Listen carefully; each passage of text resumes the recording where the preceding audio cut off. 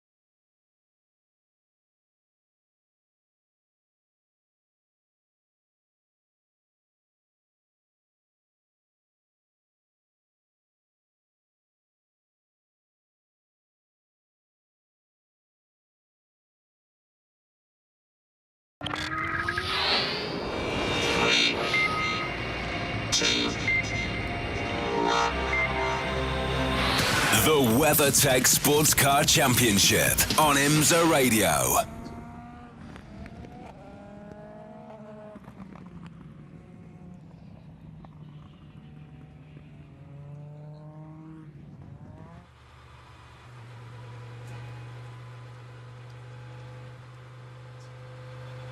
Hello everybody and welcome to a packed Sebring International Raceway, the original home of Formula One here in the US, and of course down through its considerable history since the 1950s has been a mecca for sports car fans, drivers and teams. This is the 72nd running of the Mobil 1 12 Hours of Sebring, the race which really has cemented, pun absolutely intended, Sebring's position in the world of endurance racing.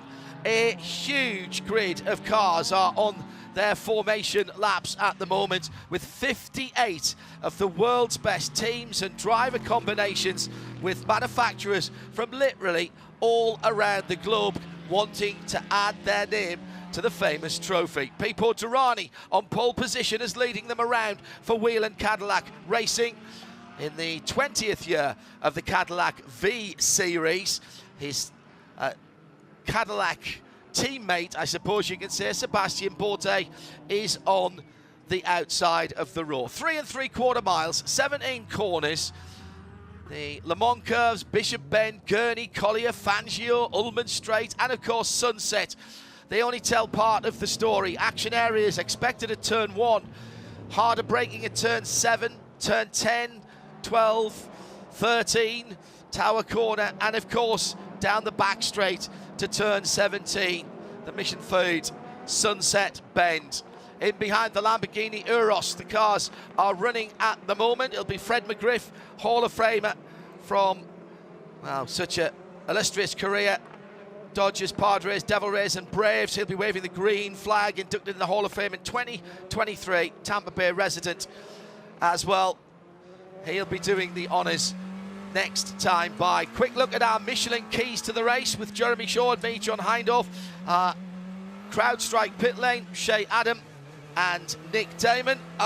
It sounds obvious, this one, Jeremy, but you have to get to the end of the race here, and it's particularly important. Last couple of hours will be in darkness. Yeah, so all of the team, the most important practice session of the day on Thursday was that night practice session when you have to, that's when the race will finish. As you said, at night time it'll be cooler this evening than it will be during the heat of the day, and so that was the really critical session. Of course, there's one of the teams that didn't get out at all in that session. That was number 10 Acura Cadillac, Acura, Wayne Taylor Racing Acura, Wayne Taylor racing with Andretti Acura.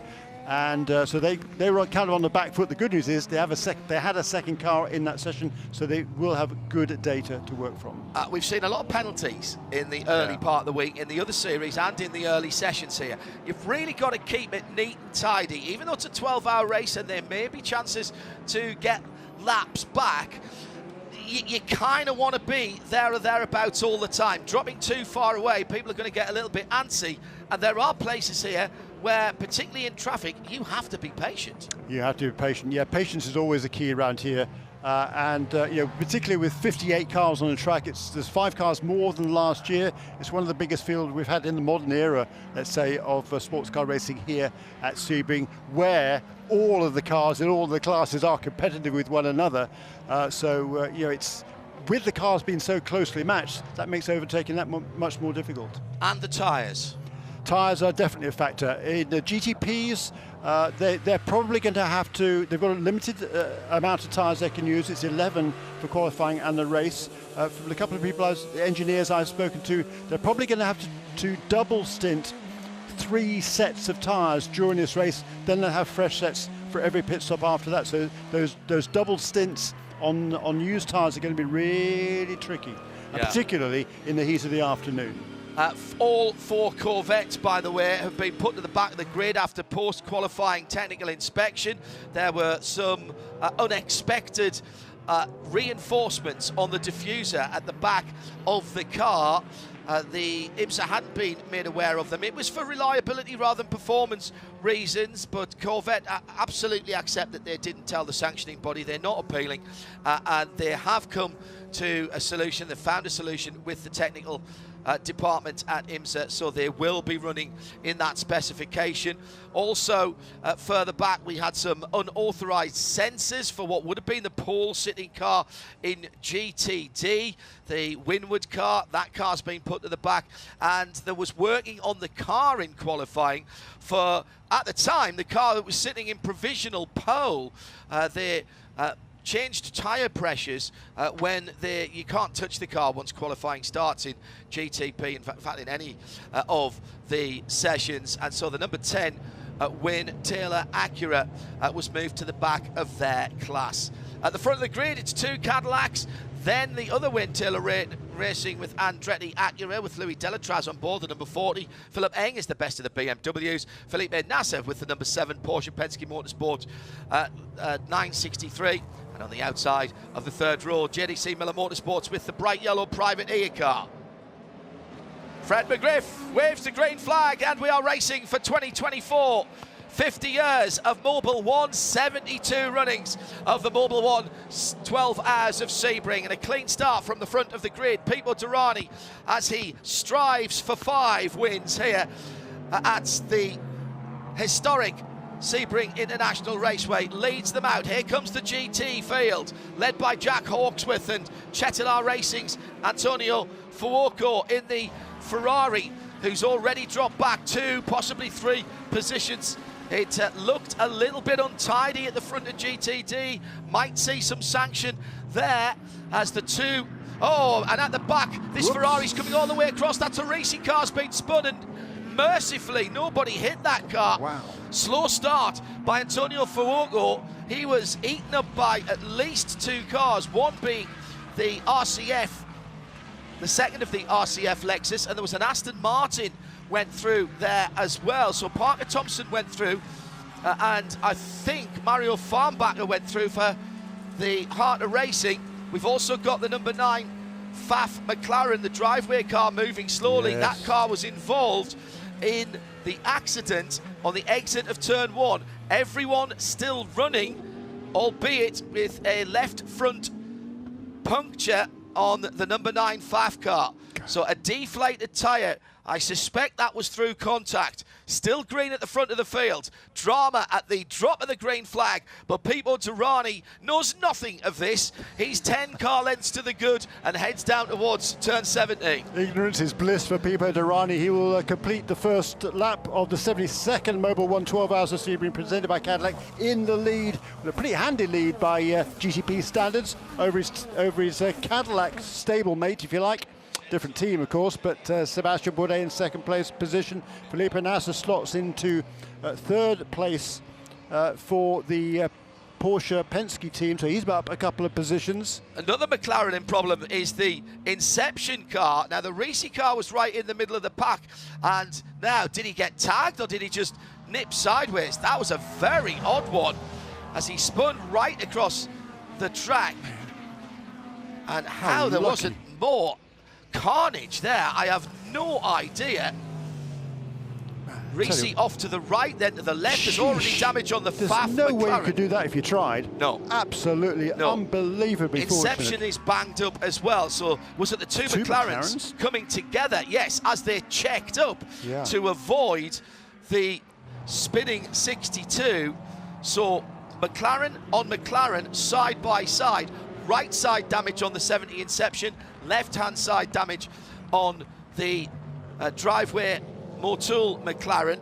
So the 62 is right alongside one of the Iron Lynx Lamborghinis. Oh no, it was from the other side. So who was that? That was a blue, a red, and possibly the Paul Miller Racing BMW. I think it was a BMW. Yeah, I think it would have been, judging from what cars are around it on the grid. Might have been the Mustang, but it's impossible to see. Let's go down to Shea Adam for our first in-race crowd strike pit lane report, and she's got damaged cars with her. Yeah, unfortunately, there's no worse way to start off a 12-hour race than with some significant damage, and that is on the right Porsche, the number 120, Adam Adelson, starting the race. There are ducts that are broken off, little carbon shards that are everywhere. The wing where the headlight is actually disjointed too. They have a new bumper cover to go on the car. Further back down the pit lane, the number 70 Inception McLaren did come in. The right front was dragging. I think there was an issue there, and now the FAF car is in. And that's dragging with a flat tire, but that's up at Nick's end. Yeah, it's coming towards me. It's got a set of mechanics waiting to get. It's going to get a slurp of fuel. There is a tyre ready, which I assume, obviously, because it's the one that's blown, is going to be the front left. Let's have a look. Well, that's right on the rim, as they say, but it's been some good work by Ollie Jarvis there, because it seems to be very little extra damage around. In fact, it's always pristine. Now, the problem is the tyre's gone in the inside. They're going to have to look at the cords, because it's split its cords off from the inside, and they're having to do a big unwinding process just to get them off the back of the hub. They've lost the lap. I mean, they have got 12 hours to get it back. The cords are now off. The tyre's back on again. And some excellent soft pedalling. There's a little bit of the front clip is a little bit detached from where it should be, but not in a major way. It's secure, but it's moved as such. So they're going to be a picosecond off their ideal aerodynamics. Fired up and gone, but I think that was a pretty good run-in by Ollie there to have minimise the damage to virtually nothing. We'll get a word with both of those teams if we can, and see if we can find out who else was involved at the start. Incredible piece of good fortune there as the number 62 Risi Competizione Ferrari spun across half of the field, and that car has continued, and remarkably is in 5th position for Davide Rigon. Seriously? Yeah, no, he can't be. That mustn't have updated yet, must it? That's about where he started. Yeah. So let me do a quick refresh and go through. Yeah, he's dropped down through the field. Yeah. But my goodness, needs to put the Powerball on for next week, doesn't he? He's dropped down to 10th in class. Unbelievable. He was not T-boned by anybody there. I mean, nothing but good fortune, the only reason for that. But that was a very, very scary moment for Davide Rigon and everybody else who was following him as well, of course, and checking up. So we stayed green through all that, which is pretty remarkable.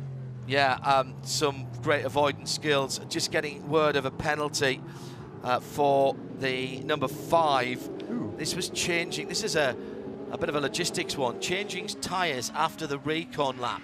So that will be a drive-through for Julian Andlau in the Proton competition. Mustang sampling, number 963. They know better than that. Shea Adam down in the pit lane. Some not good news for the FAF McLaren. With the Inception Racing McLaren, actually, the number 70, they've just dropped it off the air jacks, and they are sending Brendan Arebe out. He's lost 2 laps so far, in addition to when he came in the pit lane. But the problem was that the tire carcass that had started shredding itself wrapped itself around the axle, and so it took 2 mechanics actually getting underneath the car with knives to try and cut that loose, and it took them the equivalent of 2 laps to get that done. Then they put the new right front tire onto the car, and it wiggled. So that's going to be very uncomfortable for Brendan Arebe, as he has clearly a not very well functioning McLaren, but he is out back on the track. Not yet out on the track, I should say, because they started in the pit lane. They came in after the recon lap. The number 17 AWA Corvette, this car which has already had a new battery installed, clearly that didn't do the trick, because I can see a mechanic's feet as his head is down in the engine compartment. And the news I was about to give you about the FAF Motorsport machine is that I think it's gone behind the wall, is what I've just seen. And in fact, it's just been worked on and come back into the pit lane from behind the wall. Here's another penalty, jump start, and that will be a drive through for the number 13, the number 1-3. That will have to come back down through the pit lane for a jump start. And again, a bit untidy at the start. That's Ori Fadani for the AWA Corvette. Adding insult to injury, that one, really. I mean, yeah. Oh dear, there's the number 9 FAF McLaren going behind the wall and back to the garage area. God, boy, that's so unfortunate for that team.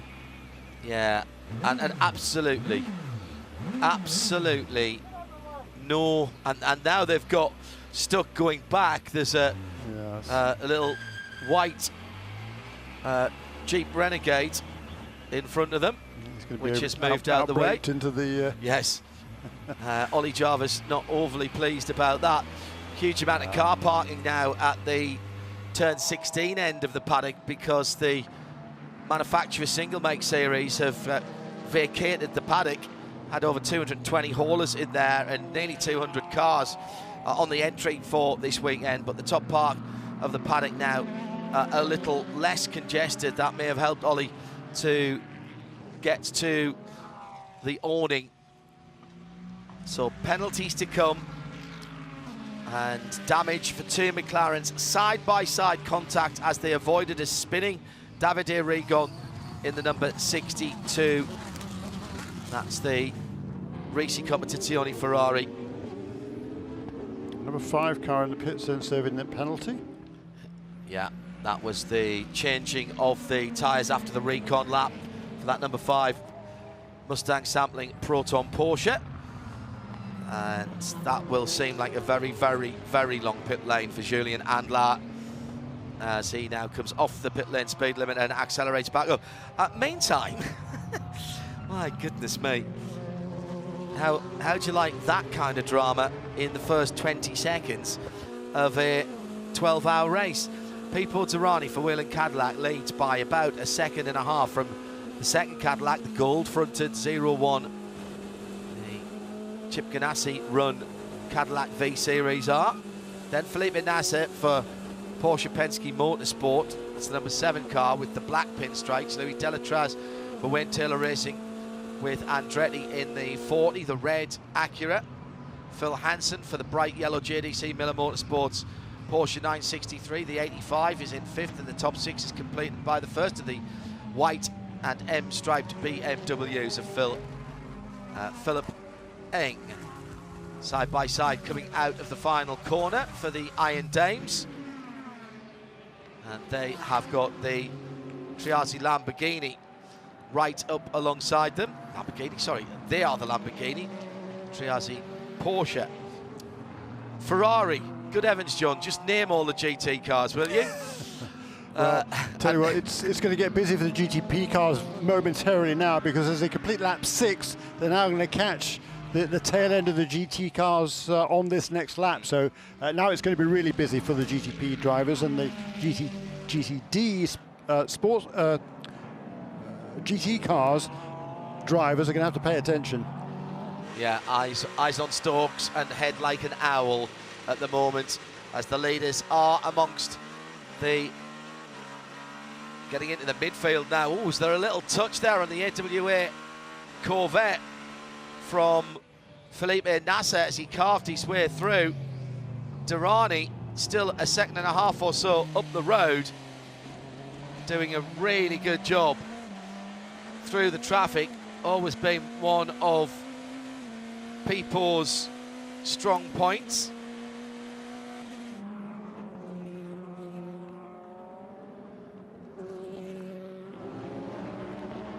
Through turns 10 and 11. And the number 6 Porsche fighting its way through with Mathieu Jaminet behind the wheel. That's the car with the white pinstripes and side swoosh. The Salzburg car, for those of you who know your old Porsche liveries. Salzburg alike, at least. There's a battle going on for the with the teammate car, Felipe Nasser and Louis Delatraz. A bit of a scrap, and a moment or two ago, the Era Motorsport LMP2 car off the track, right in front of the AO Racing car. So PJ Hyatt shuffled way back down, having got the pole position, and Dwight Merriman had just gone past PJ and then threw the car off the road. P2 led at the moment by Dan Goldberg and Ben Keating in respectively the 22 and 2 United Autosports cars. at the front of the field. Then it's Nick Bull for Inter Europol, George Kurtz for CrowdStrike in fourth. Yeah, and his top three are all together. Yeah. And then there's a bit of a gap back to George Kurtz, who's able to work his way through after a relatively disappointing qualifying run for him. So he's now just moved. Did you get past Lewis Kompunk on this lap? Yes, he did. He's in fourth now for the CrowdStrike Racing by APR machine. Fifth, I think. Yeah, fifth. Ah, well, he was ahead, so that might have changed back Okay. again All right. with the Richard Mille car.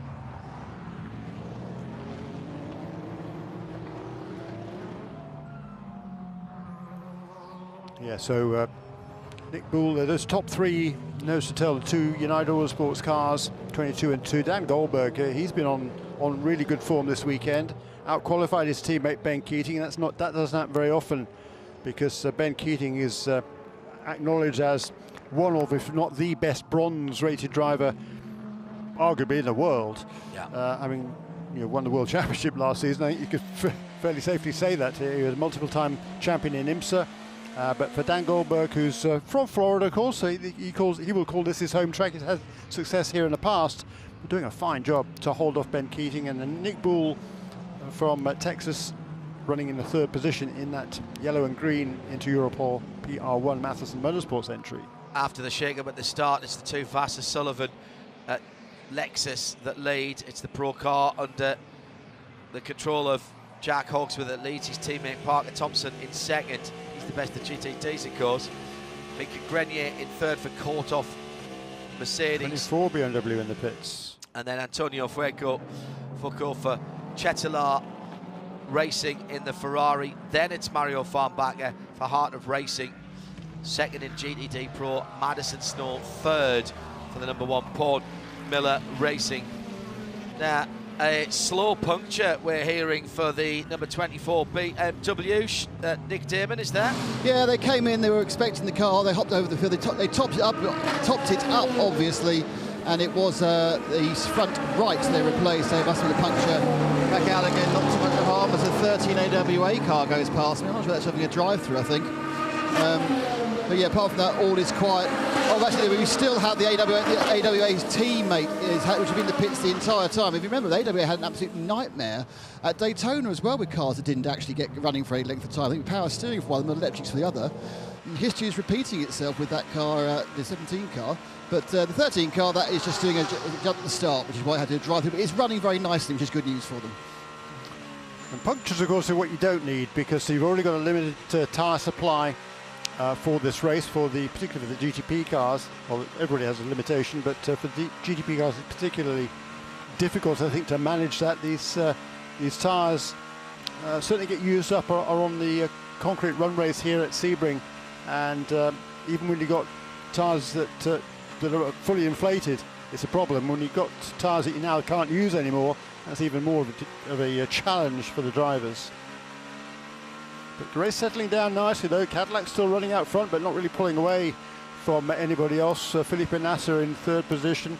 And now Phil Hansen moved up to fourth. He got past Louis Delatraz last time around, so the JDC Miller Motorsports entry running very nicely in that fourth position. Phil Hansen has set the fastest lap of the week so far, which is a feather in his cap for that privateer Porsche team. Of course, sadly, yesterday, due to the incident and the spin of Mathieu Jaminet during qualifying, we didn't see the ultimate capability of these cars as we were hoping to do during that 15 or 20-minute qualifying session yesterday. So instead, we might not see the how far they can really go, but we're going to see how durable they are and how consistent they are, and ultimately how fast they are in race trim in the later stages of this 12-hour race. But all those big pack of cars there in the middle, but two of them already had problems then. Number 5 car with a penalty, number 24 with the puncture, so they've got a little bit of catch-up to do.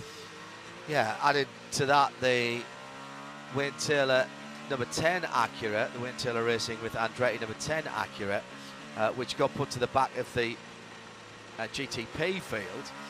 It's been a bit odd at the start of this race, people out of position. Louis Delatraz at the moment trying to close in on the bright yellow Porsche ahead of him. That is Phil Hansen for JDC Miller Motorsports, and they're coming onto the back straight, the Ullman straight now, with the secondary pit lane on their right-hand side. Pipo Derani on the flasher, comes up to the AO Racing Porsche. He's got one of the Iron Links Lamborghini sitting right in behind him at the moment, and actually outbraking him a little bit coming into the corner. It's interesting to watch. Meantime, at driveway McLaren, the FAF car is in the awning. And now as the GTP leaders work their way through towards the front of the field of the GT cars. Only the top 6 haven't been lapped at the end of this 10th lap for the prototypes. The prototypes are all back together again pretty much. The top 7 cars are running within a second of each other, at least not all together within a second, but close together on the racetrack again. Hearing from our team, thank you to Aaron, who's eavesdropping everywhere at the moment. He's omnipresent. Sounds like there's problems at the back of that FAF McLaren, and they are being investigated by the team in the paddock under their awning at the moment. And we get the final car out onto the track as the AWA Corvette number 17 of Anthony Mantella has just left the pit lane, but now a problem for CrowdStrike with Algarve Pro Racing left rear tyre, and George Kurtz then will limp this car back around. It's not been, as Jeremy said, a banner week so far. They were in the wall after Thursday night qualifying. Spoke to Stuart about that on Friday morning. He says, that's not a problem, we know how to fix cars. Now, I wonder if he's just tagged the wall. Oh, was he clipped by the BMW? What's the opposite side, Jeremy? It's the left rear. True, yes, there it goes. I think he might have just clipped the wall coming out of turn 17, actually.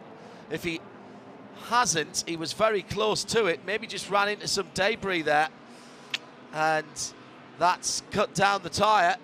Yeah, just went just before the braking area, and a good piece of avoidance from everybody around him. And poor George, he's got 3.74 miles of the 3.75 to bring that car back. He was literally passing his pit box as it went. So this is going to cost him some time. Pipo Derani now by a second at the front of the field. Daniel Goldberg by about 1.2 leads LMP2 for United Autosports from his teammate Ben Keating in the number 2 wins car.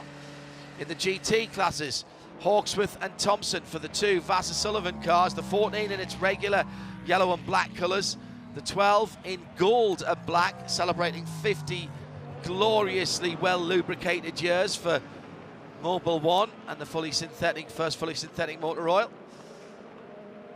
That's how they stand with 20 minutes gone. That's the first of your VP Racing in-race updates. We'll do a full one for you in about half an hour's time. Run through all the top positions. George Kurt still touring around, trying to go as slow as possible. It is so tempting to try a little bit harder, go a little bit quicker. But really, there's nothing he can do now but just take his time. As the leaders, for once, have a little bit of clear track ahead of him. Pipo Derani coming out of turn 17 onto the front straight. It will be car number 17 that he comes to next. That's the late joining AWA Chevrolet Corvette of Anthony Mantella.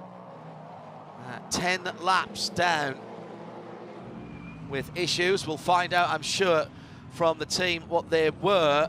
They had power steering and electrical issues on their cars at Daytona. Our CrowdStrike pit lane team will give us the definitive on that delay in just a moment or two. George Kurtz halfway down the back straight. He'll be coming in soon. He's done a really good job. Yeah. Really good job. The tyre carcass has moved to the outside edge of the racing rim, but it's not flapping about. So the car's not dragging on the ground, and more importantly, there's no big shards of rubber that are slapping the bodywork. Two Cadillacs closer than they have been for a little while, as Sebastian Bourdais is close to half a second. Yeah, and both those two just set their best laps of the race on that last lap. They cleared the GT traffic finally after sort of 2 or 3 laps of working their way through it. Also, now they've got a few clear laps, and Pipo Derani set his best lap. The fastest lap, however, was set just a lap ago by Philipp Eng in the number 24 BMW that's working its way back after having that puncture a few laps ago. Still though, that was at 1 minute 50.5 for Philipp Eng, so we're certainly going to be going faster than that, I think, later on in this race. The fastest lap last year, which of course was the first year for the GTP cars, was a 148.3 in the race last year by Renger van der Zande. That is the sound of a Gibson V8 as Shea Adam is standing at the CrowdStrike by APR box. What they did was give George 4 new Michelin tires. What they did not address was the fact that the rear wing cluster has been knocked loose. So I think you guys were onto something, saying that maybe there was contact with the side of a wall that ultimately resulted in the puncture, but what it did, and what is more of an issue, is that the rear component is not seated and it's not hooked in like the puzzle piece to everybody else. So that could become an issue, especially in high downforce situations where that part of the car is pulled on more heavily. That's the 17 AWA Corvette back down the pit lane. Is that serving a drive-through from starting from the pits? Yeah, good point. I haven't seen that, actually. Check on that. Its team car definitely got a drive-through for a jump start, but I've not seen anything to suggest the 17. And that car has gone back behind the wall anyway. So clearly, whatever happened, it hasn't been rectified. Going to be a penalty for the CrowdStrike Algar Pro Racing car. Too many crew over the wall. That'll be a drive-through. So George will have to come back through the pit lane again. This is very much the keys to the race, the Porsche keys to the race we was talking about before. You've got to be neat and tidy and try not to attract the attention of race control, and certainly don't want to be coming down the pit lane more times than required.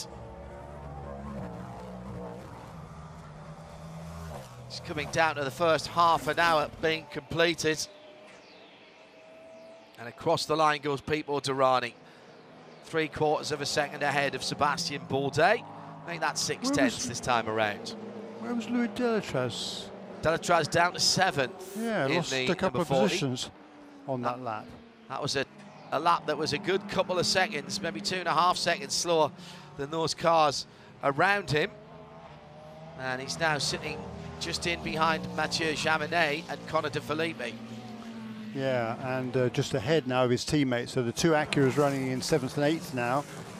So we started off, well, he started 3rd on the grid, did Delatraz, slipped up to 4th on the first lap, and he was overtaken by Felipe Nasser in car number 7, the Porsche, and then ran in 4th position until he was overtaken by Phil Hansen on lap 8. And now on this last lap, lost 2 more positions for the number 40 car. And he's going to lose one to his teammate here if he's not careful as well. So Delatraz at the moment just a little bit off the pace. CrowdStrike pit lane report and an answer on the AWA number 17 Corvette. Shay. Thank you very much to their amazing PR ladies. It's an alternator issue for the 17. And without those little bits of electricity, nothing is going to work consistently nowadays. So many components on current street and racing cars that need a good voltage. Battling LMP2, heading down towards turn number 7. 3 leaders absolutely together again, and the 2 United cars side by side through turn 7.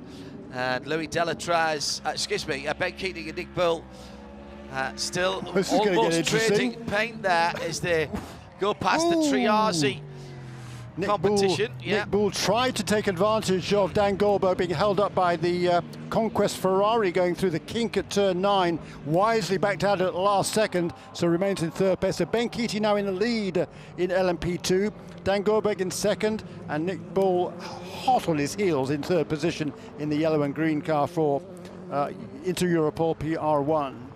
That was close. It was close, and everybody played their part. Yeah, and keeping it safe, indeed. How did Ben Keating make that work on the exit of 7? There really wasn't the room Well, he there. trusted his teammate. Well, he did. He absolutely did. And Nick Bull backed out of it as well when Goldberg was trying to go by the red and white Ferrari. Really heads-up driving by all of those three. Totally agree. Opportunistic by Ben, and heads-up by the other two. Here's Bull trying to make a move coming off Sunset Bend. And Goldberg want to lose another position. Side by side as they flash it. Absolutely side by side as they cross the line. In front of our commentary position. How much are they separated by? 0.001. Well, we can't measure any less than that. In favour of who? In favour of number 2 of Dan Goldberg. Okay, fine. So he retained second position on that lap. That was fun. Well, get out the marker pen of doom if you've got your Andy Blackmore Sportist Guide on the wall back at home or here at the circuit on 100.9 FM. Our first retirement is the number 17 AWA Corvette. Alternator issue has taken that car out of the race, having completed just 2 laps. An outlap and back in again. Andy Mantella, the only one of the team to get behind the wheel. Sean Creech Motorsport, by the way, had a little spin on this lap, but has continued for Lance Wilsey in the only Ligier JSP 217 in the LMP2. He was doing well up until that because he was hanging on to the tail there with John Ferrano, and not far behind Henrik Hedman, Dennis Sanderson. They're all running the train there, so Lance was doing a really nice job in that lone Ligier. Hearing from back in the paddock that the Pfaff McLaren is now repaired and will be coming back to the pit lane in a moment or two. How many? They are now 13 laps off the overall leader. That is 9 laps away from their 11 laps actually away from the class leader in GTD. So that is a disappointment for the ever popular team from north of the border and for the McLaren fans. That was side-by-side contact. The Inception number 70 McLaren and the Pfaff McLaren as they were avoiding the spinning Ferrari. So it didn't really get to the bottom of how that Ferrari ended up spinning through the field. And, no, we didn't, did we actually? It's a good point. No, and in the paddock then, space has been cleared for Ollie Jarvis. And still a bit tight there. One of the BMW tyre trucks just in the way from Team RLL. And the car is under its own steam and heading back towards the pit lane. It will have to come back into the pit lane from the pit-in end of the paddock.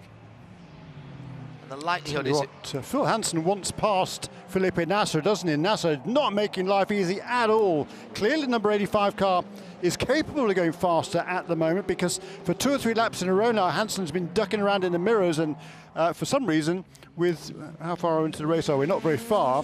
Felipe Nasser just does not want to give any positions at all. And John Ferrano's just spun in front of the leaders coming out of turn 4 into turn 5 in the number 8 Tower Motorsports Oreca, the yellow and black car. Now, did he jump or was he pushed? No, he jumped. Just getting on the accelerator a little bit too early and too much throttle. Actually, that was a good save, John. I'm going to give you that one. Got a slide on. Did have to take the grass, but didn't completely rotate. I'm going to call that half spin and a save. Actually, we'll put that one down in the scorebook. It's number 04 car. This is the penalty for too many over the wall at the last stop to replace the tyres after the puncture, and the Pfaff McLaren has made it back to its pit where it'll get the final bit of wash and brush up before it's sent out onto the track. Many laps down. This is about picking up points now for the season. Should mention as well, because we'll need you to help us here. Jeremy and I are of an age where we forget things quite easily. And at 4 and 8 hours, those are the times for the interim in-race points for the Michelin Endurance Cup. That's when they are awarded the end of a full lap after 4 hours and 8 hours. Then, of course, you get the final points at 12 hours. For the teams that is to whom that is important, that is very important indeed. And so you might see a little bit of off-strategy pit work there to get them further up the field to try and lead at the 4 and 8 hour mark. So just keep an eye open for that. We're trailing a little bit further ahead here. Yeah, and the leaders in the respective Michelin Endurance Cup points after the first round at Daytona. In GTP, it's number 31 Cadillac that leads by 2 points over the Porsche, car number 7. LMP2, it's a CrowdStrike Racing by APR, number 04. They've already had problems in this race. They had a 2-point lead over the Daytona winners, Era Motorsport, car number 18. In GTD Pro, Paul Miller Racing and Risi Competizione are each tied on 15 points, number 1 and number 62. And in GTD, the number 32 Court-Off Preston Motorsports entry is tied on 13 points with the Inception Racing number 70 McLaren, which of course has already had problems in this race. So the Court-Off Preston Mercedes, meanwhile, is running very, very nicely in 3rd position in the GTD class. Actually, I think that car has just come into the pits. Warning for the Lamborghini for a shortcut. The number 63, Shea. I'm kind of confused as to why the 32 is in the pits this early, because the Cawthorne Preston Mercedes, oh no, this is engine. They're popping the hood. Now, this isn't the engine that they ran at Daytona. This is one that actually they had at Petit Le Mans. After the race, they took it out, they sent it back to Germany, and they were worried about some pressure within the engine. That is, it appears that they're looking at radiator caps and trying to figure out that everything is sealed on properly. They've actually got Nike wristbands on the top of all the runoff areas, or all the overflow areas. This tells me that there's something overheating within this car, and they've refueled it. Now they're kind of casually looking around the car, but hang on. Ooh, that smells bad. That smells really hot. That could be taking them out of the Endurance Cup, and they are the defending Endurance champions, let's not forget.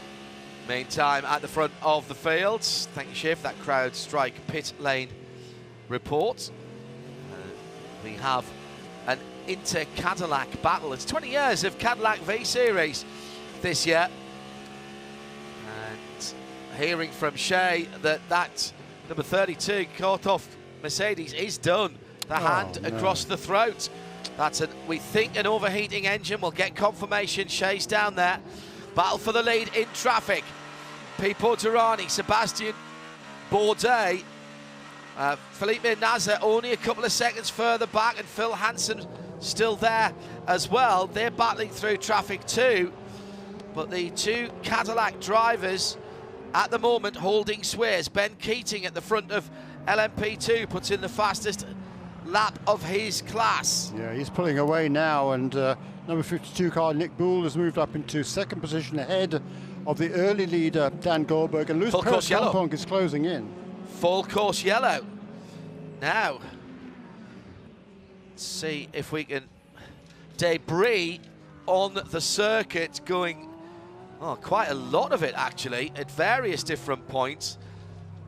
Coming out of turn 5, going down to turn 7. And the big lump of carbon fibre is right on the entry to the hairpin at turn 7. There's some smaller shards of carbon fibre and an end plate from a front wing, I think, with the Michelin logo on it. That was just coming out of turn 5. Meantime, the 32 Mercedes being pushed backwards. That's allowed, so long as you don't fire the engine. Well, the engine, we think, is overheating on that car at the moment. They're taking it back behind the wall to see if there's anything that they can do. Let's have a quick word with Mike Skeen from that team. Well, Mike, it didn't smell very good when they popped the hood. Engine overheating? I don't know that it's overheating, but definitely an issue. Sounds like a bad noise up there, and we're push it back and see, but it sounds like maybe an engine problem. So maybe day not done. Hopefully they could fix it, maybe? Yeah, we're going to poke around and see if we can do anything to salvage some points, but not looking good. Sorry, my friend. Yep, thank you. That is the sound of a very resigned Mike Skeen. Engine noises that aren't brum brum and sounding great. Very bad at the start of a 12-hour race. And there was a note of resignation in the voice there of Mike Skeen on the pit for Team Courtoff, and that was our CrowdStrike pit lane reporter Shea Adam bringing you the latest. It's not good news if you're an AMG fan. No, that's really a shame. But tell you what, that was an exciting first 37 minutes of this race under green. There were various little incidents on the track, but nothing that caused any yellow. But finally, all that debris on the track, I think, smart move by the officials to get out and drag it out of the way. We've already seen several punctures, and so that makes a lot of sense. Beautiful day here at Sebring. Slightly overcast. That's keeping the air temperature and the track temperature down a little bit. And that'll be helpful for the teams and drivers, John. Yes, 74 Celsius in the air. That's about 24 Fahrenheit on the track. It's actually a degree or two cooler than that, but humidity absolutely incredible. 85% forecast to be mostly cloudy for today. It is so thick out there you could cut the air with a cricket stump. Yeah, and on that right before we went to yellow there, number 85 car, Phil Hansen, that had been all over the back end of Felipe Nasr in the Penske Porsche, car number 7, battling for third position. He got shuffled out. We saw it on the one of the cameras there that I think it's over in turn 10 initially got held up, and then he was kind of freight trained. So number 85 car has fallen from 4th to 8th behind Conde Felipe in the BMW, the number 6 Porsche of Jaminet, and also the 2 Acuras, Louis Delatraz and Ricky Taylor, that were running together in 6th and 7th. So Phil Hansen all the way down to the 8th position, and Matteo Caroli is the last of the guys that have been running cleanly. He was only about 5 seconds behind the rest of the pack, but running nice and consistently. And then just looking at everybody's fastest laps in this race, and all of the GTP cars were within, well, half a second or so. Actually, Julian Andlau turned a 49.7 to set the fastest lap of the race. That was on the 16th lap, so 3 or 4 laps ago. Missed that one. That's the best lap of the race so far. Then it's the number 5 car. It's one of the 2 cars that was making up some ground from earlier on after the unscheduled stop for a penalty. VP Racing in-race update there from Jeremy Shaw. We'll catch up on a few of your communications as well at IMSA Radio. Hello to Nash's young boy. Good to know that you're tuned in. What was the issue with the Corvette starting all the way at the back? A non-homologated set of diffuser mounts put there to improve reliability, not a performance addition, but Corvette accepting that they hadn't told IMSA. They have now been homologated, so they are running in exactly the same way as we've had the 88 car, by the way, coming down the pit lane. I reckon that's a closed pit for Luis Perez Companc. Emergency service, 5 seconds of fuel, that will be fine. So Nick was keeping an eye on that. As they came through, only the fuel hose went on. That's obviously sensible. It means you don't get stuck on the track. Annoying though, because he's worked his way up nicely. Companc is up to 4th position in the class, and he caught right up to the early leader, Dan Goldberg. Hello to all listening back in the UK. Also to Charlie Emmett, British team water skier from Aylesbury. Now lives in Claremont, Florida. Turn 7 at the moment at the 12 Hours of Sebring. Mother and son bonding time, and Charlie's second 12 hours. Can't wait for my 14th Le Mans 24 in June. Charlie, you're bringing up your boy brilliantly well. That's great parenting. Hello to Mark Whiteleg and to Gareth Evans, who's working on a 1/24th scale model at the moment in his shed. Hello to Right Turn Lover, to Wolfgang Kluth, Marco and Juan, to Ian McCarthy. And thank you for your look at that Ricci Ferrari. He reckons the Mustang pushed the Ricci Ferrari into the Lambo, which pushed him back into the Mustang before he activated the force field, which kept the rest of the field from hitting him as well. Very good indeed. Hello to Dave Alcock and to Mike Jurgens, and Tim Coronel tuned in as well. Alan Space, Uncle Toto, and Jam. Uncle Tom Cobley. Yeah, absolutely. Jam making sure he's tuned in and watching everything as well. At IMSA Radio, if you'd like to get in touch with us. The voice of sport here in the Central Highlands region. Highlands ESPN 1063 AM, 100.9 FM at the track, Sirius XM 206 and RS2 around the world. We're live from the 72nd Mobil 1 12 Hours of Sebring. Jeremy Shaw and John Hindhaugh in the Global Broadcast Centre. Our CrowdStrike pit lane team, Shea Adam and Nick Damon, are about to get very busy indeed. Shea will get the P2s first, and then we'll hear from Nick as the GTPs get to his end of things. Here come the hordes. Shea Adam. We're going to have to keep an eye on whether Seb Priou or Sebastian Bourdais stays aboard, because I just had a radio transmission in my head that says we're going to stick to the plan, Seb. You're going to stay aboard, and those are our two Sebs in the field. Both of the United Autosports cars do not come in. One of them does come in. That would be Ben Keating. He is staying aboard for another stint. Also staying aboard the number 52 PR1 Matheson. No tires, just fuel for both of them. Up in GTP land, it's looking like no one is going for the black stuff. It's their chance to double stint. Now, I completely take that back, because looking behind me now, the Proton Porsche has taken tyres, and both the BMWs have as well, but certainly no tyres for the Porsches, no tyres for the two Cadillacs, and no tyres for the two Acuras. The 40, the 10 Acura, the 1 and the 31 didn't take tyres. Also, the 85 JDC Miller car hasn't taken tyres, but it is changing its rear clip. So they've obviously had either want to change the downforce level of the rear of the car, but it actually looks like they've had a bit of damage on that, John, on the left-hand side. So they have managed to in some way break that rear wing on the 85 JDC Miller Motorsport Porsche.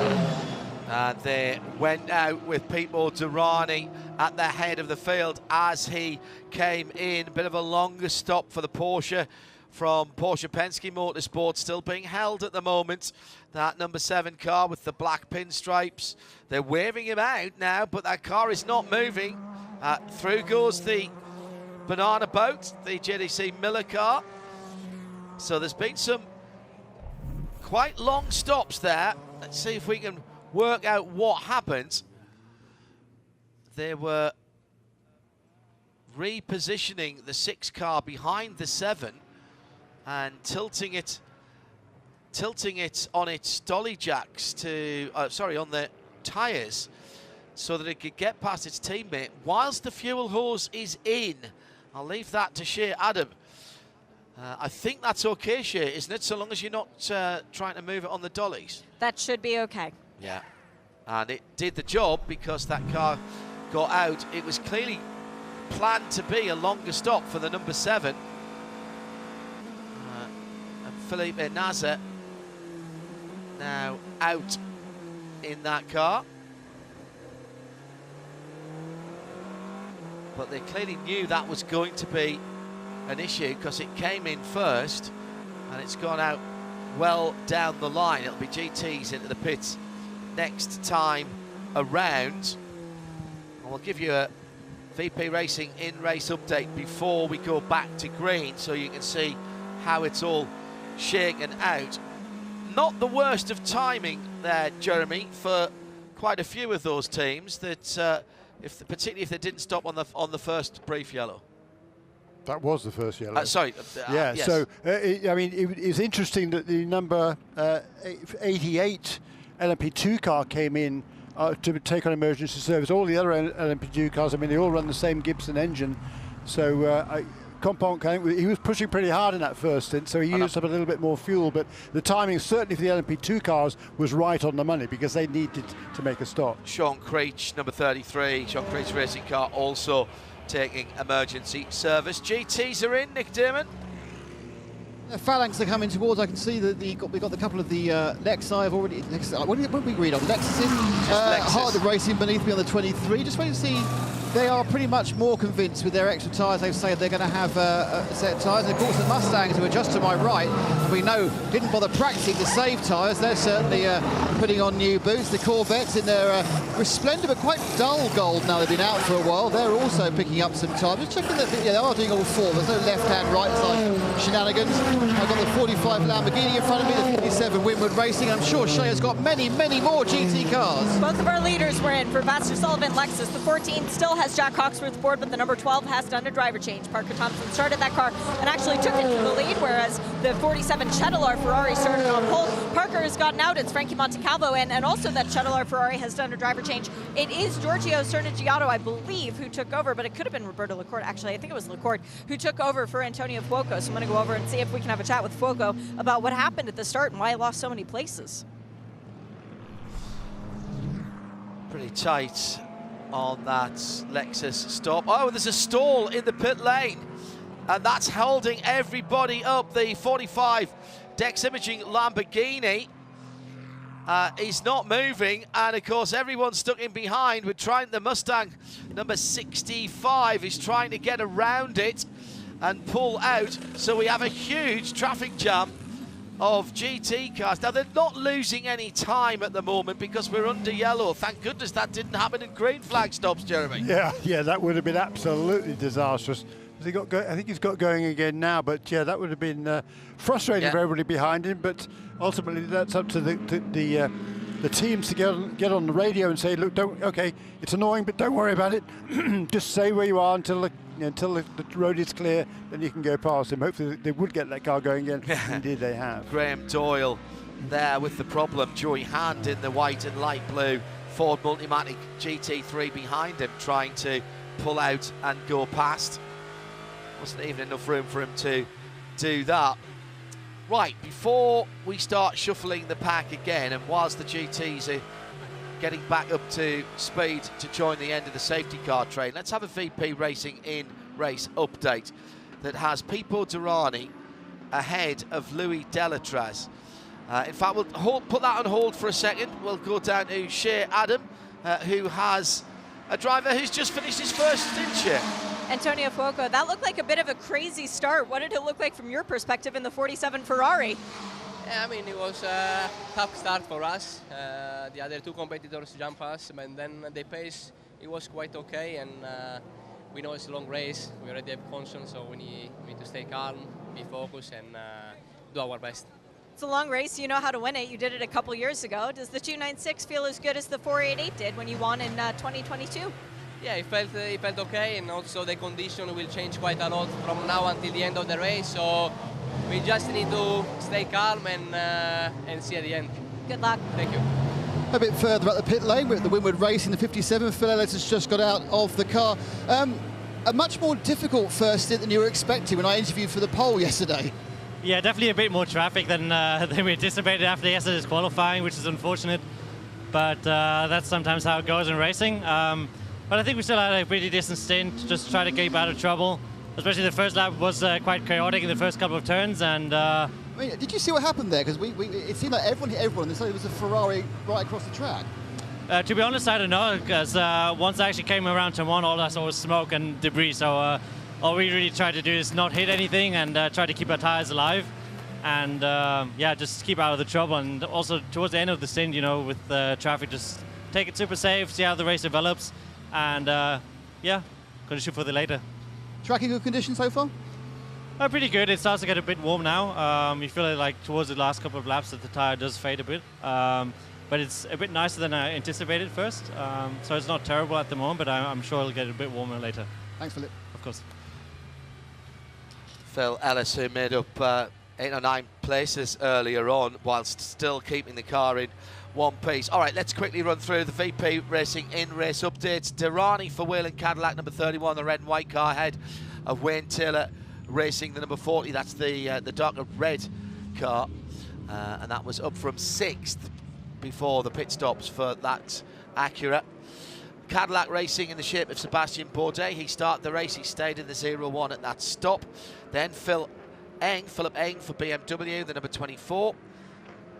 There, Mathieu Jaminet for Porsche Penske Motorsport, as he's in 5th position in the number 6. Ricky Taylor coming from the back of the GTP field to 6th position for the black and blue Acura. Conor De Phillippi's the 2nd of the BMW M Hybrid V8s for Team RLL, and he's in 7th in the number 25. The number 5 Proton 963, that's the Mustang sampling car. Julian Andlau, problems early on, but he's now back in the fight with that number 5 car, and in 8th position, and has set the fastest lap of the race. And the Lamborghini SC63 in 9th position for Matteo Caroli. 2 other Porsches, Phil Hansen and Felipe Nasr, both had very slow pit stops. They will cycle back in front of Nick Bull, who leads the LMP2 field, because there is a split for the GTP cars. So it will be Nick Bull in 12th position that heads LMP2 for Inter Europol, from Ben Keating for United Autosports, who was leading before the pit stops in the Wind car number 2.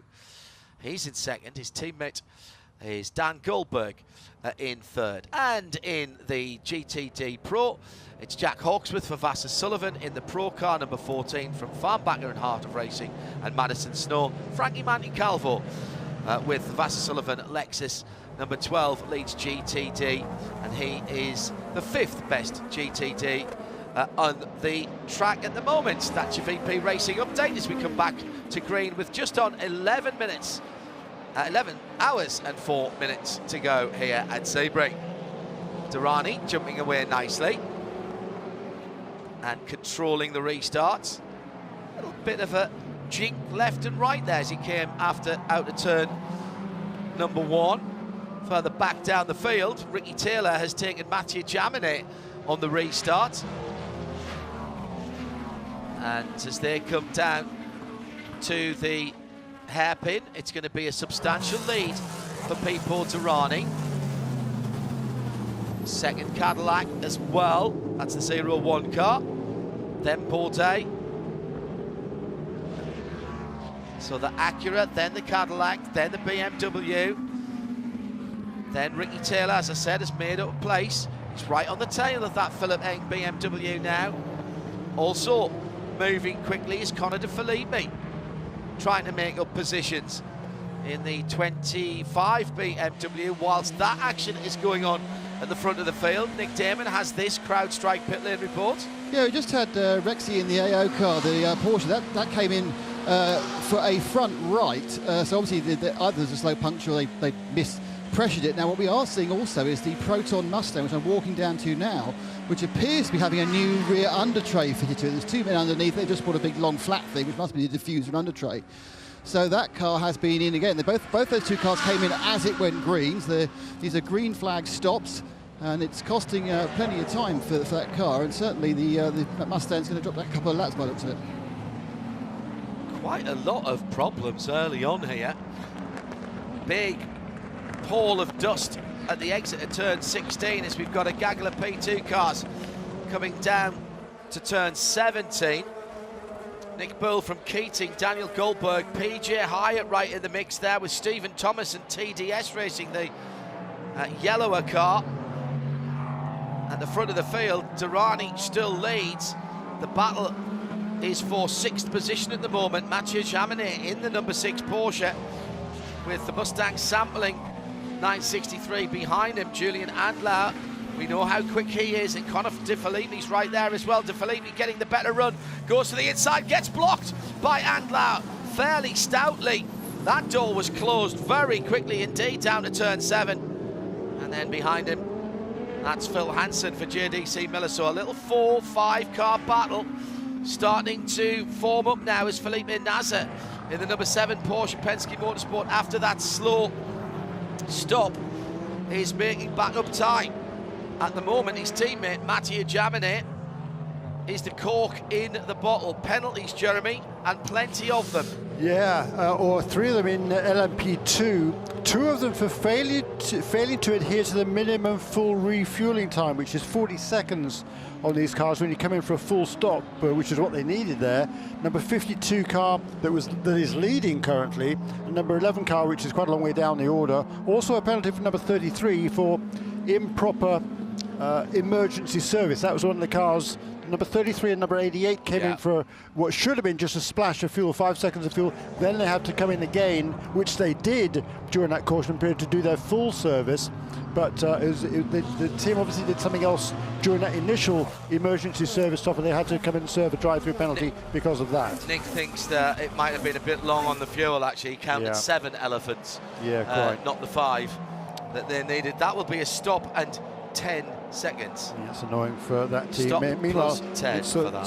See, it's back to normal at the front. The Cadillac of Sebastian Bourdais finding a way past the number 40 Acura of Louis Delatraz, so back down to 3rd place. Here comes the number 52 car out of the lead then in LMP2 to serve that penalty. Wow. Yeah, 91, I thought was, into the pit lane. And that's going to cost him a whole heap of real estate, isn't it?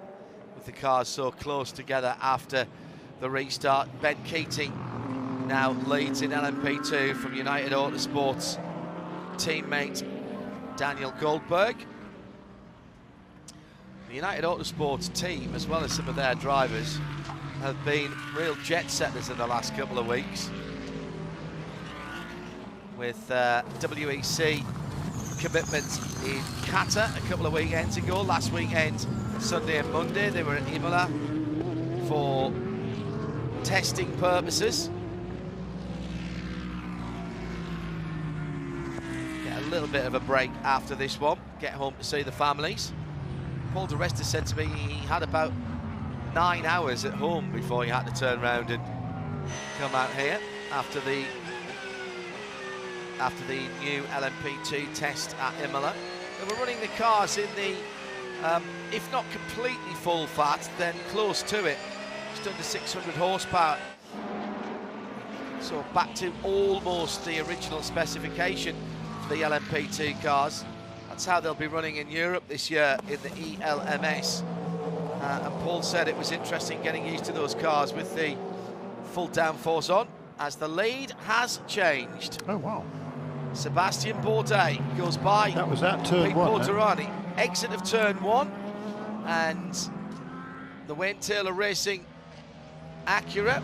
Wayne Taylor Racing with Andretti Global. Acura ARX06 is next in line, the red, white, black car. And it's not that far back to Philip Eng either, so was that a mistake by Pipo? Did he get held up in traffic? I don't think there was much traffic around them, if I'm honest. Shouldn't have been. Into the pit lane then for the penalty to be served for Stephen Thomas in the TDS Racing number 11. He'd been at the sharp end of LMP2. What did we say in Porsche Keys to the Race? Keep it tidy and keep the penalties down. So what happened? I just well, that was almost weird. like you let him through. Yeah, he sort of slowed. Entry to turn 1, not the exit. Yeah. That was very interesting. Pipo Derani, well, it was a good drag out to turn 17 by Bourdais, and he made a late but decisive move, but there was no hint of defence there by Derani. It looked like Derani braked early. No, when he came past us here, he was 3 or 4 car lengths back. It wasn't as if he was tight on his rear wing. That was rather strange. whether people were sort of kind of looking down the cockpit or something, and then ended up overslowing the car. I don't know, but that was like somewhat weird. Just notice here the two Ford Mustangs, the GT3 Mustangs, number 65 and 64. They're running really nicely there, 6th and 7th at the moment in the class.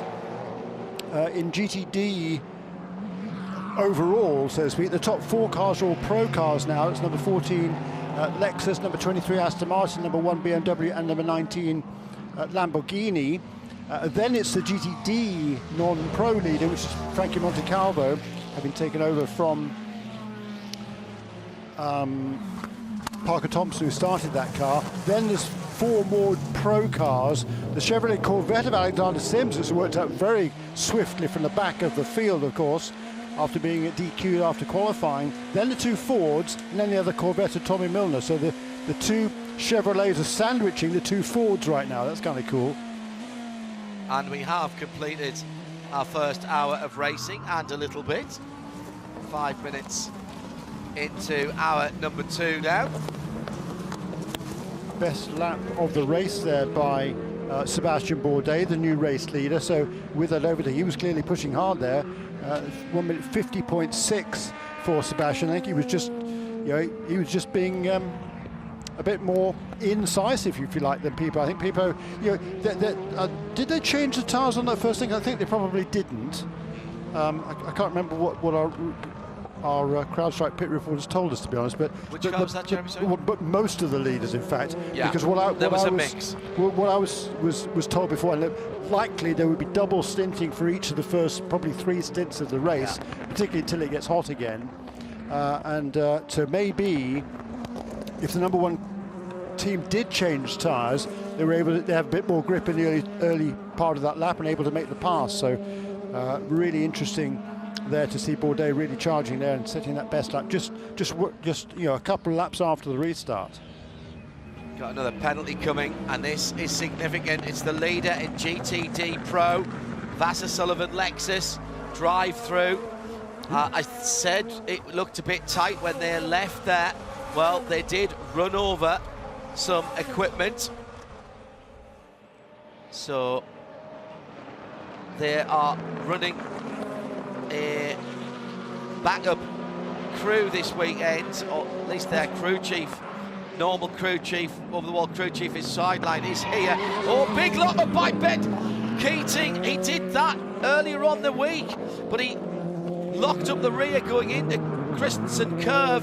He was struggling from a long way back as he was trying to challenge the car ahead, and in trying desperately not to run into the back, locked it up, spun to the inside.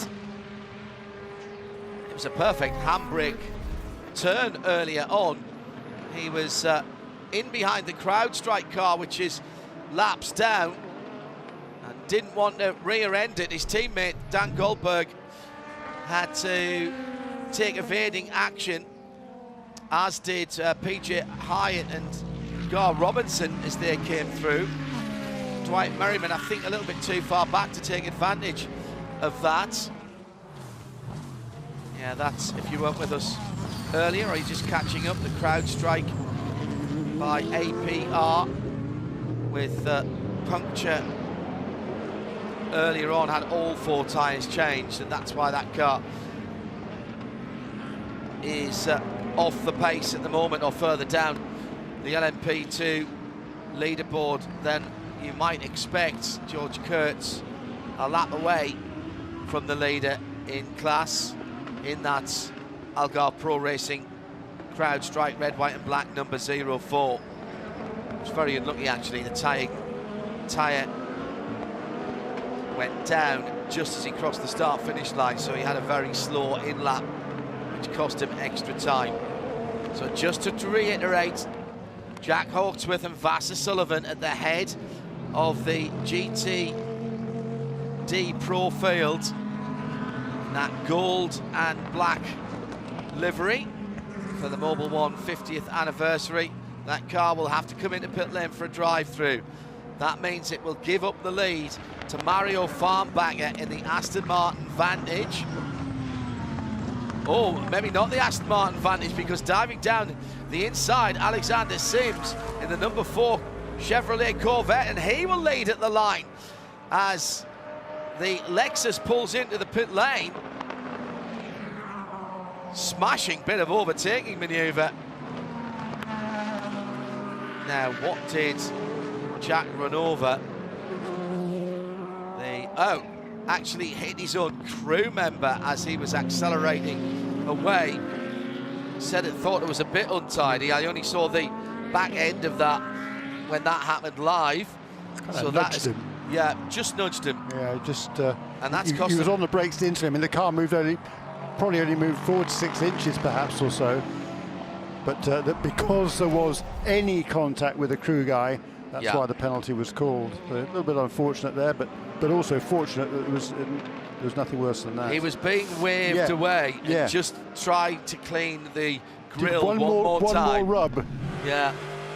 And as Shea's just said in my ear, and this bears repeating to everybody, a great reminder that Johnny Knotts and the rest of the IMSA pit lane officiating team, they are there for everybody's safety. You do not want to be spinning a crew member out into a live pit lane. So this battle at the front of the field for 6th position, Mathieu Jaminet still holds on to it in the Porsche 963 for Porsche Penske Motorsport. Here we go. Behind him, the battle is on between Porsche Mustang sampling the Proton car and BMW number 25 of Conor De Philippi through turn 10 and 11. And De Philippi makes that one stick in the BMW from Team RLL. Saw a very relaxed and happy looking Bobby Rahal this morning as I was talking to Ron Fellows. Bobby was driving past and had a quick chat.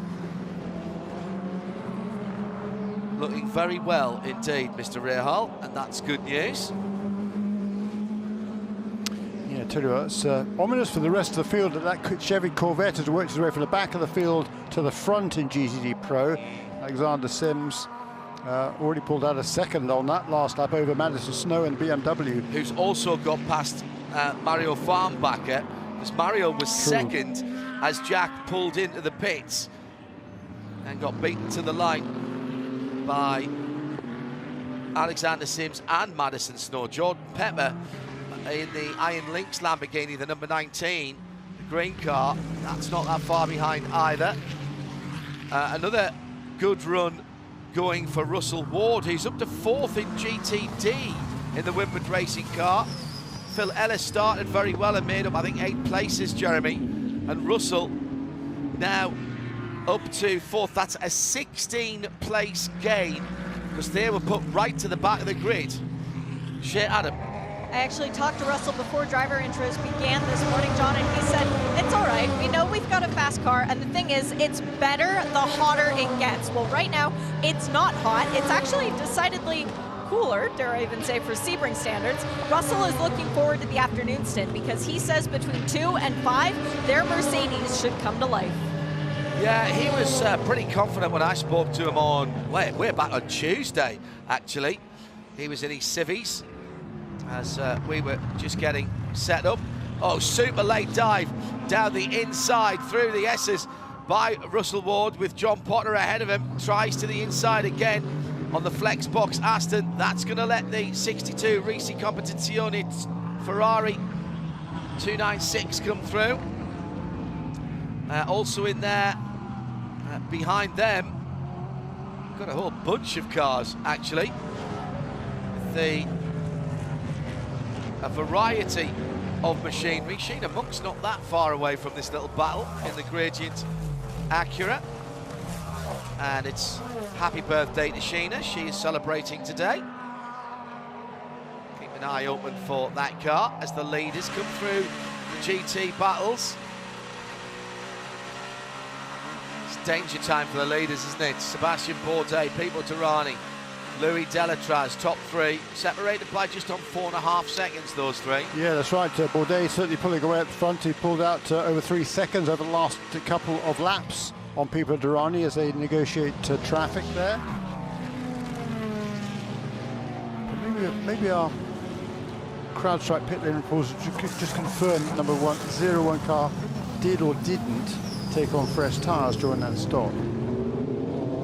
And if you said it already and I missed it, my apologies. Nick Damon can add to that.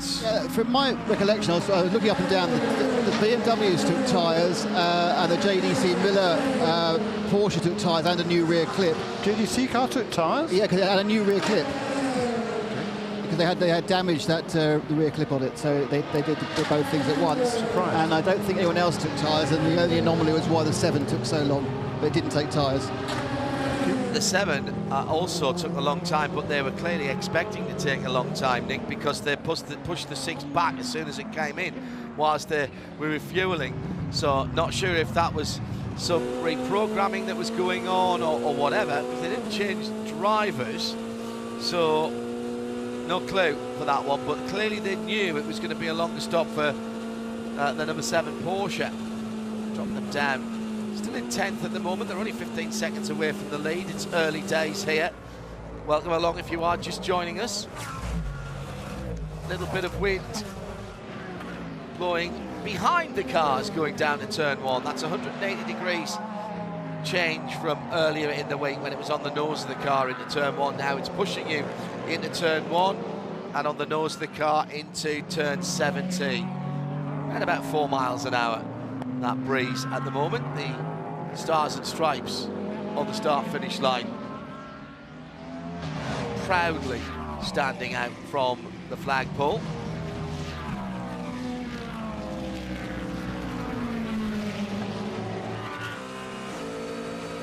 Just having it confirmed from the 01 Sebastian Bourdais car. Shays had a quick word with Mike O'Gara, and they did not take tyres on that car. Okay, that's interesting. So Bourdais just prepared to push a little bit harder on the outlaps and Pipo Derani in the early stages of the race and taking the lead. Thank you very much indeed for that great information. And it's really interesting.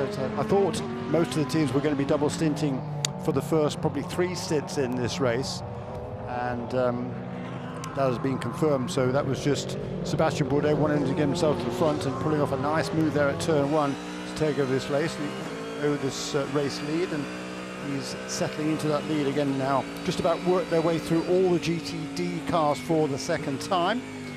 So now we'll have clear running again for the GTP leaders. Just looking at the number 25 BMW, we saw it get past number 5 Porsche a couple laps ago, and just got past the number 6 car as well. So Colin Di Filippi just passed Matthew Jaminet up into the 6th position in car number 25, a couple of positions behind his teammate. Live and free from trackside. This is IMSA Radio on RS2 around the world, part of the Radio Show Limited network of channels.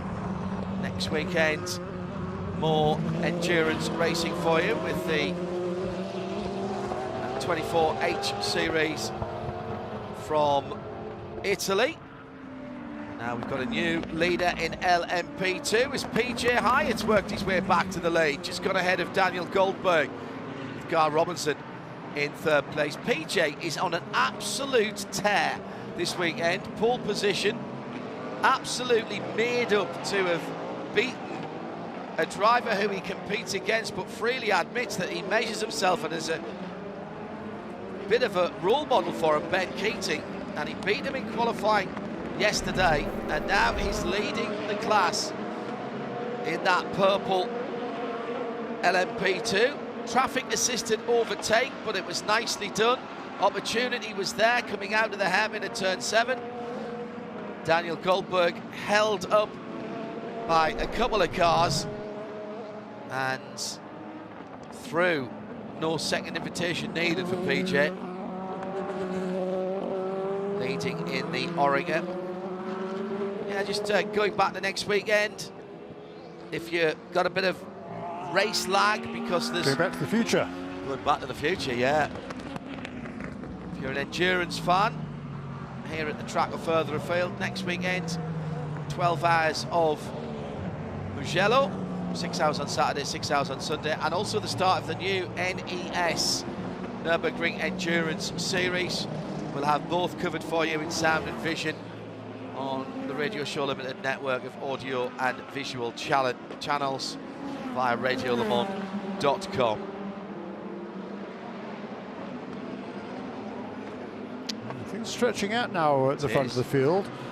Sebastian Bourdais is he's checking out, or doing his best to check out, as he's pulled out now 3.3 seconds to send his best lap of the race last time around, at 1:50.31. A couple of positions, well, in third position, Louis Delache has also turned his best lap at a 1:50.3 in the Acura. Fastest lap of the race was set earlier on by the Porsche of Julian Andlauer, 49.9. We had just the one car sub at 1:50 so far. You expect that to be added to, wouldn't we? We do. Be the LMP2s who are next into the pits for schedule stops. They're about 4 laps away. There's number 2 car Ben Keating putting the pressure on Gar Robinson as they head into turn 1. The third and fourth place there, they go through turn 1 in the LMP2 class. Ben Keating got a good run through that corner. Is he going to make a lunge down to the inside at turn 3? This is where he made his mistake that cost him. He was a little bit indecisive there. Gar Robinson very sensibly gave him the room in case there was going to be a lunge. There wasn't. So Gar Robinson holds on to that position in that Riley entry.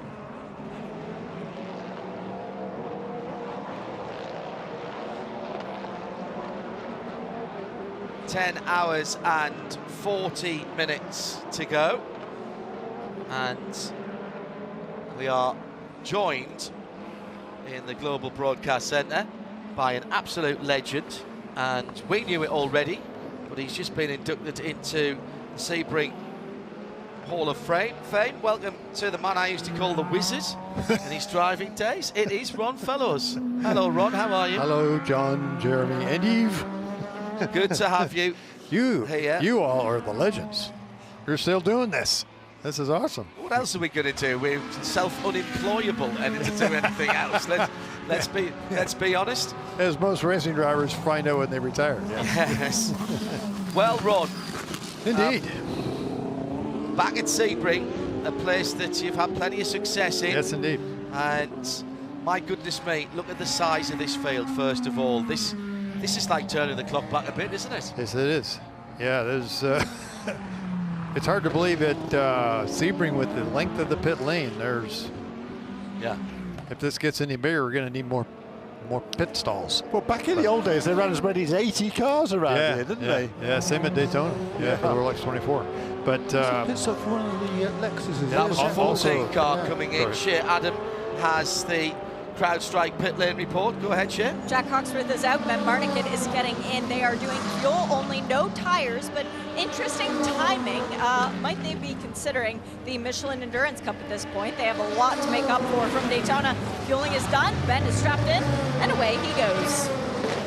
It's an awful long way away. That's first tranche of points at the 4-hour mark.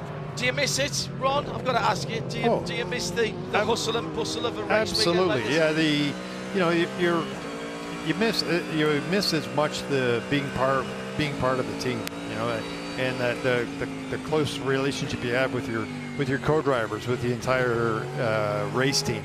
And that's I think that's probably a common theme for anybody in sport, that they miss the camaraderie and the connection with the team, and because that's the most fun, because you're not just, it's just not you, it's also the entire team. Corvette versus Ford has been rekindled as well with the new GT3 cars. That's a battle that's a battle that goes back in time. Oh yes, it does. Yeah, it runs deep.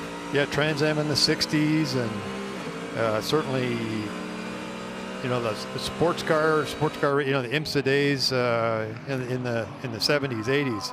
So yeah, here we go. Side by side, Mustang and Corvette into turn one. Side by side. Here on, but those Fords are running really strongly. And I was speaking to those guys yesterday. They feel that they're not where they really expected. Well, they're expected to be. They're not happy with the way the car's performing. There's a lot of things they think they can improve, but I tell you what, they're running really well now in the early stage. Well, that was Tommy Milner going past Mike Rockenfeller at turn 1. Thank you, John. Yeah, I've got your back. I've got your back, Ron. Don't worry. For 6th place, and he's right up behind the leading GTD car. Those are 2 GTD Pros, of course. Frankie Montecalvo now in the standard coloured Lexus. That's the yellow and black car. The GTDs, by the way, if you're new to this, they're all the same car. GTD and GTD Pro, the classes is because of the makeup of the drivers.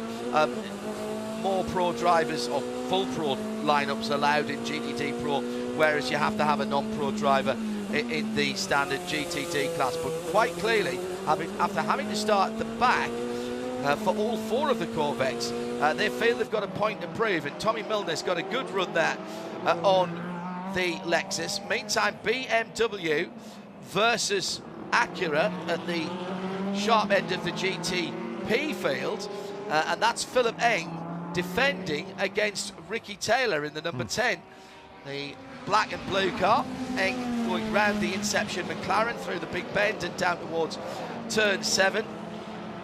The way these guys deal with traffic is absolutely incredible. Side by side into 7, I don't think even Ricky can defy the laws of physics and go around the outside of there. Reviving the GTP name, Ron, was an absolute stroke of genius for this top class, and it's so evocative, and my goodness me, we're getting some fabulous racing. Yeah, back in the, back when factories were lots of factories in the 80s in IMSA, it certainly harkens back to that. But it's, you look at the size of the field, and as you mentioned about GTD and GTD Pro, they're all in the same car, and there's even for the GTP guys, there's drivers rather. There's it's not that super easy to get by a P2 car either. No. So it's a whole new element of racecraft when you've got somebody that's not in your class that's in a similar car. Yeah. How long have you been with GM now? Because I'm talking about Tommy Milner there. We remember his dad, Tom Senior, as well in the paddock, one of the real great characters. How long have you been associated with General Motors now? I signed my first contract in the fall of 1994, and I've had one ever since. So that's 30 years. Yeah, it'll be 30 years this fall. 2 Cadillacs back together again now, as Bourdais had to work through the traffic, and Pipo Derani able to follow him, but then Pipo Derani gets a bit of what Bourdais had last few laps. He held up a little bit to turn 3, so that stretched out the margin again, but the gap had been out to as much as 3.5 seconds. He was down to 7/10 of a second as they crossed the line to begin their 42nd lap. And he's probably back to 3 seconds now again as they go through turn 7. Traffic giveth and traffic taketh away. Certainly right? does, Mr. Shaw. Oh, yeah. It was the Pfaff McLaren he got stuck behind through turn 3 and 4. Our Porsche keys to the race. You've got to have that patience in traffic. I've got to ask you about Canadian Tire Motorsport Park. We had a schedule announcement on, when was that, Friday morning. The schedule announcement, not for this year, but for next year. Amazing. How important is that, and how does that help you guys as a venue, as a promoter of an IMSA event effectively you'll be able to promote next year's event even before you get to this year's. Yeah, it certainly can't hurt, and in knowing that, and it's really on us to get the message out to the fans, around that weekend that, hey, this time next year, this is the date. So yeah, very unique opportunity to have, the next year's schedule announced in March. So. Yeah, I said to John when he was doing it yesterday, John Turner, president of IMSA, said, so these are the suggested dates. He said, no, these are all inked in. Yeah. And it's incredible amount of work to for sure. to do that. Yeah. Yeah. Having been involved in trying to schedule things in the past, and we have to cover things all over the world. I know how difficult that makes it. You've got the dates sorted out then. You're going to have LMP2 as your top class, and we've got 13 cracking cars here with the likes of United Autosports and AO Racing, ERA, Richard Mille, all in this race. They're going to give you a good show. Oh, absolutely, yeah. I mean, the P2 cars are spectacular. It's close racing, much like the entire GT field, so GTD field. And yeah, no, we're definitely looking forward to it. I think, yeah, there was initially a little bit of dissent, where are the GTPs, but fans have gotten they've gotten over it and have embraced the fact that we continue to have a IMSA WeatherTech Championship event, and it's, we can maintain a lot of the partners have been very supportive for Canadian Tire Motorsport Park over the years, such as Chevrolet and Michelin. So that's what's important, is being able to have an event. There's a big contingent of GT fans north of the border as well, and manufacturing history for GM not too far away from Bowmanville and Canadian Tire Motorsport Park. So the thought of 4 Corvettes coming to race against the might of the rest of the world, that's mouth-watering, isn't it, for your crowd? Yeah, no, I think in particular it's Canadian owned, and each car has at least one Canadian driver. Yeah. So and it's always been one of the, the Corvette corrals have always been very, very popular, and it's no different at Canadian Tire Motorsport Park. What are your duties for the rest of the weekend? Are you just going to be enjoying yourself? Are you just shaking hands, signing autographs as the new class of 24 inductee? Yes, there you go. Yes, I have. I'm loving the lanyard. Yes. And when was that picture taken? Yeah, thank you very much. You look exactly the same. I don't think so. That's 20. I think that's like 2001 or 2. Yeah. But thank you. I wish I did. Yeah. Yes. So just hanging out and having some fun? Yeah. So yeah, we part of the ambassador duties that I have with Chevrolet Corvette Racing is the Corvette Corral. We did that yesterday, and certainly seeing our friends from Mobil 1 and Michelin, who are partners with our Corvette school in Nevada, is always great. And yeah, I've got to head back to Nevada. We've got a whole bunch of schools next week, and a Michelin event, and got some NASCAR drivers coming out to do a little road race training, so it's all good. All good stuff. Come out and have a look at that place. Yeah, me too. I'll go and touch it. It's not like you don't know a guy. Not that far from you. No. It's not like you don't know a guy. Absolutely. Will you give our best to your long-suffering better half, Linda? Yes. And the rest of the family. Thank you. I will. Linda is very busy with. We have now 4 grandchildren. Go figure. So our daughter has 3 boys, and under the all 3 and under in New York City. So grandma is, when I'm in Las Vegas, pretty typically grandma's in New York helping. So. Yeah, and our should be loving that. Yeah, though. Our son Sam had a baby girl in December, so it's yes, fellows party of 11. Ron, thank you very much for being with us today, and more importantly, on behalf of all of our viewers and listeners, thank you for the entertainment that you've given us down the. Oh, you give me goosebumps. Thank you. The years. And that hanging around your neck is very well deserved. You've been nothing but a gentleman. That's how I get in. That's how you get in. Ron Fellows, let me shake your hand as a Thank you, John. Hall of Fame inductee. Thanks, Jeremy. 2024. Right. Keep up the great work, guys. You guys are the best. Thank you, and we look forward to getting north of the border for Canadian Tire Motorsport Park later in the year. 10.5 hours to go. Settling in now to the longer runs, and the classes spreading through nicely, with the first 11 are GTPs, then the next 12 are LMP2s. It'll be LMP2 stopping next year, Adam. It will, and a lot of the teams have already sprung into life and jumped up on the wall, waiting perhaps for a caution to come a little bit early, and then maybe they get their opportunity.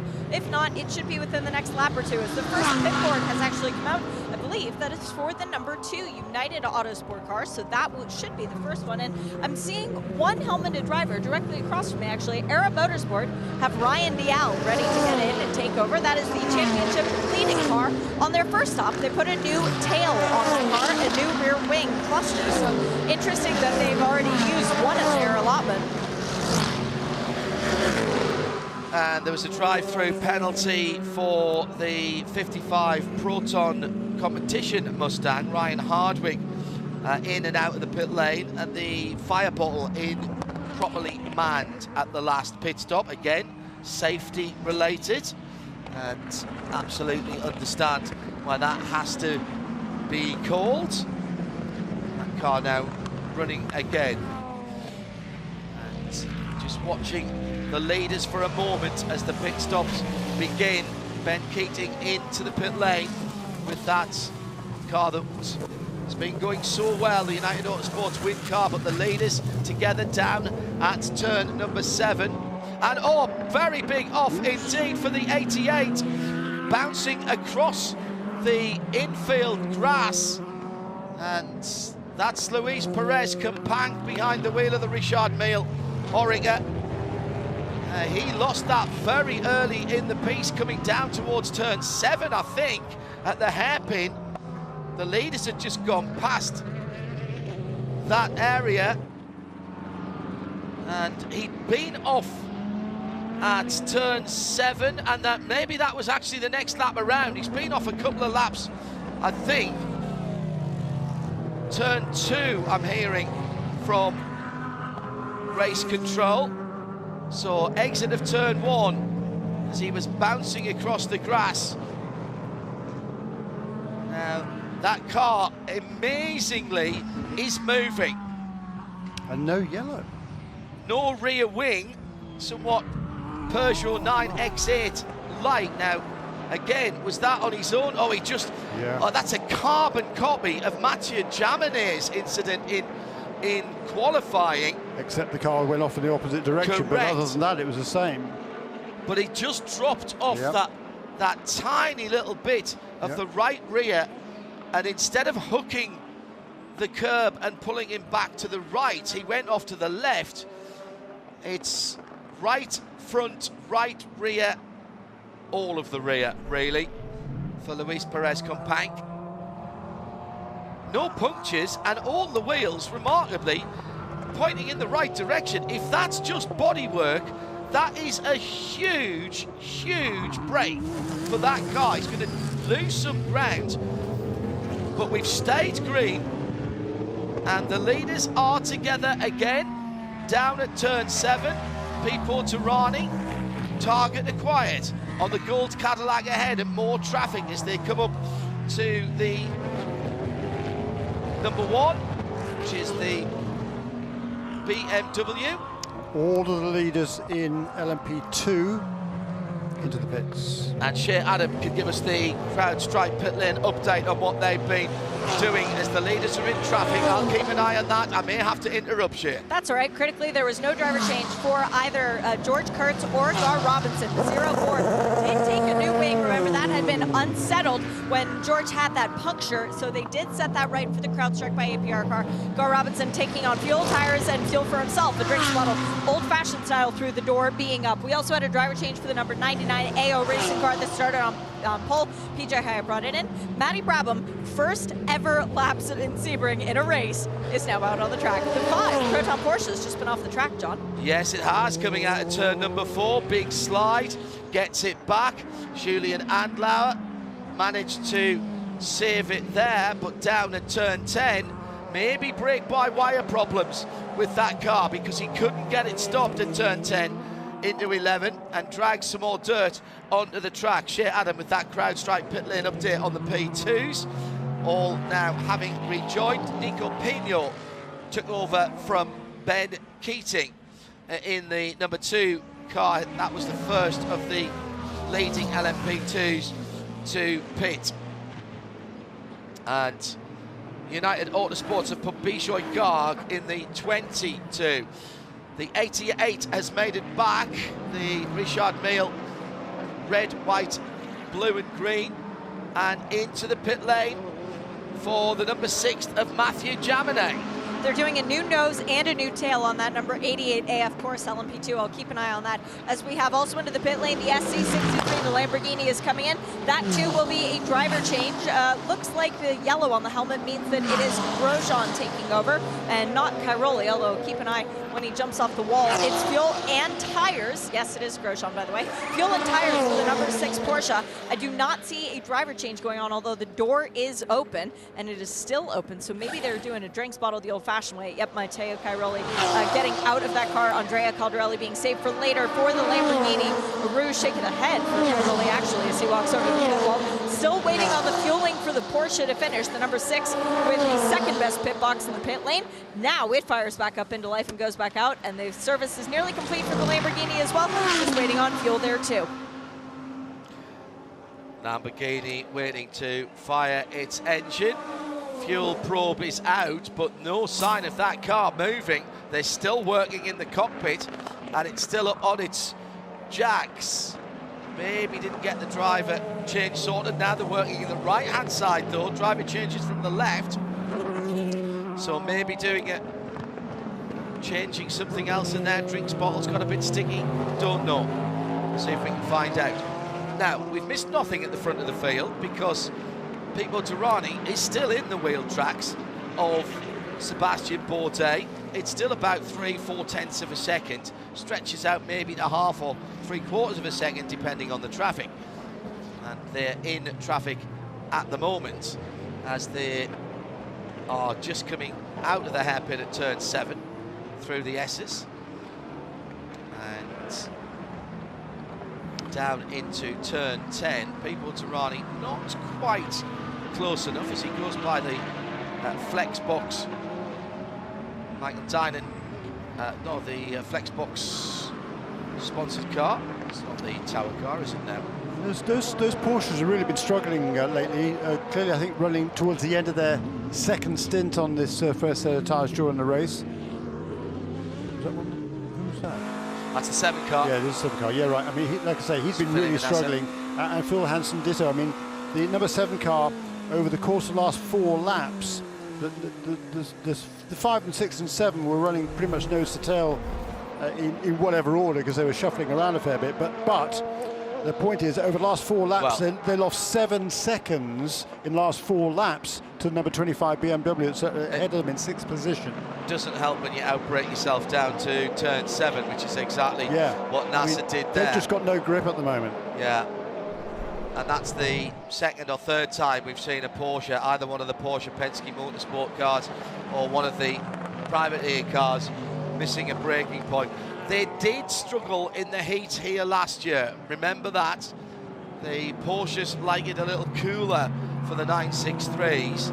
Interesting, of course, because 911s, when it gets hot and greasy, that is 911 type. They come to life then. These are mid-engined, purpose-built GTPs. Bourdais still scrapping with Pipo Derani. That's out to about a second at the moment. Louis Delatraz 5 seconds further back, and he's got Philip A for company. BMW's running at the moment 4th and 6th. Both of them within 15 seconds of the lead. And then, as Jeremy was saying, a big gap back from that 6th position, nearly 20 seconds now. Yeah, they're really struggling. To the 3-4 Porsches. And those stops are definitely early for both the number 6 Porsche and the number 63 car. I wasn't expecting them to be into the pit lane for probably another 10 minutes. So another 4 or 5 laps. With 50 laps completed next time around for our leaders. Just a little bit of info that we're getting from our colleagues in NASCAR production. So with Concord, thank you, Aaron, for digging this one out. This is just to wrap up the penalty for that crew member incident at the pit stop of the number 14 Jack Hawksworth driven Lexus. One of the crew members' headphones fell out when he jumped over the wall, and he couldn't hear the team radio, and so didn't hear the call then that the car was about to be released, and carried on cleaning the front of the car, and that's why he got a little tap. On such small things, probably didn't even realise that he'd lost his headphones, to be honest. Now into the pit lane for the 4-0. This is Louis Delatraz out of 3rd position. And that is Shea Adam watching for us. I got you. Louis Delatraz out of the car as well. Colton Herta taking over for the Dex Imaging sponsored Acura. They are doing 4 tires and fuel, and the car is waiting to drop off the air jacks. There we go now, just waiting on the fuel. Very clean stop so far from the WTR Andretti crew. Thank you, Shea. Yeah, good point. Shea Adam making a good point there to me in my ears. They've got more tyres because they didn't do night practice. We've got a change in GTD as well, as the BMW has, as the Corvette rather has, no, as the BMW has gone to the lead in front of Alexander Sims, up to turn 3. Wow. See them the next time around. Just having a look at those stint lengths there. That Lamborghini, only 25 laps, and the same for the Penske Porsche, number 6. That's 3, possibly 4 laps. 29 to 31 is what I've been led to believe, depending on whether they're fuel saving or not. And in the early part of the race, they probably are going to be fuel saving. So that's why I suggested it was early, very early for number 6 and 63 to be on for scheduled service. But I think they were just struggling with their tyres. So the pass for the lead set up at the first corner. The BMW down the inside actually made that look rather easy, with the number 7 Porsche coming around the outside and putting a lap on both of them. And at the front of the field, Sebastian Bourdais now 2.5 seconds ahead of Pipo Derani. And those cars that have just made their pit stops in danger of going a lap down here to the race leader. Now, the race leader's got to make the equivalent pit stop, absolutely understand that, but safety car comes out, then things get a bit spicy. Nice pass there by Madison Snow on Alexander Sims, and that dark grey, silver and red iHeartRadio sponsored machine now leads in GTD Pro. Change of position for in LMP2 in 2nd place. Matt Brabham has just passed to Bejoy Garg, so that's number 99 car ahead of number 22. Just go across there to complete their 50th lap. Leader is in the pit lane. Sebastian Bourdais then. And Pipo Derani stays out, so he moves into the lead on the 52nd lap. So that was, as you say, Jeremy, 30 laps. BMW coming in as well from 3rd place. Shea Adams watching the stops. Sebastian Bourdais staying in the pit lane. Scott Dixon taking over for his first stint to the race. Still hard to believe. Scott Dixon has never had a podium in the 12 hours of Sebring. Maybe that changes today. They're doing fuel and 4 sticker tires for the 01 Cadillac. For the 24 BMW, it is fuel, but not new tires. They're doing a tire pressure adjustment, at least on the left rear, but now it's Jesse Krohn for Philip Eng. And for the number 10, that's the Konica Minolta Acura. They are doing fuel and tires. I must admit, I didn't see if they did a driver change, but there was no new driver up on the wall. That is the sound of the Porsche coming in finally, and the sound of the Cadillac leaving. Great stop from Chip Ganassi's boys and girls. The number 7 Porsche is a driver change, and I believe that is Dane Cameron jumping off the wall and taking it over for Felipe Nasser. The BMW gets out just behind the Acura, very close down here on the pit lane. CrowdStrike pit lane report, Shea Adam. So Pipo Derani, how many more laps can he go than the similar car? Team RLL going onto the internal combustion engine.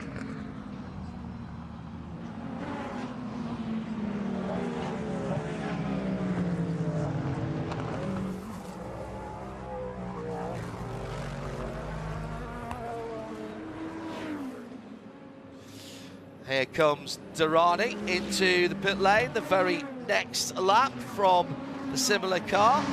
Now this is a battle of the pit crew, shit.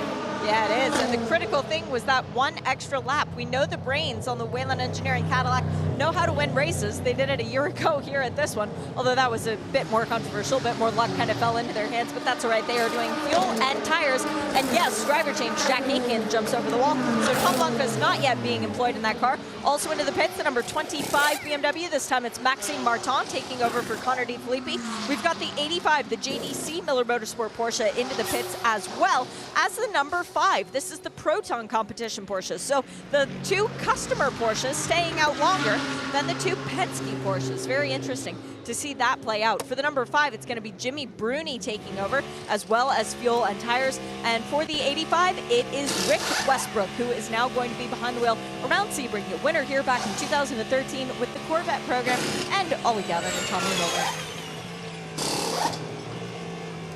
Seems a long time ago now. Oh, that's because it's quite a long time ago, isn't it? Still a balmy 26 in the air. 79 Fahrenheit, 75 Fahrenheit or 24 on the track. That temperature's barely changed.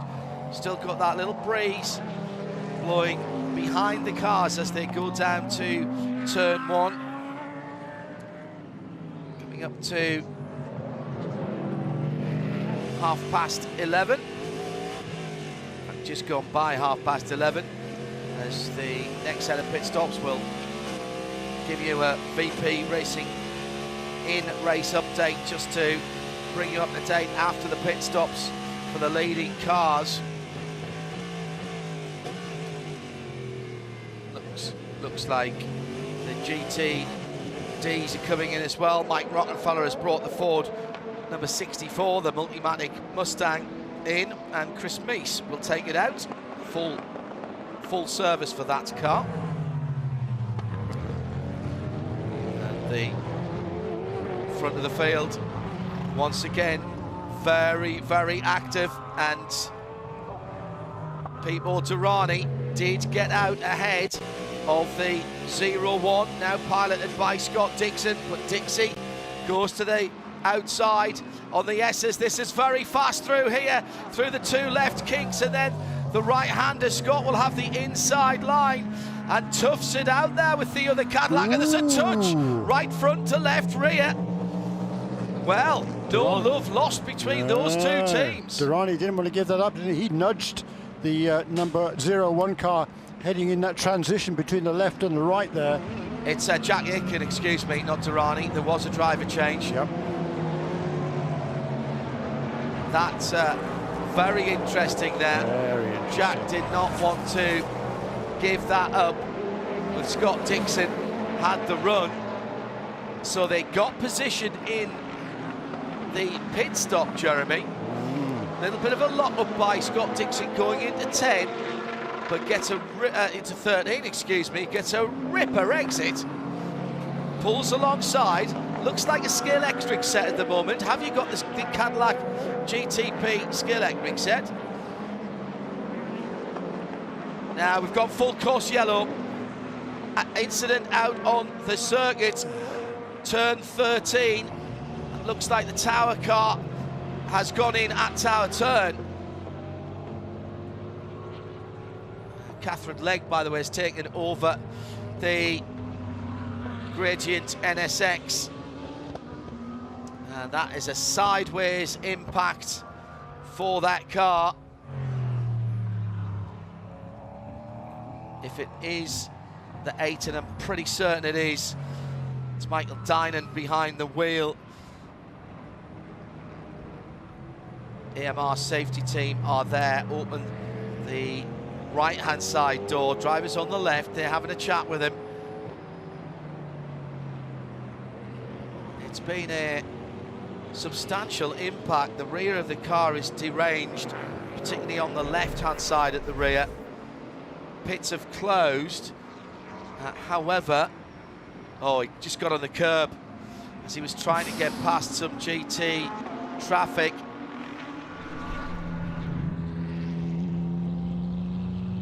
Ian James has entered a closed pit, but but that could be for emergency service because we're in the window for stops for some of these cars.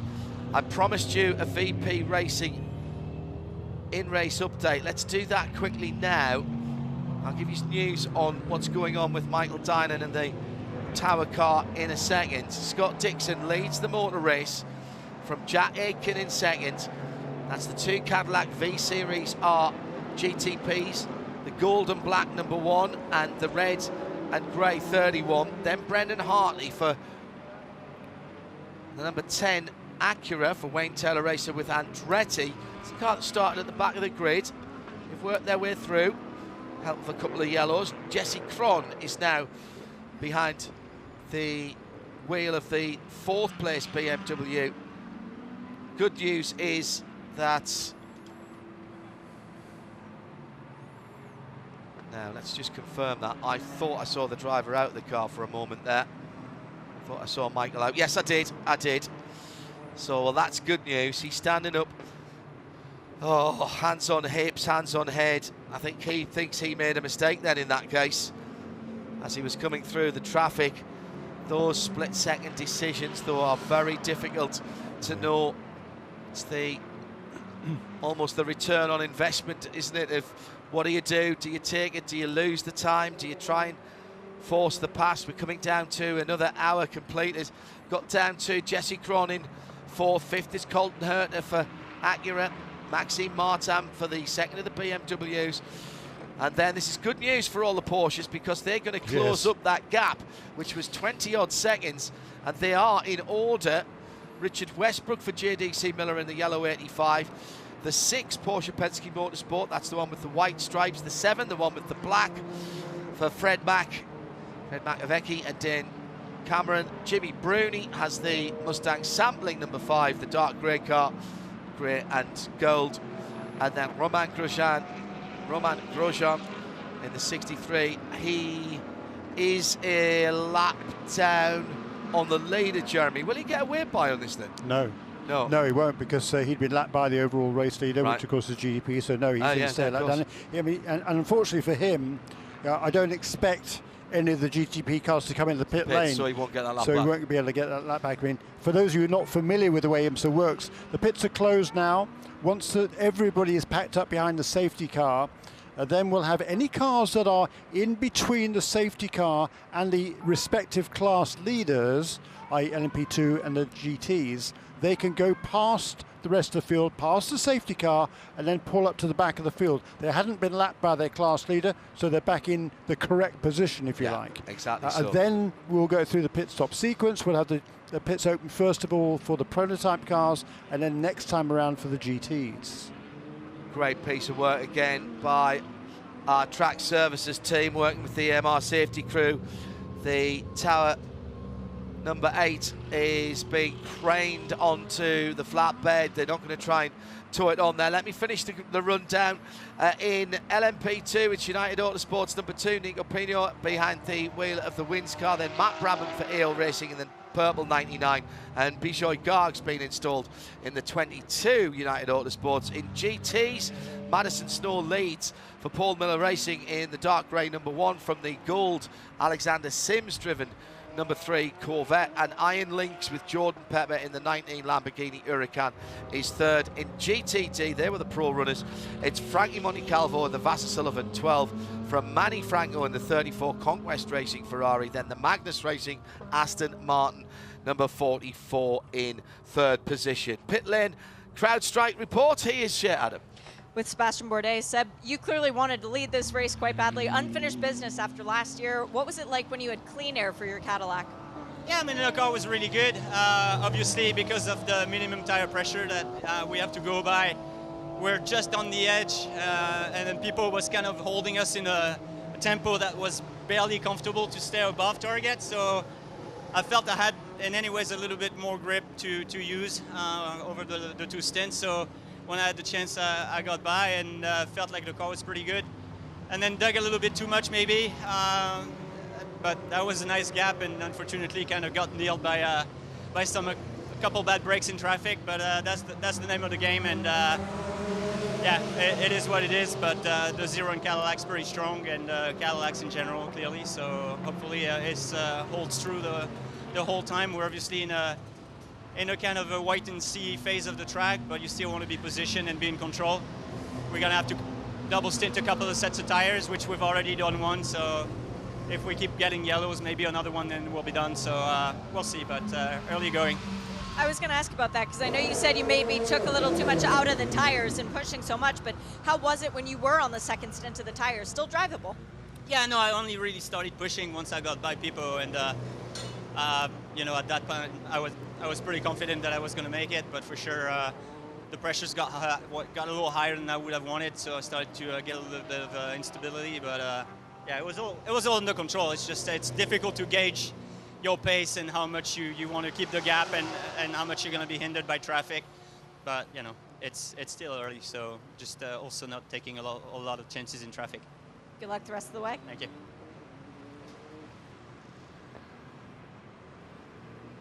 Shea Adam with Sebastian Bourdais on that CrowdStrike pit lane report as we head down towards the first 2 hours completed, Jeremy. A little bit disjointed with a couple of yellows. The tower car looks to have stood up pretty well. That's the cause of this intervention by the Cadillac V-Series safety car. Michael Dynan going around the outside of a couple of GT cars coming in to the kink at turn 12 and just getting up on the curb, pitching him sideways into the tyres in the runoff of turn 13. And the irony will not be lost on all of you who know this circuit to know that was turn 13 is called Tower Turn, and it was the Tower car that ended up in the tyres there. Nice and quiet on the start-finish line because the safety car is on the back straight. We'll hear them come past this time. The pits will open this time for the GTD and GTD Pro runners, and everybody will come, won't they? Has it been a while? Let me have a look. Yeah, no, yes. They 30 laps, 31 laps, 32 laps. In fact, we saw the number 65 and number 23, they came in presumably needing emergency service, so they'll have to serve another. They have to come in again to top off, so drop them to the back. Yeah, 65 was Joey Hand, who was running fourth. Yeah. And what was the other number you said there, Joe? 23 was in the lap before. Right, and that was also in a closed pit, was it? That was Alex Riberas in the Hartler racing car. Shea Adam, take a deep breath. Here come the GTD and the GTD Pros. Alrighty, so the first car that I can see hitting its marks is the number 19 Lamborghini. That is a driver change, and I believe that is Mark Bortolotti taking over. Number 12, Lexus is in, no driver change, but they are changing tires for that car. Both of the Corvettes in, both of the Corvettes doing driver changes. We've got Nick Katzberg with the full crack for the fans at home. Fuel and tires for the 4 Corvette, and for the number 3, it is Alexander Sims out of the car, and that was Antonio Garcia, the King of Spain, taking over. Risi Competizione also doing a driver change. I didn't see which driver got in. Number 23, splash of fuel only for the Heart of Racing Aston Martin, and away it goes already. Back into the fast lane before Rexy can even get into its pit box for the number 77 AO Racing Corsa. That is fuel, tires, and driver change for them. And I think that's Michael Christensen taking over because it's not a bright green helmet as Lauren Heinrich's new helmet design is. Also into the pits, we've got the 27 Heart of Racing Aston Martin. That is Roman DeAngelis taking over for Ian James. And the number 45 Lamborghini Graham Doyle's gotten out. I think that was Danny Formal getting in. 65 Ford Mustang was the sound you heard in the background there. That was fuel and tires for them. And now it is Fred Vervish who has taken over for that car. Number 14, Lexus going back out. Fuel and tires for Ben Barniket. He stays aboard for another stint. There's the number 83 Lamborghini. I think that was Michelle Gadding's helmet, but you'll have to double check me on the timing and scoring screen because I must admit I didn't see who got into the car. Fuel and tires also for the number 34. That is the Conquest Ferrari. blue on the helmet, so I think that's Cedric Spirituali, the race winner of the Invitational class at the 12 Hours of Bathurst a little bit earlier on this year. Number 120, Wright Motorsport Porsche is going back out. Adam Adelson, yet another stint. What a lion's job he's doing so far in today's race as the number 27 with Roman DeAngelis rejoins and cuts in front of the 120. That is not correct pit lane protocol because the 120 was ahead and already in the fast lane, so race control might want to have a look at that. Nicely done, Shea. Thank you. And just to... I lied. Did you? Yeah, the Lamborghini did get back on the lead lap. Apologies for that. So we do have all 11 GTP cars on the lead lap because of the other pit stops right before the caution period. The Lamborghini was able to get back onto the lead lap. It fell a lap off the lead because of the early stop, but then it gained it. It did, as you said earlier on, it did indeed gain it again once everybody else came to the pits. And it was indeed Michel Gatting in the Iron Dames number 83. What was the other one? Michael Christensen, definitely, because I saw the onboard from him, and he's got a very distinctive Porsche branded helmet. The number 34 was the other one, wasn't it, Shea, that you were talking about? The Conquest Racing was indeed Cedric Spirituali, so good spotting. 3 for 3 on the ones. Shea does that, by the way, by gently hovering over the pit like a drone, and just by the power of her mind going backwards and forwards. She doesn't. She stands on the outside pit wall and has far better eyes than I have, quite clearly, to spot up and down when all those cars come in. You have a split second to spot the helmet designs, or the height sometimes gives it away of the drivers before they trip the pit exit line. Excellent work on that CrowdStrike pit lane report. So we're into another hour completed, under 10 hours to go now, and let's reset the field when they come around next time around for the GT cars after those pit stops. But as it stands right now, I reckon that Winward Racing are leading in GTD with Russell Ward behind the wheel of the 57 AMG GT3. They thought they had a good car even before they turned a wheel. They had a feeling that things were looking well. Chetalar coming in for a late pit stop, as well as a couple of other cars. What was that? That was the number 8. Wait a minute. Yeah, and the reason for that, John, is that they'd made a pit stop, I think, right before the caution period. Right.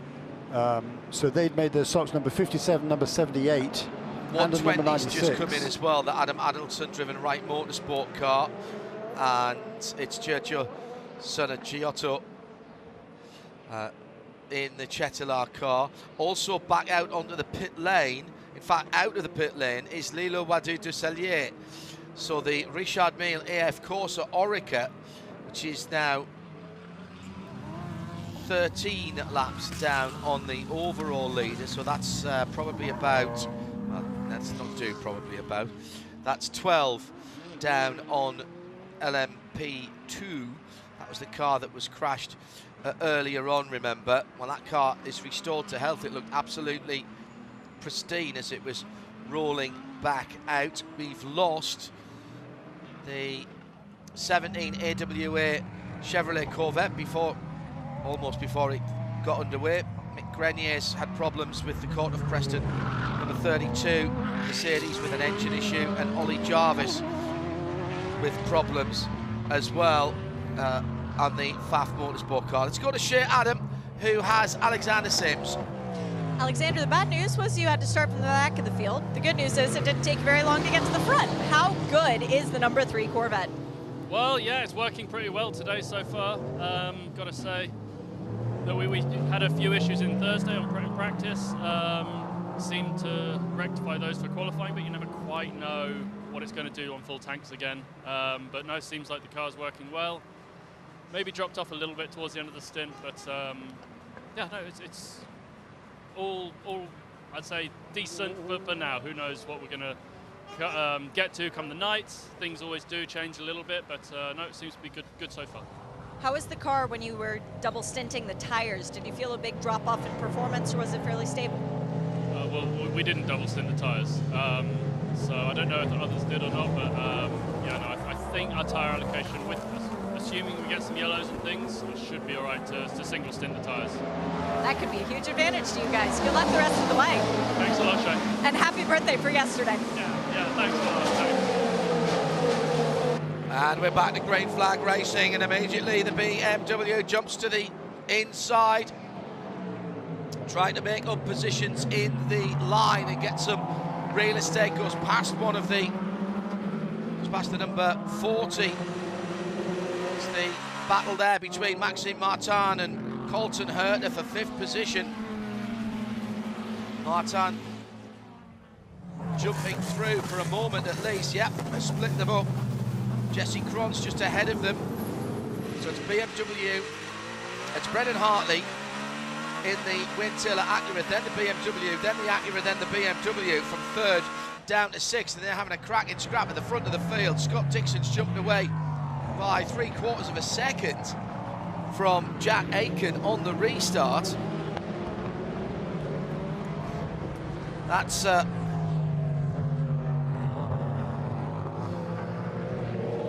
hearing that there's a problem on the Porsche number 43. That's Jarrett Andretti. He's just left the pits in that Andretti Motorsports car, but the floor is coming off that car, and they're going to have to come and do a stop plus 10 because they didn't serve their emergency service obligation correctly, and a further problem for the heart of racing number 27, who had to come in for emergency service as well, I think. Leaving with equipment attached, that'll be a drive-through as well. Porsche keys to the race. Get through to sunset, 7:30 tonight. Have patience in traffic and be tidy. And we haven't. We've had a lot of untidiness, which has resulted in the really frustrating for everybody. There was a touch on the exit of turn number 1 between the BMW and the number 40 Acura on that restart.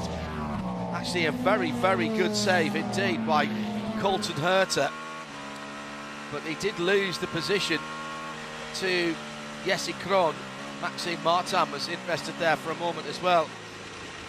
Running the red light at the pit exit. Oh dear, oh dear, oh dear. That's another bit of untidiness for Wright Motorsport and Adam Adelson. He'll have to come back in, and he can do about a quarter of a soft-boiled egg there. 60 seconds stop. The pit penalty box, which is a pit out, is going to be quite busy. It is, isn't it? Just a couple of notes here in LMP2. Nico Pino now leads number 2 car for United Autosports. At the 10th and 11th positions in that class, well, 9th and 10th actually. The number 81 and number 33 that had fallen off the lead lap, they delayed their pit stops and got back onto the lead lap in that category. So the Ligier is back on the lead lap with Joao Barbosa at the wheel of that car. But having got the wave around because they hadn't been lapped by the leader prior to that stop, then they elected to come in as we went back to green. So he's kind of off the tail of the rest of the pack, but he's running well and has just set that car's best lap of the race. Also, the number 04 car that had the problems early on, the APR by CrowdStrike car, that has got one of its laps back now, just 1 lap off the pace in LMP2. And that's why you keep digging. Let's check in with some of the GT battles. Heart of Racing, number 23, Aston Martin on the back straight at the moment, has the number 4 Pratt Miller Corvette for company. And that's Alex Riberas in 3rd place in GTD Pro, turning into turn 17 under the Mission Foods bridge.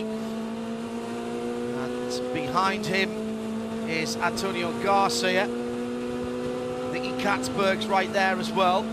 Daniel Serra for Risi Competizione. Out front in GTD Pro, Ford Multimatic and the Mustang of Chris Meese. Neil Verhagen for Paul Miller Racing, right in his wheel tracks in 2nd place. Then Jake Walker for Turner Motorsport. That's a GTD car. And there are 2 GTD cars ahead of the GTD Pro Battle as well, by about 3.5 seconds. Russell Ward and Misha Goikberg are up the road a little bit in respectively the Winward AMG number 57 and the 78 Forte Lamborghini Huracan. Yeah, and their strategy that they pulled out by coming in a little bit earlier than everybody else absolutely paid out perfectly, because then when the caution came out, the pits were closed, they were able to cycle through and take over the lead in the class. That's number 57 and 78, so the 2 non-pro cars ahead of the GT4 leader. How cool is it to see that Mustang in the lead? Because that's another car that came in. We thought it was emergency service actually, but it must have been right before the caution came out for number 64, because he hasn't been in again, or if he did, he's going to serve a penalty. But again, that 64 Mustang then leads from the BMW of Neil Verhagen. Yeah, they came in just before the caution, Jeremy, I think. Yeah. I remember shit in my ear. Some great battles in GTD and GTD Pro with Nicky Katzberg. Oh, it sounds surprised. Well, no, Nicky Katzberg's just been passed by Daniel Serra and the Risi Competizione 296 GT3 Ferrari. Meantime in LMP2, it's second place for Matt Brabham and AO Racing in the 99 Spike the Dragon. Nico Pino is only half a second ahead of him, so target acquired there.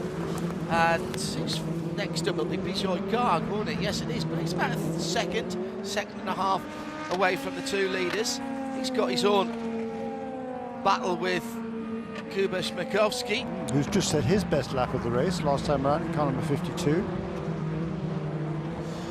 Shea Adam has some news from the pit lane, and I'm afraid to say it's not good. No, it's never good when you see people taking down their pit stand, and that's what happens at the Preston Cawthorpe pit box. The number 32, I put that the other way around, it's KPM, Cawthorpe Preston. They are officially out. That was the car that had the engine trouble. We thought it might have been running a little bit hot. It was certainly making some noises that they didn't like. Correct. Thank you, Shea. Write that down, I'm afraid. That's the magic marker of doom for that one. Impressed by Matt Brabham back into this form of racing. Just a second or so behind Nico Pino. There's a find as well. Nico peddling that United Autosports USA car very nicely indeed at the front of the field. Took it over from Ben Keating. United Autosports really making a good fist of it over here with 2 cars for the full season. Gary Robertshaw looking after the LMP2 side of things for an increasingly busy United Autosports from Yorkshire in the north of England. They're running the McLarens in the World Endurance Championship as well. And European Le Mans Series getting underway shortly for them with LMP2.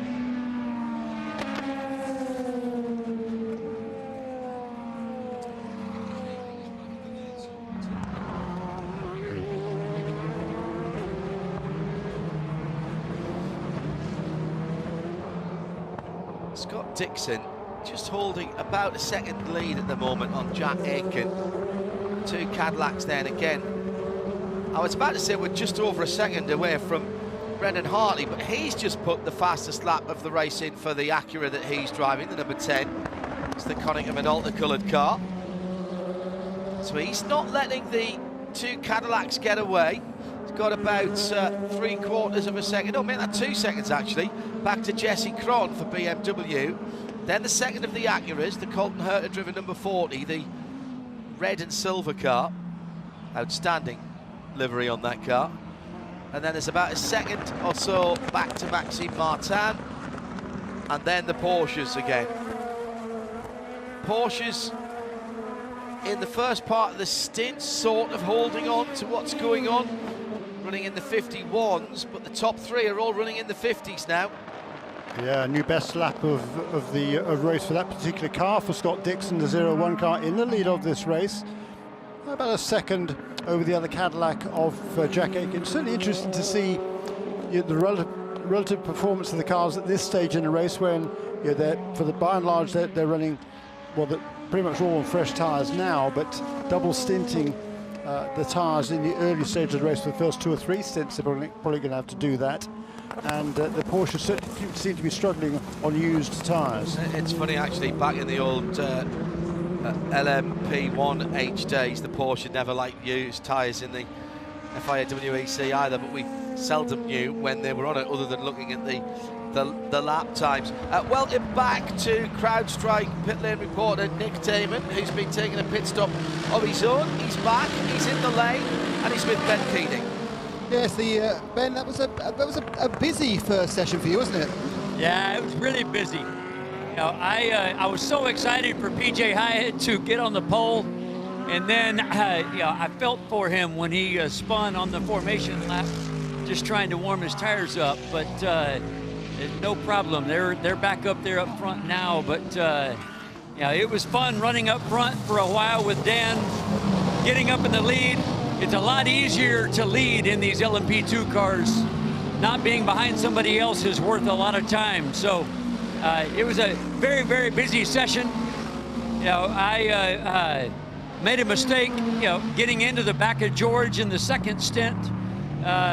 Just trying to force the issue with the GT car, and wasn't expecting George to brake as quick as he did, but I think everybody's okay from that incident, and I was quick after the incident, so I was pretty happy with my time in the car. It was there's a lot of traffic, and traffic is difficult, but so far so good. How much are you pushing 100% at this point? How much are you holding back? I can tell you I'm not holding back. When you make a mistake like that, you get a little bit of the red mist going. I found myself wanting to make up for it and pushing a little bit extra hard, especially trying to get through traffic, and I was catching up to the other P2 cars. That was fun. I did some good laps there for a while, but my main issue was just making sure I don't make any more mistakes. So, it was, I'm not holding back, is the answer to the question. Thanks, Ben. Thank you. Nick Damon with that CrowdStrike pit lane report. Hello to all of you tuning in around the world. My goodness, it's busy on at IMSA Radio. Thanks for the kind words on the coverage, everybody. If you are watching or listening, Sirius XM 206 here in North America at 100.9 FM at Sebring International Raceway, and around the Central Highlands region with the Voice of Sport, Highlands ESPN 1063 AM. Always good to see Barry Foster and the team. Little spin for the Porsche number 43. I think he's got away with it and pulled through the white and green machine. Yes, he has rejoined in front of a gaggle of cars, but other than that, all fine, and has continued. Race control just confirming that. It was Jared Andretti in the Andretti Motorsport car. They've had some challenges, I think it's fair to say. Ben Keating there just telling us about the spin for PJ Hyatt on the warm-up lap. We thought he'd lost positions, Jeremy, but didn't know why. But a half spin, and then clearly didn't have time to retake his grid position. Yeah, correct. So he worked his way up really nicely during that first stint, having started out of position. He worked his way up before that first caution period. He was up into the 5th position, so he passed 7 or 8 cars. Good effort by PJ, really good effort by PJ, and a tremendous run yesterday in qualifying. He was also on pole position for one of the Asian Le Mans Series races in Dubai a little earlier this year, so he's very quickly getting to grips with this LMP2 car having done, very little racing. He really started a couple of years ago. So the progress he's made under the tutelage primarily of Gunnar Jeanette, who's now running this AO Racing organisation on behalf of PJ, really, really impressive. And really good head on his shoulders as well. Nice little chat to him yesterday, and he was clearly pleased with his efforts in qualifying, but not getting carried away. Although he got carried away on the warm-up lap. We've all done it or nearly done it. Down through the years, and it did exactly the same thing in a Radical, trying to warm tyres up at Donington Park on the national circuit. Came out of the old hairpin. Oh, problem! Exit to turn 1, and as Nico Pino's just gone through and done the fastest lap of the race in his category, on the outside of turn 1, it's the Ferrari number 21 of Francois Arnault, and he was dead stick, but he's got that car running again. For a moment I thought he'd gone into the wall. I don't think that was the case. Just stopped in the AF Corsa 296, and it doesn't sound like it wants to rev as he's pulling away through turns 3 and 4, and they have had contact with the number 66 car, I'm hearing from race control. So that is under review at the moment. So there was an issue. That sounds better. That Ferrari getting back up to pace. See if we can pick up the other car involved, which was Catch Van Leg in the Gradient Racing Acura. They were battling for 11th and 12th on the circuit. We'll have a look at Catherine's car as it comes by next time around and see if there's any sign of damage. Race control having a look at that. Anything that goes on at turn 1, potentially very, very big accident there because of the speeds involved. Francois Arnault now back up to speed, because you can't see that much. In fact, I can't see any damage on the car. And then again, I can't see the right-hand side at the moment. I'll have a look when he comes past the window. 9.5 hours, a little bit more than that still to go. Just after midday here.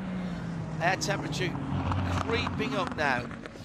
27 Celsius, that is 81 Fahrenheit, still 75 on the track. 24 Celsius, that's barely changed. Just a little bit overcast. Yeah, went down, Catherine and Francois going down to the first corner together. Catherine on the inside. Hard to say if there was a touch there, or whether it was just the bumps that caused Arnault out. And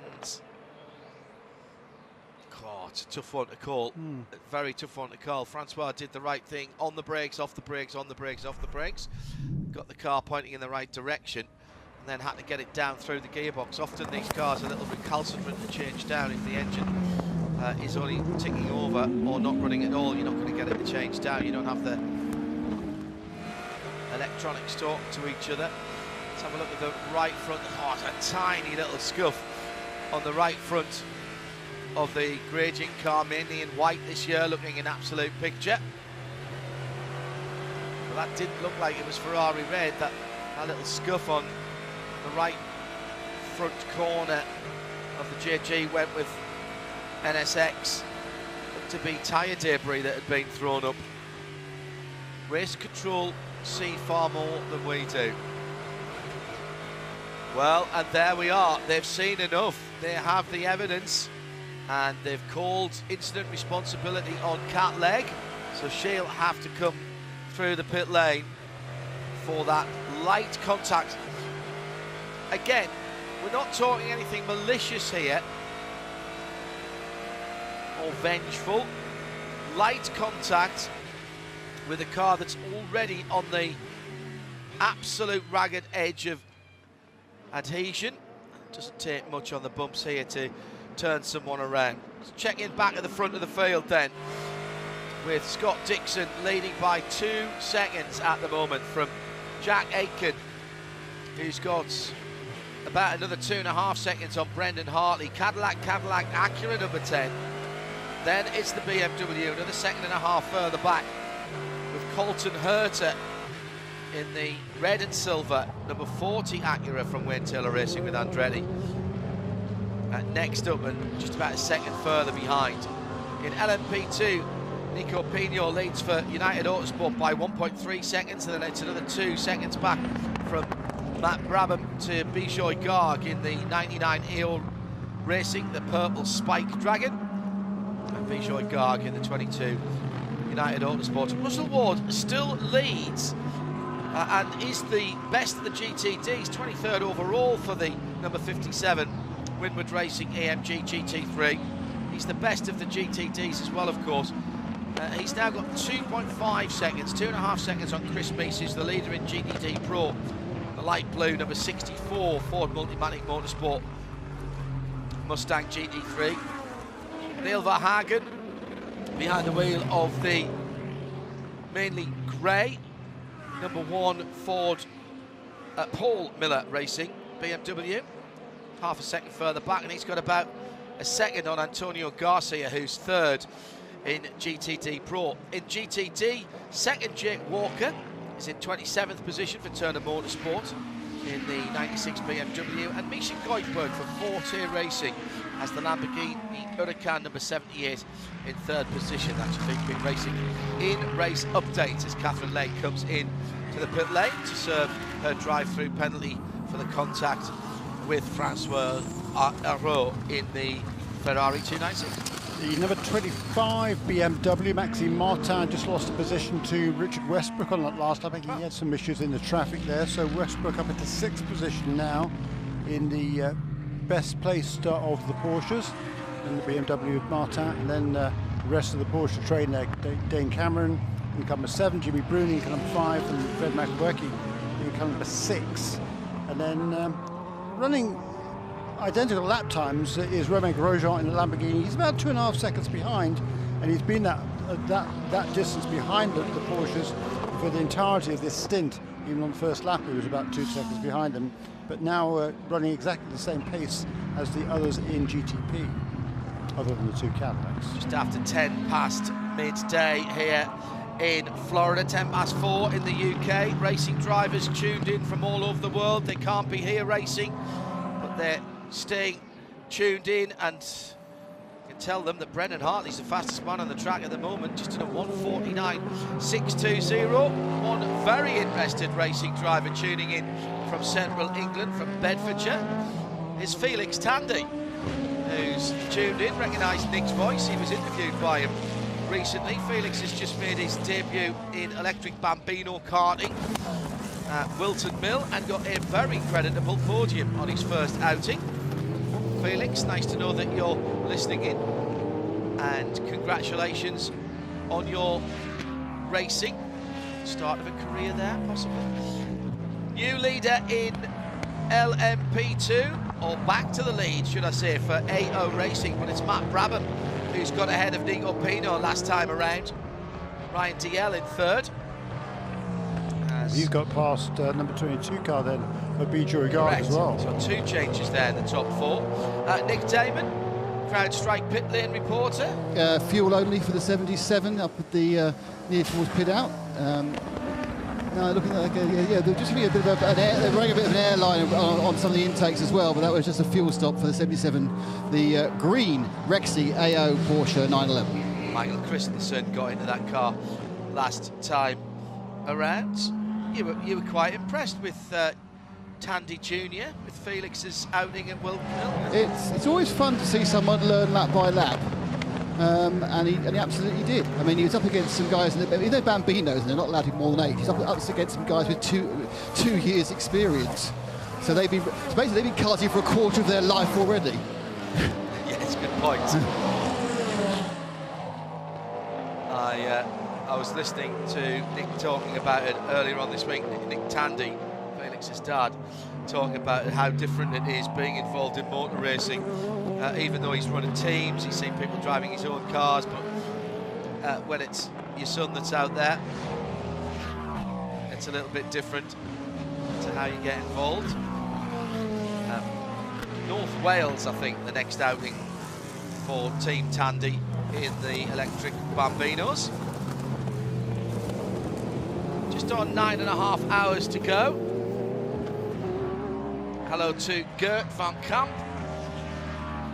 Said great coverage and nice addition as I'm cooking dinner. Send my thanks to all the people behind the scenes who make this possible. A great 12 hours of Sebring. You know, that's a really good point, Gert. And thank you for reminding me, because Jeremy, Shea, Nick and myself get the glory bits. We get to talk about it and meet the drivers and such like. Behind the scenes, there is an army of people. Curry, back in London at the moment, is our London producer, making sure that the audio goes to air and the archive is getting posted. The first part of the archive already being published as we speak, the first couple of hours. We've got Christine here who's looking after us in the booth, making sure that all the technical bits and pieces work here, as well, of course, as a phalanx of engineers and technicians at the circuit, and of course our intrepid camera operators, because we can't see all of the circuits here, so we have to have the TV pictures from NASCAR Productions. And they've had some very long days this week. Their work has been exemplary. I loved Thursday evening. It looked absolutely sparkling. And then to finish everything off, there's a whole army of people up at the brand new NASCAR Productions Operations Centre, Global Broadcast Centre, if you will, up in Concord, North Carolina. That includes the pictures being cut. Thank you, Aaron, to our international feed producer. The replay team, who I still lovingly refer to as the Tape Apes. I've got my Tape Apes t-shirt with me on this trip to one of our friends, Brett. And they do, I'm told in my ear, they do have Tape Apes signed on the replay area up at Concord this week. Ladies and gentlemen, we salute you. And Gert, thank you very much for that submission at IMSA Radio, reminding us all about what goes into making the broadcast. And that's before we even talk about the volunteer marshals, people checking passes, parking cars. Special hello to everybody out at gate number 4 who have been brilliant with us every day that we've come in. Always get a really nice smile when we come in, and it's been the same set of people over there for quite some time. Yeah, it's been great. The gentleman I saw last night manning the crossover over to by gate 5, and he was there from 5 o'clock in the morning until, when did we leave here? Better 9. After 8 o'clock. Yeah, 9 o'clock. So thank you very much to all of those volunteers. Hundreds of them. I've got some news for you. Charlie Eastwood's out on track, and he's not walking around. So Tower Motorsports Oregon, the number 8 car that was in the wall at Tower turn number 13, he's back out again. So excellent work by that team, and that car with laps to make up, but again they will want to continue and get miles under the Michelin tyres.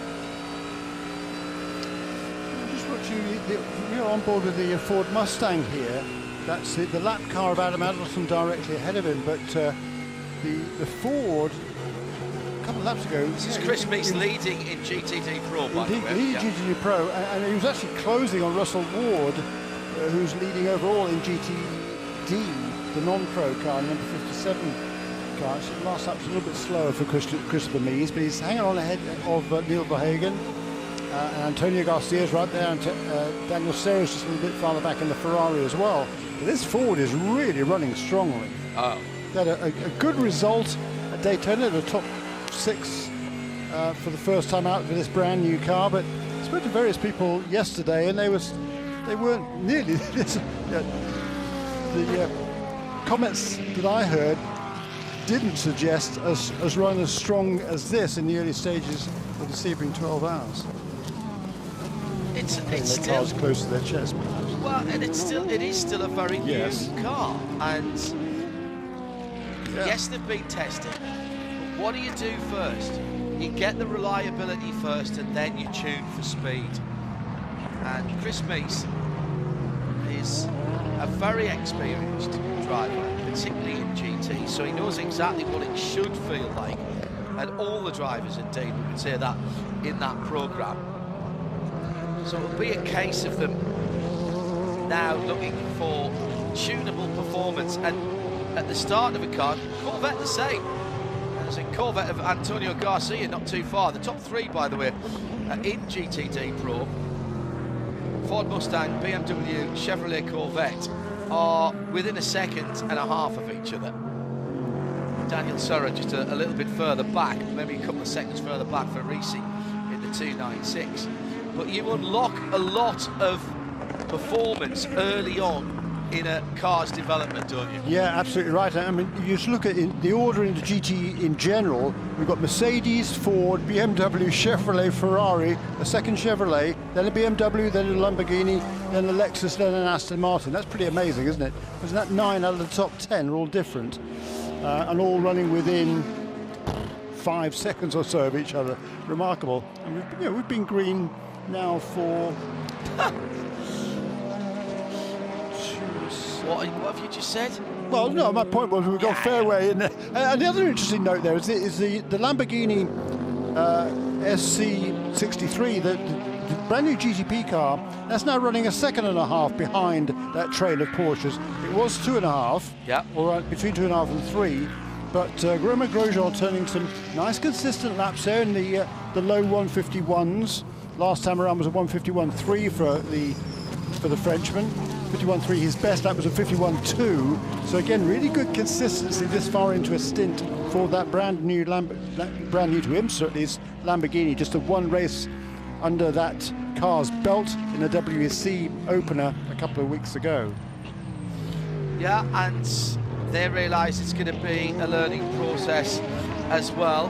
Been a couple of changes around in management in Lamborghini Squadra Corsa as well, which at this stage of a programme could potentially be a little bit disruptive.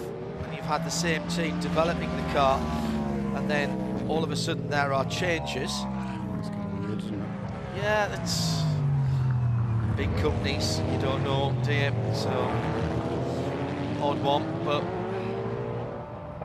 the race team will get their heads down and just try to keep developing. They've got a very busy summer before they get to, or spring and early summer before they get to the big races at Le Mans, and got the sailing 6 hours of the Glen here in June.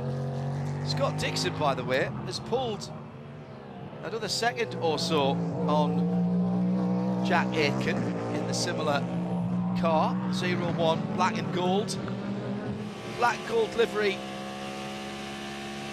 recognising the 50th anniversary of Cadillac technical partner Mobil 1, and it's now 3 seconds actually between Scott Dixon and Jack Aitken. Scott's been absolutely hammering the low to mid 150s, 150.779 that time around. He had a little bit of traffic. Fastest Porsche last time around, Richard Westbrook, and that car's fastest lap of the race actually, the JDC Miller number 85 car, 150.730. So pretty much the same lap time as Dixie did, but that's the fastest car of the Porsche, the fastest lap of the Porsche's race, whereas Dixie's car, Cadillac, has done a 150.1. So half a second quicker. The Porsche does not like the heat of the day. Well, the factory Porsches don't, apparently, but the privateer car there, Richard Westbrook, as you say, in this stage in the race, that has definitely been the best of the Porsches. It's now, what, 5-6 seconds ahead of the best of the factory cars, which is Dane Cameron in the Daytona winning car number 7, because, you know, again, very, very early, you know, 9 hours and 15 minutes remaining in this race. So at this, you know, this point, it's just about logging laps, keeping everything clean, not making any mistakes. That's the primary focus. And it could well be that the whole kind of, you know, balance of the field, as opposed to balance performance, is very different once we get into the hopefully slightly cooler overnight hours. But this, certainly this cloud cover is making things a lot better, I think, easier, a little bit easier, or less difficult to manage the tyre wear. Question coming in from Sebi Kerner. Says, is the SC63 racing here this weekend the same car that raced in Qatar in the FIA WEC? The short answer to that is I don't know. Pretty sure it's not. I don't think it is, for the simple reason is it isn't the work of a moment to change the cars between the two specifications. The logging loom in particular is entirely different for WEC as it is to here in IMSA, and that's a good day's job to change over. And I wouldn't have thought there would have been time to get the car here and get that done. Although the other reason I don't think it is because with the worries about transportation in the Red Sea area, all of the cars from Qatar were flown back to air freighted back to Europe, or are being air freighted back to Europe, in order to be ready for Imola in a couple of weeks' time to avoid any potential issues. So I would think that this is a US or IMSA specific chassis. Don't know for sure though, and it's a good question, so we'll ask that. Nick's in the lane at the moment, and we'll ask that and see if we can get a definitive answer, but my deduction would be that it is a separate chassis.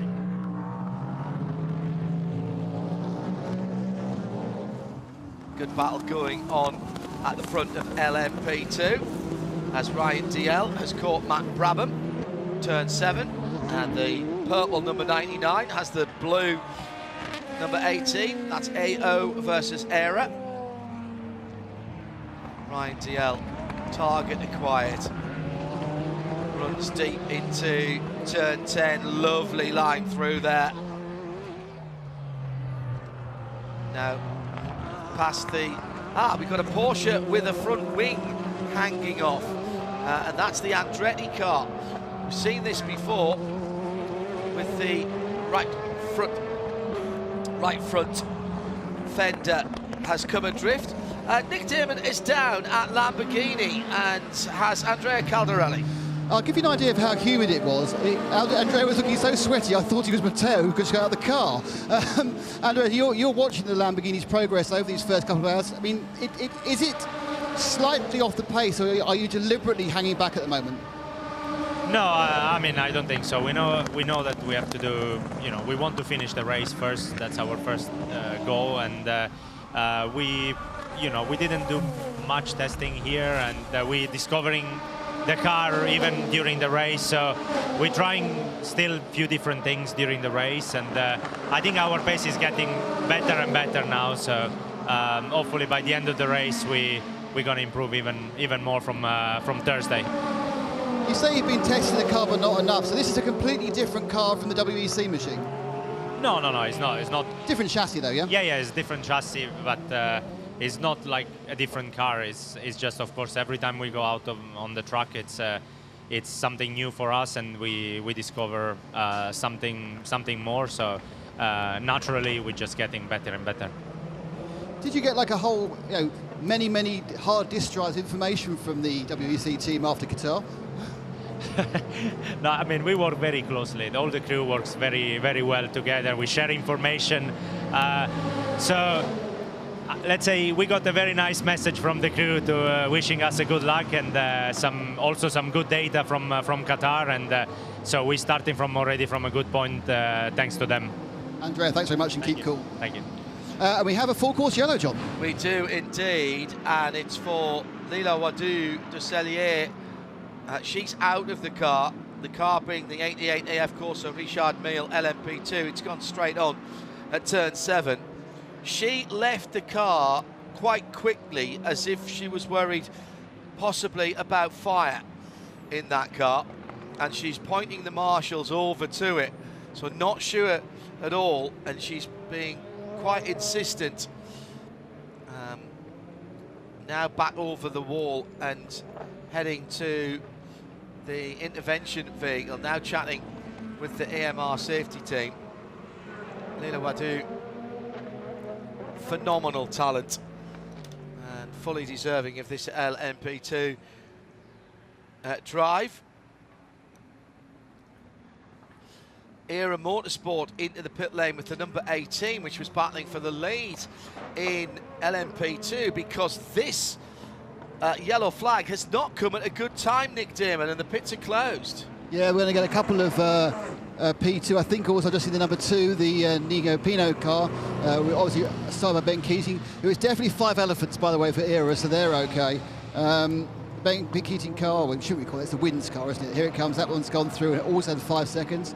There is a third P2 coming towards me, which is a greeny machine. It's not the Interior-Pole car, so I'm going to have to wait for it to come past me. I think that's TDS, the number 11 car. And it looks like it is the, yep, absolutely, it's the number 11 TDS, Feel the Taff. That's one of the other top teams. They got a bit further in Daytona. Of course, it was about 2 hours in when they punched the wall, wasn't it? But that obviously going right up to the lane of shame, or the row of woe, or the annex bit after the end of the normal pit lane. But it looks like it's just those 3 who need fuel now. Into Europol as well, stuck in while I was looking the other way. So 4 of the P2 cars have come in. They all on their 24th lap as they came to the pit lane. That's about it for LMP2 cars. So they've had to come in and take emergency service. But actually, it's the whole of the top 4, so nobody's really been disadvantaged. No, in fact, all the the 9 top car did not come in. Ah, did it not? No. Oh, you're right. Matt Brabham has it. He's going to try and hang on till they open out. But otherwise, the rest of the top 6 is coming. Yeah, and it's amazing, actually. Each of the caution periods has come just when the P2 cars kind of needed a pit stop. Well, 2 of the 3, let's put it that way. So our third intervention of the Cadillac V Series of the...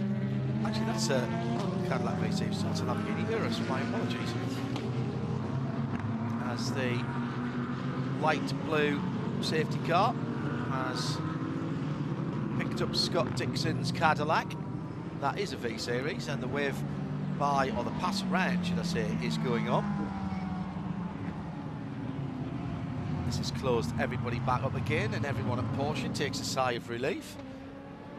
And it will mean that the top 11 again remain, Jeremy, on the lead lap as Leila Wadou's car again.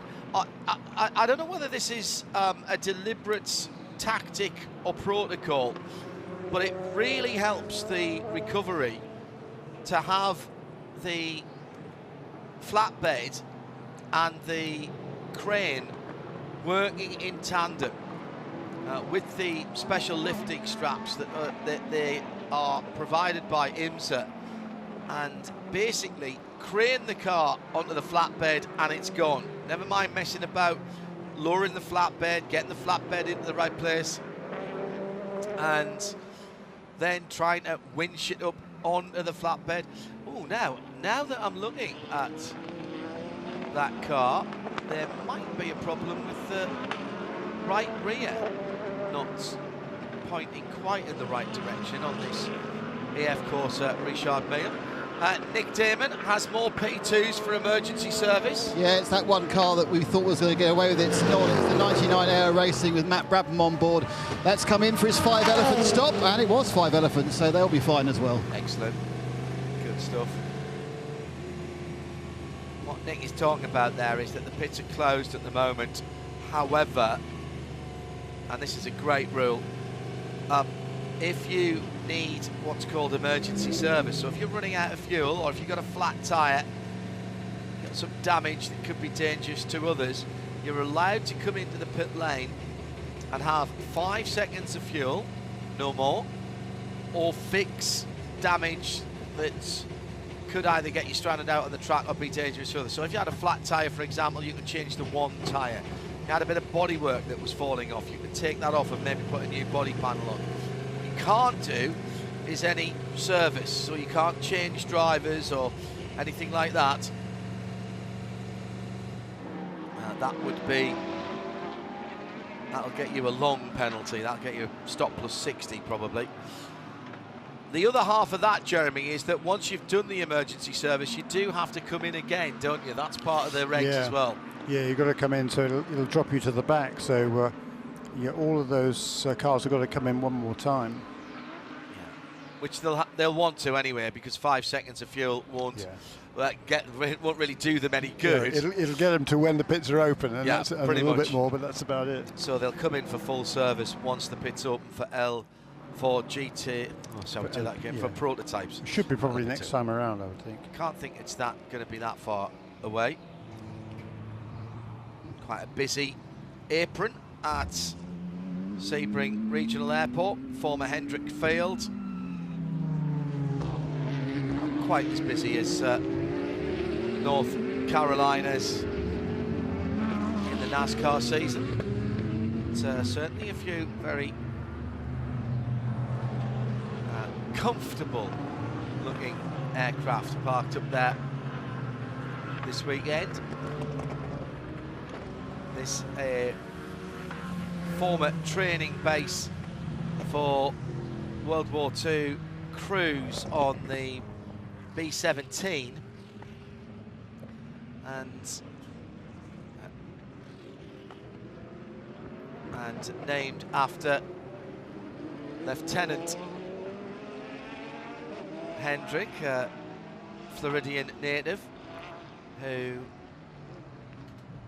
was a B-17 pilot and went over to the UK to train the RAF on what we called the B-17 RAF 2s, 1s, I think, 17Cs it was.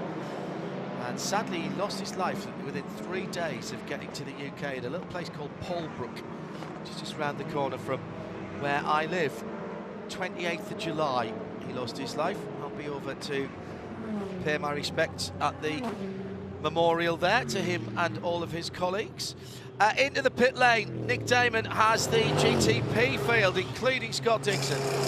Yeah, we've got the leader that's coming to stop. That's the gold 01. Scott Dixon staying on board, no tyres. Tyres for the Mustang Sally number 5 Porsche. Tyres for the 24 BMW. 25 BMW not apparent, so 25 BMW not stopped this time. The 85 JD Minnesota, no tyres. The 40 and the 10, both Acura's no tyres. So the 40's coming at a very jaunty angle that's going to prevent the 10 getting out very well. From a distance, it appears to be the same issue with the 2 Porsches as was before, as they are wobbling the 6 backwards to give it clearance on the 7. Neither have left yet. There goes the 31. We don't think that had tyres either. I have to be honest, if the Porsche guys were really quick, they could have done tyres, so I'll have to take advisement on that. Porsche's away, the 10's away, the 40 now has been... 40, oh, very nice work by the driver, the 40 Acura. He effectively, like 80 degrees spun turn. It was facing the wall, but he gave it full power and turned it around. So Colton heard it there. Excellent work, because if that got wrong, he just smashed it into the wall. And they're going, so we've got some of the P2s also now coming who had their emergency service. So yeah, everyone came in, and again, a mixture of tyres, but the 25 didn't, and I don't know why. Maxime Martin would be the 25 BMW, so he cycles to the front of the field. Was he on a different strategy? No. No, I didn't think so. So he's coming round to complete his 30th lap now, and he's going to drop all the way at the back if he pits. No, did we see this at Daytona when the 2 BMWs didn't come in together often? They were sort of giving themselves more room in the pit box. Can't imagine you don't want to do that. I mean, it's going to cost him 5 positions. Yeah. Which seems kind of... for the sake of a lap. Yeah. One thing we didn't get the bottom of, and Nick, after this pit stop cycle, maybe you want to have a little saunter up to Porsche Penske Motorsport, find out why the very long stop for the 7 earlier on. And they clearly knew it was going to be a long stop, because they wiggled the 6 behind it as soon as it came in, even though it came in second. And they seem to be doing some work. Now, ultimately, it's not cost them anything, because we've had some interventions by the Lamborghini Urus safety car. But it's just a bit of an odd one, that. Also, the Andretti Motorsport Porsche will be coming in, I presume, this time around. And that car, just keep an eye on that, Nick, because that is the number 43 car, isn't it? And that car has a right front wing fender that is making its bid for freedom. So just keep an eye on that as we head back to Nick for a CrowdStrike pit lane report on the pit stops for GTD and GTD Pro. Yeah, the all come leading the way is the Mercedes AMG, number 57 of Winwood Racing. We've got the 64 Cadillac, and they all fly in, both the Corvettes right in front of me. And it's tyres and fuel for the two Corvettes, but no driver. Driver change for that Winwood car, the 23 Aston Martin, all over with tyres. The number 1, the Paul Miller Racing, that's a full service, including driver change and tyres. 27 Harder Racing car is a driver change as well. Looks like, yep, that's going through there. To my right, it's a kind of a mixture. There's a real kind of mix. Everyone's taking tyres, everyone's taking fuel, but it's kind of a toss-up if they're going to change driver. I don't think either of the Works Mustangs change drivers. There is a slight problem on the rear of the number 4 Corvette. They are... I think you need a very, very quick bleed of the brakes, actually. I think they've always had a long pedal on that number 4 Corvette. They've got the brake bleeding system, and they're very, very quickly at very high temperatures, so I'm really impressed by that. They're only hoping that's going to give them more confident brake performance. That will, of course, have shuffled them a long way down the order, because an extra 10 seconds sitting there trying to work out what's going on, or sort out the brakes, has cost them probably 7 or 8 positions from what was a very good starting position. The remnants, I should say, the last runnings of the various cars come past, with the 21 that's had problem, that was the red Ferrari, and the Forte Lamborghini, the last 2 out. And I didn't see anything at the Andretti car, so it could be doing anything with its wing. Right, okay. Thank you, Nick. I'll keep an eye on that. I have the answer, actually. You don't have to go to Porsche Penske Motorsport, and I'm indebted to Jack Benyon for this. I have to say I missed this about an hour ago, but Porsche Motorsport at Porsche Racers, if you're not following them already. The number 7 had to do a full power cycle during the first pit stop under yellow because a data logger was not working properly, and that's what dropped Felipe Nasr down from P3 to P10 in that first stop. So a full power cycle, Jeremy. I know you'll want to make a note of that. Data logger, not data logging, at least not working properly. So that's it. Yeah, because we saw at Daytona the Porsches, they were having some problems with their pit stops. Was it too much energy or not enough energy or whatever it was? Yeah, they were over-consuming. Yeah, exactly. And the amount of power or energy they're able to use during a stint has been modified for this weekend. Less, basically, is the short answer. But number 7 car, clearly that was a short stop for them, because they vaulted all the way from the 8th position to, well, the lead of those that didn't pit. The only one that didn't pit was number 25 BMW for some reason. So Dane Cameron now finds himself in 2nd position ahead of the 2 Cadillacs, which did change positions during that round of pit stops. And now the leader comes in, Maxime Martin. Don't understand this at all, if I'm honest. No, there's a couple of stragglers. There's also the Proton Ford Mustang, the bright blue machine. The 55 cars come in. Right, so comes to the feet. Maxime Martin stop. They're going to do. Certainly, they're doing the left side tyres. I can't think you do half a set of tyres here. Left side tyres being done. Let's see if they wander around and do right side tyres. But there's a little bit of those pressurised bottled fuel fill-ups going on, but no, I think it's left side tyres only actually on this one.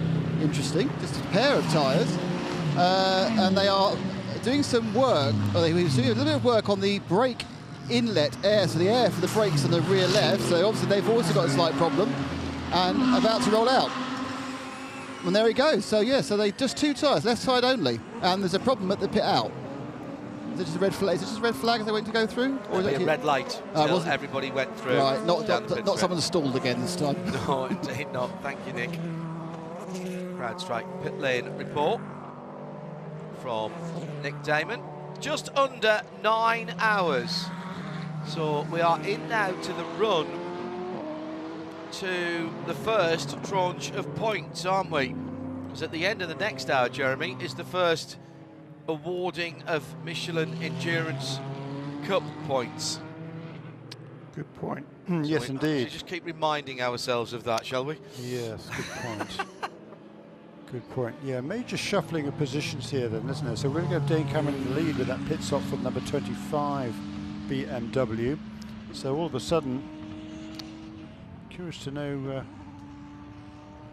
how they managed that.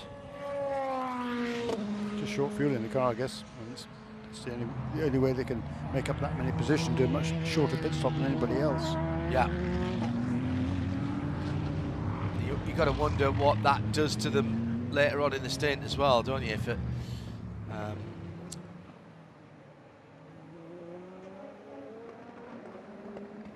so I am.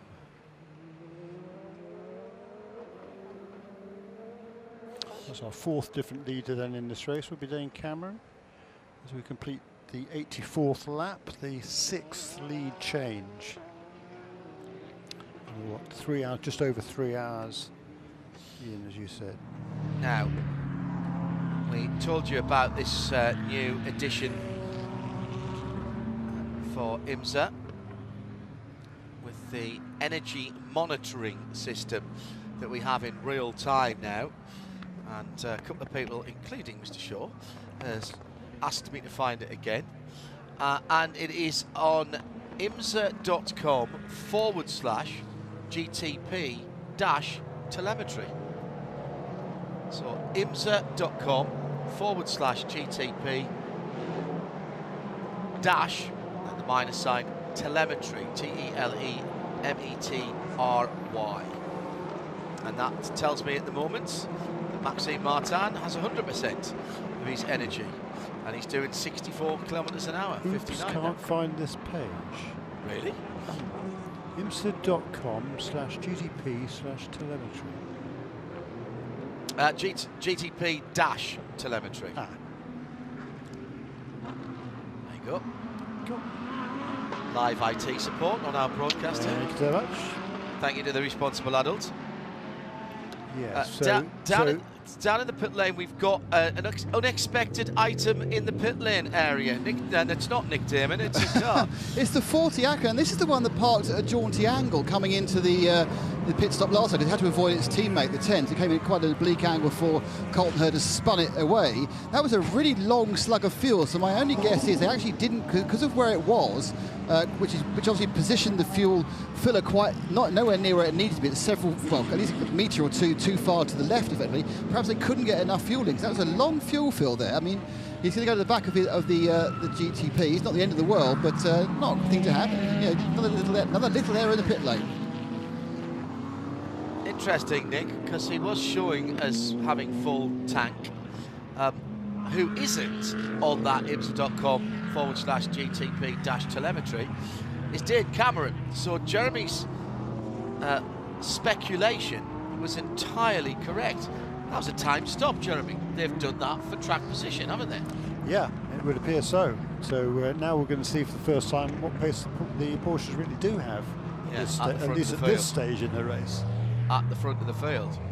With the air temperature as warm as it has been today at 27 degrees, that's 81 Fahrenheit, 75 on the track. It's been pretty constant, that's 24 Celsius. Stop there with the... So what were we saying about the Colton Herder's car? Came back into the pits. Because? A further top up of fuel. Yeah, fine. It was so thinking that it came in at a strange angle and maybe they didn't get all of the fuel into it. So a very different order we're going to have then for the restart. Oh, yes. I think every car has changed position. Yeah, it has. Every single car has changed position. Well, in Jack GTP. Aitken's in the same place. He's still second. second. That's true. He's still second. You're right. So let's run through that. Actually, it's a good point, Jeremy. At the top of the field, as the number 4 Corvette has gone straight on at turn 7, but now refires and continues. Here's our VP Racing in race updates. Remember, they were adjusting the brakes, we thought, at the last stop on that number 4 Corvette. Dane Cameron for Porsche Penske Motorsport with a timed stop and only 70% of his energy allowance in that car as it stands. Then now the Jack Aitken car is second, the number 31. Meantime, the number 40, which made that late stop, is pushing really hard to get through the field. That's down in 11th. So 7:31.01, Scott Dixon. That's how they'll restart. That's our VP Racing in race update. And the Porsche gets a decent jump off the line, but has to push to the wall. And here comes Aitken right across the white line towards driver's left. The Porsche goes wide and Aitken will try again. And the Porsche almost makes contact. Dane Cameron pushing Jack Aitken right to the edge of the track. Fierce defence by the Porsche driver there, desperately trying to get his tyres up to temperature and pressure. And he's, for the moment, consolidated his position at the front of the field. Scott Dixon in third with a watching brief at the moment. Richard Westbrook in the 85 JDC Miller Motorsport Porsche 963 in fourth position, ahead of the second of the Porsche Penske Motorsports 963. And then it's Jimmy Bruni. So 4 Porsches in the top 6 at the moment. That was very tight indeed down towards turn number 1 as Jack Aitken was pressing the matter. Then he got pushed again to driver's left as they went up through turn 2 to turn 3. How far across was the wheel and Cadillac? Well, he had 2 wheels over the white line, and if he'd had any more, he'd have been scraping the wall on driver's left there. So stout defence, robust defence, shall we say? Was that in reaction to? Well, pretty darn close. I think certainly coming into turn 3, he reacted. He being Dane Cameron, who leads the motor race. He's been doing WC the last couple of years, so he's learned those tricks. There were some penalties thrown out for pushing people towards the pit wall at Qatar, which I was very pleased to see. It's one of my least favourite things in the world, that, pushing people up towards a pit wall. And there was some in the single-seaters as well. New leader in LMP2, and Mikkel Jensen has jumped from 4th to 1st in the TDS car number 11 to take the lead from Bejoy Garg in number 22. Then the Dragon Speed car, Rasmus Lind is driving that car at the moment, followed by Tom Dillman in the Inter Europol PR1 car, that's number 52 in 4th position. Then Ben Keating, the United Autosports number 2 car. Then young Seth Lucas in car number 20 for MDK by High Class Racing. Then the Daytona, it's Dwight Merriman who's at the wheel of the ERA car now, having taken over from Ryan DL. He's running in the 7th place in the class, just ahead of Lance Willsey, who's back at the wheel of the number 33 Sean Creech Motorsports Leisure, who's back on the lead lap, as is, by the way, the number 74 car. Yeah, the 74 car had lost a lap, it's now regained it. And there was an emergency service for the number 20 High Class Racing LMP2, the MDK by High Class. They're going to have to come in. They did not serve their emergency services obligation correctly. That'll be a stop and 10-second hold for Seth Lucas. Shea Adam is back in the lane. Good afternoon to you, Shea, at Wright Motorsports. Hello. Yes, just as I got back in the lane, it was Red Motorsport doing a pit stop. It was full service, 4 tires, fuel, and a driver change. Adam Adelson out. He was in from the beginning of the race, and now Jan Halen is installed behind the wheel of the 120. They've got a little bit of work to try and get that Porsche back up into contention, but what a great job for an opening stint from Adam Adelson to drive that entire time. It's warm down here, guys, and this is his first experience at Sebring. At IMSA Radio, if you'd like to get in touch on the socials, our CrowdStrike pit lane team, Shea Adam and Nick Damon, along with John Hindhoff and Jeremy Shaw in the global broadcast booth. We've just relit the touch paper after full course yellow for the AF Corsa number 88, and Lila Wadou du Cellier off the track in turn 7, but it looked like it pulled off rather than crashed off, and Lila wanted to be out that car pretty quickly, so not sure what she'd seen. There's nobody on their pit box at the moment, so that car was craned onto the flatbed and then taken back to the paddock.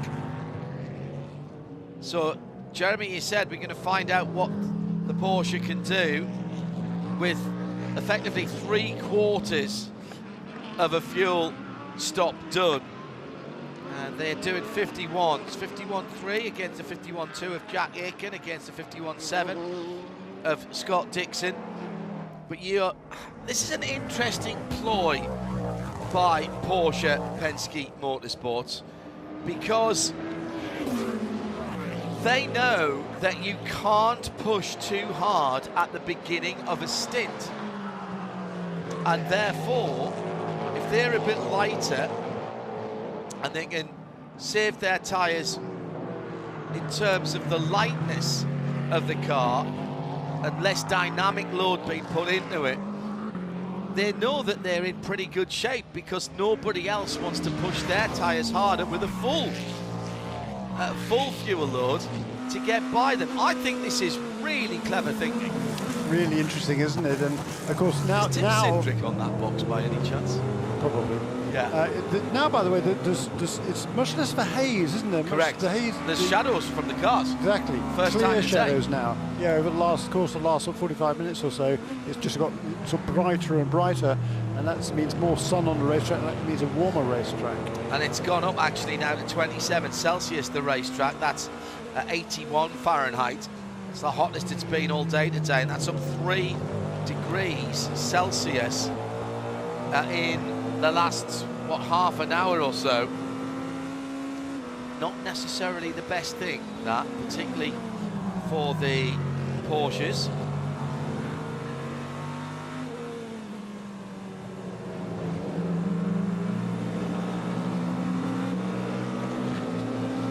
So, Jeremy, now the games are starting to be played. 45 minutes to the first set of Michelin Endurance Challenge points. Yeah. The question is, can they get there without needing another stop? It's going to be awfully close. We went green with 53 minutes to go, if you like, to the 4-hour mark.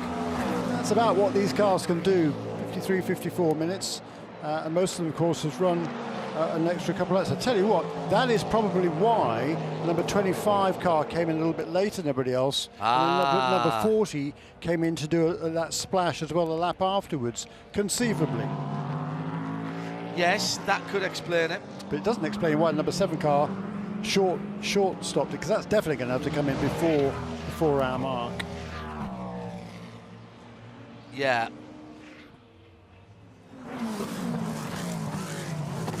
Yeah, that's a good point, actually. Unless they fail.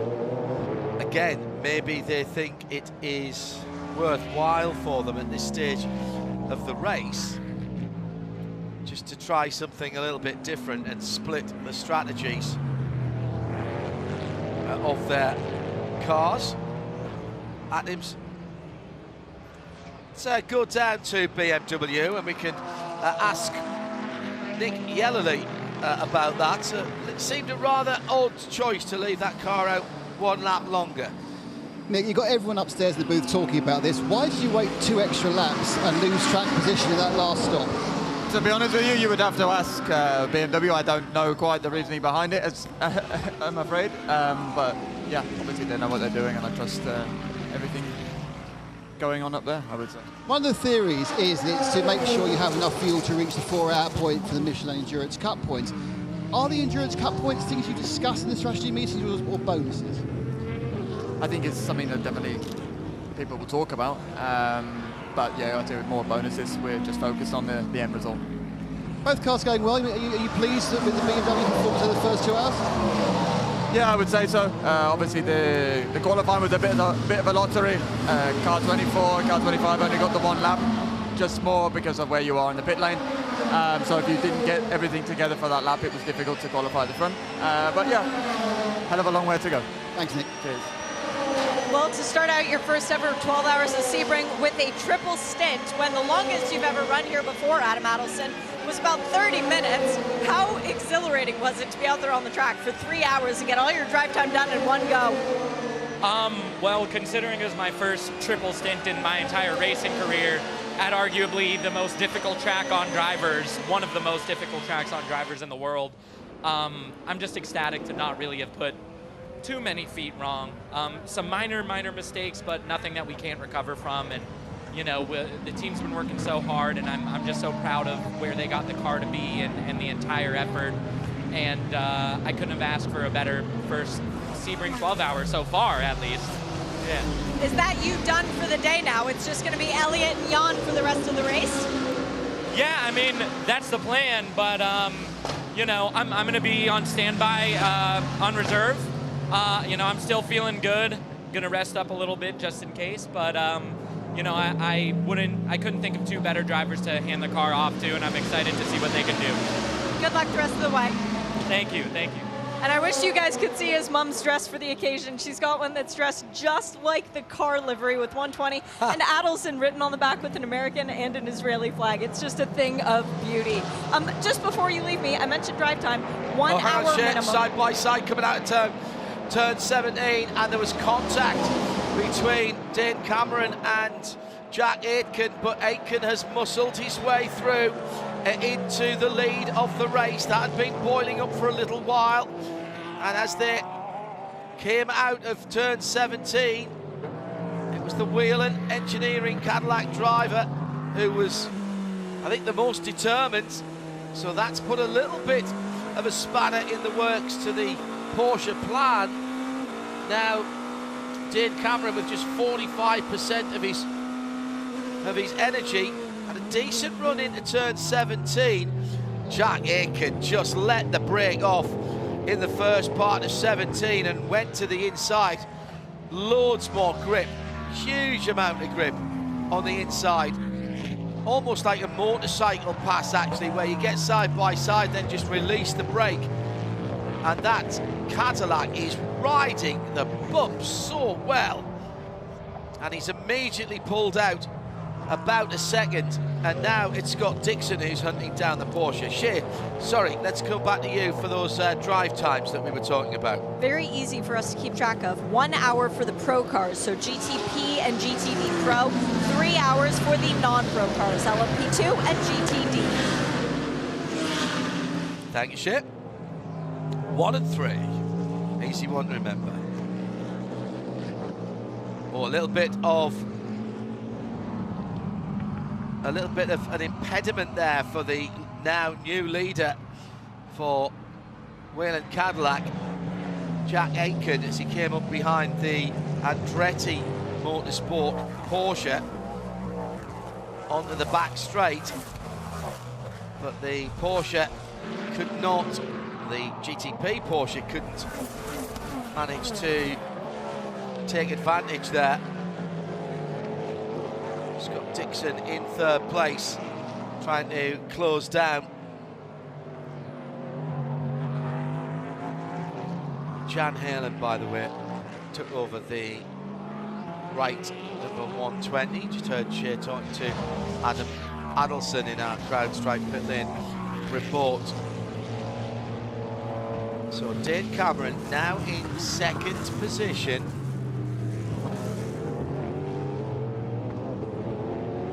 LMP2, Mikkel Jensen leading as into the pit lane off sequence. Is that its penalty, is it? Oh, is that the penalty? Yeah, that was the improperly served service for, you're right, for high class, MDK high class. That'll be a 10-second hold at the end of the pit lane there as well. Let's talk about some fast laps. Tatiana Calderon has just put in the NSX's fastest lap of the race, 2:02.417. She's within a second and a half of Miguel Molina in the AF Corsa Ferrari. That's a battle for 8th and 9th in GTD. A little further up, we have Heart of Racing, Alex Riberas, the number 10, or the position 10 rather, for the number 23 car. Just put that car's fastest lap of the race. And Gavi Chavez has just put the Andretti Motorsports Porsche 43 car fastest lap of the race. He's down in 19th position in that huge GTD class. Now through the traffic once again, here comes the Cadillac, and it's managed to nip past the Porsche. Second place goes away from Dane Cameron. He jinks out from behind the Wintilla Racing Lamborghini, and there's still an opportunity to get back. Cameron has a look up the inside. Dixon moves over as he goes past the Chetala Ferrari, the blue car, through turn 3. So Dixon now up to second position, and it's back to Cadillac being 1 and 2. Traffic again playing its part. About 4 seconds between first and second at the moment.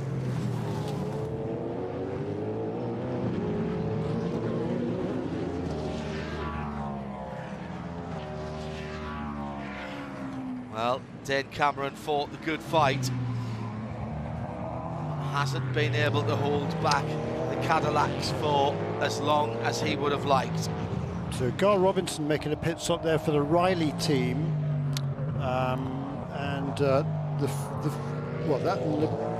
so he can get to the 4-hour mark from here. So it's another full course caution that will definitely play into his favour, because he will cycle his way to the front, because everybody else will have to make a pit stop as well. Shea was watching strategy once again for Bill Riley. Shea was watching that. It was full service, and Josh Burton getting into that car.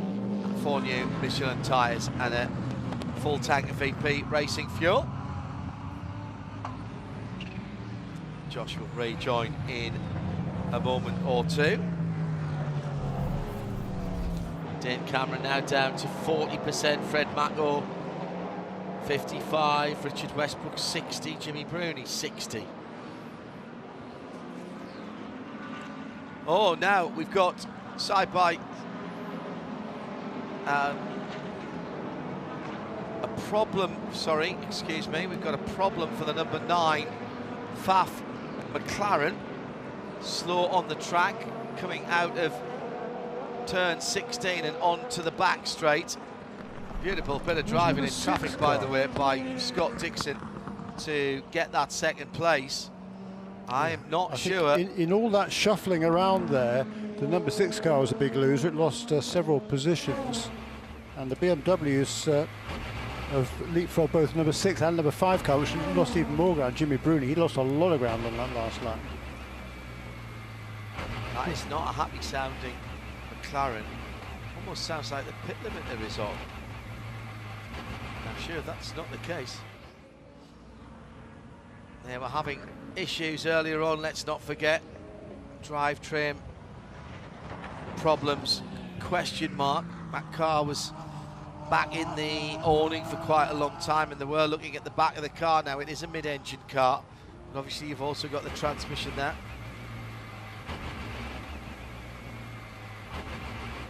Yeah, 6 seconds or more, that group battling for 5th position overall. It was led by number 6 and the 5 and the 24, then the 10, number 25 last time around. This time around it's completely different, because the 2 BMWs, whoops. Right, so it isn't just a problem for the number 9 McLaren. It's taken a hit at turn 16, and the Lexus was involved there. The 12 car, And there's debris all over the exit at turn 16. Yellow, haven't we? I would not be surprised. Also hearing, by the way, whatever the problem was for AF Corsa, it was bad enough that 88 AF Corsa Richard Mille car is now retired. And that accident was caused by a Porsche spinning at turn 16. Well, that goes number 5 car, most likely. No, sorry, GT Porsche. Oh, GT Porsche, okay. Yeah. Well, And then to Bruni then. So into the pit lane for the number 52 into Europol by Matteson. And the McLaren's now in as well. Very, very slowly coming through. And being passed in the pit lane, in fact. But again, a reminder that this car's had a hit as well as any other problems that were ailing it earlier on. This car's already been back to the paddock. Yeah. It's going to be a long day for that FAF team. It's going behind the wall, yeah. And hearing now that the other car involved with the Lexus and that McLaren was Klaus Bachler for MDK Motorsports in the number 86 Porsche. Okay. So that was the spinning car that they collected. So I wonder if that's the last time we'll see that FAF McLaren today. There's a look of, well, annoying look from the driver as that FAF McLaren with James Hinchcliffe behind the wheel. James Hinchcliffe has the unhappy record of having never finished a WeatherTech SportsCar Championship race. Right, let's get back to the action, coming down to 8.5 hours. Jack Aitken leads from Scott Dixon, 3.5 seconds now. 6th start, by the way. 6th start for James Hinchcliffe without a finish. First time he's raced outside of Daytona. Fire extinguisher not properly manned for the number 99 car. That's going to be a drive-through. Matt Brabham will have to come back in again. Oh, these are the things we were talking about in Porsche keys to the race. You know, get to the darkness, get a 7:30 sunset, be patient in traffic and be tidy. Get it sorted. All of these little things add up. Iron Dames with a problem at turn 3. Number 83, the pink Lamborghini. They've not really shown any pace this weekend either. It's Michel Gatting behind the wheel of that car. In 17th in GTD. Sitting 50th overall. Yes, that's right, 50th. That is pretty cool, isn't it, to have this many cars. The incident involving the FAF McLaren and Klaus Bachler for MTK is under review, by the way.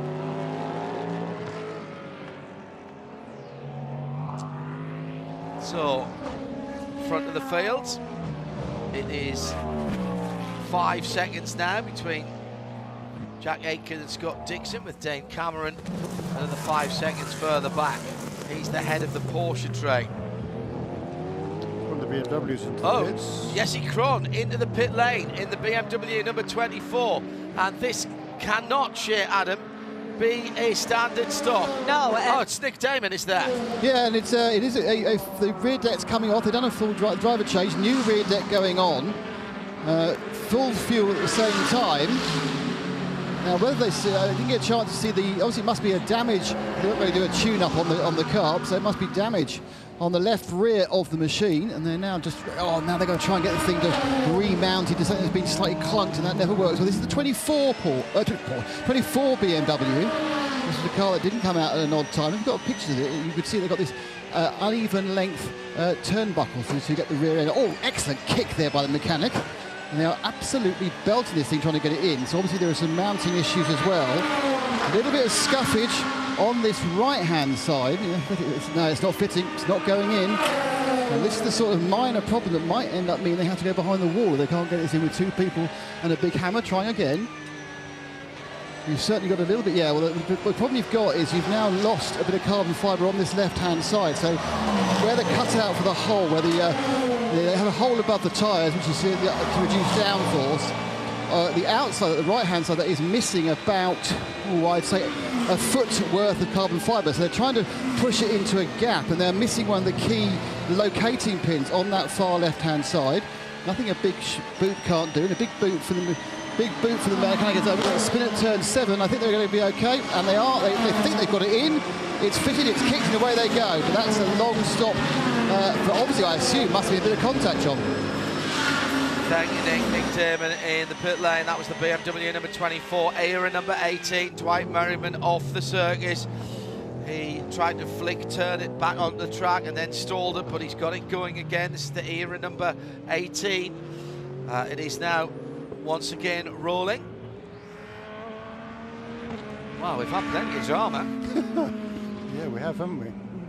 Is the 12 hours up yet? Yeah, no, it's been fantastic though, really cool. I'm enjoying it. Yeah, fascinating motor race. We've still got just under half an hour to the 4-hour mark in the race. At IMSA Radio, if you want to get in touch. Quite a lot of people clearly enthralled by this. Let's find out what's going on down at BMW. Nick Damon has this CrowdStrike pit lane report with Jesse Krohn. Jesse, obviously that wasn't a scheduled stop. What happened? There was 2 GTD cars spinning in front of me. I checked up. I was just able to avoid them. Obviously the guy behind didn't have time to react and hit my rear, and to be honest, I didn't even feel the impact. I just saw a lap later that the end plate was hanging off, and because I started to feel very loose with the rear.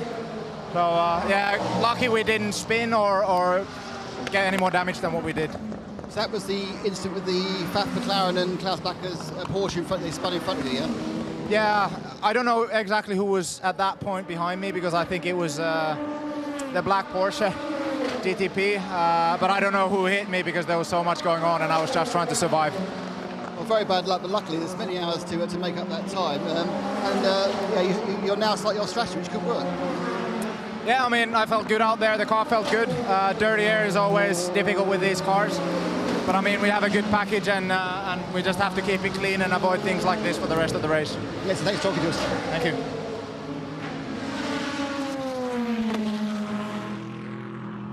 So there's the answer to the Jesse Krohn problem.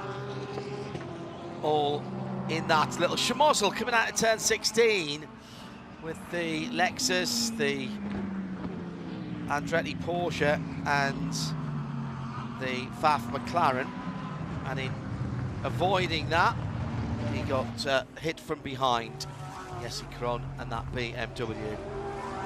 Replacement bodywork, the car is back out. Bijoy Garg into the pit lane from the top end of LMP2 for United Autosports.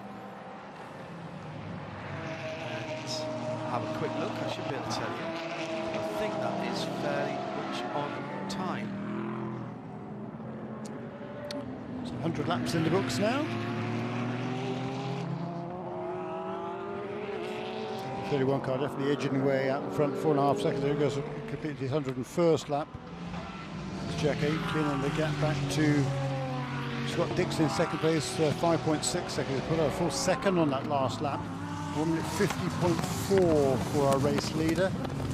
And the third placed Porsche of Dane Cameron, he fell back another second as well on that last lap, so much quicker lap for Jack Aitken. Really good lap with 50.4. That car's best lap was a 50.1, so taking advantage of clear road there. Cracking scraps in GTD as ever. Down through turn 10 to turn 11. Chetelaar Ferrari being absolutely monstered from behind. Now there's traffic coming up as well, right in there as well, the number 44. It's the Magnus Racing team. So it's Chetelaar, MDK and Magnus. And Chetelaar has slowed right up. Was there contact there? So it was indeed contact with Roberto Lacorte, and yeah, that's the MDK car just nerfing the Chetelaar car off. This is Klaus Bachler. I've not seen Klaus in this sort of mode before, so that one will be looked at, I'm sure, by race control as well. And this is the battle down in the middle of the teens, 14, 15, 16 sort of area. Roberto Lacorte, the driver who lost out the most there.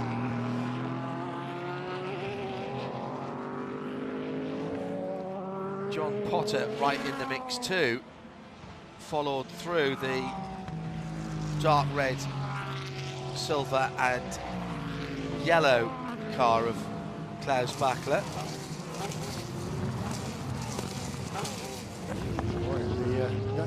Dane Cameron really slipping that back now, more than a second a lap to the overall race leader. He's now only a couple of seconds ahead of Richard Westbrook in the number 85 JDC Miller Motorsports Porsche. He's down to 15% now, so he'll be in the pit lane the next couple of laps. Yeah, exactly. But you know, so I'm not sure that gamble worked. No. Well, not at this stage. Yeah. But what have they learned for later? Not sure. That's the thing.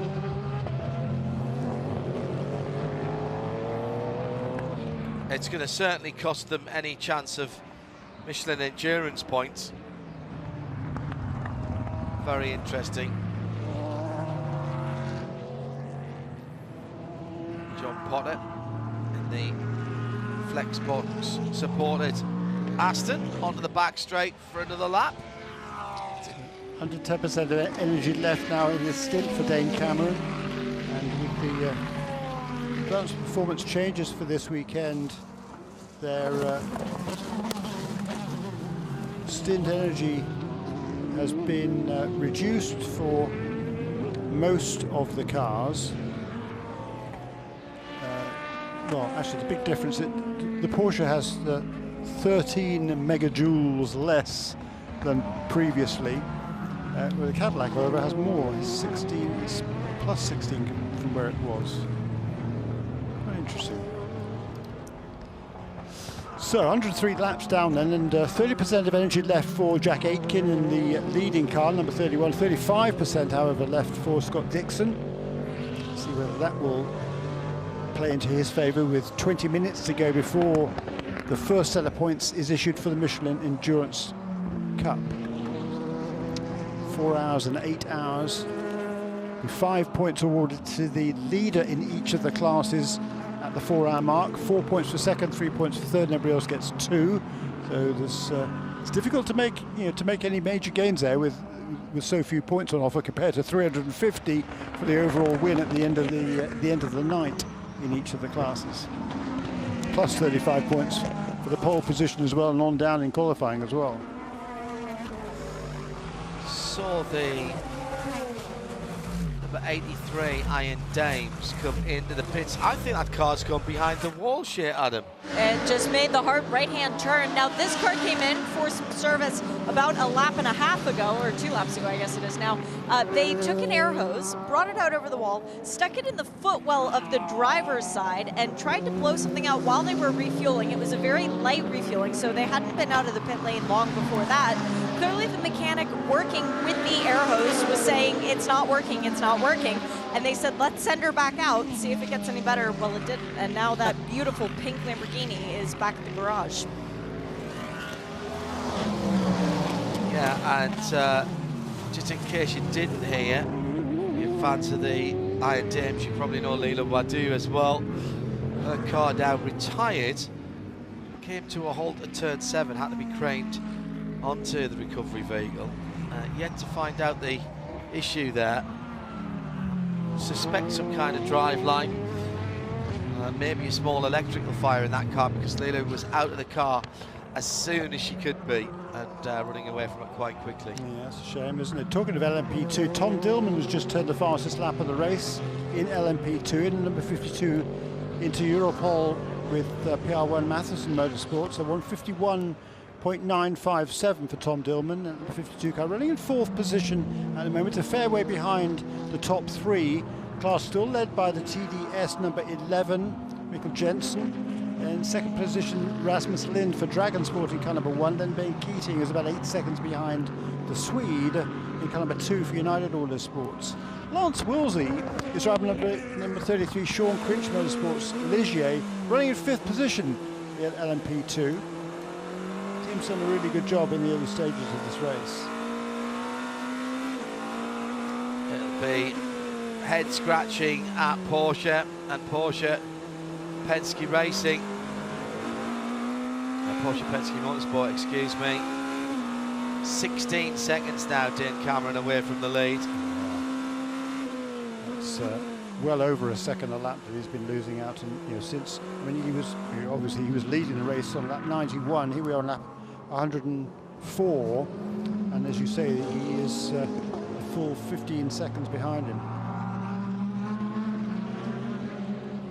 And that the deficit, the lap time deficit is growing. Side by side into 17, and the salt being rubbed into the wounds of the lack of performance right now is that the JDC Millersport bright yellow car is going by, and that's because Dane Cameron had to come in to the pit lane because he didn't do the full fill last time. I wonder if they're having some kind of problems with fuel fill on that car. Nick Damon is down at that end of things, and once that car's gone, we'll find out why they had that long pit stop. And Dane Cameron's getting out, so it is a full service, 4 tyres.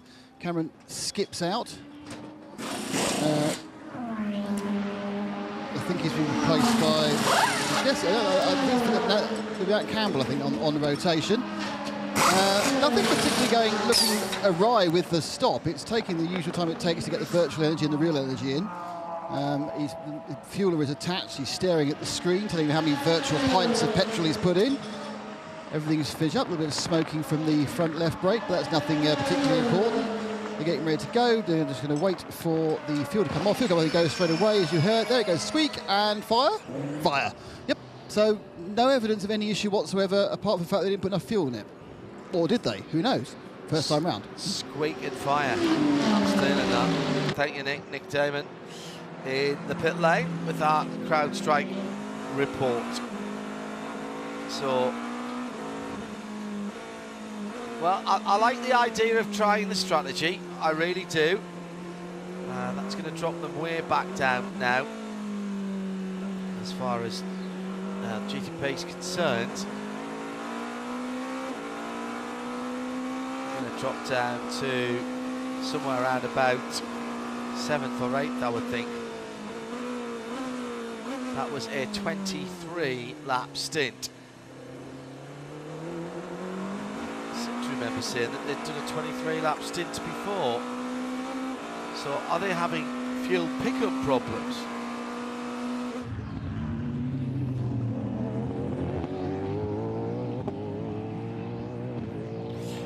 Shea Adam down in the pit lane. I have a question for Jeremy. Who was second in the Michelin Endurance Championship points in the GTD class? Because we're not going to get anything above 2 points scored from Preston Motorsports, KPM, or Inception Racing. At least nothing from Inception for a little while they continue their fight back. So who was it in second who's benefiting from the bad day that both of those teams have had? In GTT coming to this weekend, as you said, there's two cars, number 32 and number 70 had 13 points apiece. They were just 1 point ahead of Winward Racing in kind of a 57, so they're looking pretty strong again. That's the car that, of course, won overall at Daytona. It was only third in the points. Triazi Competizione was next, just 1 point behind them. And then the number 80 car for Lone Star Racing, Mercedes, on 10 points, along with the AF Corsa Ferrari, car number 21. RS2 around the world.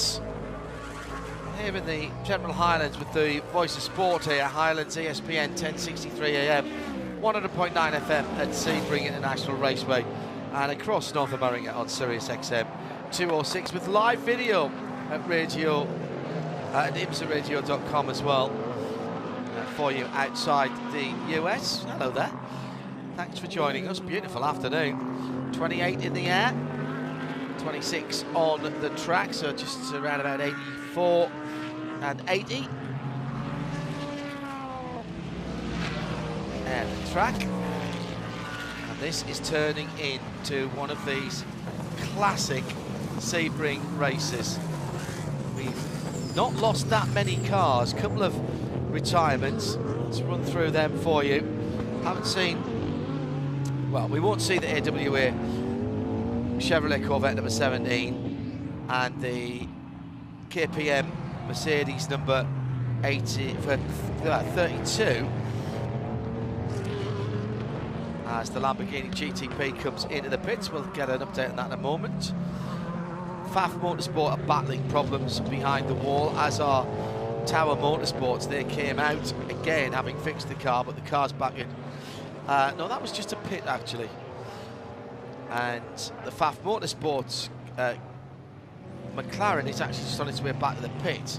So these two official retirements are the 32 Mercedes and the 17 AWA.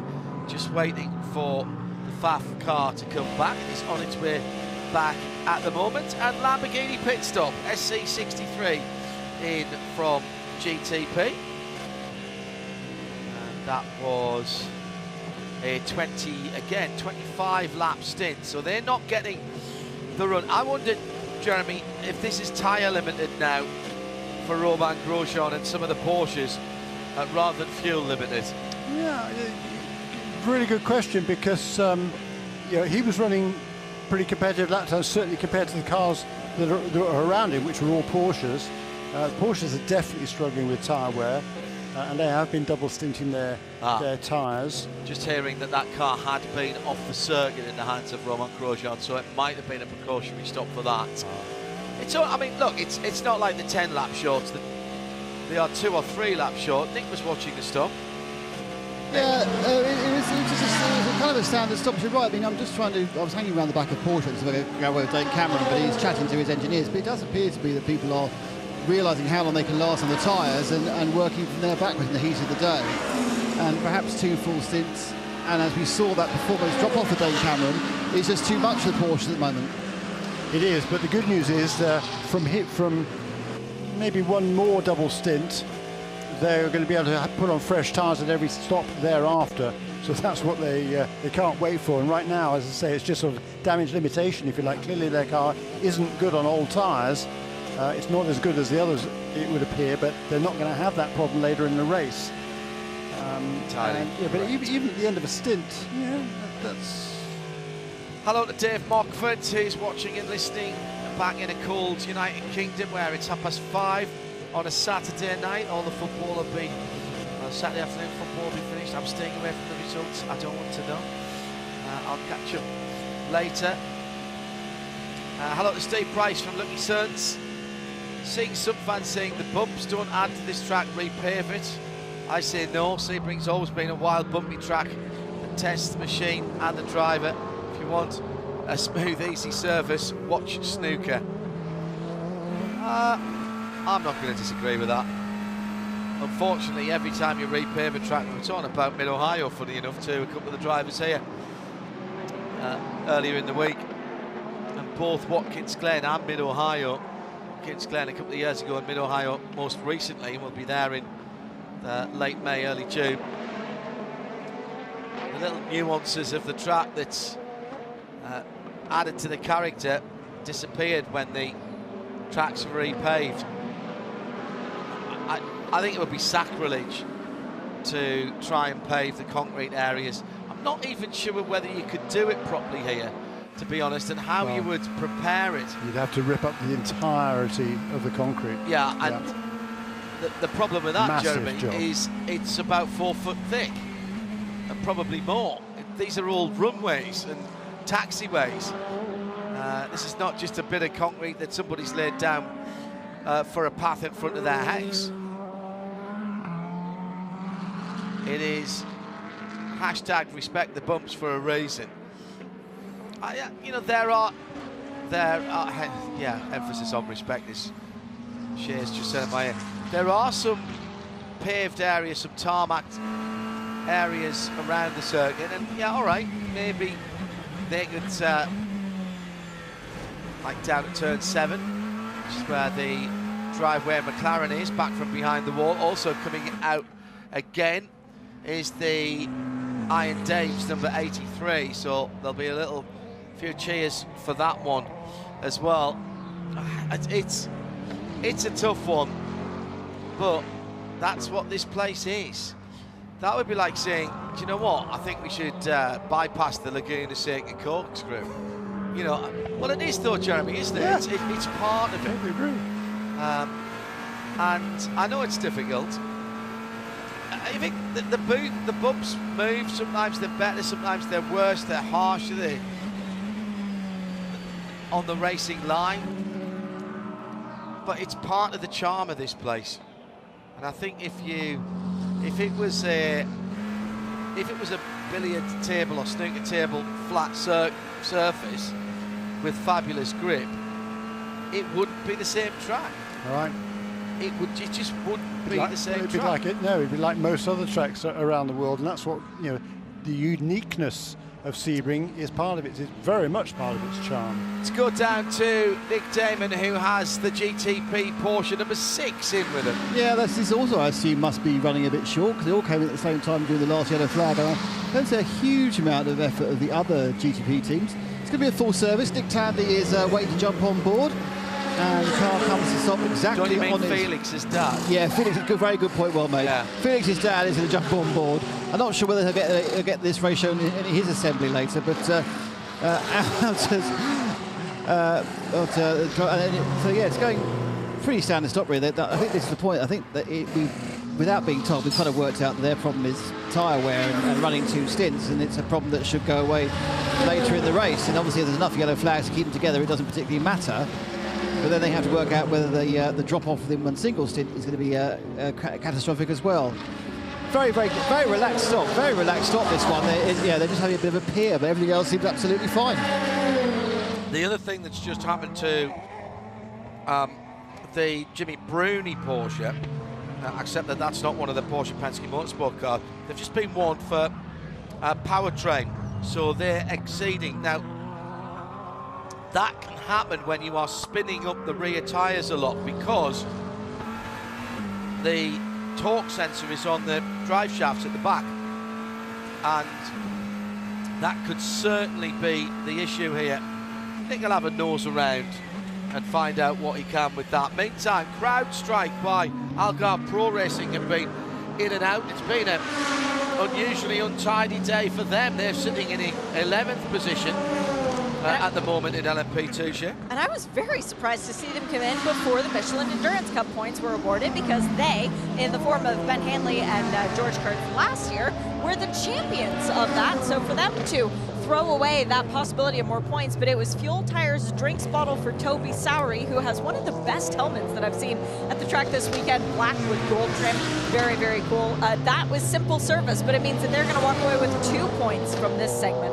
Yeah, they were 2 laps down, Shea, so I don't think they were going to get realistically get anything else in the Michelin Endurance Cup points.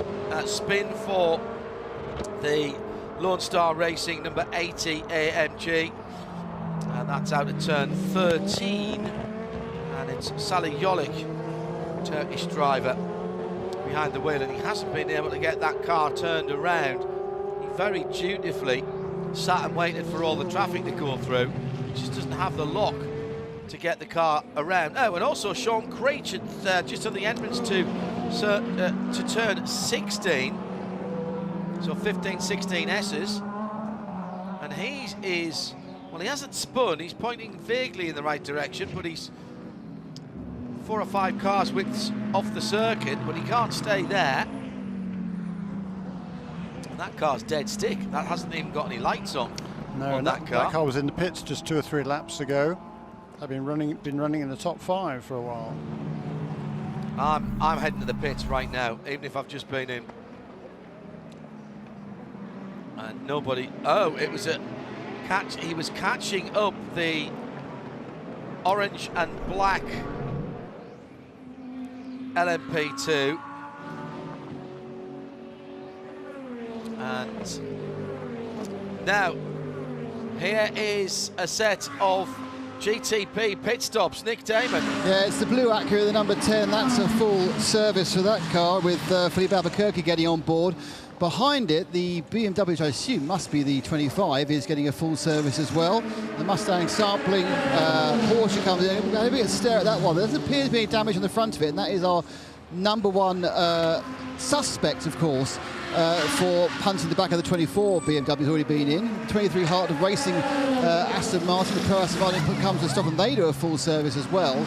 So, obviously there was a bit of damage on the nose. So they are replacing the nose on the Mustang sampling number 5 car, so it looked okay, but obviously it had enough damage to warrant a change. There's also been a lot of action in GTD, which I'm sure Shay is all over.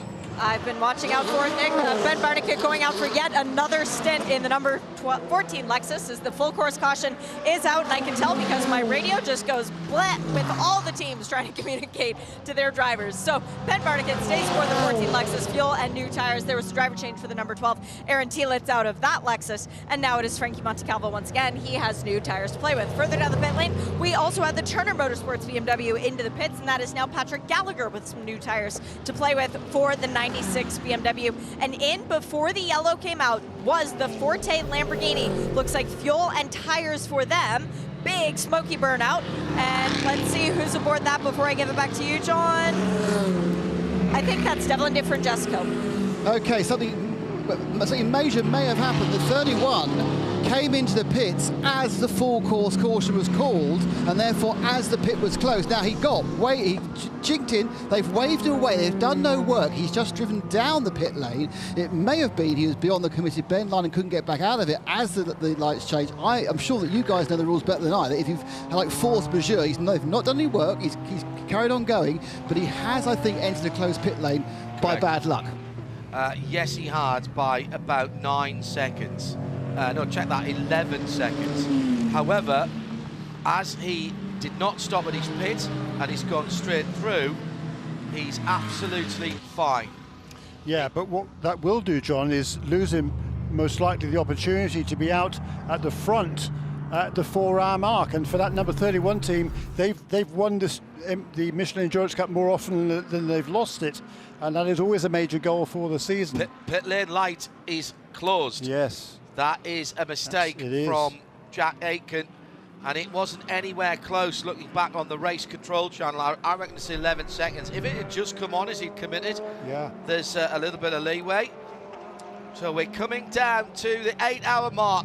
In fact, 8 hours has just gone. We'll work out the Michelin Endurance Cup points in just a minute. We've got to do a full lap. It's the end of the first lap after the 8-hour mark, so we'll have to wait for a moment for that. We're under full course yellow with just on 4 hours elapsed. RS2 around the world, 100.9 FM here at Sebring, Sirius XM 206, and Highlands ESPN 1063 AM. Great to have your company. We're live from the Mobil 1, 12 hours of Sebring.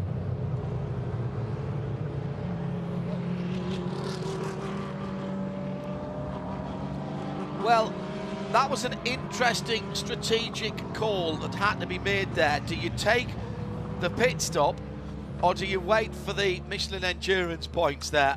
Yeah, well, that was a miscommunication, no doubt about it, because they would have wanted to stay out. They had enough fuel, I think, to stay out to the 4-hour mark, but because it's going to be the next lap on which this is called, I don't think he was able to maintain the lead can imagine. But for the other cars that came in as well, they had to make that decision. They were further down the order. Yeah, they were outside the top 3 in any case. So that they wouldn't have got the points. They would just got 2 points like everybody else. So they haven't changed. By them coming in, that means when the other guys come in afterwards under the caution, they will leapfrog them and move to the front. So the cars that were outside the top 3, therefore, yeah, good idea. Come in, get your stop done, and then you'll leapfrog the other people who come in a little bit later. Swings and roundabouts. The Lone Star car for Sally Jolich, actually, in fairness to Sally, when he was trying to get that car turned around, it looked like there was drive shaft or rear suspension damage on the left-hand side. He has got back to the pits now, Shea.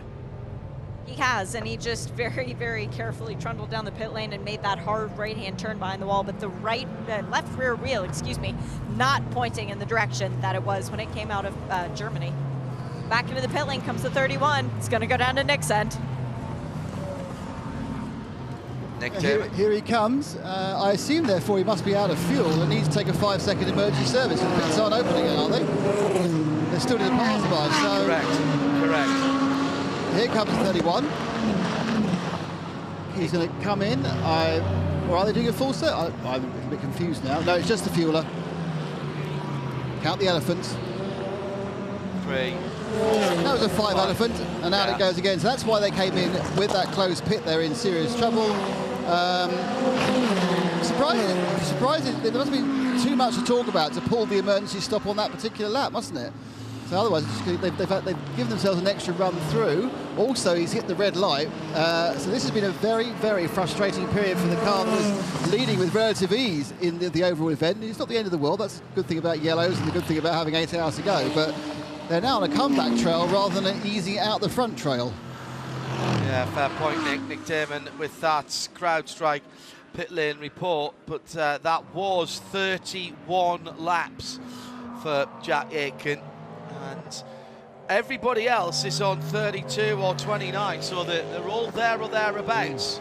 And if we don't open the pit lane next time around, Jeremy, I'd expect to see the Cadillac, certainly the JDC Miller Motorsports car come through. Actually, Richard Westbrook is showing 0% at the moment. 5% for Scott Dixon, 10 for Colton Herter in third. Jack Aitken was showing 10% before he came into the pit lane. So those guys are struggling, and it won't necessarily mean you will stop, but you cannot go under 0% for your usage. That will give you will have used too much energy in that stint, and that will get you a penalty. Yeah, there's a max amount of energy in which you can use during an entire stint. So you're absolutely right, John, and it's a bit over, for most of the cars at least, it's a bit over 900 megajoules. BMW is actually a little bit less. It's all equated in terms of the horsepower the cars can run, the weight, and the amount of total energy that is permitted for each of the cars to balance them all out. And these are very, very different cars and different engine configurations. All part of the balance of performance, absolutely. Most of it way over my head, but really interesting. Yeah, it needs more study from me. I'm beginning to think that my teachers might have been right, and I should have taken more notice at school. But that opportunity is long gone now, I'm afraid. Long gone. So, pit is still closed at the moment.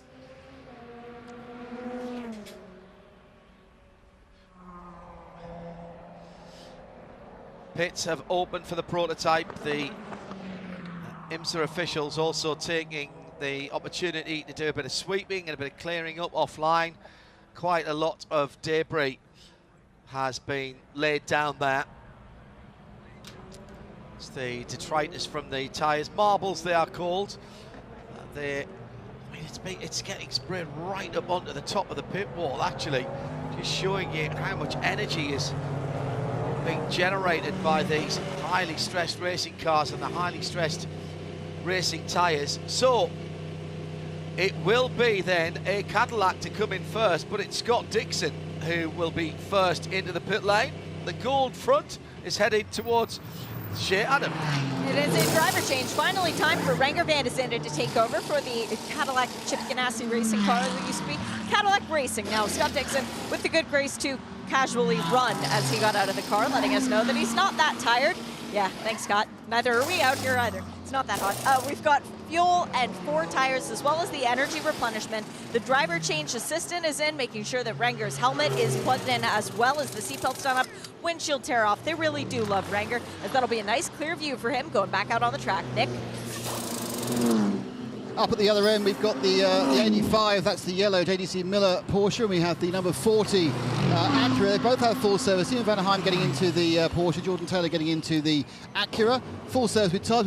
We were receiving the 7 again, so the 7 which stopped it early with Dane Cameron for full service. It hasn't got Dane on anymore, of course, and that now moves out and about, as well as the 31 Wheeler Cadillac, as Jack Aitken makes his 3rd run down the pit lane. He'll be getting out to be replaced by Tom Blomqvist. He must be absolutely sick of the sight of this pit lane by now. And at this point, it should all go very swimmingly, but they are going to be running absolutely dead last in class of those in the lead lap. But, yeah, it came made up, but very, very annoying. Yeah, so interesting that the 7 stopped again for just the top of the fuel. That's the Porsche, of course. Actually, it depends where they come out, to be honest. I'm just trying to see where the other cars are in the line. However, the worst they can be is 11. Yeah, but right now we've got 4 cars that are not on the lead lap. And some of them will get the wave around here. Not sure whether all of them will. Let's see. Well, that's the second place car. So you talked about the Porsches 5, 6, 63, yeah. Lambo and the BMW number 24. They've all fallen off the lead lap in that little exchange. Out goes the number 31 of Tom Blomqvist now. And Nick Damon, that was a full service and a fuller service than perhaps we even expected. Yeah, they little monkeys. They changed the front clip as well. There was some damage on the right-hand side. It looked like it had a scuff out of it. And we'd seen some quite side-by-side and what should we say? Forceful driving, robust driving. It was Jack Aitken and Scott Dixon. That's where that happened on the right-hand side. That was going through turn 15 into 16. I remember it well. Well, it's been replaced now. I assume they're going to take that nose out and they'll patch up in case they need another one later. And now, of course, we wait for the GTD cars who didn't stop 3 laps ago. Then probably someone who stopped 3 laps ago will take 3 laps worth of fuel. But they'll be coming on any moment now. So, yeah. Just checking the pit stops going through as they always are. Pits are open for GT. The leaders will be at your end, Nick, so let's come to you. And in fact, the first one down the lane is the number 1, the Penultimate racing car, and that is a full service. It's going to they get out. It's new colours this time, the green and red. We've also got the both of the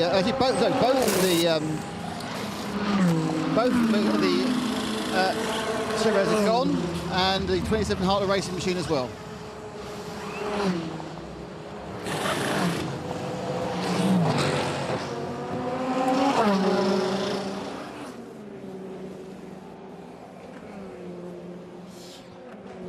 Let's go to Shea for the action at her end of things. The Triarsi Competizione Ferrari is in. Charlie Scardina has climbed aboard that car once again. Also in the Ferrari from AF Course, the number 21, Simon Mann, I think it was, who climbed back aboard there. And I did see Harry Tinknell at lunch. Well, happy to say he's done eating because there was backlash of the 65 Porsche from Multimatic. And just a question, did I miss something major? When did the 65 lose its right front headlight? Because there is nada there where it should be.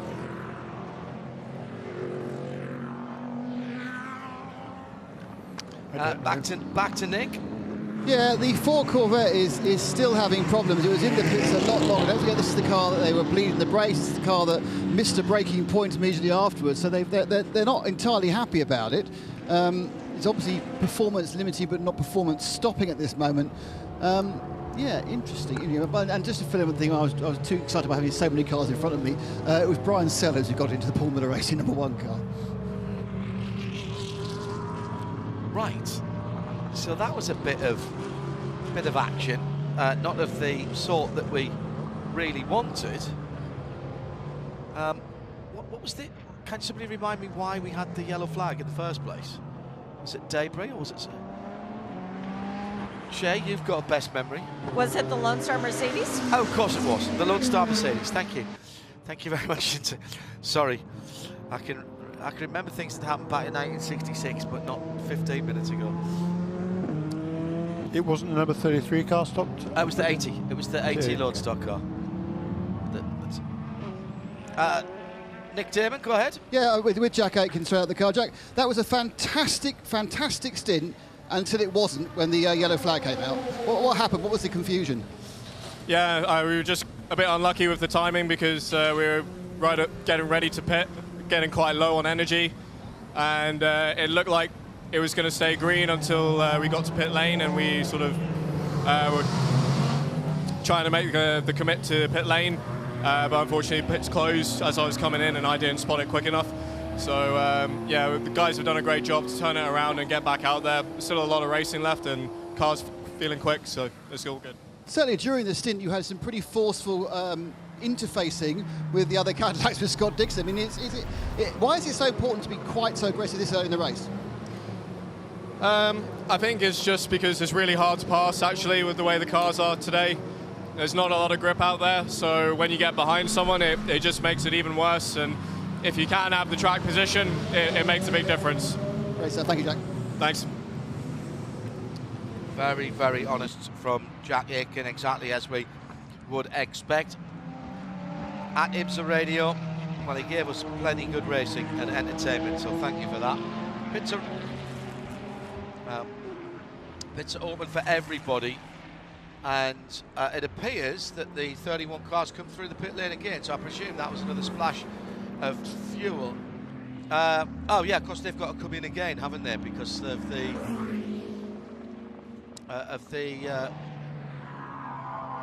Nick Damon? No, because it stopped 2 laps ago. They had come again because they came in, didn't stop, came in, did an emergency stop, came in and did a full stop, including driver change.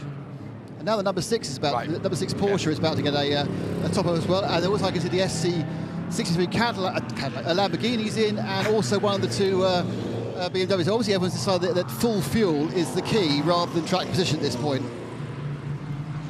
Yeah. New nose for the 6 as well. I can't think they damaged it during those the most recent yellow flag period. It just looks a bit scuffed. Now, of course, the point about this is this new nose may not be damaged. It may be a very slightly different downforce set as we now move into the really hot part of the day, which is worrying because it's already hot enough. 28 in the air, 25 on the track, Celsius that is. Still 2 hours, I reckon, before we get to peak heat. Though that said, if the cloud cover stays, it might not be too bad. It won't get any hotter, but it won't cool down as quickly either, Jeremy. Now that number 31 car did make an additional stop. I mean, he made a mistake stop, then the splash stop, then a full stop, and then it just came in again just now. So it's made 1, 2, 3, 4 pit stops in the last 5 laps. Right. What's that about then? Maybe they just wanted us to splash, or if there wasn't a problem, that would be why. Ian Watt and Peter Barron on the box there. 63 Lamborghini making its debut in the US, back out on the circuit. 7 hours and 44 minutes to go. V6 purring away in the back of that car. Yeah, and that car did get back on the lead lap and has just taken on some additional service as well, so good to go. I think they'll be pretty pleased, actually, with how they've gone so far. This is a very new machine. Right, let's get back to green flag racing, and there's 7 cars that have broken away from everybody else. And it's almost like a split start, side by side into the first corner. Acura on the inside, BMW on the outside. Nick Yellerly is usurped, and Philippe Albuquerque jumps into the lead. He had his Weetabix this morning. Straight into the lead there, with Matt Campbell now in 3rd place in the number 7 for Porsche Penske Motorsport. Renger van der Zande, Jordan Taylor, Tymon van der Helm, Tom Blomqvist. That's your top 7. And there was a big gap behind them. Nick Tandy, Andrea Caldarelli, Augusto Farfus in the 6, 63 and 24, of course, all pitted. They wanted to get their lead lap back, and so they pitted late, and they're way back behind a long line of cars. Well, we've got 7 hours and 42 minutes to go. When we get a breather, we'll give you the Michelin Endurance points for the first tranche, the first split. Stage points, if you will. No. Great start. I don't think Nick Yellerly did much wrong. Albuquerque went to the right. Yellerly moved into the middle of the road, and then Albuquerque realised he couldn't move again, switched back to the left to the inside, and they toughed it out. That's really respectful racing, you know, through one of the toughest corners in US motorsports. It's bumpy. You can't be very close to people as you go around there, just in case the bumps throw you off. Yeah, big feint to the right from Albuquerque, then down the inside. Yellerly gave him the room and drops into 2nd place. Magic stuff. Now under pressure a little bit, Matt Campbell from Renger van der Zande. It's the battle for 3rd and 4th, with Jordan Taylor in the mix and Tymon van der Helm in the 85 right there as well for JDC Miller Motorsport. Looking at GTD, the number 13 AWA Corvette is well up the order. They've been quietly going about their business, haven't they? 10th in class, but a lot higher than one would have expected. They restarted there in 3rd place in GTD for Ori Ferdinand. Yeah, quite. How? Not sure. Curious. Has made 6 pit stops, that car. That's not necessarily a bad thing if you've got it right. Maybe pitted at the right time. I'd have to go back and have a look. Maybe saw the yellow coming and dived in early before everyone else came in.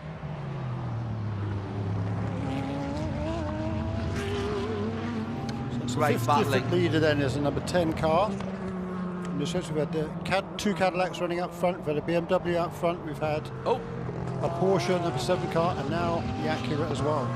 Now a little bit of battling between Lamborghini and Corvette has left some carbon fibre just on the racing line in between turn 3 and turn 4, and that's, I think, rather too large to leave there as a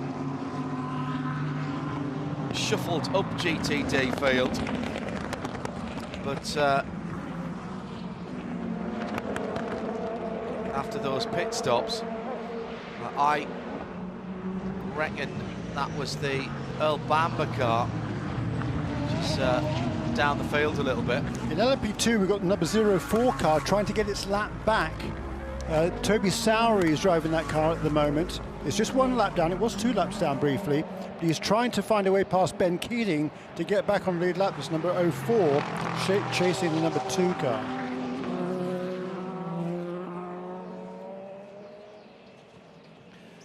So let's give you a VP Racing in-race update as we've just gone past 2 o'clock in the afternoon here at Sebring. It's Philippe Albuquerque who jumped to the lead on the last restart. He's pulled out about a second from Nick Yellerly. That's Acura from BMW, 10 from 25.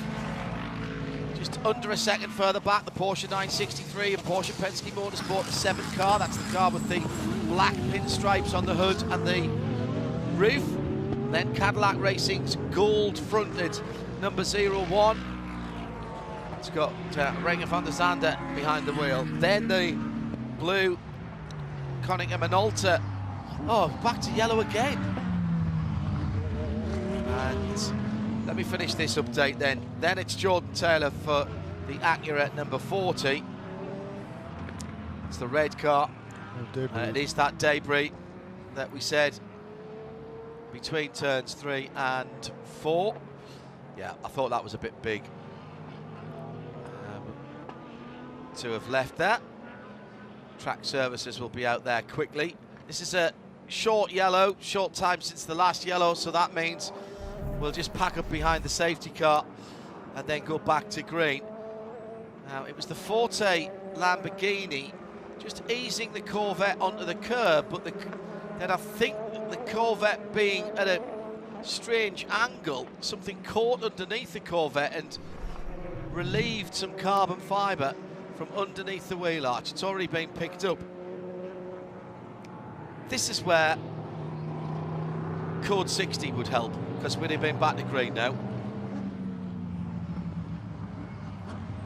rather than packing up. Difference, is it? Doesn't really make any difference. I disagree. Really? Yeah. It just takes, for something as little as that, I understand why you have to neutralise the circuit, but if you did a virtual safety car, there's enough gaps around the track now coming off that yellow flag. Yeah, but I mean, we've only just gone back to green, so it's not as if anything's sort of split up. Well, good point there. I just wondering, did Toby Sari get past the number 2 car? He did. No, well, he's down in. He's a lap behind, so he's a long way back on the road. Yes, correct. Did he get past? And get the lap back? That's a good question. And I don't know the answer to that until I see them. No. I can't tell from the. Yes, he did. Yes, he did. He's in front of the number 2 car. I can see. I was just about to say I can't see on the tracker because they're so close together, but I can see because it's all 4. I can see the 0. So yeah, absolutely, they did, Jeremy. So good spot on that. Wow, well done, Toby Sari. That's could be a critical thing. I mean, it's still a long way to go, obviously, but having been as much as 2 laps back, and to be now back on the lead lap when we go back to green. Yeah. Oh no! Wait a minute. No, he won't get the wave around, will he, this time? No, there's no. So, but at least he's still ahead of them. He's still ahead of him, so he's at the back of that pack. But well, let's run down the rest of the VP Racing in-race updates. So in LMP2, Ben Keating for the Wins United Autosport USA number 2 car leads from Nick Bull for Inter Europol. That's the yellow and green number 52. Dan Goldberg for the second United Autosports USA 22 machine in third. Fourth is Josh Burden for Riley in the 74 blue and orange car. Then the EO Racing bright purple PJ Hyatt. That is the Spike car. That's the Dragon. Top 6 TDS Racing number 11. That is Stephen Thomas, the highlighter yellow Fear the Taff car. GTD Pro Ben Barnegat, Vassar Sullivan, Lexus back at the front. Back at the front of that problem earlier on. Yeah, absolutely. From Lauren Heinrich for AO Racing in second, and in GTD it's Pat Gallagher for Turner Motorsport, leading for the first time in the BMW number 96 from Frandy Montecalvo for Vassar Sullivan in second with cars between them. Right, it was a quick yellow. Back to green flag. Now, at the front of the field, can BMW driver Nick Yellerly do the same to Philippe Albuquerque as Albuquerque did to him on the restart? Answer no, he cannot. Matt Campbell sitting dutifully in third place at the moment, but here comes the Cadillac with the gold front end. Renger van der Zande goes to the right. Campbell had to defend into turn 3, might just compromise his exit. Yellerly on the brakes, trailing the brakes through turn 4. Underneath the Mission Food drive over bridge, it's Corvette on the other side. Now through that long sweeping turn 6, change of surface in the braking area to turn 7 under the Advent Health walkover bridge, and it's Matt Campbell who's looking the man most likely at the moment, forced a defensive move down the inside from Nick Yellerly as they went into turn 7. Iron Dames have gone back behind the wall with their 83 Lamborghini, and they had only just come back out onto the track. Porsche versus BMW, two great German manufacturers, two great rivals, down into turn 10 and through it. 13, 11, 12 and 13 go by really quickly. And now onto the far side of the circuit, the long run to the sweepers, through the sweepers rather, to turn 16. Now let's see the relative horsepower of these cars down the Ulman straight. Talk about that car coming into the pit lane. What was going down the pit lane was number 9 Pfaff McLaren after all its problems. So they have not given up the hope of at least learning something from this event. Well, they've got to give James Hinchcliffe some laps, haven't they? So completing the first lap of green after that safety car period for very quick safety car period for Debris on the track.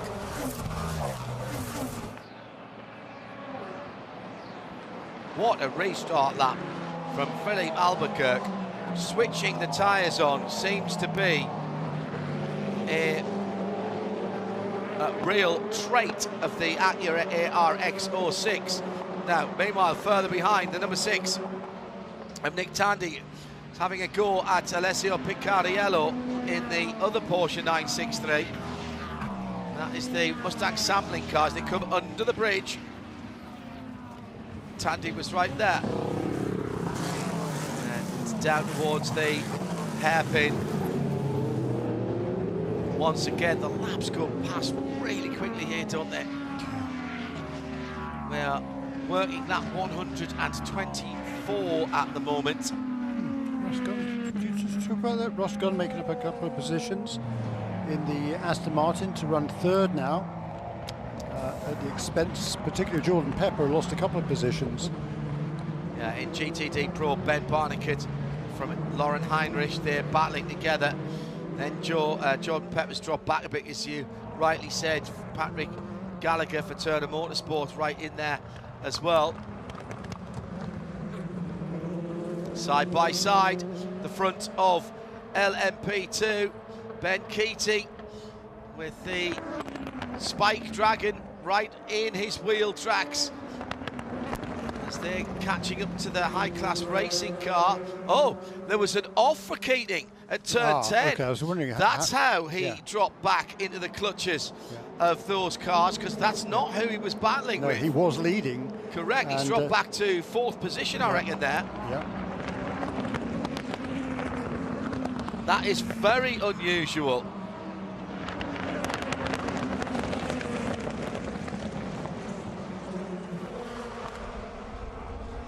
So, another restart and more drama.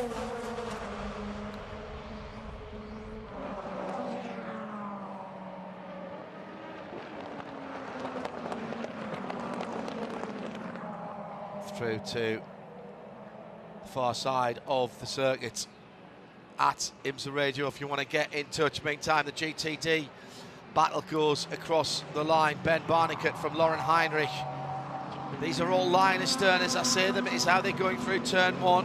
Heart of Racing, Aston Martin with Ross Gunn, Paul Miller Racing, Iron Lynx Lamborghini, Jordan Pepper number 19. Oh, huge block thrown by the Iron Lynx Lamborghini there. Bortolotti down last time around, but the BMW went long into turn 17 and he managed to drop back underneath. So Jordan Pepper and Brian Sellers having a good fight out on the circuit there, and we're enjoying that. The leaders in class through turn 7. Ross Gunn with the leaders in sight now for Heart of Racing. And there's no results yet posted, by the way, at the 4-hour mark. I just had a look under that brief yellow. Thank you. So not posted yet, so there'll be only unofficial even then, but I'm sure it'll be posted momentarily. There's all that shuffling going on as that caution came out and who's going to be scored where. Guess anything at this stage, we have to wait till the results come through. All these GTP cars running just in a big long train here. 10 cars, excuse me, with is Caldarelli now driving the Lamborghini. He's a second or so behind everybody else. It's a big long train. 51.4 last time around for the race leader, Philip Albuquerque, in car number 10. So 5 different cars have led this race from 4 different manufacturers. Number 120 Porsche almost having to go into the secondary pit lane to make the pass. Coming down the back straight there, that's Elliott Skier, who was going past Albert Costa in the Conquest Racing Ferrari. Skier up into 5th position for Wright in that dark green and yellow machine. Still getting used to seeing them in those colours. Forte Racing Lamborghini having a battle as well. Everybody's having a battle in the GTD class. It's Devlin Di Francesco and Indy Donchi is his target ahead, and that is the battle for 3rd and 4th in GTD. It's about a 20-car train of cars. It's fantastic, isn't it? Yeah. It's like an MX-5 Cup race. Yeah, except they're all different manufacturers. Yes, exactly. Different manufacturers in there. It is fantastic. Take a bow,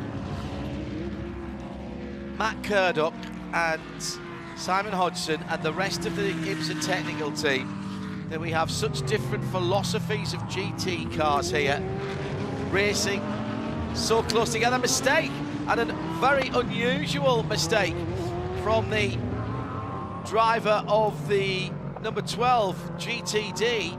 That's Frankie Montecalvo for Vassar Sullivan in the Lexus RCF, and he went off at turn 10, and that's going to cost him at least a couple of positions, and he was in 2nd place. Now, actually, he might have got away with that because the next 3 cars behind him were GTD pros. So, who's in behind him now? Yeah, that's... Well, let's have a look. Pit lane speed violation for Ben Hanley, and he's just been through the pits to serve that. Just taken over from Ben Keating, and that will be a drive-through for that car. Through the final corner then. Everyone's still sorting them out. At the front of the field, let's check back in with the leader, Philippe Albuquerque, ARX 06 from Acura. Yet to race outside of the IMSA series, and therefore, as of now, the only one of the GTPs that have not raced outside of IMSA, as we have Lamborghini here with the Ligier chassis. Lamborghini SC63. What a machine that has been, and with its 3.8 V8 engine,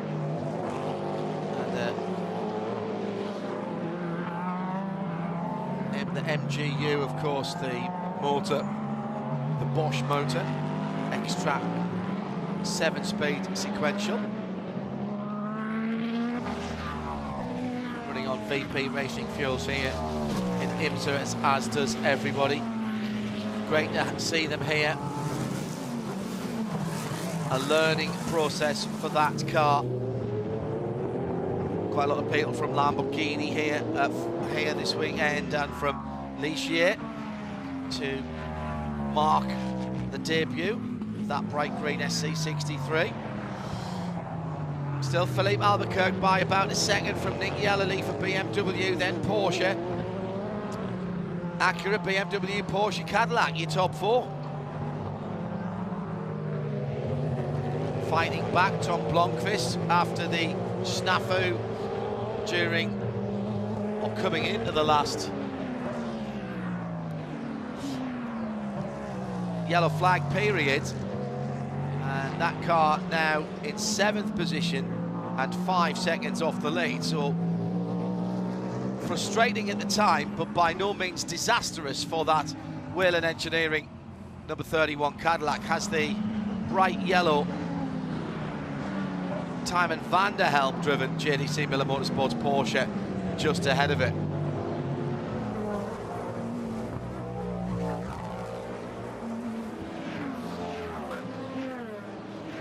Comes to the line now and goes through.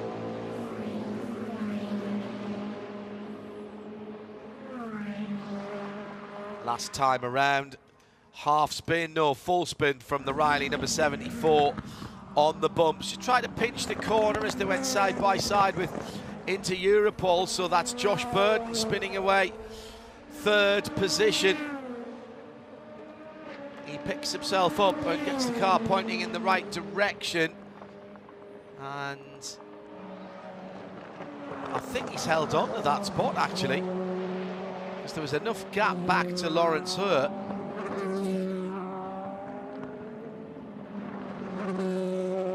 Just done his fastest lap the lap before. Stephen Thomas's TDS Racing number 11 Oregon with the fastest LMP2 lap.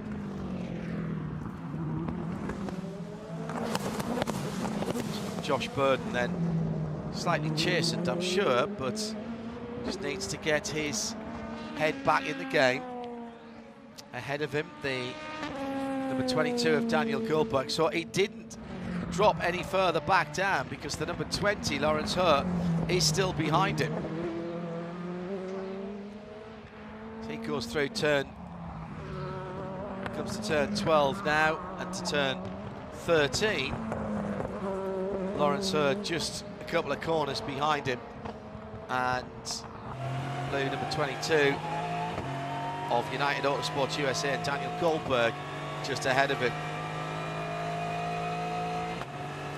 Let's go down to the pit lane, settling in now for another long run, we hope, and Shea Adam has Kyle Kirkwood for this CrowdStrike pit lane report. Kyle, we're more than 5.5 hours into this race, and you still haven't sat behind the wheel of the 14 Vassar Sullivan Lexus. Are Jack and Ben just really bad at sharing their toys? No, I actually got in a little while ago. I think you forgot. Yeah. No, I was in after we had the penalty, and I was kind of just circulating in the middle. It wasn't anything to write home about. But they made some good strategy calls. We're back out front, so we're happy with that. We know we got a quick car. We expect it to get quicker as the temperature drops. Thankfully, it's not as hot as what it was supposed to be for us, but we still have somewhat of a tire deg issue in this heat. My apologies, I completely missed you being behind the wheel of the car. You guys have this capability to fight back, though, no matter what seems to be thrown your direction. Yeah, exactly. I mean, I try and keep it where it's not that exciting when I'm driving. Yeah, I mean, it's a strategy really there. I mean, we passed a few cars, but ultimately they made a really good call there on the pit stand early on and got us back into this fight, got us back up front. Track position's huge here, so we're glad to be at that front spot right now. You've won a long endurance race with Vassar Sullivan in the form of Petit Le Mans. You've also won the shortest race possible, the 100-minute sprint at Belle Isle. What is it about Sebring that just seems to be a little bit more difficult, a combination of both those wins as terms as time is concerned? Yeah, I mean, Sebring's a different animal.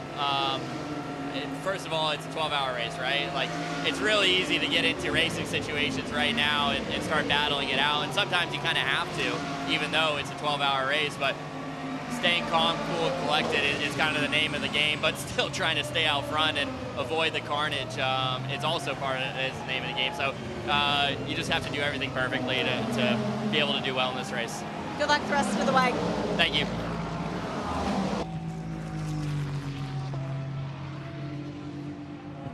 Sneaks out of the pits without the snutting.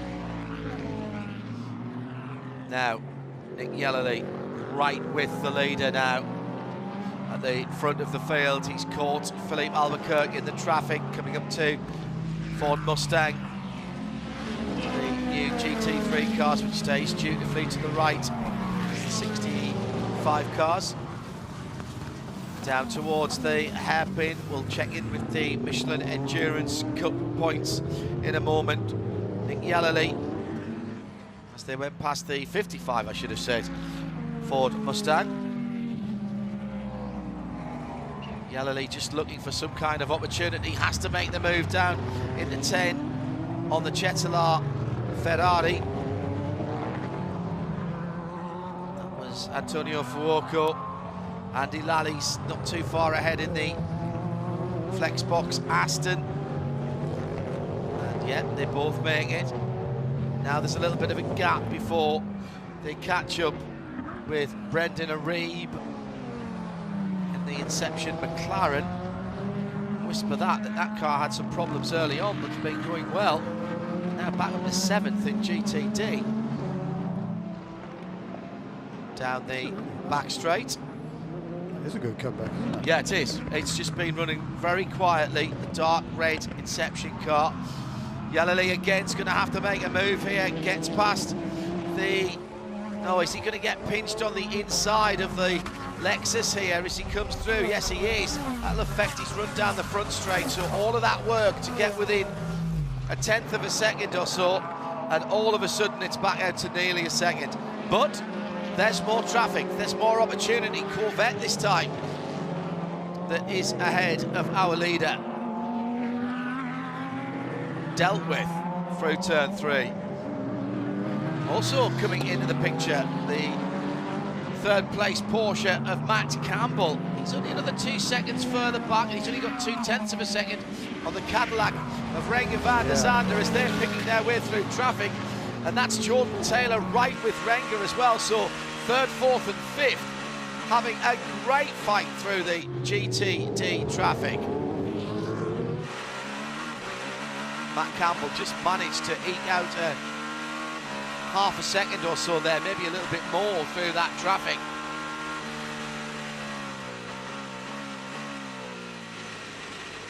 Fascinating stuff. I love this, Jeremy. When we start catching the traffic, a little bit of a lateral movement from the 40, a little bit of a wiggle. Can't surely be struggling for tyre grip already. It is very warm out there now, 29 in the air. And that said, the track temperatures drop back to 24. It changes. It changes depending on the cloud cover. Wind still straight down the front straight, so behind the cars into turn number 1. And it's up to 4 miles an hour there, so that's picked up a bit. It has a little bit, and as you were saying earlier on, it's exactly the opposite direction from yesterday, and that, that upsets the gearing of these cars, because now they're carrying more speed into, a little bit more speed into turn 1, a little bit less speed at the end of the back straightaway. Jeremy Shaw, John Hindorf, Shea Adam and Nick Damon with you. RS2 around the world. Across the Central Highlands here in Florida on Highlands ESPN, 1063 AM, 100.9 FM here at Sebring International Raceway. And if you are moving around, want to save a bit of data, you are so equipped. Sirius XM 206. Nice to have you company. Our Michelin post-race tech, of course, will follow. The checkered flag ends the race, but starts the conversation. I suspect we'll have plenty to talk about closer to 10 o'clock this evening. Here's our Porsche keys to the race. Number 1, get to the night. Sunset is 7:35 this evening. And that's really when the race will come alive. Maybe an hour or so before that, but certainly those last 2 hours of the race expected to be a different cadence to what we're seeing now. And you might be thinking, what are you talking about, Hindorf? This is pretty exciting. Yes, I agree, it is pretty exciting, but it will be turned up to 11 when it gets dark. Yeah, I mean, just look at lap times now of our race leader Philip Albuquerque. 54s, he's turning, 52s in traffic, 51s if he has a clear lap. The previous stint, it was mainly 51s and occasional 50s in there. So he's certainly been a little bit cautious, I think, at this stage. He wants to make sure he doesn't use up his tyres too much, because he might well have to double stint this set right now. And if that's the case, possibly the last time they will need to do so during this race.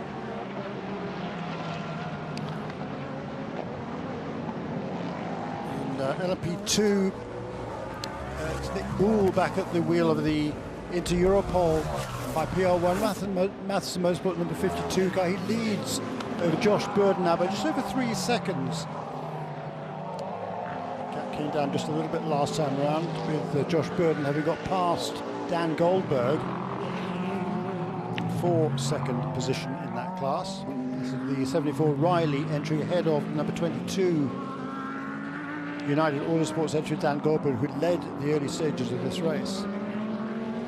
Yes, that's right, he did. La Filippone asking what's the origin of the V8 in the Lamborghini. It's the only one of the GTPs whose engine I haven't been able to pinpoint where or what it comes from. That's because it was built and developed specifically for that car. Part of the deal with Deborah Mayer and Iron Lynx was that they would help develop, in terms of putting some finance into developing the engine that will also end up in the next generation of Lamborghini road cars. So that is a bespoke engine for the next gen of Lamborghinis and also for this race car. Now, whether that gives them an advantage or not, you be the judge. They seem to be unlocking some more and more performance every time it goes out of the pit lane. Battle for fourth place with Renger van der Zande and Jordan Taylor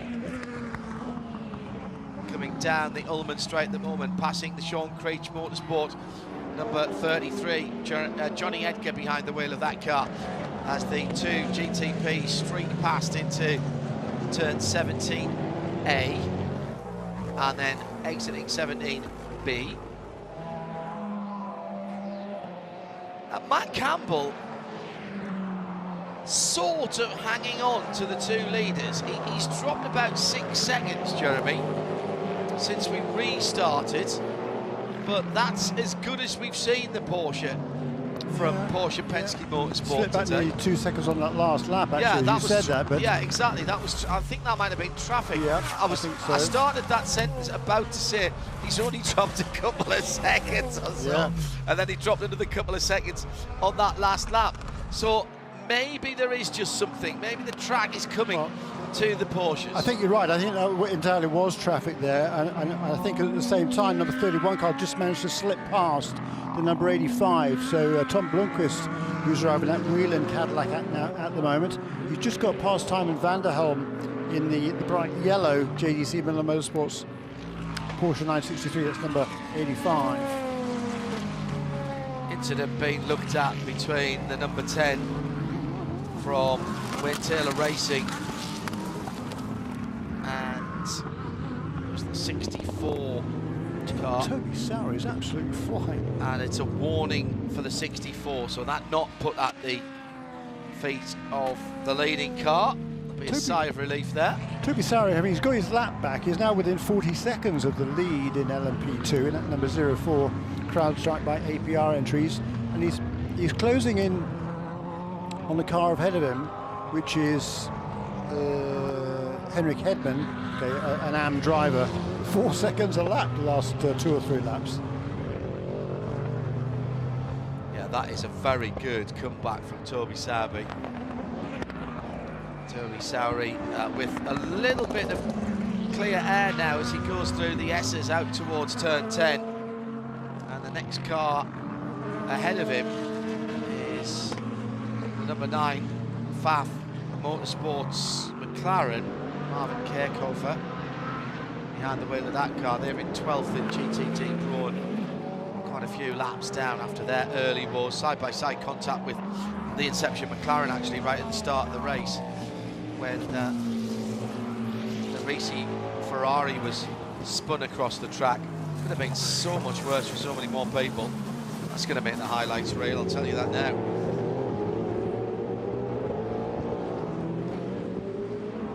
All of a sudden, the lead down to 1.7 seconds as Nick Yellerly again tries to close in.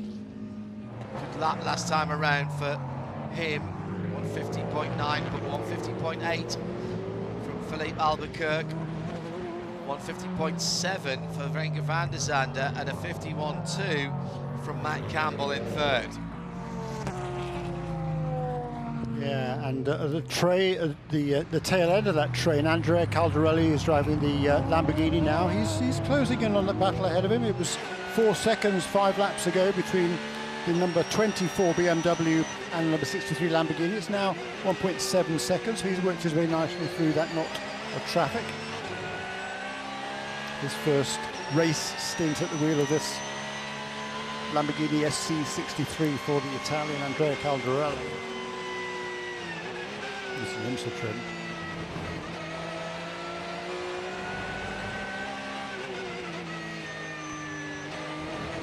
All of a sudden we're closing in on another hour completed, Jeremy.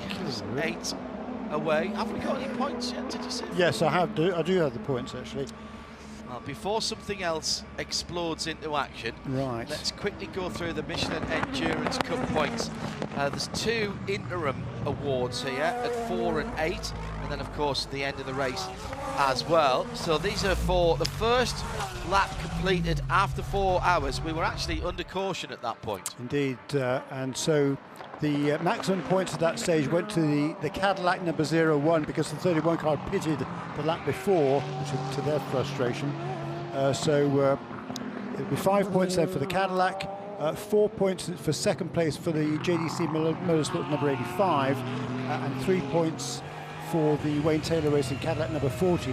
However, the Whelen Engineering Cadillac still holds a pretty good lead. They've got a 2-point edge, which is maintained over the number 7 Porsche Penske Motorsports entry. So 20 points to 18, and then the next best is back to 13, which is the Cadillac 01 car. In the manufacturers in GTP, another point gained then by Cadillac that moves them ahead. They were tied with Porsche after Daytona on 18 each. So now Cadillac has 23 and Porsche has 22. And Acura back in third position. LMP2. LMP2 maximum points there by TDS Racing, that was the first car out at Daytona. So second position was taken by Inter Europol with PR1 Matheson Motorsports. They were a third in points coming into this weekend. CrowdStrike Racing by APR still leading the way at the moment with 19 to the 17 of Inter Europol and Aero Motorsport car number 18. In GTD Pro, maximum points for the Paul Miller Racing BMW. So they will stretch their lead. Actually, they were tied with Risi Competizione that won a race overall at Daytona.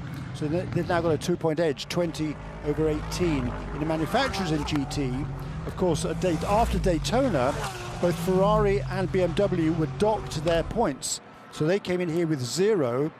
So even though the BMW scored maximum points now, Chevy Corvette, which was leading the way in GTD Pro manufacturers, they will have 17 points. Next best is 12 for Ford and Porsche. So maximum points there for BMW and a Chevrolet and Ferrari. Those are the points as they stand. In GTD, Winward Racing will leapfrog both Courthoff Preston and Inception Racing. They scored maximum points at the 4-hour mark, did Winward Racing, number 57 Mercedes. So they will now have 17 points total to the 15 of Courthoff Preston and Inception and Triasi Competizione, number 023 Ferrari, that was second placed at the 4-hour mark. In manufacturers in GTD, Mercedes will extend its lead with maximum points there for the Winward team. Thank you, Jeremy. And we'll do it again at the 8-hour mark or just thereafter. It's getting a bit feisty in GTD Pro between Earl Bamber and James Collado. Earl in the Corvette Racing by Pratt Miller Corvette, and the Risi Competizione 296, of course, for James Collado. They're battling for 9th and 10th in GTD Pro, and probably 14th or 15th. No, 15th and 16th in the GT field at the moment, but there was a little bit of contact a moment or two ago, so we're going to keep our eye on that just in case that gets even more spicy as we're coming down to that 7-hour mark with just 4 minutes to go. Now, one of the team members from Pratt Miller, as they are watching the car. It's down towards turn 3. Oh yeah, definite contact. Bamber just clipped the left rear of the number 62 Ferrari with the right front of his Corvette. Now there's a dive plane right on that edge there. Bamber down the inside, but not really close enough. Door firmly closed by James Collado. That was a moment or two ago. Let's see if there's any damage. There is damage on the, in fact, the whole of the right front dive plane on the Corvette is gone, but there is also a flapping dive plane on the left front, or is it a piece of somebody else's car that's on the front of James Collado's machine? Hard to tell. I think it might be, yeah, it is the lower dive plane on the left-hand side seems to have delaminated. And it's actually now, sort of looks like a beak flapping open. An insistent chick hoping to be fed. That's the number 85 car. In the pits? Yes, in the pits. Yes, it is. Here it comes past us now, in what is bright sunshine now. Should be, that's early. Shea Adam is watching that car come into the pit lane. And hit its marks basically just across from me as I'm out on the pit wall waiting to see this flapping beak of which we were speaking. Fuel and tires only, no driver change for that number 85 JDC Miller Motorsports Porsche. Where on the track is Collado at this point, John? Stand by, caller. Standing by. I will let you know when I find them. Kneeling by, actually, as I can see below the fence line. They are 4 and 62 is what we're looking for. I'm seeing the GTD Pro leaders coming out of turn 17 now. How far back in the pack are they? They're 15th in GT. Okay. 15th and 16th. I think they're a little bit further back than even I thought. That's Grasser, Turner, Ford, Corvette. Wright Motorsport Porsche. It's the opposite side there to we you. Go. Oh yeah, no, I can see it moving though. It is a bit of an issue, and it doesn't look like it's Ferrari part, does it? No, that was what I was trying to work out, to be honest, Chair. Whether it was what should be there that split in half, either by contact, you'd think, or whether he's picked up some part of another car. Who did we have it? That was JDC Miller into the pit lane after 23 laps only last time around. And that car was steaming when it came in. I think he was, which car? Which car? Fuel and tyres for that car. Yeah, I think he was struggling on tyre wear. He'd lost a couple of positions the last few laps at time at Van der Halb. I think that was a double stint he'd been running. Yes. Within an hour. So he didn't have one stint on those tyres, but I think he was a stint and a half, I guess. So he was, I think he was struggling, and they brought him in to put him on a fresh set. Yeah, the cars that have been out the longest in GTP at the moment are the two leaders. They'll complete 28 laps as they come across the line next time around. Oh, a little bit of contact. Coming out of turn number 15% energy left for the two leaders, number 10, number 25. Closing in on lap 140. 4 seconds between first and second. And the JG went with NSX is off the track at turn 7. Looks like it's spun down there. It's not turn 7, it is turn 10. That's the third time I've mixed those up today. And that, by the way, was a car that was placed third in GTD at the 4-hour mark, despite the, we talked about, had a couple of dramas, didn't it, earlier on? Now the Andretti car, very similar colourway actually, white with green. The 43 with Jared Andretti on board. Now they weren't Sheena Monk was further up the field there on her birthday. She was 12th and has, I think has a lap. Yeah, had a lap on that other car. Sheena's pointing it in the right direction and has got going again. Quietly going about their job. The CrowdStrike Racing by Algarve Pro Racing, Toby Sowery driven 04 has come into the pits. Meanwhile, Henrik Edmund has taken out the Dragon Speed number 81. I think all of the LMP2 cars have just been into the pits. They've just completed that cycle of pit stops. So I think Nick Bull now is, he's done, still leads then after the outlap in number 52 by just 3 seconds over the number 22 car. And Josh Burden, a similar margin back in third position. So those two actually exchanged positions during the pit stop. Number 22 has got ahead of the number 74. We've had another racing hour, so let's do another VP Racing in-race update. Philippe Albuquerque, Wayne Taylor Racing with Andretti. The Acura leads by 4.5 seconds from the BMW number 25, Nick Yellerly behind the wheel. He's got 6 seconds now on Matt Campbell, Porsche Penske Motorsport 963. Number 7 in fourth, it's Cadillac Racing, 3 seconds further back, and that's Renger van der Zande in the gold and black number 01. Jordan Taylor for the 40, the mostly red Acura, is next up ahead of the 31 Red Whelen Cadillac Racing car. They're in very close, those last three I've mentioned in very close contention. Then behind them, about 3 seconds further back, Nick Tandy in the number 6 Porsche Penske Motorsport 963 leads a trio of the Porsche GTP cars with Tymon van der Helm for JDC Miller in the bright yellow car, and the dark grey Proton Competition Mustang sampling machine is in 9th. Augusto Farfus for Team BMW is in 10th, and Andrea Caldarelli is in 11th. And only 30 seconds away from the lead, so still well on the lead lap. Quick run through LMP2, they're all Oricas unless I say differently, and I won't because I don't think we'll have time to go all the way down to Sean Creech Motorsport in 11th. There you go, we mentioned them.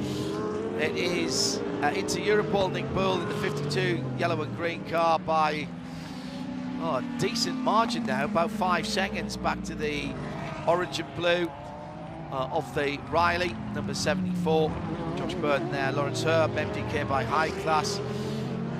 Number 20 car back up to third place with 15 seconds in arrears, then another 9-10 seconds back to Spike Hill Racing, the number 99, the purple car. He's got 3.5 seconds on TDS Racing, Stephen Thomas, which is the highlighter yellow car. Toby Sowery in the pits at the moment. That's a longish pit stop for that 04. Let's see if he can get out soon enough. And quickly in GTD Pro, Vassar Sullivan leads AO Racing, 14 from 77. Lexus from Porsche with Harter Racing in third. And in GTD, it's Turner Motorsports BMW from Indy Donchi in Winwood Racing, and Wright Motorsports Porsche 911 for Elliott Skier. That's how they stand with just under 7 hours to go. The IMSA WeatherTech SportsCar Championship. It is the 72nd running of the Mobil 1 12 Hours of Sebring, presented by Cadillac.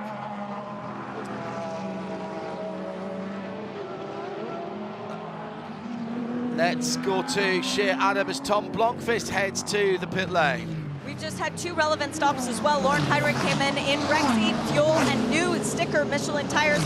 No driver change, but further down for the number 12 Vassar Sullivan Lexus, there was a driver change. Parker Thompson has taken over. They gave him fuel and new tires as well. Tom hits his marks perfectly, going to stay in for another stint, but they are giving him new tires.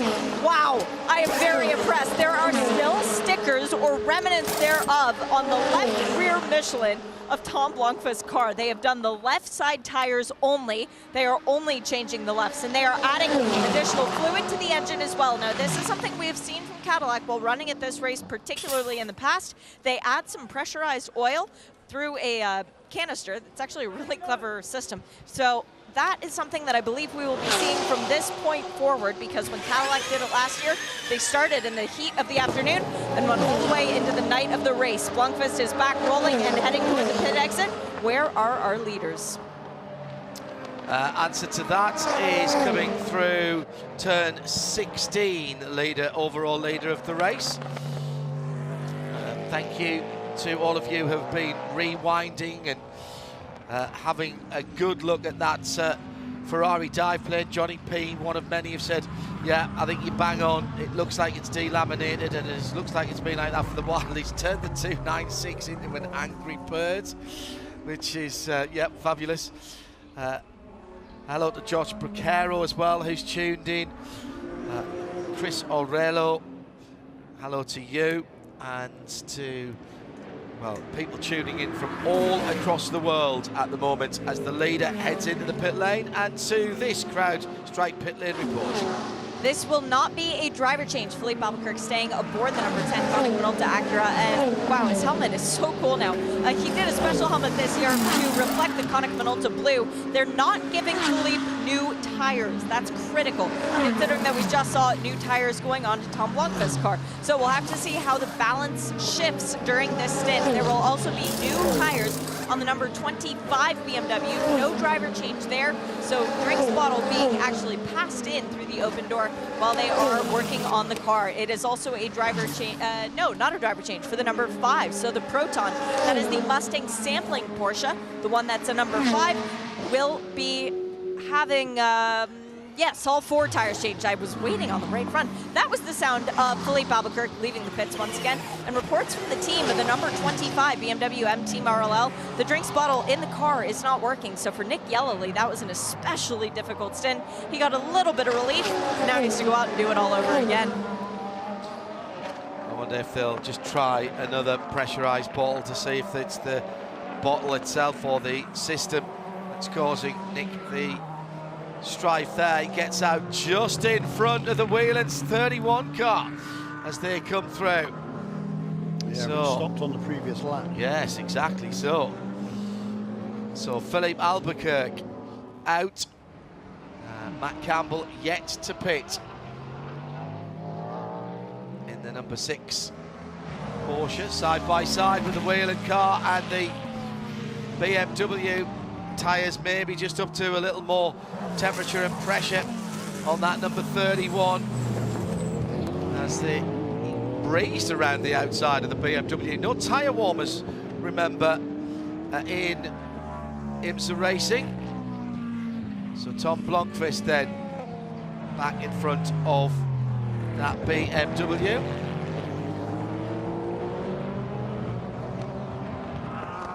So do we have a Porsche leading the race? I think we do, don't we? Yep. Matt Campbell, due a pit stop though. Led 8 laps a little bit earlier on. Laps 84 to 91. He's down to virtually no energy on the stint. 5%, same as Renger van der Zande, Jordan Taylor, Nick Tandy, Augusta Farbus and Andrea Caldarelli. Everybody else, of course, is stopped. Philippe Albuquerque was the first stopper. And again, you can track that with us, IMSA.com/GTP -telemetry. TLEMETRY. Dash being like the minus sign. IMSA.com/GTP telemetry. Follow that in real time. Also gives you miles an hour, how much, where they are in the gearbox, whether on the brake or the throttle, or whether and when they're changing tyres. Also, when they are regenning out on the circuit. Augusto Farfus is down to nothing, so he has to come in this time around. And Matt Campbell's in the pit lane. Jordan Taylor's in the pit lane. Nick Tandy's in the pit lane. Augusto Farfus should be peeling in as well. Shea Adam has some business. It's nice when they all come to say hi at the same time. It's like having a bunch of friends over for a party. The first car to hit the box is the number 40. This is the Dex Imaging Acura. There's a man with basically a squeegee, but of a medical sort with something in it. He handed it to Jordan. Jordan is injecting it into his mouth. So I wonder if that's some kind of a protein shake that Jordan is ingesting to try and make himself go faster, as they are adding fuel to the car. No tires for this Acura as well. So both of the Acuras out on track on used rubber, but we have the BMW and the Lamborghini both doing tire changes. Both of the Porsches have done tire changes as well for the 6 and the 7, waiting on the energy replenishment, i.e. fuel, to be put into the car. And as soon as that's done, the 7 will depart first ahead of the 6, because those are the orders that their pit boxes are in. So that is theoretically the order in which they should leave. Jordan Taylor is the first one out, having re-energized himself and his car, and he actually beats one of the Porsches back out. That would be the number 6, but the 7 was already clear. I think you're spot on using the word re-energizing himself. I think that was an energy gel that they were giving. Race car drivers are athletes. People hum and ha about that, but they are losing a huge amount of fluid and expending a lot of energy and concentration behind the wheel of their racing car. I'd be surprised if that wasn't some kind of energy gel, or maybe a pickle gel or something like that to stop it from cramping. Side-by-side Porsches through Big Bend. Yellow on the outside is the number 85 of Tymon van der Helm. Meantime, into the pits for Renger van der Zende, having gone one lap further. Yeah, he came into the position before the round of pits. Obviously, he was running in 4th position. Let's see, by doing 1 lap more than a couple of cars and 2 laps more than a few more, whether that will pay dividends for that number 01 team. It'll be the driver staying in, and no sign of any tyres even being offered to this car, Shea. No, they had them on a wall as a psych out to everybody else to say, oh, we might do tires. Nope, no, they're not. Renger, who's doing a very good job, has turned this into a double stint. So for the Cadillac Racing number 01, it's going to be just fuel, and it looks like maybe fuel for the driver too, but they're not even giving him a windshield tear off. They are just cleaning the screen. Also into the pit lane of some serious significance, the number 23 Heart of Racing Aston Martin. No driver change. Lost Gun is staying aboard, but they are having trouble with the air gun on the left rear, unable to get the wheel loose. Trying a second wheel gun to see if maybe that one works. Yes, it does, but this could potentially be a penalty, because now they have 3 guns over the wall, even though 2 of them are only being used. That's a call for the officials to make, and hopefully they take pity on the Heart of Racing, because that was kind of heartbreaking to see the 1 gun that wasn't working at all. Also in Windward Racing, the number 57, Indy Doncha, has gotten out. I saw Russell sitting up on the top of the pit box with his dad, Bryce, who did a good job in the start of yesterday's race. Unfortunately, it didn't go Windward's way at the end of it. Car is still firmly on the ground, and they have done all 4 tires. We're waiting on fuel as rolling back down the pit lane, the number 96 Turner Motorsport BMW. That looks like Jake Walker's helmet to me, so I think Patrick Gallagher maybe is already out. And the number 19 Lamborghini from Iron Links, that too has been a driver change, but I didn't see who got aboard. They did fuel and tires for the Lamborghini. Waiting up on the pit wall, the number 27 Heart of Racing, Roman DeAngelis, about to take back over. And the main upshot from that was that Philippe Albuquerque went through back into the lead ahead of Tom Blomqvist. Now what we've got to watch, knowing now that Philippe Albuquerque did not take tyres, so that was the end of lap 147. Albuquerque didn't take tyres, didn't he? Yeah. Okay. Say that again, Shay, sorry.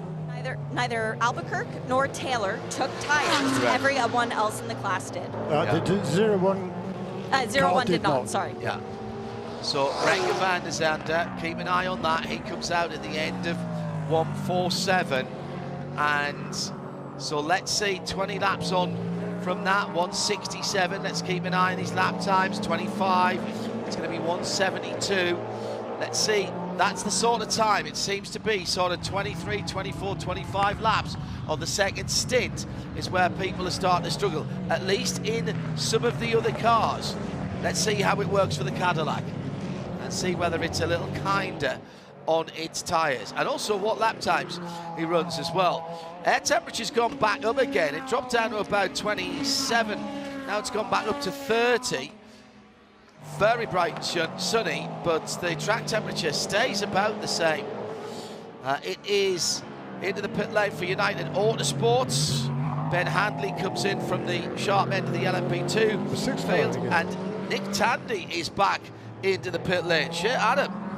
Damage, severe damage to the left rear of that car. Now, they should be able to fix that with one piece. They should be able to just pull the rear wing off and put a new one on, but that was very much unexpected. The crew was actually back off the wall. They've got this nice little area behind their box where everybody can hang out and kind of be calm and keep cooler. Now, it is sticking. Let's see if they can get it to come unstuck. A bit of an issue, a Herculean effort by the Penske Motorsport crew to get that piece unlatched. Now, there we go, it kind of falls back unceremoniously. Now the question will be, is the bracket damage, or can they just slot a new one on?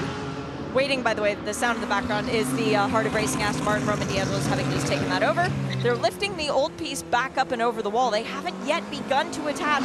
They need a new engine cover as well for the number 6 Penske Porsche. Oh boy, this is a disaster for the team that a lot of people thought was going to be one to beat here today. Nick Tandy and Fred McAvecchi, every single time they have done this race together, have been victorious. Now, out goes Nick Tandy for Porsche Penske Motorsport. The quixotic view begins as they try to climb back up and get themselves back into contention. Oh, they didn't need that. Now, what I haven't seen, that there was any reports of Cummings together, so keep an eye on the pit lane. Hello to David Lawrence, who's listening in on Sirius XM 206, enjoying the coverage as he's travelling today. And what you haven't told us, David, is where you are in the country. Happy trails wherever it is. Battle Royale building nicely throughout the field, totally transfixed on the race.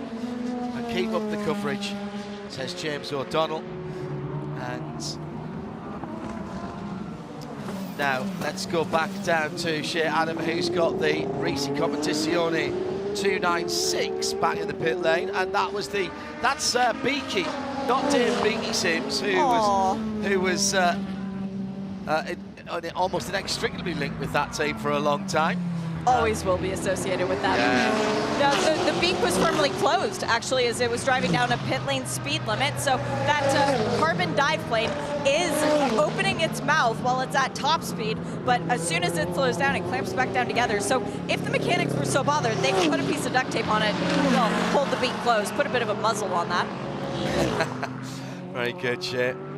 Crowd-side pit lane team this weekend, Shea Adam, and we've added Nick Damon. We'll hear from him in a little while. It's Jeremy Shaw and John Hindhaugh in the booth. Yeah, the Lamborghini lost a fair bit of time during that round of pit stops. Not quite sure why. Lost half a minute compared to everybody else. I mean, we haven't seen the 6 car yet. It's still, I think, we're able to stay on the lead lap as we see a big battle there between the two of the contenders in GTD Pro. They're actually running 6th and 7th at the moment. I think that's a result of pit stops. Yeah, Tandy is just crossing the line now, and here comes the leader now. Yeah. So has just managed to stay on the lead lap. And there's not that much offset in terms of when they were last in the pits. Obviously Tandy now slightly out of sync because of coming into the pits for that bodywork change. And what we don't know is how that happened. We'll try and find out for you.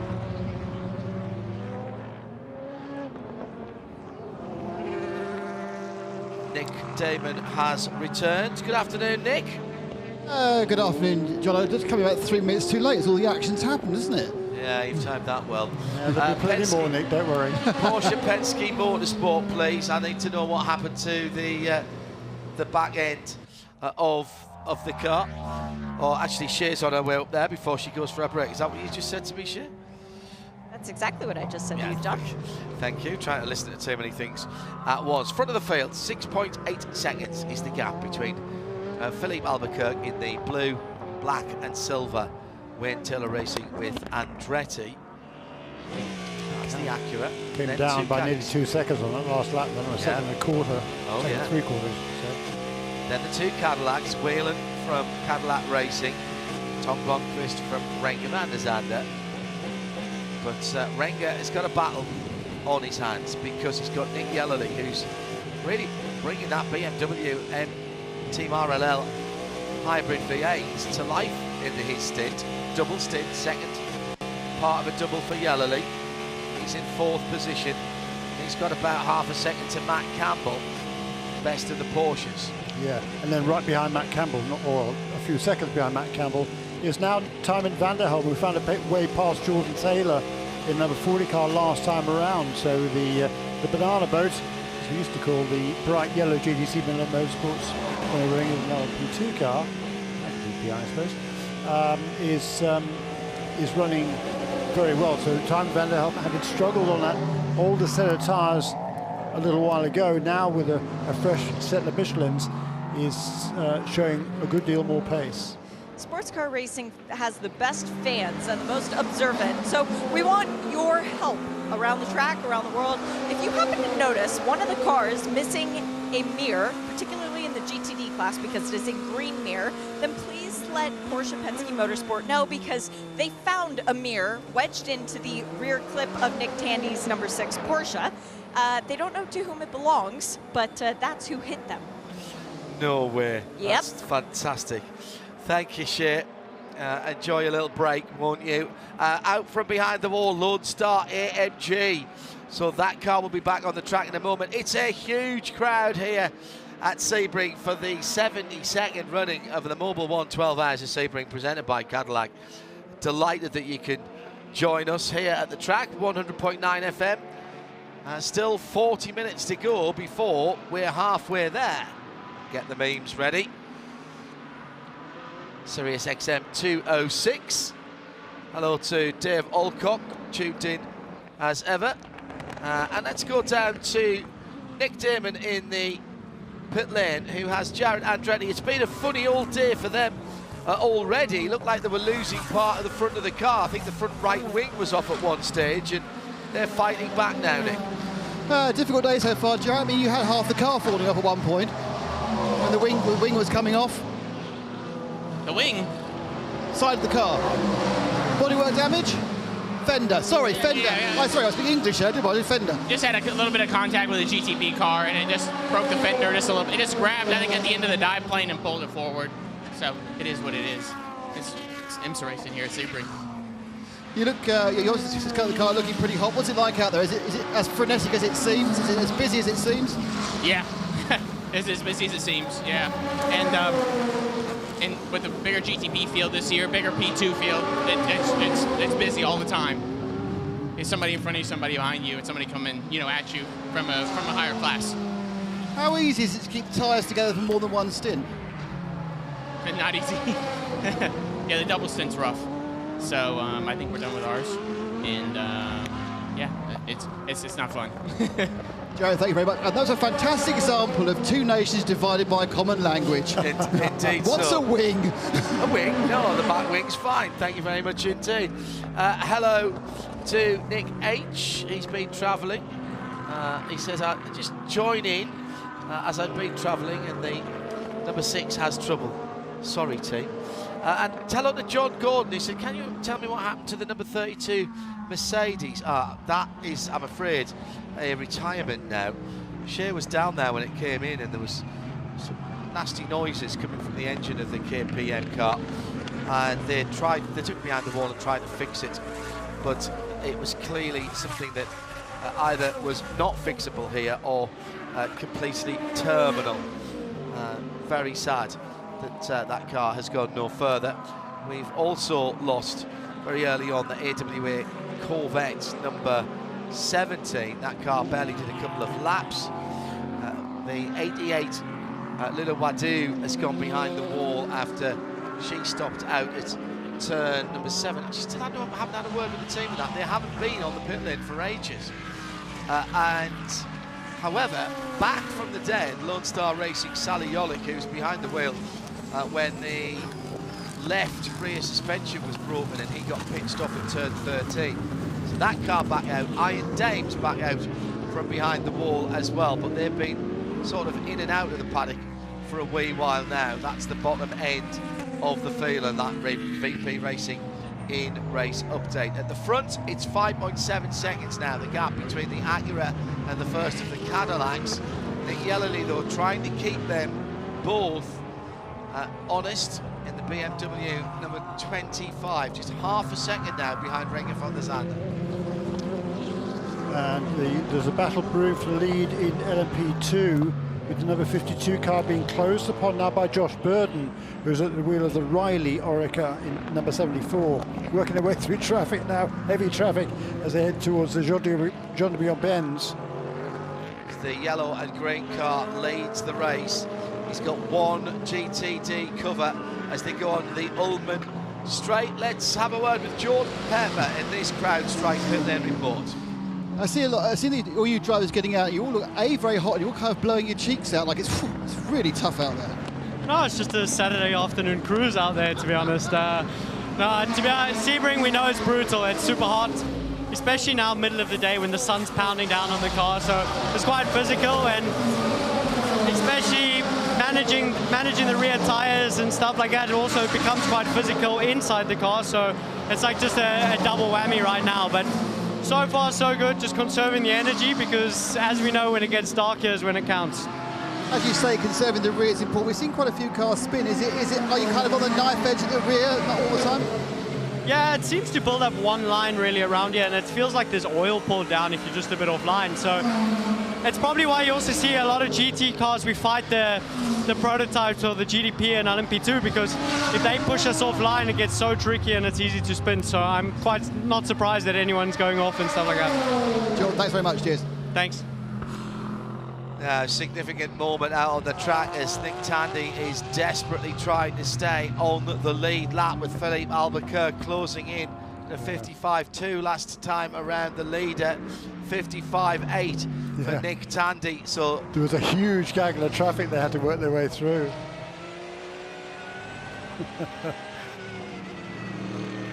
So we think we might have an answer to the mirror. Shea Adam, who is out of the pit lane at the moment, has just had an Insta. I love our collective knowledge and wisdom that comes in. Shea, what do you got? Stephen Sheriff, thank you very much. The driver's side mirror on the AWA Corvette, so that would be the number 13, the remaining one, is missing. I think we'll take that. That seems reasonable. So there you go, down at Porsche Penske Motorsport. You can wander down to AWA and give them their mirror back. Fantastic. The power of the collective. Thank you very much for that. At IMSA Radio, if you want to get in touch with us as well. Thank you very much to Kerry up in London. Her stint for the day coming to an end. It will be Rob to take us through to the end. Now, I tell you, Rob is a font of all knowledge, so I'm expecting between him and Aaron in my ear to be besieged with facts before the end of the race, which I will dutifully pass on to you. Sally Yolick into the pit lane with that number 80 car. We said we thought that was coming back. It has gone out, it's come back in again. They'll be spanner checking it and presumably sending it if they are happy. 6.5 hours to go. We've got another set of Michelin Endurance Cup points to come at 8 hours, so that's about 2.5 hours away, so not back timing quite that far at the moment, as the 0-1 of Renger van der Zande cuts his way through traffic, and he's been kept honest, as we said before, by the BMW and by Matt Campbell, and behind Matt Campbell is Tymon van der Helm for JDC Miller Motorsports. Richard Westbrook he's this flying. morning. They're feeling good about this. Yeah. They really think they've got a better handle on the car. Yeah, they do, and I mean, everybody's struggling on old tyres. Number 5 car, Alessio Picciarello, in the number 5 Mustang sampling Proton Porsche. He's really struggling right now. He's fallen behind number 24 BMW. I think on the last lap he lost about 3 or 4 seconds to it as well. So it's a bit of a battle there for Picciarello. Actually, last time wasn't so bad. It was the previous lap he lost a lot of time. Where is Nick Tandy? Is he still ahead of just? There goes the 2 years. I mean, they're separated by maybe a second or so. So under increasing pressure now is Nick Tandy to stay on the lead lap. Hello to GT Corp He said, I'm consuming Sebring with a Negroni in a wet and miserable county Cork, wondering why I didn't book flights to Florida to see this race in person. Do it. Absolutely do it. There's a door mirror missing from the Lexus number 12 and the Inception McLaren. So we may have other takers for that. The Porsche Penske Motorsports salvage yard at the moment. If you are considering coming here for next year, the dates are out. All of the dates for next year are out. Consider no longer. You can normally start booking your flights about a year out. So it'll either be this week or next week when the airlines start thinking about it. Just get it booked and sort yourself out. It's absolutely brilliant event, this. And whether you decide to stay at the circuit, something I've not done actually, I'm just discussing this the other night. Although we have a fabulous little villa that we're staying in this year, and thanks to the ladies who book our accommodation at IMSA for getting us sorted. Brilliant. Run by a chap called Frank, who is clearly one of us, because as we walked in, the first thing I saw was Steve McQueen's face on a small version of the old big A1 posters of the Sebring win from McQueen. I thought, we're in safe hands in this house, that's good. But there's loads of places that you can stay close by, up to a 45-minute or an hour or so away. Camp here as well, of course. And it is an event with a capital E. This is not just a race. We had Jefferson Airplane playing on Friday night. It was a big party. Jefferson Starship, excuse me. Nick just putting me right there, the old rocker that he is. Under 6.5 hours to go. Chetelaar, Ferrari, down to the final corner. Will start to live up to its name in round about 4 hours' time.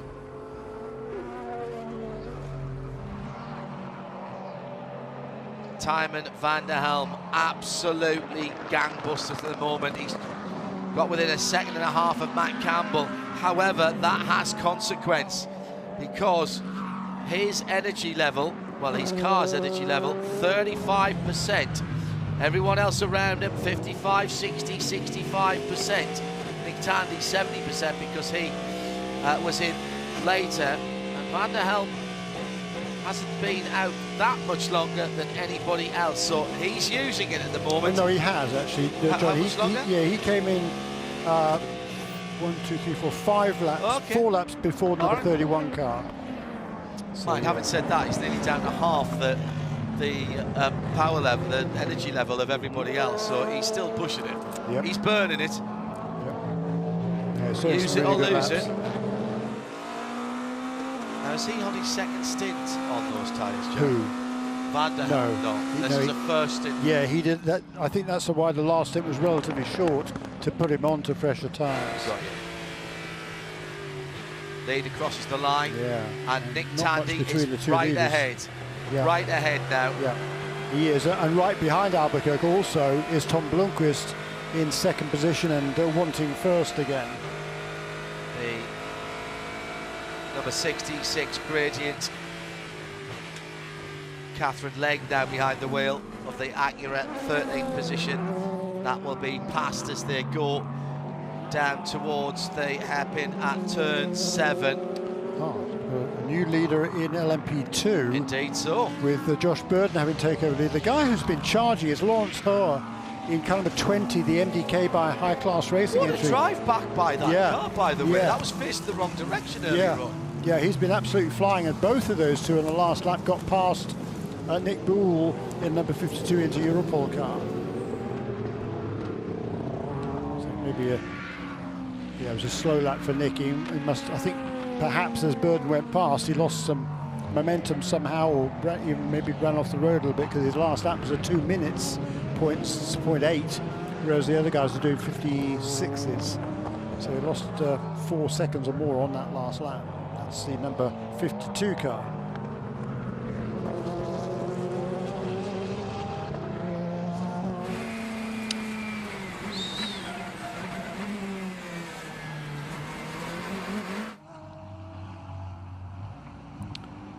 as are heading down the on straight. Porsche still in front. Yeah, just going underneath the Mission Food drive over bridge. Tandy this time with a little bit of a better edge. 3, although last on lead lap, then first and second. Yeah. But you know, just what, 8 or 9 car lengths perhaps between all 3 cars. 51.4 for Tandy, 51.5 for Albuquerque, 51.1 for Tom Blomqvist. Tandy probably could do with Tom Blomqvist getting a bit closer to that blue Acura and starting to give him a bit of a hard time. Well, that's exactly what he's doing, because if we go back 8 laps ago, there was 6 seconds or more between the first and second place cars. Now it's less than a second. Yeah, Tandy will be very happy if they start having a scrap and he can get away. Wait a minute, Nick Yellerly managed to get past the 0-1 car on that lap. Yes, he did. Yeah. Renger van der Zande relegated to 4th position as Nick Yellerly in the BMW goes back up to 3rd. Some 8.5 seconds between him and the leading pair. Matt Campbell coming strongly as well now and challenging Renger van der Zande. Campbell in the number 7 car. Here comes Tom Blomqvist. Play the Jaws music. It's really been an impressive run from Blomqvist. Under a second now between first and second as they're on the Ullman straight. Nick Tandy drags past one of the GTD Porsches. Let's see how long we think this battle can go on before a pit stop will break it up.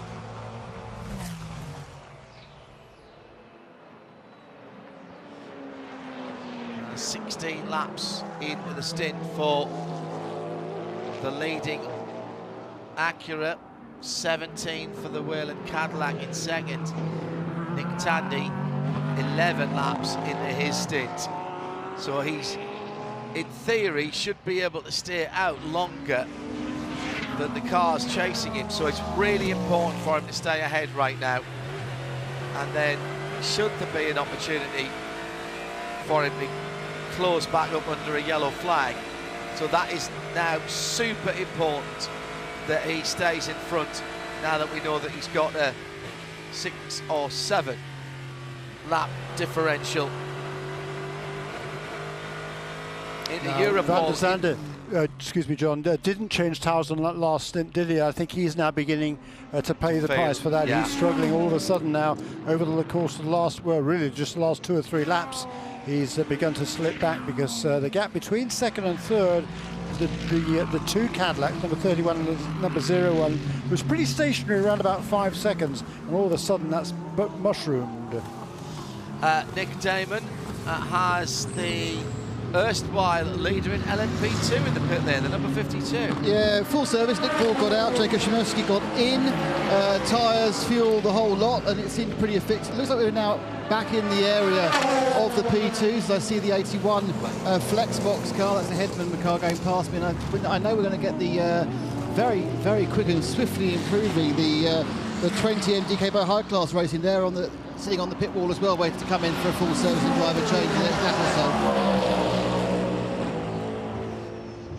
CrowdStrike pit lane report, Nick Damon. RS2 around the world. Here in the Central Highlands, Voice of Sport is Highlands ESPN 1063, and thank you for allowing us to have your airwaves. Sirius XM 206 across North America, and here at Sebring International Raceway 100.9 FM. Good afternoon. Still a toasty 29 degrees with 60% humidity. It's up in the mid-80s today, about 84. Track temperature still sitting around about the 24. It gets to a point where I think it just doesn't get any hotter because of the light colour of most of the concrete here. It's not like some of the tracks we go to where we see 45, sometimes even over 50. That's when the tyre engineers get a little bit antsy. End of the race, the checkered flag finishes the competition but starts the conversation. Mission of post-race tech with you, exclusively on RS2. We'll be finding out who's won the BDO Knows Strategy Award and trying to answer some of your questions. At IMSA Radio, hashtag Michelin PRT if you see anything in the meanwhile that you think you might want to discuss. It's the original user-defined live radio show, and we're delighted if you want to throw some questions or discussion points. Hashtag Michelin PRT to at IMSA Radio. I'm not looking at our Porsche keys to the race for a little while. Our main one is get to the night, and that's still some, well, 4 hours or there, about until sunset. We've seen actually reasonable patience in traffic. I'll come back to that in a moment because we've got BMW versus Acura on the circuit, and the number 40 Acura, Jordan Taylor and Philip Eng, are at it hammer and tongs going through turn 1. Patience on the track in traffic, as I said. It's been pretty good actually. We've not seen, dare I say this, we've not seen too many issues with particularly the GTPs and the GT cars. So we've got somebody off at turn 11 at the moment. Our leader just coming to that. Also in our Porsche keys to the race, the tyres. Well, a lot of people still struggling with tyres and trying to save them and keep it tidy. It's not being tidy for some people, particularly not in the pit. It is the, AO Racing off. The 99, PJ Hyatt from 4th position. Yeah, 4th position. I was coming out under pressure there for number 2 car, driven at the moment by Ben Hanley. Whether the pass had been made, number 4 car rejoins just as number 19 Lamborghini is pulling into its pit stall. How far off the track is the number 99? And can he get back onto the circuit? It's just before Tower turn, so just out of turn 10.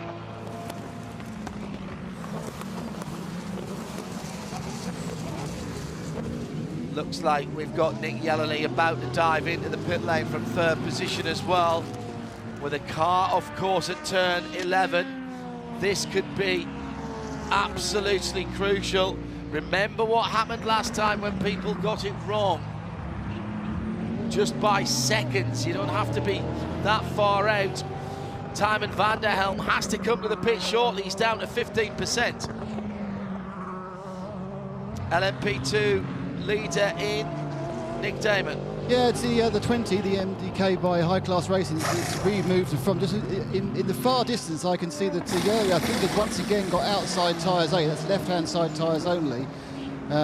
It's in the distance. It's this MDK change. It's the last of a stream of P2 cars. We have the 74, which is called the Riley. We have the 4, which is the CrowdStrike. We have the 11, which is the TDS machine. Because we haven't had the 99, because that's off the track at the moment. And we have also seen the 27 GTD GTD Heart of Racing Aston Martin come down the lane as well. Though I only saw it go past. I have no idea that was fuel or driver. But yeah, so we are now in the heat of these changes. I think that's probably the last of the P2s. That was the leader of P2 blasting away. Big burnout. Rexy's in the pit lane, the number 77 Porsche. Thank you, Nick. Nick Damon down there as our CrowdStrike pit lane reporter at the moment. I think I'm really wondering why Tymon van der Helm has not come in for JDC Miller Motorsports with a car buried in the tyres. It's a long way off, and maybe race control think it's not in a bad place, but if somebody goes straight on there, here come our leaders in GTP. They've got to come in now. Nick Damon is seeing a whole slew of GTP cars. Yeah, effectively everyone apart from Nick Tandy, who couldn't really afford to come in due to his track position. We've got both the Acuras that come in, the second the BMWs, the Whelen racing machine as well. So it really is an absolute full house of the cars that have gone past now, and we've gone full course yellow. We've gone full course yellow. So this is an interesting tactical error. It's going to be at least it'll mean that Nick will get back on the lead lap again. But I wonder if it will change what the guys are doing. All these people made no problem at all. They're all safely and they can do whatever they like. Well, yeah, this is going to give Nick Tandy effectively the better part of a lap back. Even if he comes into the pit lane now, when we get the GTP split, he'll still be in 11th position, but he will be right behind the rest of the GTP cars. Did Van der Helm come in? No. That I don't understand. He's down to 15% energy, and there's a car buried in the tyres at turn 11 to the point where you can barely see it. Wow. Okay. Interesting. Very interesting. They might be playing a different game, but that one I don't understand. It's not for me to understand in some ways, of course. Looks like there's going to be some remedial work on the Vasser-Sullivan Lexus when they come in. They've got various bits of carbon fibre and plastic. Or is that, in fact... Oh, there was contact as the Cadillac came into the pit lane, the 0-1 car of Renger van der Zande. So, a bit of head shaking down there, and I think a bit of bodywork being handed back from one side of the pit lane to the other. Is this yours, sir? Found it stuck in our car. It's all very good-natured between the pit crew. They are pitted together, the Vasser-Sullivan 14 Lexus and the 0-1 Cadillac. Looks like the IMSA pit lane having a chat as well. This is the hearing that PJ Hyatt might be able to be towed out of where he is, and then he can drive out. Driver's door is open.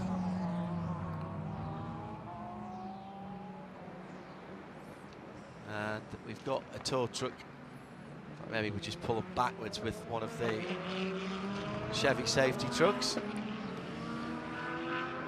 So, staying out last time around was Tymon van der Helm for JDC Miller Motorsport and the Porsche 963.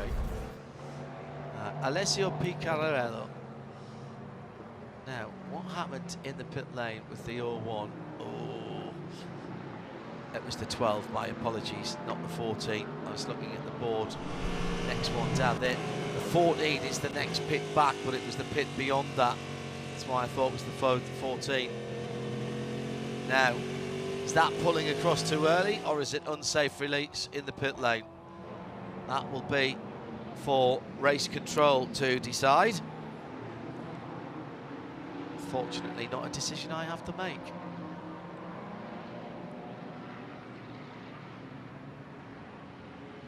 So, out with damaged right front fender and nose for PJ Hyatt.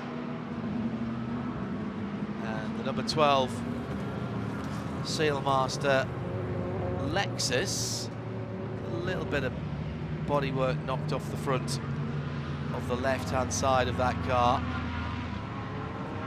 There's something sticking up there as well, like a shark fin. 3:30 on the nose. RS2 around the world, Sirius XM 206, 100.9 FM here at Sebring International Raceway, and throughout the Central Highlands on the Voice of Sport, Highlands ESPN 1063 AM. Also in vision at IMSARadio.com. There's a live video button at the top, and on YouTube as well, with the usual geo restrictions, but IMSA official YouTube page PJ Hyatt comes in, dragging a little bit of spike with him, Nick. Yeah, that Dragon's lost one of its wings, not its fenders, its wings. And he's managed to stay attached, but I think it's probably 2 bits of bodywork. It may well be the side pod effectively and the nose piece as well, but they've obviously lost a few laps in the instant. Car hits the point. I'm not quite sure what it's allowed to do under a closed pit. I suppose they can probably just pull off the bit and change the nose, then come round again, or it may be that there's been a slightly heavier hit, they need to send it behind the wall, but it's people just looking at it at the moment. There's kind of a lot of looking at the Dragon without actually trying to affect any element of it. Well, don't forget they're in a closed pit, yeah, so exactly, all they can do is emergency service. He's left a little bit of spike on the Ullman straight coming out of turn 16 as well. That's going to need to be cleaned up. I thought the Corvette wasn't going to see it. Nick Damon down in the pit lane. Hello to Arjun Vrekin. He says, are softer tyres available for the respective classes to be fitted when the track cools down, I assume? No, it is one tyre, all made by Michelin. There is one specification of tyre for each category. The only time that we've had two tyre specifications is at Daytona, where the nighttime temperatures dropped so far a couple of years ago that we had two sets.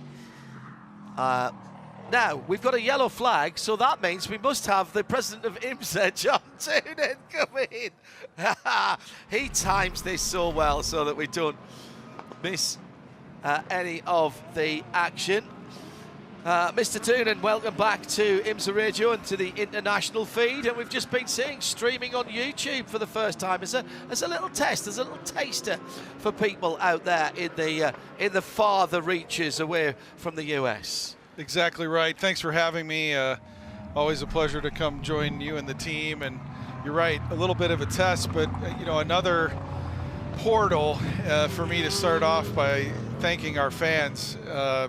Unbelievable infield view. Have you been on the infield? I have. I took crazy. some partners back there this afternoon to show them the Officers Club that we renovated. I took some folks out into the dark depths last night. In fact, Matt Yoakum from the NBC Sports broadcast team, I think, was doing a piece out there, and he needed to find the saloon. There's a saloon out there with a rooster that they brought for their alarm clock. Excellent. So, of course, why not? I mean, it would be rude not to. Well, particularly for Saturday, because we didn't start till 20 to 10 this morning, whereas we had Mazdas and Porsches on track at 8 o'clock in the morning. That's the best alarm clock you can have. But whether it's YouTube and that audience tuned in today, whether it's the audience tuned in to the Peacock broadcast and the race call by you, Jeremy, Shea, and the team, whether it's anybody tuning in to our NBC broadcast that'll be on USA at 4 p.m. Eastern, just with a grateful heart, thank our fans. They've come out in record numbers for the Rolex 24. They've come out in record numbers for the 72nd running of the Mobil 1 12 Hours of Sebring, and we couldn't be more grateful because that's who we're doing it for. Now, look, we loved having the WEC here, and that was a festival of motorsport.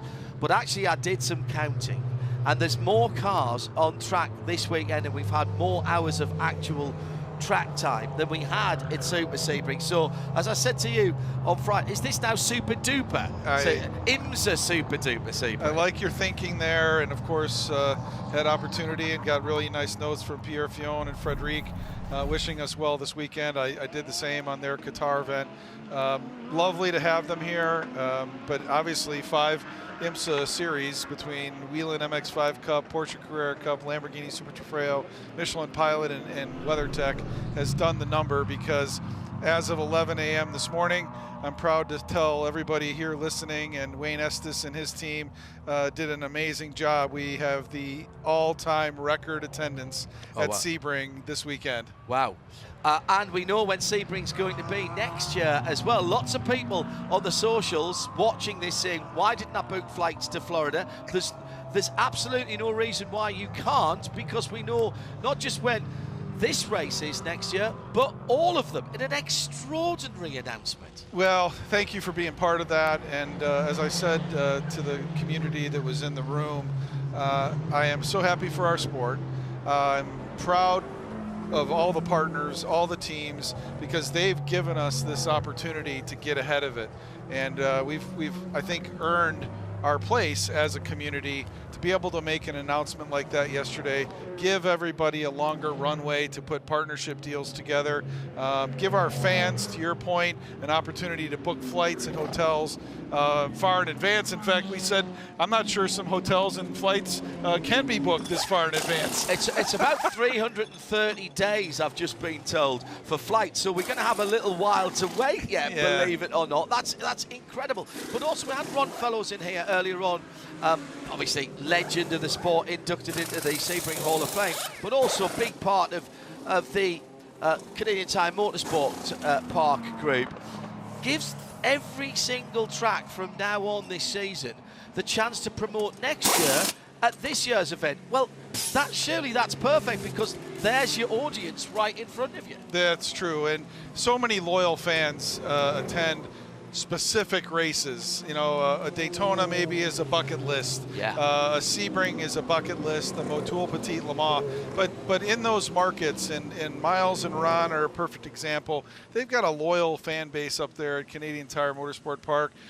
You know, we're still in touch with Dickie Regal and Steve Sewell at Lime Rock. I mean, as I said yesterday, if money were no object, we'd go every weekend racing. I think we'd love that, but we're trying to be smart with the race team budgets. We're trying to be smart and go to these markets as often as we can, and rest assured we'd love to take every class to every race. But you can't, because there's so many cars. So success brings its own challenges, John, and that's why somebody in your team has to sit around with coloured pieces of paper and go, right, at such and such a track, here's what we can fit in the pit lane. Yeah, you start with the pit lane, you're exactly right. And of course, 58 cars here.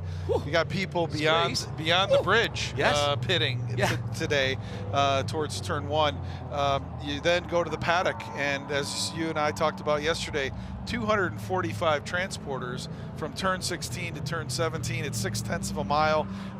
It is jam-packed in there, and so we need to be sensitive to that. But I want to assure the fans in those markets, again, around Canadian Tire Motorsport Park, around Lime Rock Park, around other venues, that we want to do our ever best to get back there within the confines of what we have.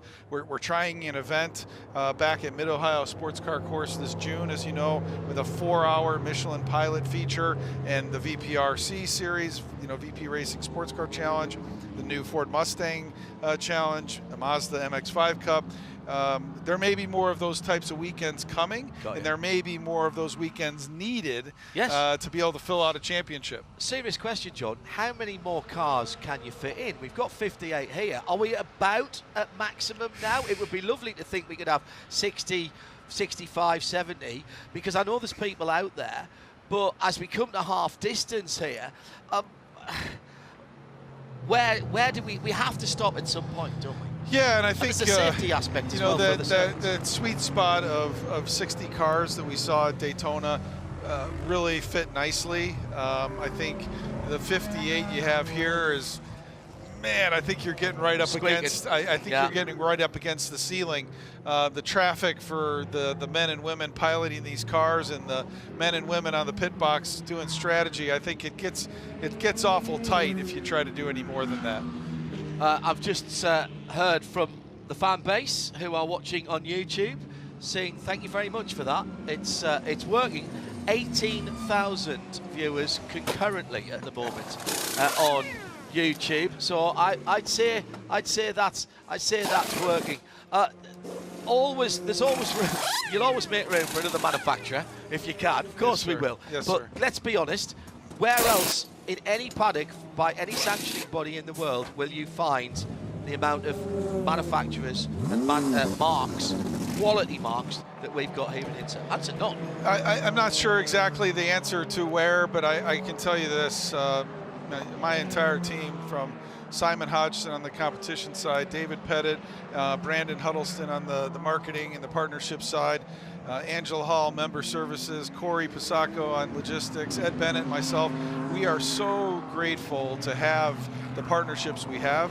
I said at Daytona at the chairman's breakfast, this is the new auto show.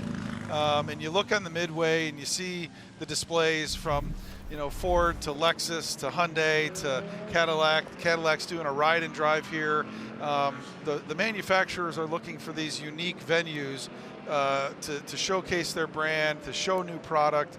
And obviously on the racetrack, when you've got 11 of them in GT doing battle, you got 5 of them in GTP doing battle. You know, what better showcase for automotive, for the brand, and we want to be that stage that they perform on. And not just for here and now and looking forward, but IMSA, you and the team have always been intensely aware of the history of IMSA. And with HSR now, and Chris Ward finding his feet now and starting to look at what's going on, there's an opportunity to expand some of those great events that HSR have to reflect the great history that IMSA and NASCAR have had in the past. You're exactly right, and literally, if you rewind the clock 7 days ago, Chris, myself, and the entire HSR staff were here with our season opening event for HSR, the Spring Fling. We had a ton of IMSA's history, which you could call IMSA Classic. We had a big field of ex-NASCAR stock cars, which you can call NASCAR Classic. And we even had our first round of HSR's Prototype Challenge, which went into the darkness. And you know who was on the top step? No, John Field. No back way. with Kenton Cook, who's been coaching John. But, you know, that kind of a weekend to open up the 12 hours of Sebring week is really a special launch pad, and you never know what happens when you have a classic 6 hour, you have a classic 24, and more to come on that. But those weekends could open up the weekend of modern day racing, celebrate our past, and then show the fans what the current modern day is all about. Give me that pen now. I'm signing up for that right now, Mr. Toonan.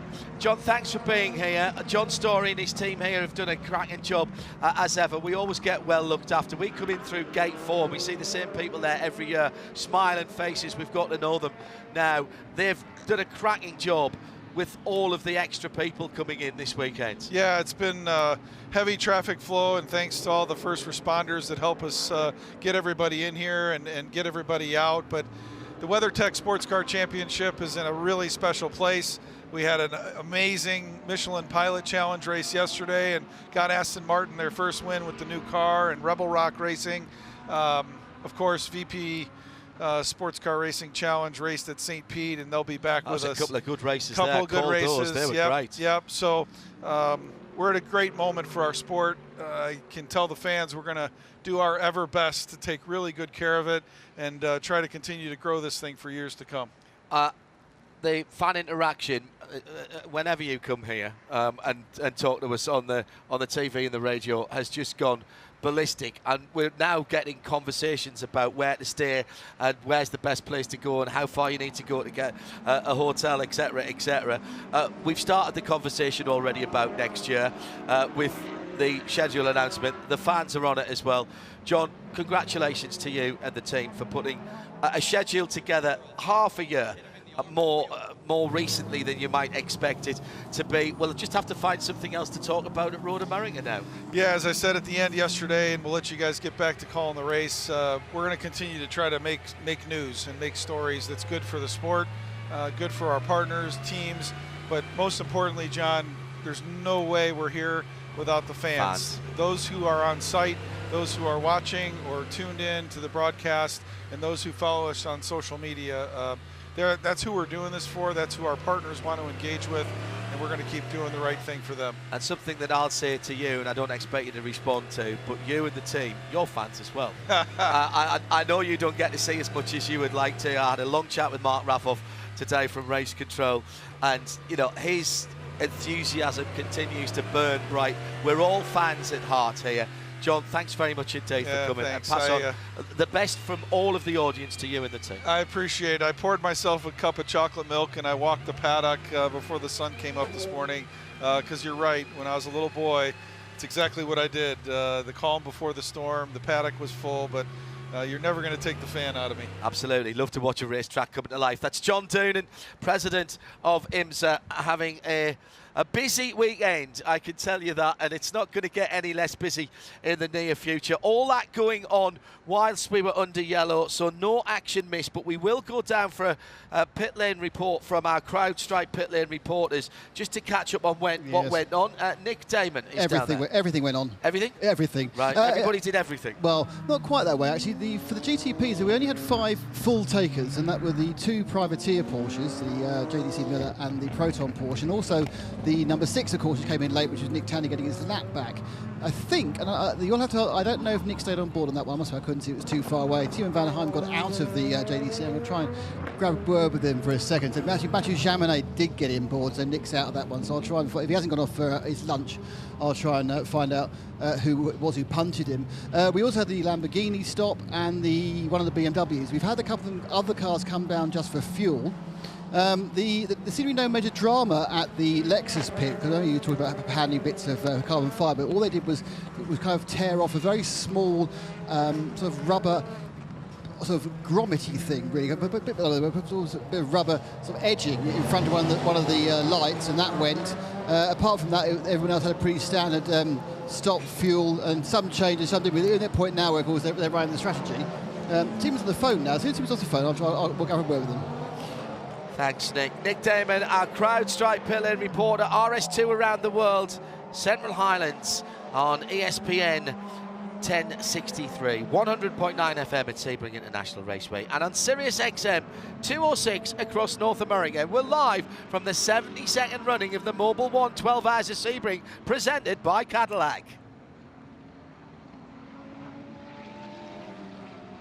So, clear up continues.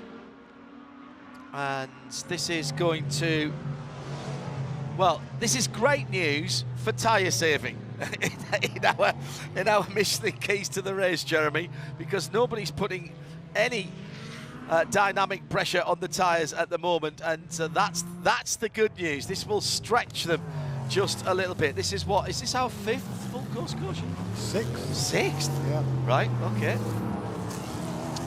Yep. Who was the winners and losers at that? Did that come out at another good time? Because it hasn't always done that. You don't know when these things are going to fall. Who were the winners and losers? Pete was back in the front of the field. Yeah, exactly. They made a more rapid pit stop than the number 10 car, which is just looking at when they made their previous stops, which is kind of interesting because last time around when they did make their pit stops, the number 31 car was in a lap before the number 10 car. So, but this time they got the car out ahead again, so number 31 back in the lead. That's the 15th lead change. The number 85 car led a couple of laps there because it didn't come in right before the caution. So that was our 6th different leader. But yes, number 31 car then ahead of number 10. Number 7 jumped up a bit. The BMW number 25 fell back 2 or 3 positions. It was 3rd because it had got past number 01 car before the caution, but it's now fallen behind number 01 and number 40. And it's fresh out of the 85. It's Timo Van Heim. Timo, a lot of chat with you, even on the phone to somebody else. I mean, obviously a huge amount of discussion, but basically it was a fantastic session by you. Yeah, I was a bit struggling the first session to get my rhythm, and a bit struggling with the tires overall, but then we went on the second set, and I think that went quite well. We were able to catch up a bit, and we end up P3. And now we are in full course yellow. We will see what the race brings. Have you got to the point now where no one has to double stint tyres anymore? Is it single stint all to the end, or does still some driving need to be done as some old tyres? It looks like that everybody is doing only one stint on the tyres for the rest of the race, and I think everybody already did the doubles, so we will see. Now, what we have seen is quite a few comings together. How is the traffic out there? Is it just really hard to get past people? Yeah, it's really struggling to pass the GTs and the LMP2s, especially with all the marbles around the track. You're just struggling with the tires after the passing. So, but still, it's great fun to be here. Stephen, thank you so much. So coming back to green flag, 5 hours and 49 minutes to go. We're into the second half, and it's Pipo Derani. Hang on. This feels like 6 hours ago. Streaking towards the first corner. He started off in pole. Don't think that nothing's happened in the last 6 hours and 10 minutes. Up into second place for Felipe Nasser. Brilliant manoeuvre for the Porsche Penske Motorsport driver as he slips through. Ricky Taylor dispatched down to third place. Durrani then from Nasser. Then Bourdais and Taylor scrapping the two Cadillacs. Stunning restart by both the leader and the Porsche driver, now up to second place. Rest of the GTPs stream through, heading off towards turn 10. Huge amount of fans, and we've got a penalty being called from that session. A pit lane protocol issue for the number 12. That will be a drive through. My goodness, how many pit lane penalties have we had this year? And also a drive through for the 45. That was an equipment, that's a safety penalty. And the 47 Chetelaar, Roberto Lacorte car, getting a speeding violation as well. So that will be a drive through. This is not the tidy race that we were hoping for. Oh, touch in front of the number 40 Acura. That's its team car that is right there battling with the 0-1 of Sebastian Bourdais, and there was side-by-side, side-to-side contact there, and some Michelin tyre smoke thrown up into the air as they were rubbing and racing across the line.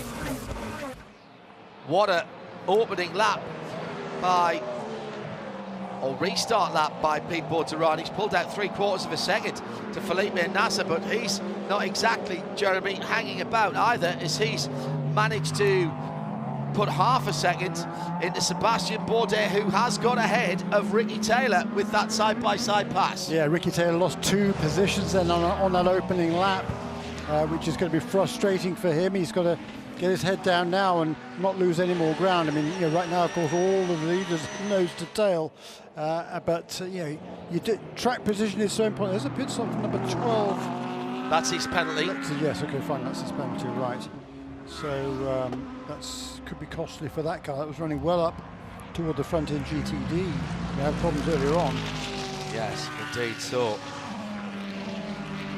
let's see where that car filters back out again as the Aaron Teeling's car rejoins the Lexus number 12 in its standard colours, the 14 car, championship winning from last year in gold and black rather than yellow and black, celebrating 50 gloriously lubricated Mobil 1 years.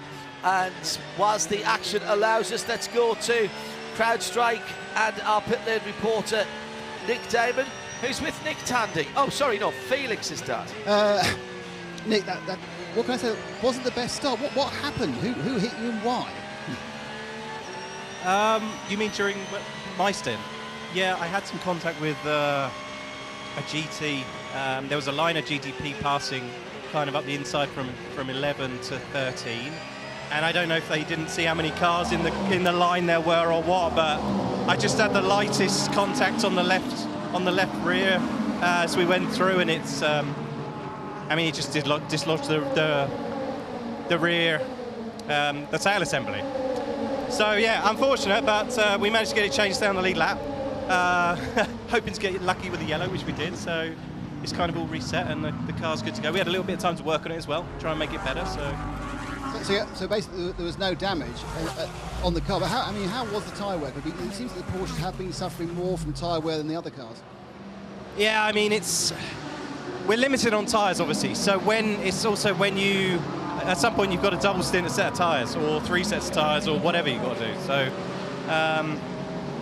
you know, you want to keep you obviously want to keep your new tyres for the end of the race, but this part of the day is when the tyre takes its most, you know, it uses the most energy with the temperatures. So you want to double now, but it's the hardest part of the day to do it. So, you know, we're hoping that we're going to be better in cooler conditions on a single stint than the Porsche is on a double stint in a day, for sure. Are you through the pain, or is there still more double stints to go for these cars?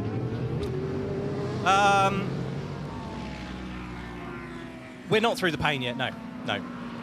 To put it simply, I can't tell you everything, but... That's fine, more pain. We all know, more pain some go, thanks, Nick. Yeah, it'll be good. Nick Tandy with Nick Damon, our CrowdStrike pit lane report. You can almost see Nick Tandy's face there as he was working out what he was going to say. Off for the number 4. Whether to answer the question. Yes, off for the number 4 Corvette. It's turn 10. Just before that, we had a change in the lead for GTD Pro as AO Racing and Lauren Heinrich pulled off a bonza move to get down the inside of Kyle Kirkwood. Yes, Kyle Kirkwood in the Vassar Sullivan Lexus RCF at the far side of the circuit. It was a proper send-it move and a great way to take the lead, and he's already pulled out around about half a second, maybe even a little bit more. Michael Bortolotti saw that brilliantly from the Iron Lynx Lamborghini in the number 19 in 3rd position. Welcome along to the Director of Motorsport North America for Michelin, Jason Anselon with us. Right, first of all, what have you done with your left arm? John, I wish I had this great story, but let's just say I lost an arm wrestling game. But no, in all seriousness, I had a little slip and fall and a little fractured shoulder, but I'm doing okay. Just a little fractured. Right, okay, so from now on, it was free fall, X Games style squirrel suit jump. Yeah, okay? Exactly. There you go.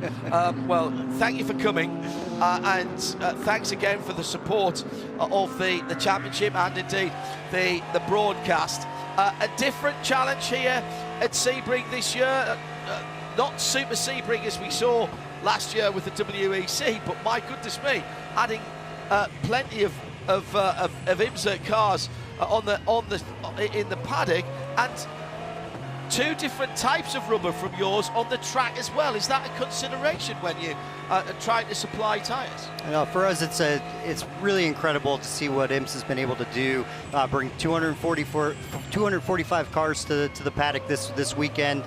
So it's simply amazing. For us at Michelin, we're definitely prepared for the different race championships that show up. Of course, WeatherTech SportsCar Championship.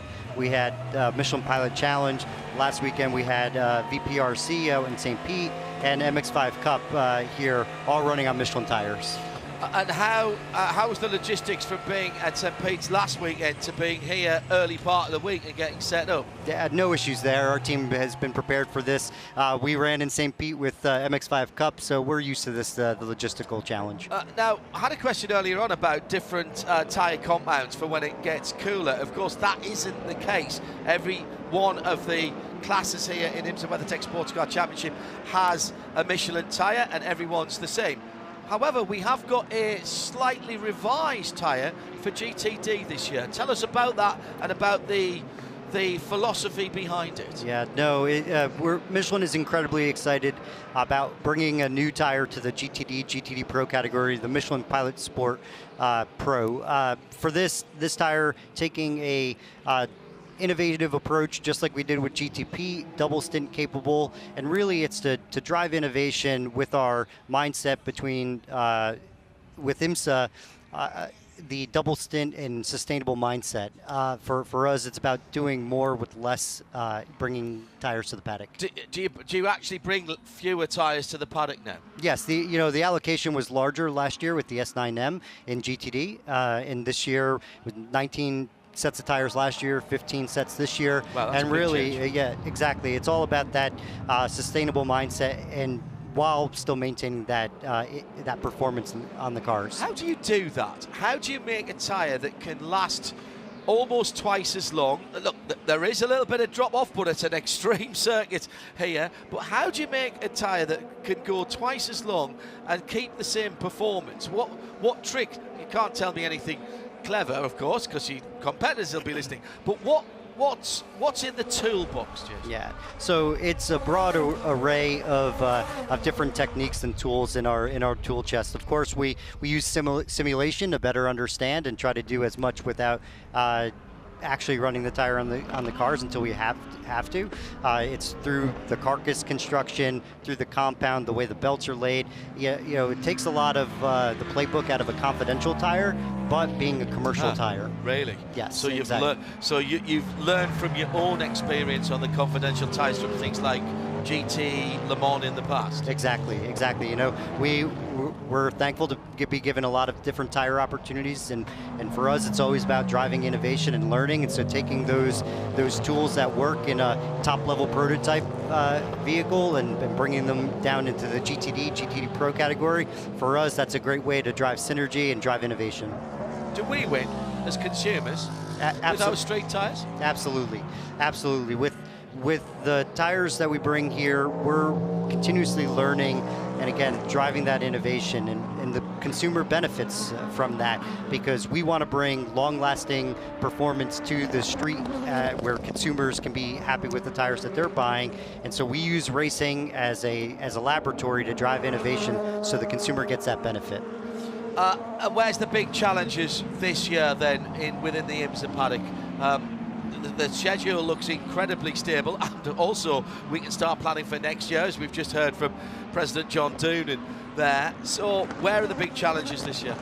For us, having a fifth endurance race this year for the Michelin Endurance Cup, I would say that creates some level of challenge, but Michelin is prepared for this. For us, we are in endurance racing to prove out technology and innovation, and so for us, we're prepared. But of course, weather conditions and like today here in Sebring, track temps at 102, that always creates its own level of challenge. But we're prepared for all of this.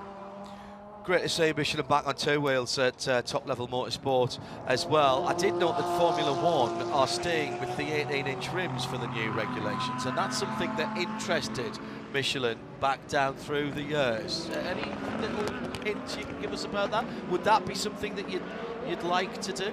I mean, for Michelin, it's great to see that the FIA's and F1 is sticking with the 18-inch tire, because for us that is always interesting to see bigger rim diameters, but too early to say, and certainly a lot of people above me that would make that decision, but certainly it's good to see that they're not going to go backwards and go to 16-inch and stay with the 18-inch. I don't know if you can even buy 16-inch tires now, but it's getting harder and harder for me to get tires for my old 968, which is a 16-inch. Thank the team very much for us, won't you? Good luck with that shoulder and no more squirrel suit. Thanks, John. Appreciate the time. Good stuff. Let's go down to Shea Adam in our CrowdStrike pit lane report with a little update on Corvettes. Yeah, a few not great races so far. Corvette, the number 4 came in, Earl Bamber. They did fuel, they did tires. Earl got out of the car. There was no new driver ready to take over. And then all of a sudden, Tommy Milner jumped over the wall, pulling his gloves on. So that was a very uncoordinated stop. Unfortunately, the 4 Corvette is still in its box. Clutch issues have been plaguing this car since the beginning of the race. And it seems that now they've reared their ugly head to the point where the car needs to be fixed, and it is a long fix, so they continue to work on it. The number 45 Lamborghini, this is the WTR Andretti. That car had its fuel rig come unlodged earlier, John. That's a bit of an issue, and more issues down here in the pit lane, but more issues on the track. For Phil Hansen in the JDC Miller Motorsports Porsche number 85, the bright yellow number 85 car is very, very slow on the back straight and is dropping down through the timing and scoring. Had that car just come out of the pits, Jeremy? Not just out of the pits. No, it was in a little while ago. Okay. Well, he's back in now, and that car was barely crawling along as it went through. And that's a shame, because that car has been there or thereabouts with the factory cars all day. Yeah, been ahead of them much of the time. Shea Adam is waiting for the car to come to a halt. It's still got some engine power, but it's clearly not up to speed as it rolls very slowly down towards you, Shea. Yeah, they just added some fuel. They're signaling to try and turn the engine back on, but the engine cover will be coming off, and the rear wing as well. Driver's staying aboard for now. This is a situation, computer is getting plugged in. Hopefully that gives them the answers they need. Yeah, get that downloaded. A couple of questions about the Iron Dames. I'm afraid officially retired that 83 car, had various problems, was going behind the wall, coming back out again, behind the wall, going back out again. But much like the AF Corsa prototype, there's no one left in the pit lane to talk to us. Then there was a problem with Racing Competizione in the pits. They've lost their right-hand side, so the passenger side door mirror, in a bizarre incident in the pit lane. Yeah, they came in and cut it a little bit too close. They actually hit the front tire changer of the Paul Miller Racing BMW. Richie is okay, that is the good news. It actually hit the tire rather than hit Richie himself, but it knocked the mirror off and the mirror left in the fast lane. Now, these two cars are separated by 3 pit boxes, so I don't quite understand why Risi was committing to its pit box so early when we are such a crowded pit lane down here. Just been given the signal, by the way, from JDC Miller Motorsports. They're gonna push the car behind the wall. That's a shame. And for down them. at the more pit end, it's with Lawrence Hora, the 20 MDK High Class Racing from P2. That was a fantastic stint you put in a few minutes ago. Just came right through the field. Thank you very much. The car was really good, and I was pushing with everything I had to make up a bit the lost ground, and yeah, it was a really good stint, I think. A lot of people complaining about tyre degradation. Is it not so much a problem on the P2s? For a single stint, it's quite okay, to be honest. I was matching my lap times from the beginning, also in the end. But when you're doing double or triple stinting, what we did was really tough on the end. And how, obviously, during practice on Thursday, we were out at various times of the day. How was the track compared to when it was, the afternoon session on Thursday? To be honest, I'm a bit surprised because we are faster now than in the practice sessions. So, looks not too bad. I expected it to be more difficult with more debris on track and stuff, so it's quite okay for now. Lawrence, thank you. Thank you. Change of position in GTD as the Triazi competition Ferrari of Alessio Rivera went past Misha Goikberg for Forte Racing in the Lamborghini. Big wiggle from Misha in that number 78 car as he was trying to defend. Back into the pit lane, Lone Star. They're not giving up. Absolutely extraordinary. So AWA number 17 is out. CPM, the court of Preston Motorsport 32, out with engine problems.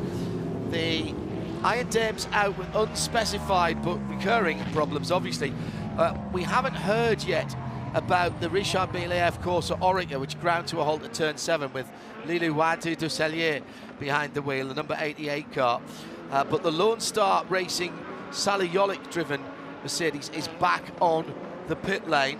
Now further problems for the 85 car that we've just reported, the Porsche from JDC, that car being pushed behind the wall. And what was the other one I was going to mention? AO Racing, the 99, that car had damage for PJ. But he is at least back in the pit lane. Well, the good news for that team, number 77 car, its GTD Pro entry is running really strongly. Lauren Heinrich is pulling away from Carl Kirkwood, a massive margin of over 4 seconds, which you don't normally see in GTD. Battle in the GTPs coming to the end of the lap, and that's Porsche versus Corvette. The Porsche of Felipe Nasser and Pipo Derani. This is the battle for the lead in the motor race going into turn 1. And that is Felipe Nasser to the lead again for Porsche Penske Motorsport. With just on 5.5 hours remaining, Jeremy. Yep, and there was a change of lead in LMP2 a couple of laps or so ago with Hunter McElroy, who's now driving the TDS Racing number 11. Snuck past Jakub Schmikowski for the lead. He was driving the into Europol entry, so the number 11 car now ahead of number 52. Rasmus Lind is in 3rd position. Felipe Fraga in 4th. That's number 81 for Dragon Speed and number 74. Here's a look at that replay coming down the back straight. The Porsche has just got a really, really good run and able to take the lead going into turn 17. Pipo Derani didn't make it easy. Why should he? He was leading, but that was fair. There was a little bit of a schmozzle coming out of turn number 16. and people couldn't get on the power in the Cadillac early enough, and that was all it needed. They are so tight. Catherine Legg just running the best lap of the race for that number 66 car, the Gradient Racing machine, and that actually showing his Tatiana actually. Oh, is it still showing his Tatiana? On this is, yeah. But that's cool. Well, the car has just done its fastest lap, which is the third best GTD lap of the race. So that's pretty impressive, and that at the moment is faster than that car is faster than everyone in front of them. They're in 12th position. Yeah, it says Tati on mine as well. Catching Manny Franco for Conquest at the moment. Keep an eye on that one. If you're just joining us around the world, good to have your company. With still over 5 hours to go. Just on 5.5 actually, if you're just joining us. Many of you will be tuning in, perhaps for the first time in the US, to the USA content. I know you like to have the trackside feed as well. So Felipe Nasser by 1.5 seconds. We've not seen this from the Porsches all day, Jeremy. This car in particular, the 963, has struggled keeping particularly the rear tyres under it, even in moderate wear conditions, and this is certainly not that. We have not seen this pace against the other cars. The times are roughly the same, but in terms of competitiveness with the cars around it, we've not seen this so far today. Well, yeah, I mean, the tyre's still relatively new, so we'll have to see whether that changes as the stint progresses, but absolutely right. I mean, here we are now 11 laps into this stint. He's just made that pass for the lead, has Felipe Nasser, and we'll see whether he can maintain it and how comfortable he looks in that number 7 car, but it's certainly running beautifully well at this stage.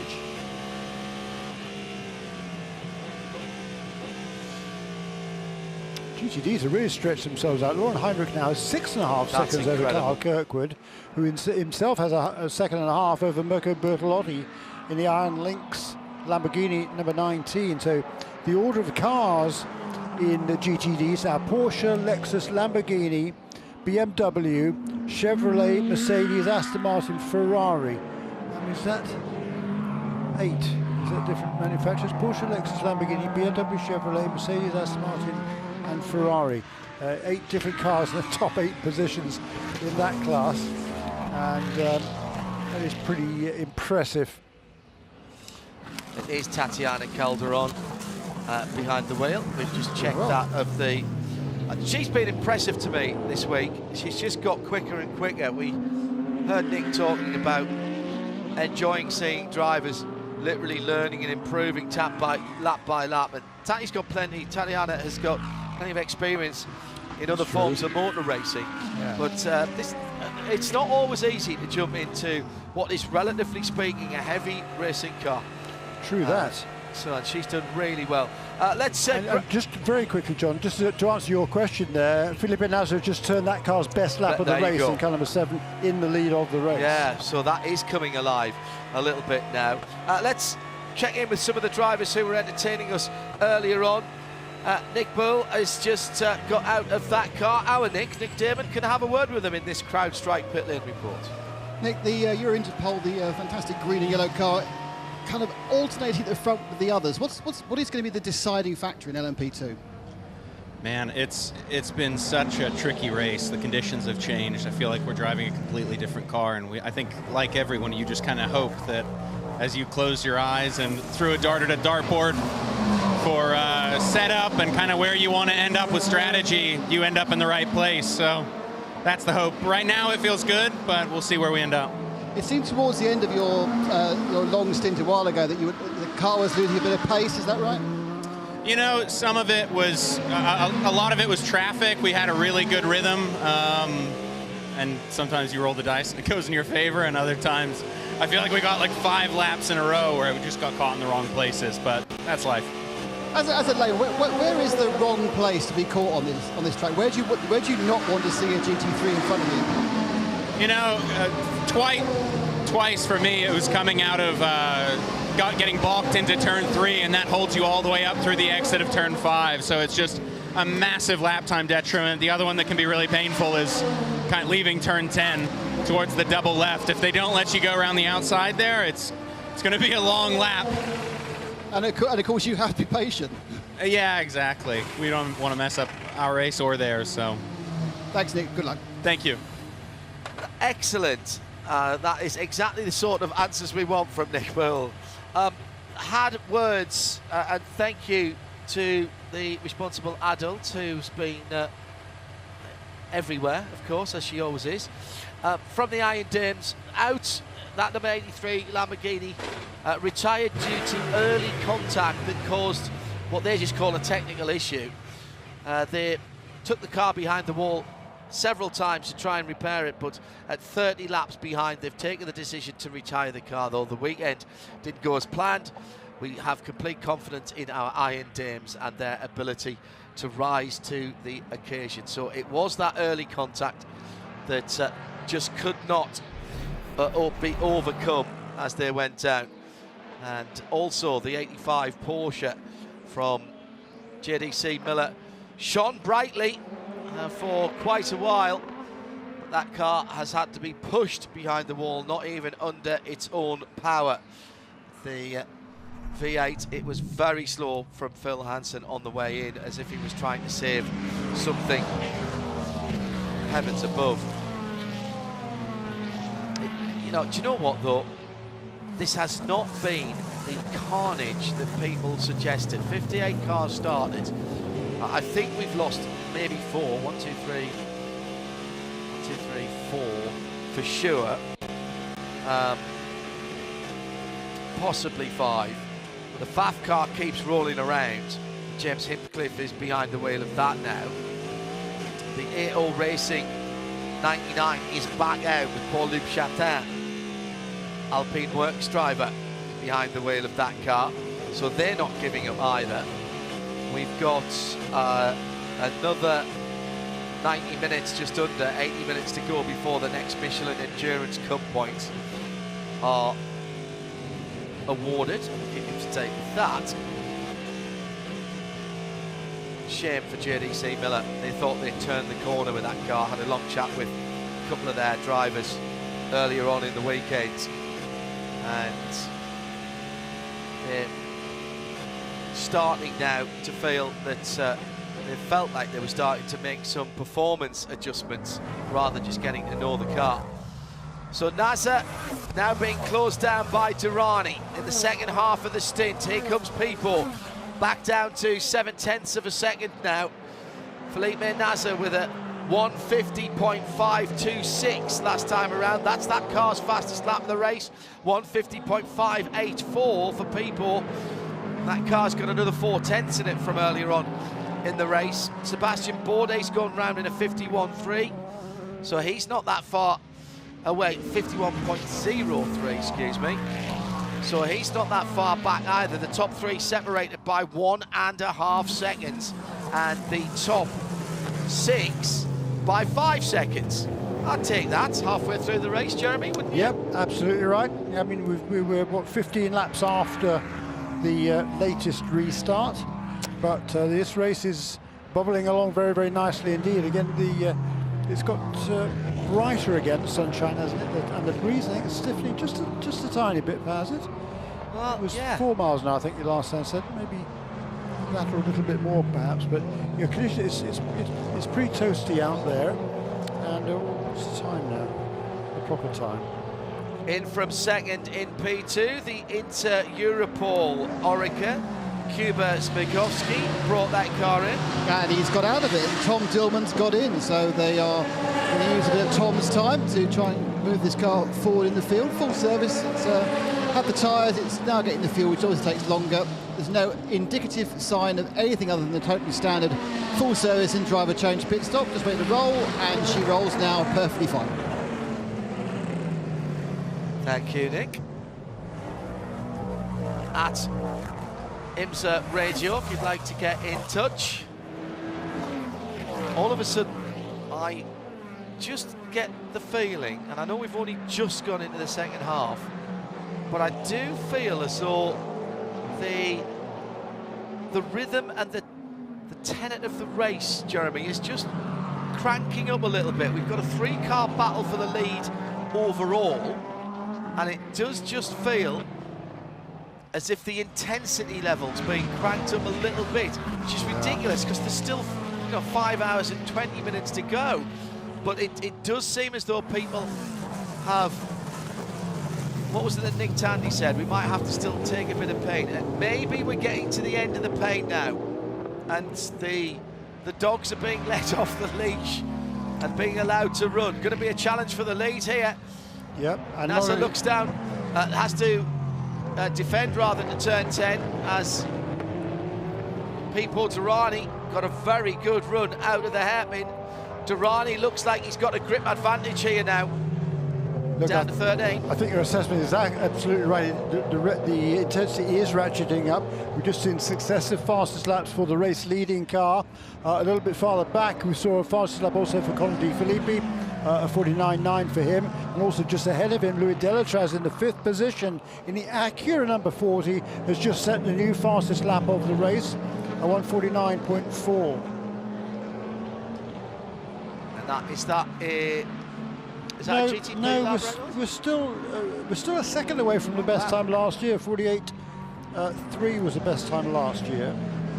Don't forget, we are making the tyres last longer though, so let's, we're not perhaps quite at the moment judging like with like, and it's still warm. Track temperature hasn't changed, but the air temperature is still going up now, just gone up to 31 Celsius as I was looking at that. That's high 80s in the Fahrenheit scale. And the top 3 absolutely together, coming through turn 1, putting another lap on the Acura number 12. That car running in GTD in 14th position for Aaron Taylitz, having the run that they were wanting there. Led the sessions earlier on in both GTD Pro and GTD for Lexus, but it's not been the day they wanted, certainly with the GTD or the GTD Pro car. LP2 leader in the pits, Hunter McElrea for TDS Racing. This battle for the lead, how long can or should Pipo Derani be that close? By that I mean a car's length at best to the back of that Porsche. We've heard a number of drivers saying as soon as you start following closely, it absolutely roots the front tyres. Yeah, and that's going to be, all these teams are going to be mindful of. Some of the teams I think have probably got their double stinting out of the way, but most possibly have not. We heard just then from Nick Tandy, who suggested, without actually saying it, his car at least might have to do, I would think, only one more. But there's that number 10 car weaving around on the straights. Yeah. And that's the battle further down for 4th, 5th and 6th with Ricky Taylor, Louis Delatraz and Conor De Filippi. And as Jeremy reported, Louis Delatraz just reset the fastest lap of the race last time around in the red Acura, and the blue, black and silver Acura is the car ahead. It is his teammate, but it looks at the moment in this phase of the race as though Delatraz has the better car underneath him. Hello to Stephen, sitting in the rental car, AC on full, having a cool down and charging my phone. Well, hopefully you're listening on 100.9 FM here, or Sirius XM 206 if you've got that in your rental car. Rob Chalmers, do you think the 7 tyres have passed the best, or is he trying to back people into Seabass? No, I think if Felipe Nasr could drive away, he'd be driving away right now, Rob, if I'm honest. At IMSA Radio. Through traffic though, the Porsche is quite nimble through traffic, and normally when you see a car struggling for grip, it struggles offline, and he's had to go offline now. Here's the opportunity. Derani to the lead. No, can't get it. Can't hold on to it. Tried to go around the outside of the Rhubarb and Custard, number 86 Porsche. And for a moment, I think People's nose was ahead, but it was only for the shortest time. And NASA picked the inside line to turn 13, and that was the right way to go. Thought that was going to be an outstanding manoeuvre by People. And now, a breathing space for first, second, and third, as they've all been split up a little bit. Fourth, fifth, closing in now. So that little bit of traffic, Ricky Taylor is dragging Louis Delatraz and Connor De Filippi. We've got almost 6 cars, 6 GTP cars, Jeremy, line astern. Actually make that 7 because Julian Andlar's not that far away. 7 cars in 5.5 seconds going through traffic at the moment here at Sebring. Yeah, and Andlar was closed in quite rapidly over the last few laps. 2 laps ago, the gap from number 25 car, the BMW, which is in 6th position, to Julian Andlar, number 5, was 4.6 seconds, then 2.9, and now 1.2 as they're slicing their way through traffic. Hello to Pete Petrades, who's tuned in.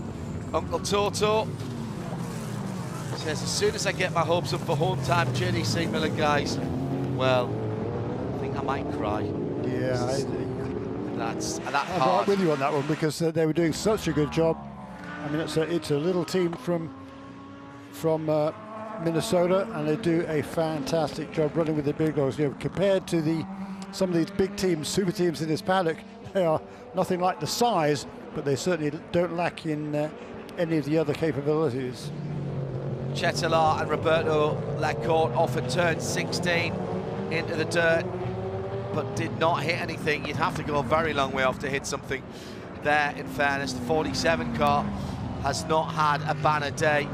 It is down in 15th position in GTD. A massive GT field though. 34 cars qualified out on track on Friday.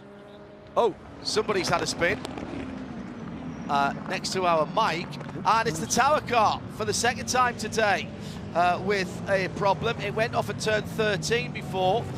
That is just at turn 17, coming back onto the start-finish straight.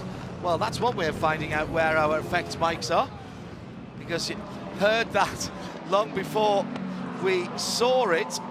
That car at the moment in the hands of, and they lost laps, it's Michael Dynan. And it's the second time that Michael's been facing in the wrong direction. It was he that went off at turn 13, Tower turn in the Tower car, as we mentioned at the time. Let's get back to this lead battle. Felipe Nasser has pulled out a second on the chasing 2 Cadillacs, the Cadillac duo, as Dynan is trying to reverse the car across the track. It's bright orange, black and white car. Now, has he got first gear? Cannot. He's got reverse. I think he's going to try and bring it into the pit lane. Yellow flags covering that at the moment. Has he got enough lock to get it into the pit lane? Just. And he will come into the pit lane. So my heart rate can return to normal there, as he was sitting, sticking right across the racing line. Just came through turn 17 a little bit too quick. Did tag the tyre wall on 17B. Not that hard, but hard enough that Michael thinks it's worth bringing that car back in. Top of the P2 field, into the pit lane, Nick Damon. To my right, the 04 CrowdStrike. To my left, the 20, the MDK High Class Racing. That's having a full, that's having a driver change as well. So only a short stint in the 20 for the young German. I think it's a German driver. I didn't know who got it. I have my notes and everything. Actually, to see America, Seth Lucas has got out of the car. I think Lawrence has got back in the car. He didn't like Dennis Hansen, that's for sure. The number 2, that is, of course, the United Auto Sports machine. That has full service as well. That's out. The Tower car's left again, so obviously decided it hasn't deranged anything important, which is key. And that got full tires again. The Sean Creech machine trolls past me. I mean, it's sort of 10th at the moment, but it's gone past right up the far end. And the ever so thirsty P2 start first. There'll be a few more laps before the GTPs come in. Thank you, Nick. What a drive, by the way, from Colin Brown and the CrowdStrike Racing by APR team to get that car back up into contention. Was that 2 laps down, Jeremy, the CrowdStrike APR car? It was at one stage. You got one of them back on a weigh by. On a weigh by, but the other one, Toby back. Sowry. Yeah, Toby Sowry drove a brilliant stint an hour or so ago to get past the leader right before another caution period came out, and then he pulled away pretty rapidly. So Colin Brown taking over that good work from the young Englishman Toby Sowry. Right, out of the traffic, and now People Durrani has caught Felipe Nasser again. They're just through turn 13. There's a group of 3 GT cars ahead of them, including the Cetilar Ferrari in there. Also, Lauren Heinrich, the leader in GTD. Yeah, he's just romped away. He's gone, hasn't he? 20 seconds he has now over Daniel Juncadella, and I still have a hard time looking at that name and seeing Chevrolet Corvette next to it. Yes. For the Spaniard in car number 3. Yes. Mirko Bortolotti's in 3rd position, and then a huge long string of cars behind Bortolotti in the Lamborghini, Russell Ward in the GTD leading number 57 Mercedes, then Madison Snow in the BMW for Paul Miller Racing, Mario Farnbacher in the Harder Racing Aston Martin, James Collado for Risi Competizione in the Ferrari, and then the 2nd placed in GTD is the BMW for Turner Motorsport and Robbie Foley. Right to the edge of that curb at turn 1 for Felipe Nasser, who again has responded and taken a second out of People Durrani, but he's really pushing it now. This has been an excellent stint to watch and see these cars and the relative performances change. Yeah. They've been out now for, well, the Whelen car's been out for 3 laps more than the Porsche Penske Motorsport car. So whichever one has to come, but you would think it would be the Whelen Cadillac that came in first. Yeah, that car came in right before the previous caution period. Remember, there was 1, 2, 3, 4, 5, 6 cars came in right before the caution period, and then a few that did not, including the... sorry, Jerry, go ahead. No, the number 7 and number 31, they came in on the same lap. Oh, did they? Yeah. All right, sorry, my apologies. Half a second between them again now. Does seem as though People Durrani gets clear run. He can catch Felipe Nasser, but bizarrely, in a car that we think is probably grip restricted compared to the Cadillac, the Porsche's really good through traffic. We talk about the People effect, well, it's the Felipe effect here, and Nasser's doing an absolutely cracking job for that number 7 car. Now, it was a good start to the season for the number 7 car, going past the number 99, All Racing, back out again in the purple Dragon Spike. And through also goes People Durrani. They've pulled 3 seconds now on Sebastian Bourdais, and Bourdais was right up that tailpipes, what, 6 or 7 laps ago? Yeah, but the number 01 car did not take tyres on its... that was the previous stop. And he's got Ricky Taylor right with him, and Louis Delatraz right with him, and Connor De Filippi right with him. Julian Adlau's charge towards the front has been slightly muted in the last few laps. Yeah, just a little bit, hasn't it? And but it's certainly interesting to see. I mean, I think the Cadillacs seem to have the pace whenever they want it. People Durrani, he's able to close in seemingly at will. He's not going to push the envelope at this stage, but it's certainly looking, once again, very, very good for Cadillac. But the Acuras are looking very strong now, I would say, as well. Porsche's leading a race, obviously, but I'm not sure they have the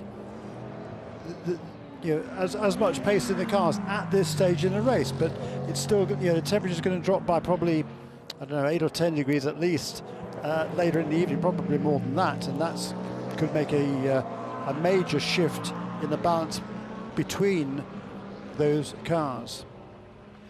I think, though, that particularly the Porsche Penske Motorsport 7 crew would be delighted to see them up there and competitive. Mathieu Jaminet is only 23, call it 24 seconds behind. The whole field is within just over half a minute in GTP. Now, yes, we've had safety cars to close them back up again. But let's not forget, Nick Tandy nearly went a lap down earlier on pace in that number 6 car. Well, he had a problem, of course, didn't he? That was why he was at the tail end of the lead lap. But yeah, he certainly didn't have the pace in that stage of the race. And the Lamborghini you just talked about, just on the last lap, it lost a fair bit of ground, Cairo. He lost about 5 seconds on one lap. So we have to, hopefully he will. That won't be the same again this time around. Still waiting for that car. It's just gone through actually. What was his lap time this time? He was slow again. Oh, 50. Oh, he's in the pits. That's why. Here he is. Nick Damon has the Lamborghini SC63 of Matteo Cairoli. Straight on his marks, and it's looking like it's going to be a. Thank you very much. Looks like it's going to be a full service. Usually they also have the 19 behind. Man saved me. Thank you. The 19 Pro GTD car as well. The driver staying on board. Full set of boots though with the fuel as well. So no looking around like it was a problem. Perhaps it's just a case of the tyres had said they've had enough. I mean, it just went off pace, but they are now right behind them. There's a full service of the 19 Iron Lynx GT Pro car, which is going to finish its whole service. Oh no, they're going to raise the car back up again. So they've had a little bit of a rethink about what they're doing on the 19 car. This isn't the quickest. Right, this isn't the quickest stop now, but they've got the fuel in. The SC63 is continuing. They've got a problem on the rear left. No, if they put it down, they don't do that. Yeah, the rear left's not seating properly. It is now. And they also did a little bit of a. That's the V10, not the SC63. They're both left in tandem, but I would say that the Lamborghini GTP car probably 15 seconds too long with that tyre problem.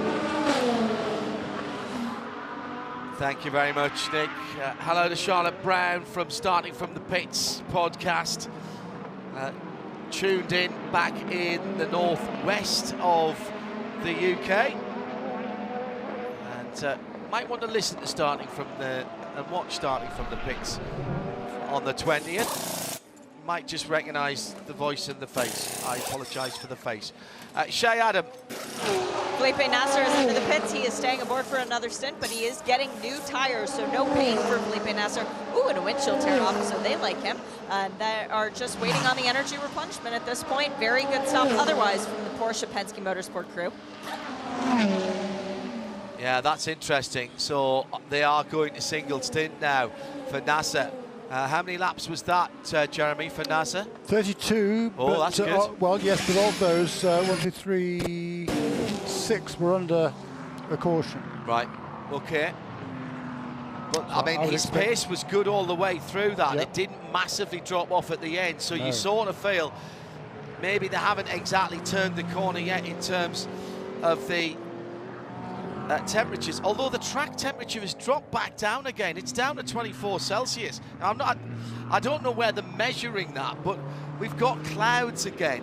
It's still really, really sweaty and muggy. It's 30 Celsius in the air and 55 humidity.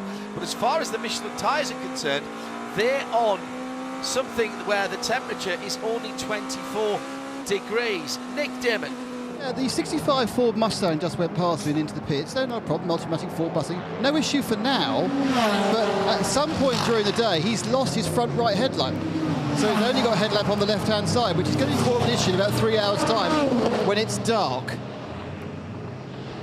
I think so long as they've got one, they're all right with that. GTP's in, and this is Pipo Derani, who had taken over the lead here. Clearly, Pipo does not want to talk to us because he'd rather stay aboard for another stint, but they are giving him new Michelin tires. New Michelin tires also for Louis Delatraz in the number 40. This is the red Acura from WTR Andretti. They are having a bit of a slow tire change on the left rear, but now they've got that rectified, losing no time because the fuel nozzle is still attached for both of the cars, the Cadillac and the Acura. Acura now drops off the air jacks. Cadillac should leave sooner. 33, 34, 35, 36. This is a long stop for the Cadillac and the Acura both, so they must have been completely empty. Away goes Pipo as soon as it hits 40. The 0-1 Cadillac beats them both back out, and now once again goes Louis Delatraz. news from Porsche on the 85 GDC bright yellow Porsche. That was a left-hand side drive shot. Left-hand side drive shaft problem. Winward into the pit lane after 73 minutes. A little bit more than that since the last stop for that number 57 car. That's with Shea, or at least going down towards Shea now. It's with me, fuel tires and a driver change. Phil Ellis taking over for Russell Ward, so I'm definitely going to pop in and have a chat with Russell because he said his car would be great this time of the day, and it certainly was. Also into the pit lane is Risi Competizione. I'm waiting to see if they put that new right side door on that car because they did lose the right side mirror on the tire from the right front tire changer, Richie, but they managed to get things going. Oh, very nearly a collision as Winward leaves its box as the number 10 Koenig Minolta Cadillac is coming in.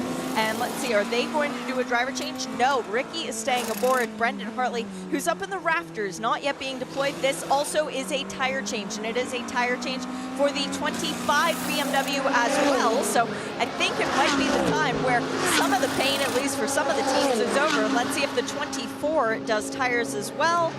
Yes, that car goes up on its air tracks, and in finally comes the number 6. There are new tires on the wall for that one as well. So yes, new tires for everybody in the GTP class.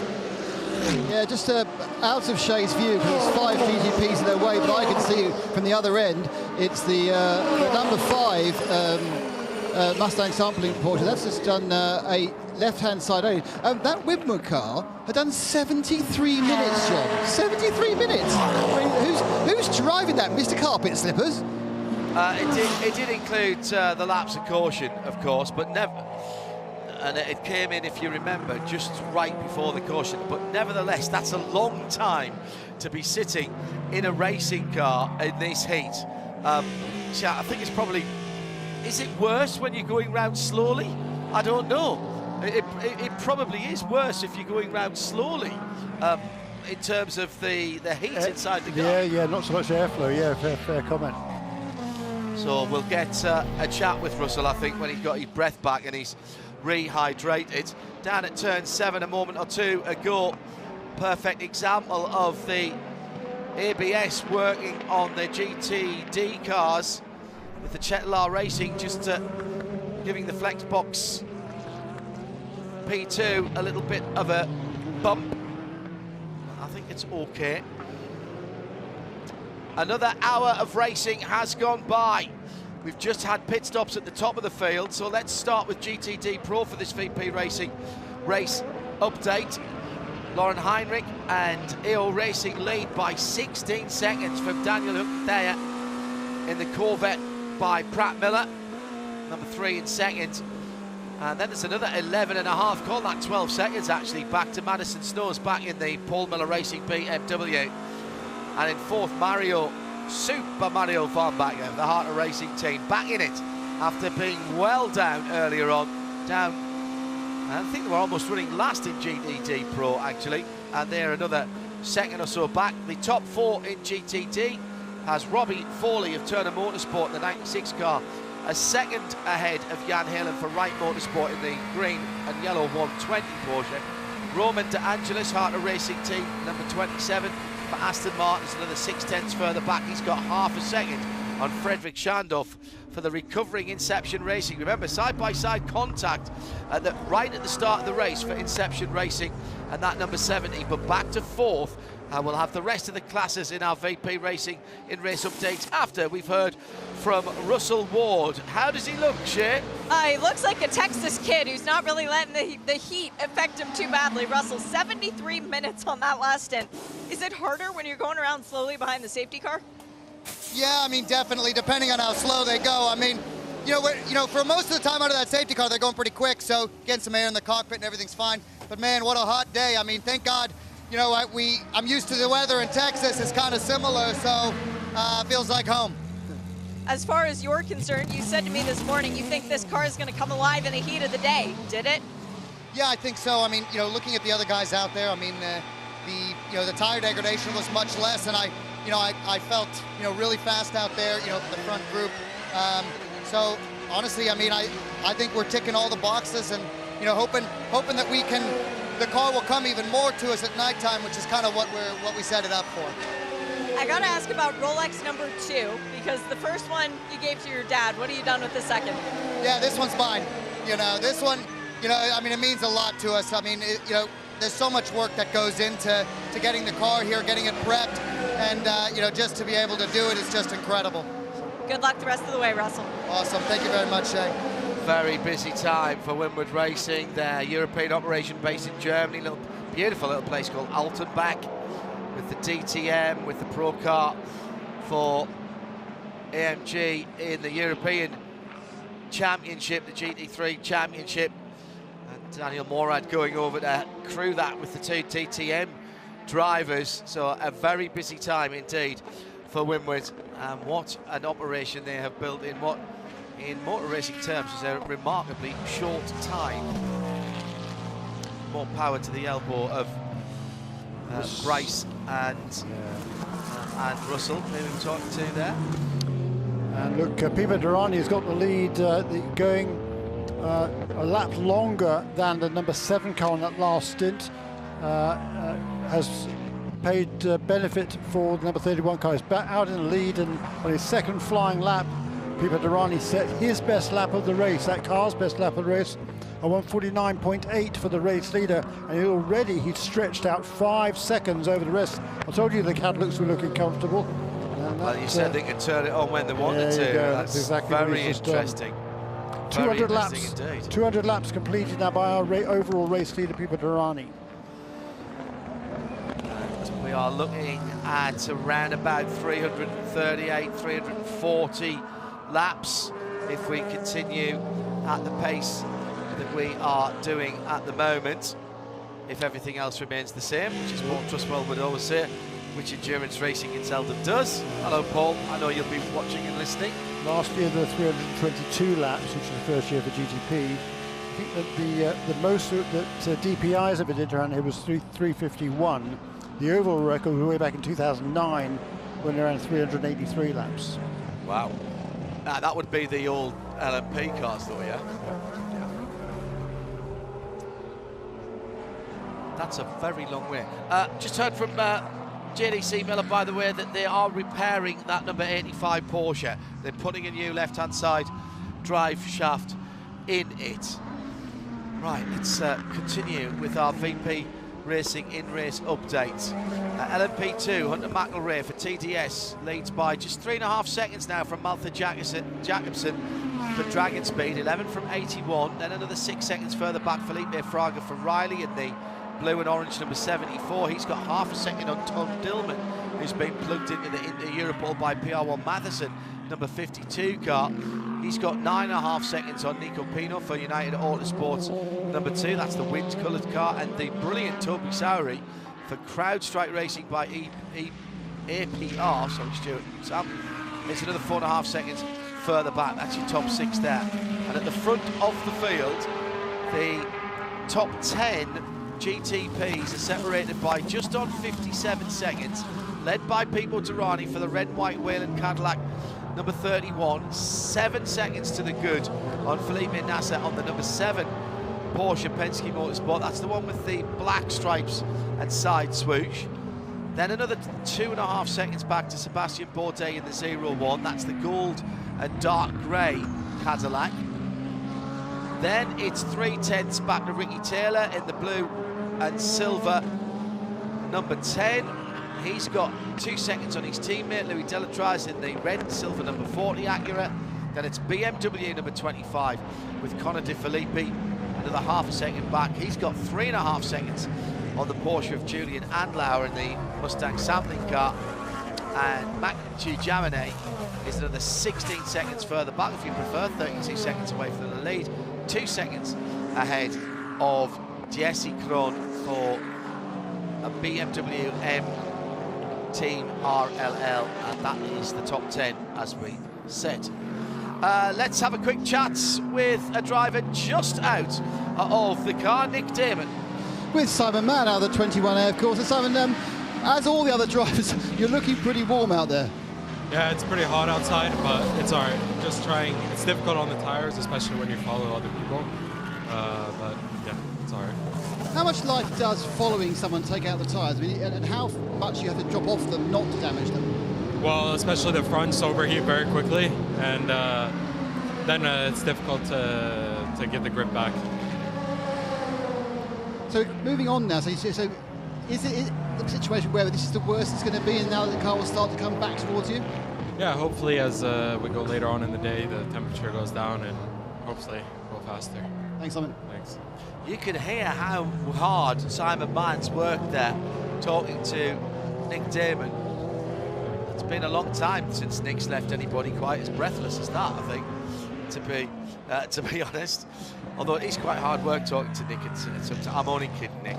CrowdStrike pit lane report there from Nick. Battle for third, and it's a battle between Cadillac and Acura on the back straight at the moment. Sebastian Bourdais has that position, and about 3 seconds of clear road ahead of him. Ricky Taylor is moving left and right, trying to work the mirrors and get some kind of mistake out of Sebastian Bourdais. Good luck with that. Ricky will try everything. It's a cracking battle. They've just gone across the line. Yeah. And Felipe Nasser's not that, as I say, not that far ahead. They're going through turn 1 now. Yeah, but Pipo Derani's 8.5 seconds up the road. Yeah, 9 now. Yeah, is it? Yeah, he's pulling out a second a lap over the last, well, since he left the pit lane. This is a statement of intent yes, here, isn't it, from Derani? He wants that 5th win here, doesn't he? Yeah, it would move him into a tie for the second most successful driver of all time here. He would be sharing with someone else who we knew by a nickname, Dindo Capello. They would both be on 5 behind, still the outright best, which is still Tom Christensen on 6 wins. I haven't heard very much from Turner Motorsports today. Let's put that right. Robbie Foley is out of the BMW. Nick Damon has this CrowdStrike pit lane interview. Robert, we're finding it hard to really assess which chassis is best in which part of the weather. Have you got any idea? Not really. Traffic was ebbing and flowing a bit. I tried to take care of my tires at the beginning of the stint just because I knew it's hot and greasy, and that seemed to pay off in the end because I got a couple breaks in traffic and I could make some ground on the front of the GT pack. We're certainly strong. Seems like we make speed in a different way than the Porsche. The Porsche seems strong at times. Mercedes is strong. So it's anybody's guess. We're trying to save the car as best we can for the night, for later, but so far so good. The last time you were out, it was pretty standard conditions as far as the temperature is concerned, but is the track evolving even though it's the same temperature? Yeah, it's getting more dirty naturally. So if you get shoved offline, it takes a lap or 2 or 3 to recover your recover the marbles off the tires. So I would just say it's more dirty and there's less margin for error. You said shoved offline. Does that mean that realistically you want to stay on your line and the GTPs have to get round you? But of course that can cause problems, can't it? Ideally, yes, but we have to coexist out there. So sometimes you take the normal line, sometimes you let them go to try to. You're just trying to minimize your time loss. So that's the goal, and ideally you stay out of the marbles. Thank you, Robbie. Thanks. Pit stop starting again in GTD Pro. Daniel Hunketeer into the pit lane. Madison Snow's been in and out, or at least the Paul Miller Racing car has, as has the 64 Ford Multimatic Motorsport Mustang GT3. Catherine Leggs back aboard the Gradient Acura NSX after a long stint by Tatiana Calderon. And Aaron Telitz is out in the number 77. That is the, excuse me, in the number 12. Vassar Sullivan car. Sorry, Jeremy. No, you're right, John. I think that whole sequence is just about to be completed now in the next couple of laps. The car that's off sequence with most of the others, there's number 14 car that's in second place now, behind the number 77. CrowdStrike Racing down the inside of United Autosport. LMP2 battle using the GTP car as it went through. And that is a stunning piece of driving. That is fabulous going into turn number 17. And that was a pass for position that takes Toby Sowry up into 5th at the moment, with pit stops happening ahead of him.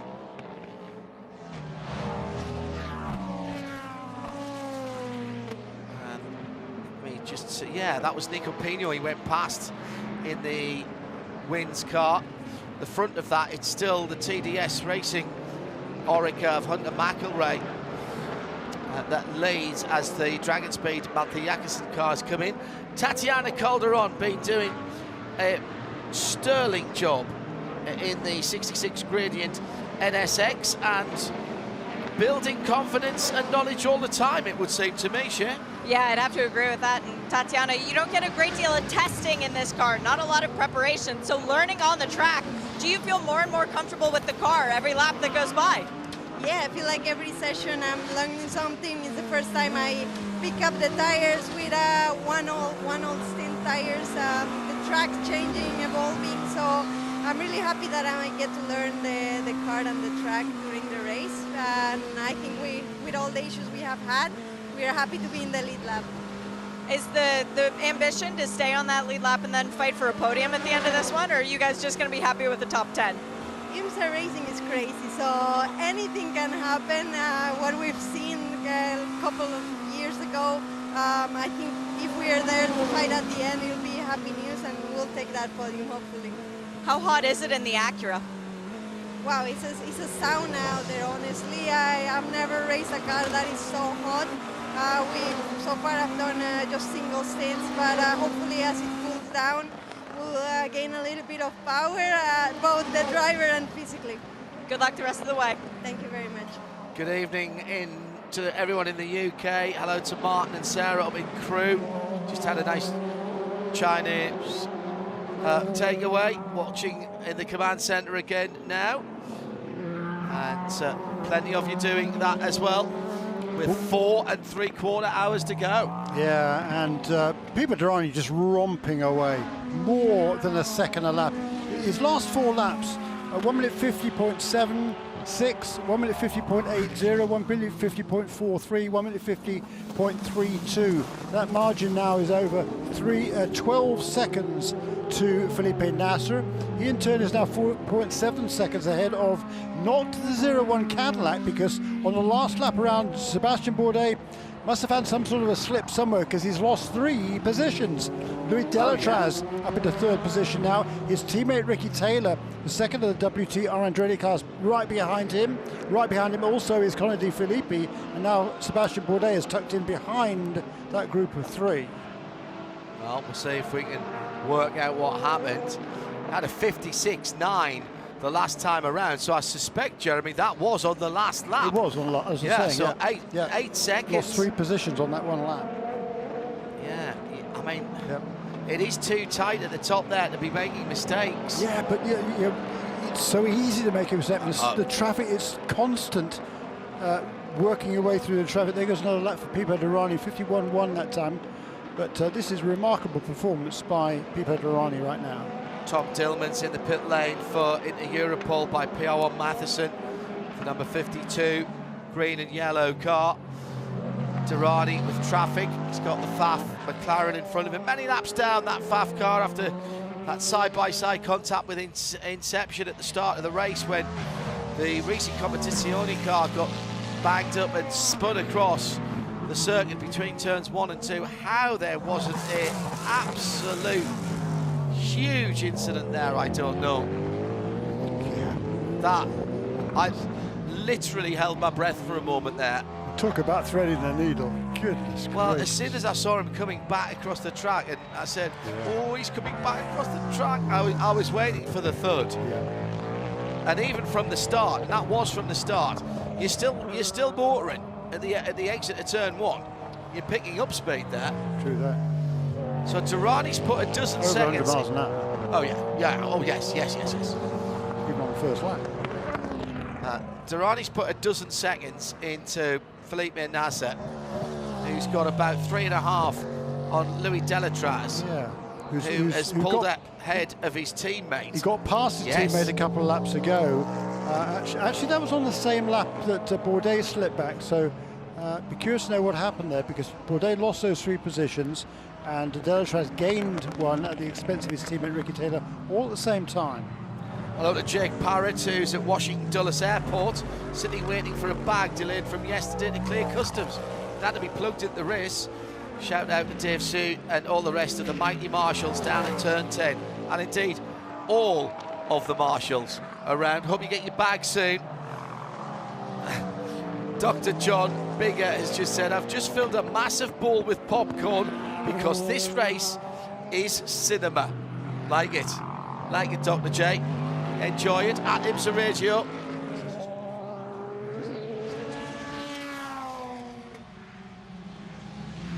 Durrani in traffic. How does the Brazilian deal with it? Quite simply, he carves his way through like a hot knife through cream cheese, not even butter.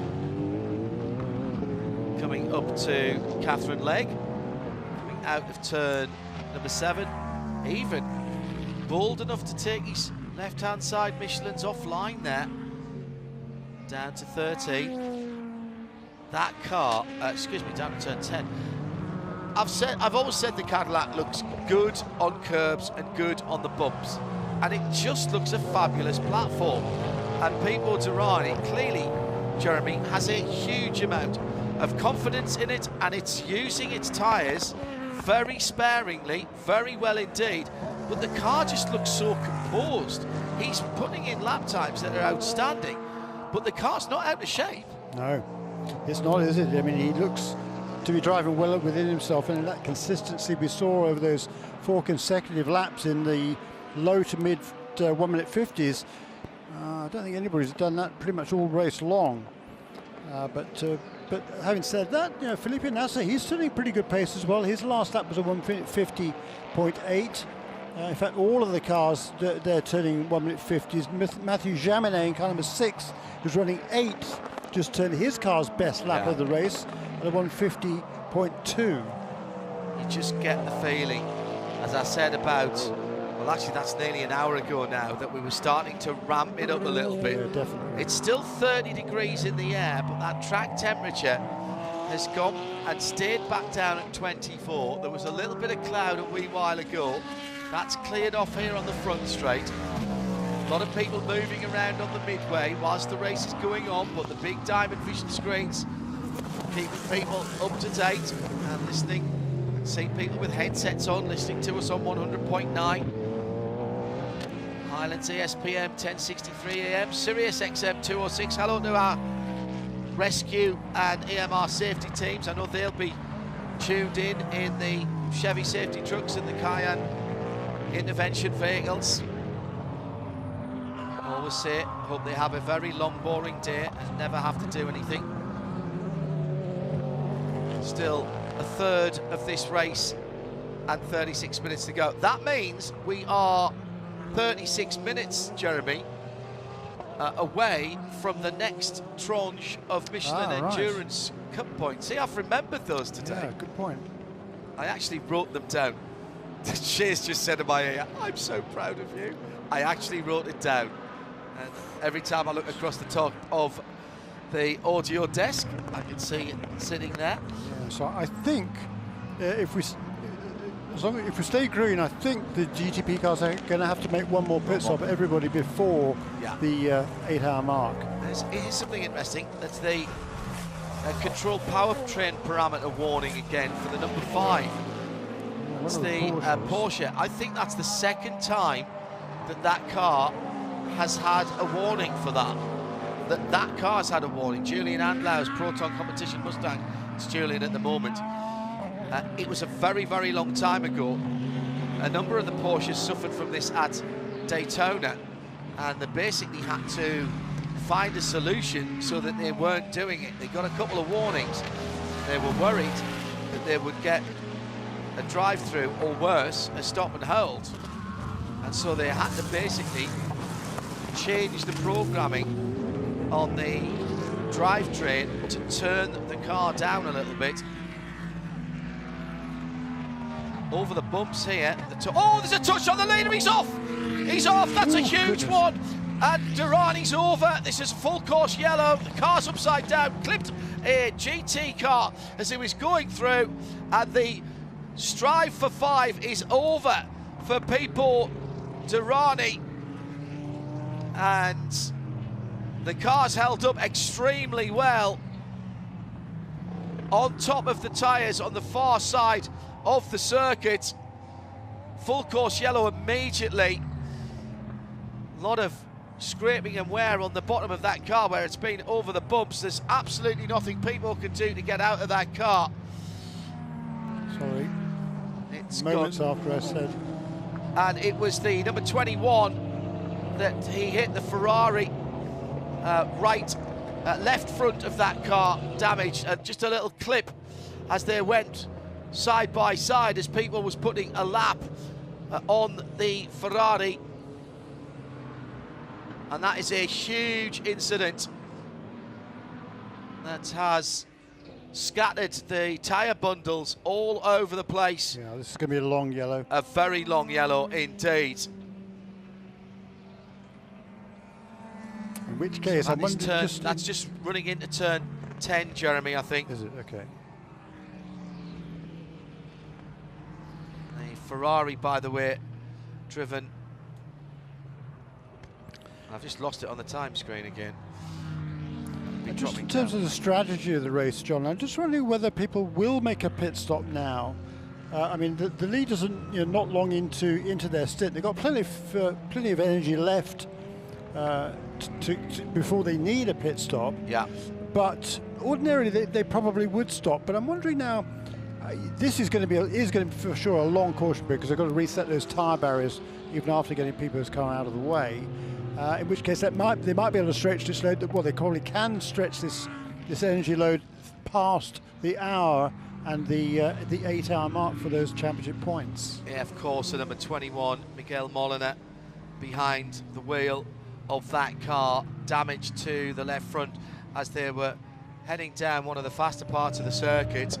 It was side by side. Conor Molina out of the car and looking back down the circuit to where the Cadillac is upside down. The team is talking. The team is talking to people on the radio. People is talking back. He just can't move at the moment. He's trapped in his seatbelt, of course. They've done exactly what they've needed to do. The car incredibly intact, we should say, for ending up wedged on the tyres, effectively on its roof. It's on about a 40-degree angle, sitting on the tail. It was just a slight catch of the left front. Tyre barriers absolutely doing their job and dissipating the energy. But that's a big off at a fast part of the circuit and almost rolled back onto its wheels, actually. Side-by-side contact. It was left front to right rear. Both tyres immediately disintegrating. The camber on the wheels, that means the bit where the bottom of the wheel and tyre sticks out more than the top. When you run them together like that, it's almost like an open wheel car, and that's exactly what happened. People was on the brake straight away, but there was no stopping that Cadillac as it bounced up onto the tyre bundles, which did their job, dissipated the energy of that car. And the left front of the AF Corsa absolutely destroyed. That's the suspension as well. We've got the crane in there from our track services partner Steps Towing, and that car will be very gently rolled back. The good news is, as we've mentioned, Pipo has been talking to the team have been talking to Pipo. He can only sit tight at the moment and let the AMR safety team do their job. They first had to check to make sure the car was safe in terms of its hybrid power, which I noticed the AMR safety team did straight away.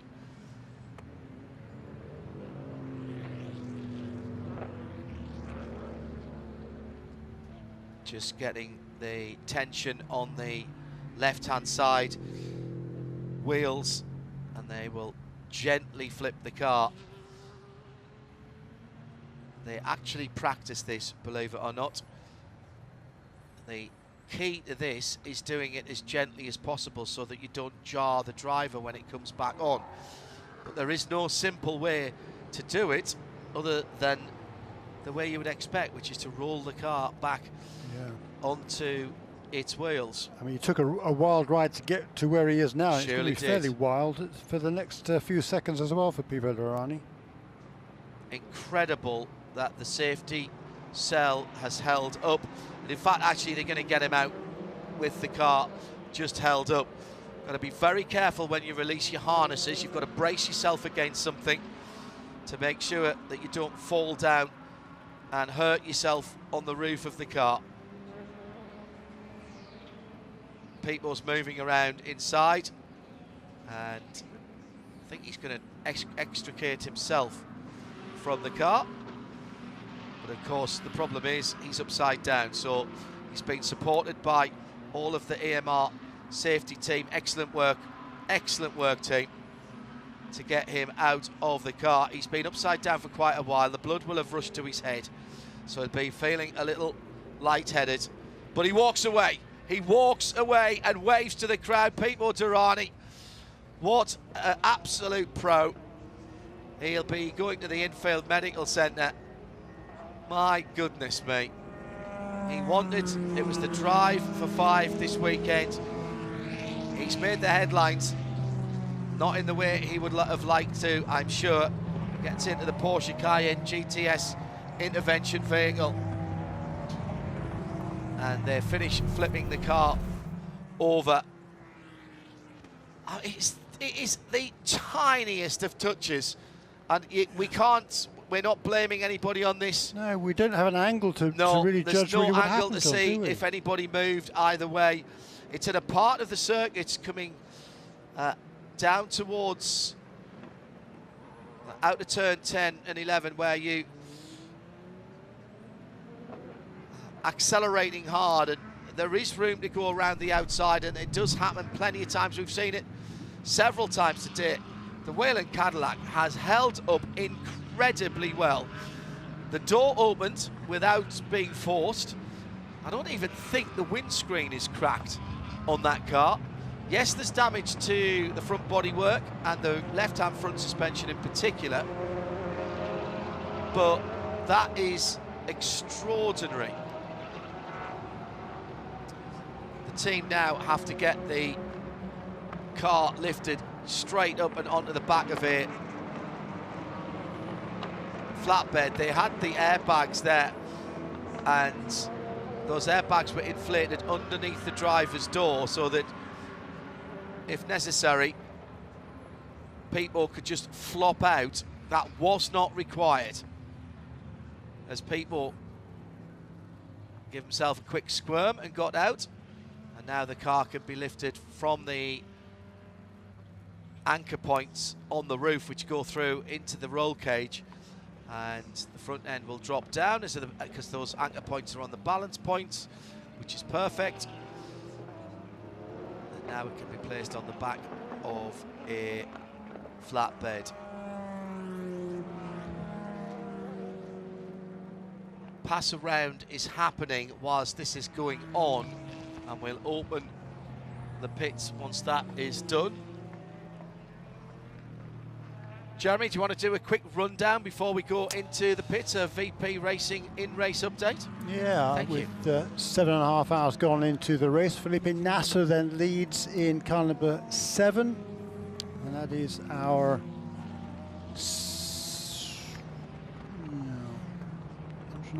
actually several. There's 1, 2, 3, 4 more lead changes. There's 20th lead change now. So Felipe Nasser leads in the Porsche 963, car number 7. Then the 2, Wayne Taylor racing with Andretti Acuras, number 40 ahead of number 10. Number 25, the BMW of Colin De Filippi, is in the 4th position as the pits are opened and all of the leaders are coming into the pit lane. So wholesale pit stops now under caution as the pits are opened. and as the Wheel and Engineering Cadillac is loaded onto the flatbed here, pit stops wholesale at the front of the field. Let's head down to our pit lane reporters and take some CrowdStrike pit lane updates. Let's start with Shea Adam. It's fuel and tires and a driver change for the number 7 as Daytona winner Dane Cameron is taking over that car. Wheel rotation well on the jacks for Louis Delatraz. They dropped him too early. His right front tire was not attached. Now they put the car back up, and now they signaled that he is clear to go. Behind, it was Ricky Taylor taking fuel and new tires as well. No driver change there. The number 6 Penske, that was the Porsche 963 from Penske. They also came in, no driver change happened for that car. But there was a driver change for the number 25 BMW, as now Max Martoni is behind the wheel of that, and everybody did new tires. Thank you, Shea. The incredibly intact Whelen Cadillac is on the back of the flatbed already. Credit our AMR safety team and the track safety workers. Model of professionalism, a number of you saying fantastic work by all concerned. And tub looking solid, absolutely. There is a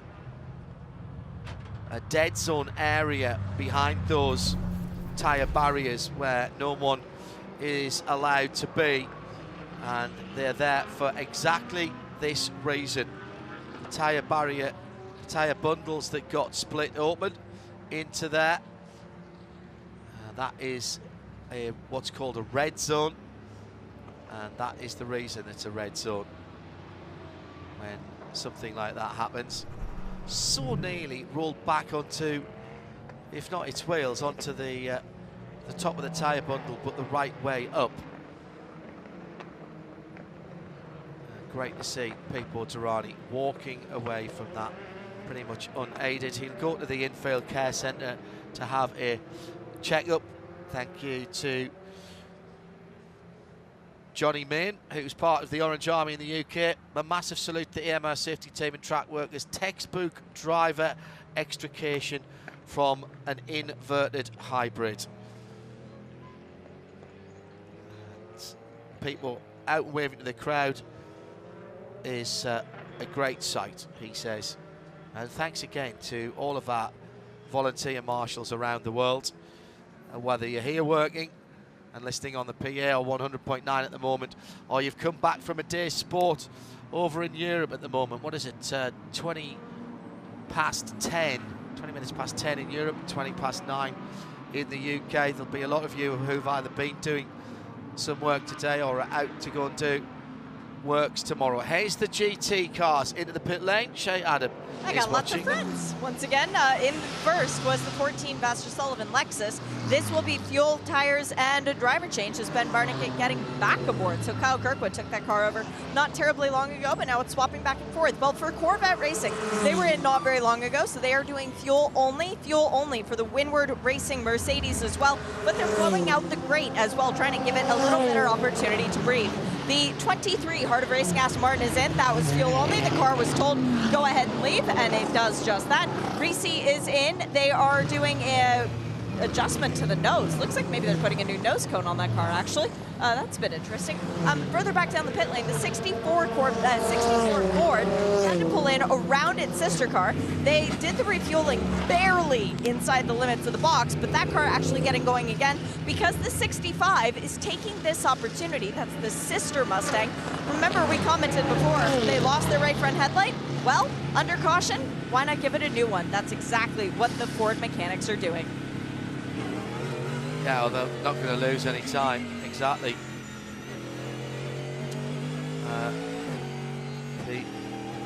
I think also around here, headlights aren't just for show, they are for go. So having two headlights pointing in the right direction. The cleanup continues at the site of that very scary accident for Pipo Derani. Contact, side-by-side contact with the AF Corsa of Miguel Molina. I really hope somebody at AF tells Miguel that Pipo's okay, because he was looking quite concerned when he got out of the car. I'm sure he'll have found out by now, but let's hope that's the case. Now, the artistry and skill of a man with the telly loader. And the barriers are restored. Seriously? Really? Yep. You're kidding me. Gotta be kidding me. Yep, 2 telly loaders working in unison there, and that's done. So we'll reset the field for you and go through it in just a second. Yeah, big shuffles around. Right, but where do you want to start, Jeremy? Well, let's start at the front, shall we? Go on then. A short fuel, I think, there for the number 25 BMW, because that is vaulted Maxime Martin, who's taken over the wheel of that number 25 car from Conor Di Filippi up into the lead of the race. He was running 4th before the pit stops. Second place then is Dane Cameron, the erstwhile leader in car number 7.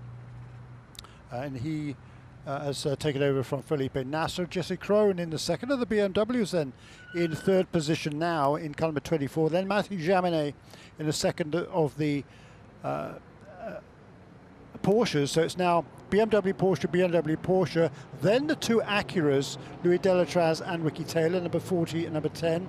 Then Jimmy Brune in car number 5, and then Scott Dixon. So that must have been a slow stop for some reason for that number 01 car, as Scott Dixon takes over from Sebastian Bourdais. That's something we might follow up on. I didn't hear anything during the pits. Reports there, was there, or did I miss it? We'll see what we can and then, find out. Rounding out the top 9 now, because we lost a couple of the prototype cars, is the Lamborghini. Now also making additional pit stops now, Dane Cameron and Scott Dixon, number 7 and number 01.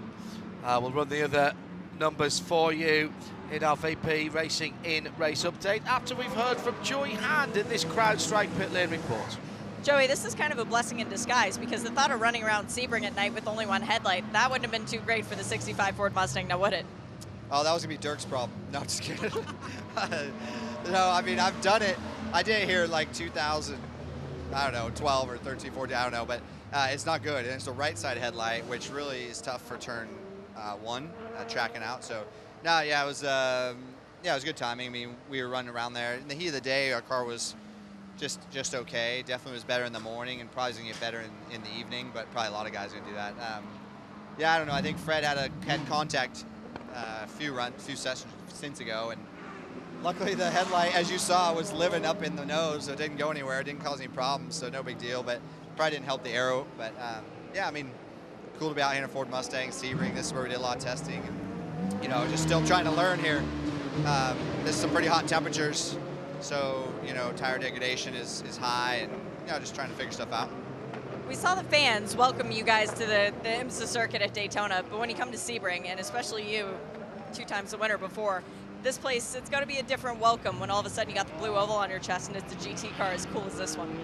Well, it is a special place. I mean, this place is just filled, just packed to the gill with people and campers, and this is one of those ones that I really enjoy. You know, I know you're not supposed to be looking around the racetrack, but I do it under yellow and check out. I definitely get those sniffs of some tri-tips, some hamburgers, you know. It gets me hungry out there, but it's just one of those great places to run. It's one of those great venues, you know. Like, I love Long Beach because of the venue, and this is one of them. You just don't get this anywhere else. I know we're out in the middle of nowhere, kind of, and you know, I always talk about tracks with topography, but this track just has like that history, and it just produces great racing. I mean, you can see it here today. We haven't even got to the good stuff yet, right? So it just produces great racing. Designing the track and how low grip it is, and then you have the heat and all that. So very fun place to race. Super excited to have these fans here. This Ford Mustang Rumble. You know, we got all those senses of America on this thing. Red, white, and blue, V8. It's all right there in front of you. Good luck the rest of the way. Thank you. So run the other classes for you as we complete our VP Racing in Race Update before we go back green. LMP2 TDS ahead of Inter Europol, 11 from 52. Then United Autosports, the blue car, the number 22, Felipe Fraga, the yellow, orange and blue, Riley, number 74. CrowdStrike by APR, Colin Brown, the 04 car, red, white and black, is in 5th. Connor Zilic for Era Motorsport, the shades of blue, number 18. Malte Jakobsen for Dragon Speed, the number 81 car. MDK by High Class, the 20 car. And Ben Hanley in the Wins car, down in 9th position, but still crucially on the lead lap in class. First off the lead lap, Johnny Edgar in the 33 Stars and Stripes Sean Creech Motorsport Ligier, and he is hustling around to get on the back of the line at the moment, having just done a pit stop and I think made up one of the 2 laps he was down. Yes, he's still 1 lap away. In GTD Pro, EO Racing and Michael Christensen, the number 77. That is Rexy, the green dinosaur car from the dark grey Paul Miller Racing BMW, number 1. In 3rd, although with 3 GTD cars behind him, GTD Pro is Alexander Sims for Corvette, and Mario Farnbacher is behind him for 4th place in Heart of Racing's number 23. The 3 GTDs that are in between those 2 pairs of pros, Frederick Schandorf, Inception, number 70. Wow, what a comeback that is after that car was damaged on turn 1, lap 1. Heart of Racing in 2nd. They were down laps as well, with Zachary Robichon, the number 27, behind the wheel of that Aston Martin. Triazi, number 023, with Onofrio Triazi behind the wheel. There's another car that was in dire straits earlier on with the Ferrari 296 GT3. The rest of the GTD, Elliott Skier for Wright Motorsports, the number 120, that's the green and yellow car. The Turner Motorsport BMW 96, blue and yellow, you know that colour scheme. And Phil Ellis for Winwood Racing, the Mercedes AMG GT3, started right at the back, that car, the 57. It was, in the early running, it was easily the car that had made up all the best amount of places, because it literally started at the back of the field. So that is your VP Racing in-race update, as we're about to go back to green, either at the end of this lap or the next one, with Maxime Martin and Jesse Krohn leading 25 from 24 for the 2 BMW M Hybrid V8s from Team RLL. The BMWs have cycled to the front. Air temperature as hot as it's been all day. At one stage it got up to 32 degrees. It's dropped back to 30 right now, but that track temperature still hovering around the mid-20s, and we are under yellow, an extended yellow, for a scary looking accident for Pipo Derani, having clipped Michael Molina's car, the AF Corsa, and then speared off driver's right, hitting the tyre wall pretty much straight on, and then being flipped into the air and landing back down on the tyre bundles. Derani, with a little help from his friends, the EMR safety team, being pulled out of the car whilst the car was still inverted. The team deciding not to wait any longer to get people out of the car. And he was out on his feet and being taken away. Excellent work by all concerned. Safety team in the prohibited area at the moment, just talking to the fans to make sure, I think everybody else is all right as well. Make sure no debris went the wrong side of the fence as we clear up the last few tyres in that gap, and the ones that got sprayed into the buffer zone, as it were, and then we can go back to green. Excellent work by everybody concerned, working as a team. Looks like we're coming back to green flag now. Yes, we are. 4 minutes 11 and 8, 7, 6, 5 seconds to go as we go back to green flag racing, and already side by side at turn 1. Mathieu Jaminet trying to make a sneaky move on one of the BMWs, couldn't quite get it done, just had to check up out of it in the middle of turn 1. And that Porsche all of a sudden looking a very different platform from earlier. Behind him, Ricky Taylor has had a good start as well, and I think he's got ahead of Louis Delatraz. I'll check that for you in a minute. Yes, he has. So it's Martin Krohn, Jaminet, Ricky Taylor, Louis Delatraz, Jimmy Bruni right in there as well. Then a little gap back to Dane Cameron, who's got past, I think, both Scott Dixon and Romain Grosjean. Side by side again. BMW and Porsche. There's a little bit of hip and shoulder going on there out of turn 7 and through to second place for Mathieu Jaminet. The Porsches are suddenly finding their feet.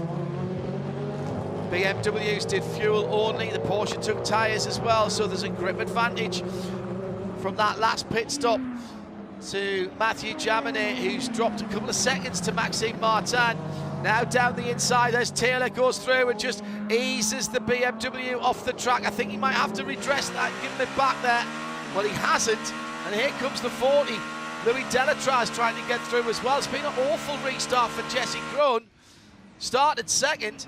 He's going to finish the lap down in probably 5th position, and he's still side by side with the number 40 of Louis Delatraz. Behind them, Bourdais is still next up, actually.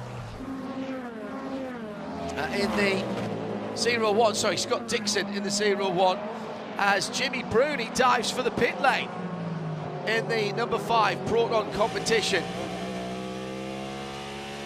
So why is he in the pit lane? Shea Adam, what are they going to do? Nothing. He's driving straight through.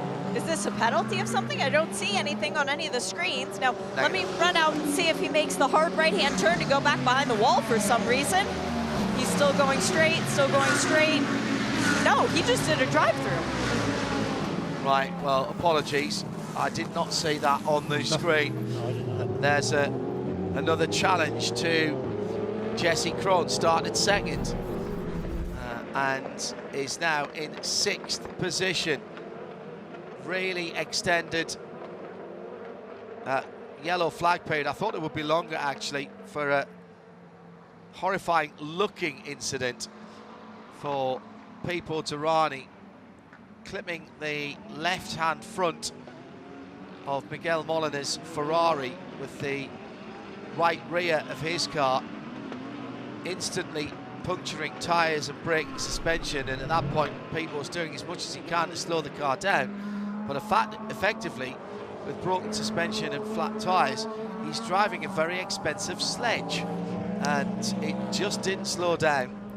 That was a heck of a restart lap there for Maxime Martin in the leading car. 1 minute 50.499. That's pretty darn good going. Let's say first flying lap.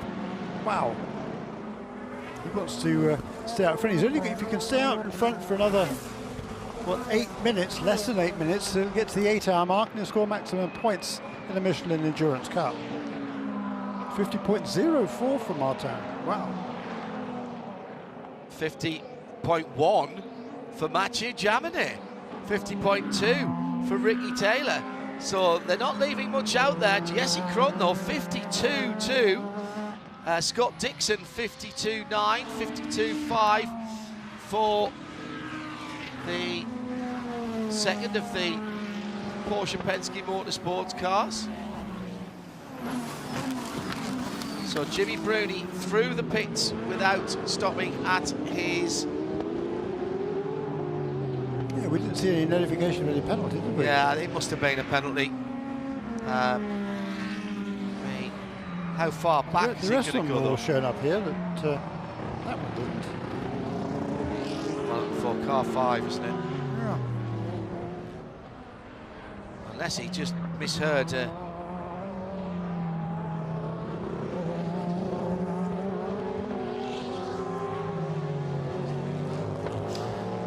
So Martin by 2.6 seconds now, as Mathieu Jaminet is winding up that Porsche 963. Excellent restart from him to split the BMWs to start with, and that really started the decline of Jesse Krohn, who has dropped down to 5th now. Change of lead in LMP2 again. Tom Dillman now into the lead for the yellow and green car. The Inter-Europol by PR1 Matheson Motorsports ahead of number 11 of Mikkel Jensen. Joey Garg holding out 3rd place, just ahead of Colin Brown. And number 04. Yeah, penalty coming as well.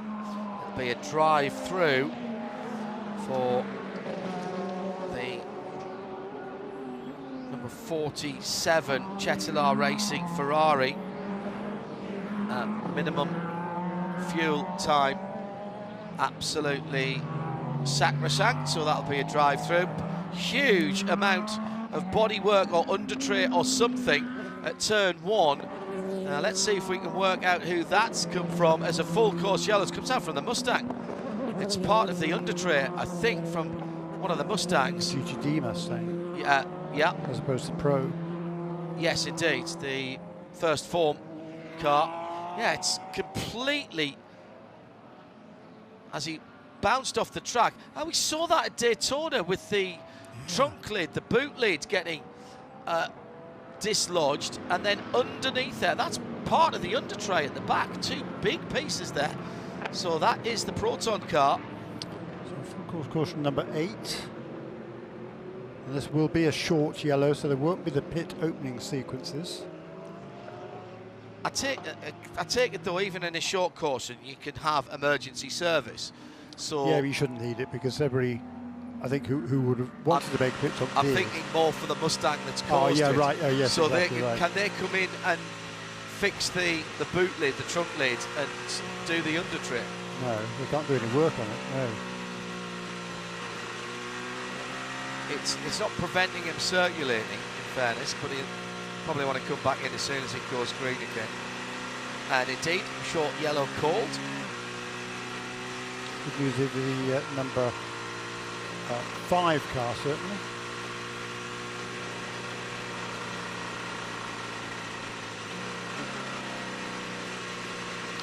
We just made that drive through, whether it was a penalty or not. Now, just hearing from, we're talking about that second pit for the number 7 Porsche, the Porsche Penske Motorsport. Dane Cameron had to come in for a second time. His seat insert wasn't quite in the right place, hadn't, if you pardon the pun, seated correctly. So that's why he came in. They put another splash of fuel in as well.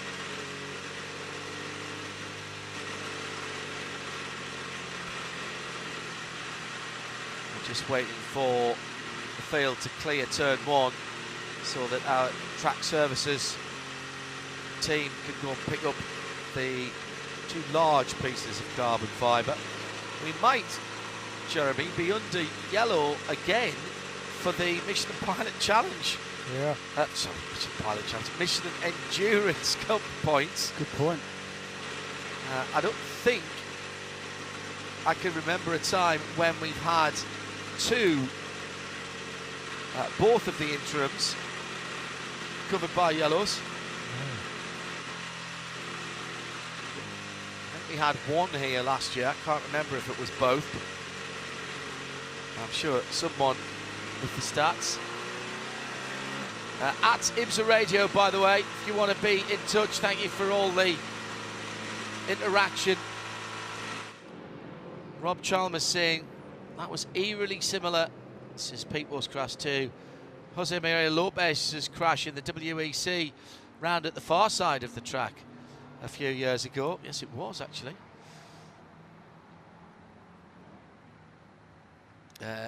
Ian Chicken reminding us that boot deck lid, the trunk lid on the Mustang, clearly is an issue, as it happened in Daytona and Qatar. I'd forgotten about Qatar, actually, as well. Really? But we had a couple at Daytona that were sort of flipping up like the old Chaparral air brake. Yeah, we wonder whether that had something to do with the banking and sustained high speeds around there, but I mean, this track isn't slow, but that only popped up when he bounced over the curb, so you know, maybe a whoosh of air from underneath it, or some debris, or indeed just the fact that the diffuser was pushed up from underneath and has popped it away. At IMSA Radio, if you'd like to get in touch. And of course, you know, fixing a problem like that isn't the work of a moment. Apart from anything else, anything different on the car has to be properly homologated as well. Oh yeah. As we saw the problem with the Chevrolets yesterday, they had the new Corvettes, the new GT3 Z06 Corvettes had a slight strengthening, extra bit of carbon to hold the rear diffuser in place, and that had not been cleared beforehand, so they put to the back of the grid, and I believe that part I believe it was properly homologated overnight, and certainly has been allowed for the race. I think we have an answer on the Proton Mustang sampling car. It had had 2 warnings for powertrain, exceeding powertrain parameters, and I think it's just had a 3rd one, and that was the drive-through for Jimmy Bruni in the 5 car. I've now heard that from a couple of different sources. We're going to get that confirmed, but certainly they had a warning not so very long ago. I thought they'd had one earlier in the race as well. I'll get that confirmed as soon as we can. Shay's working on it from her end as well, but the car definitely did peel off. Yeah, that's come through at 6 minutes. 6 minutes past the hour, so it got the warning at 4 minutes past the hour, and then 6 minutes past the hour it got the 2nd call, but of course we were under yellow for all of that time, so they couldn't serve the penalty, and therefore it had to come in once we got going.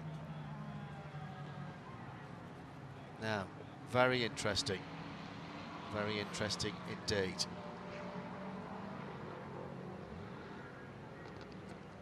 So that we'll need to keep an eye on for the other Porsches as well.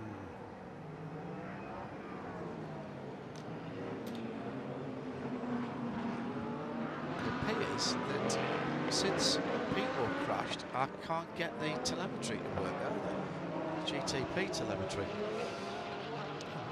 Oh, I'm being told if I am patient and press refresh, it should come back again.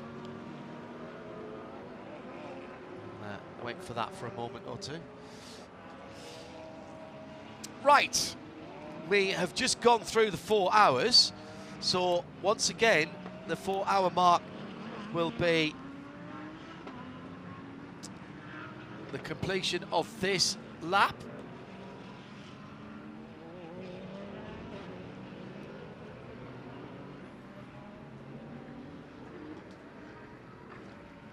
Yep, we'll await the results bulletin from IMSA before we update the points tables, just in case there's anything else that's cropped up that we don't know about. It shouldn't. So, Jeremy, we're moving to the last third of the race, and now hearing from JDC the sad news that the 85 is being retired. They thought they could repair that left drive shaft, now not. So unfortunate. Yeah, they were having a good run. Cars down then, of course, with the incident of the number 31 as well. Still 9 cars there and still running, all of them very strongly.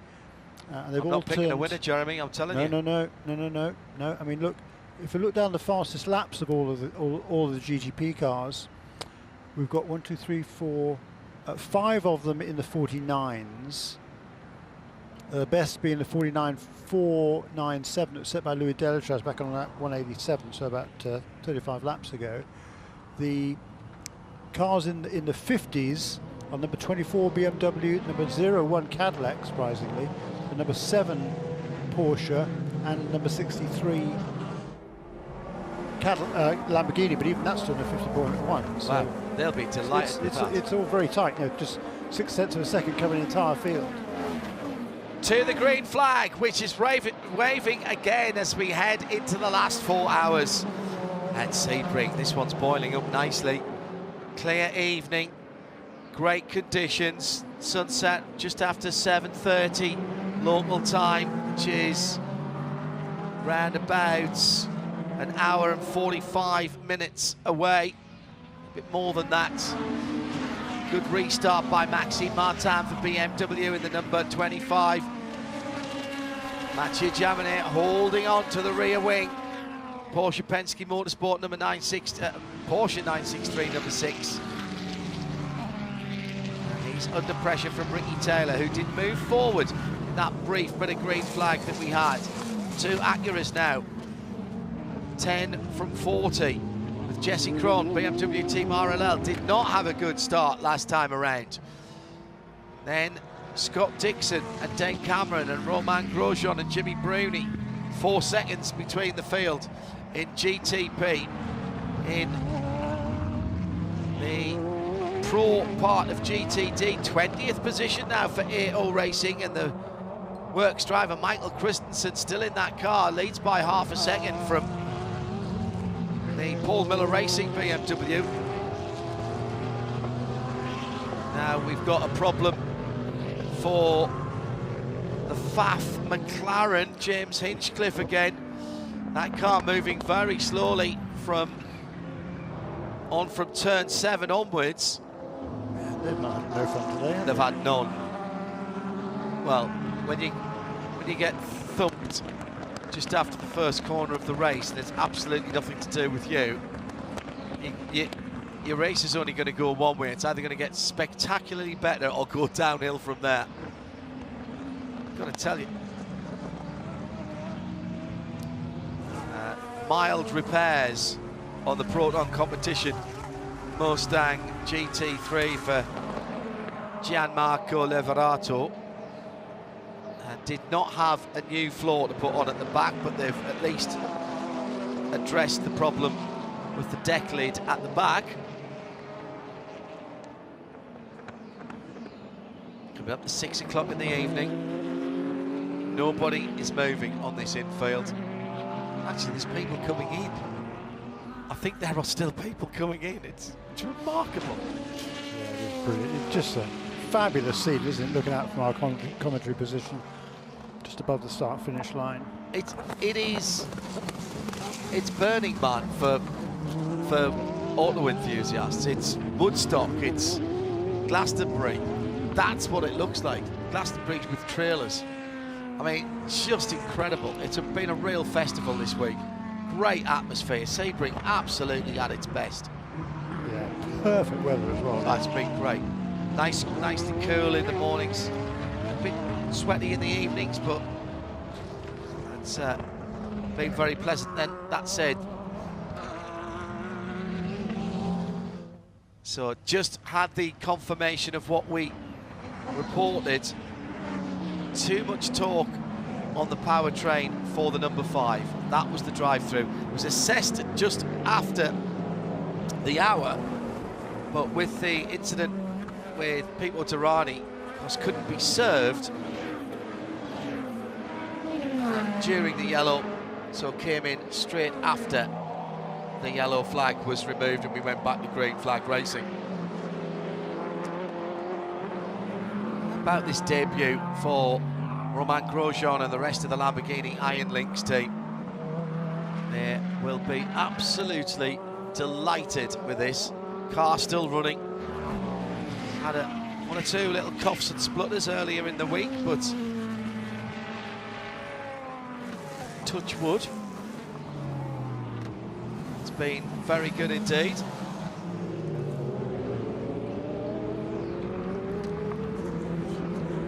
I think they'll be very happy with what they've achieved so far. They want to get it to the finish of the race. And this car staying in the States and doing some more testing. We'll see it again. Now the driver's door has popped open on the Lamborghini. I thought that was just a trick of the light. Yes, I thought that was a trick of the light with the shadows just start to lengthen a little bit.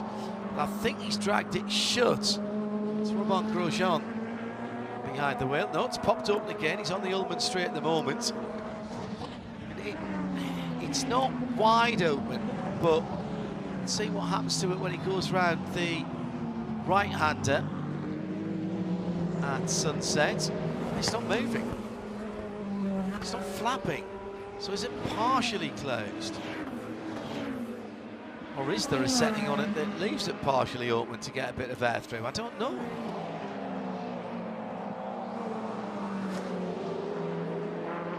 I've seen in cars down through the years, I've seen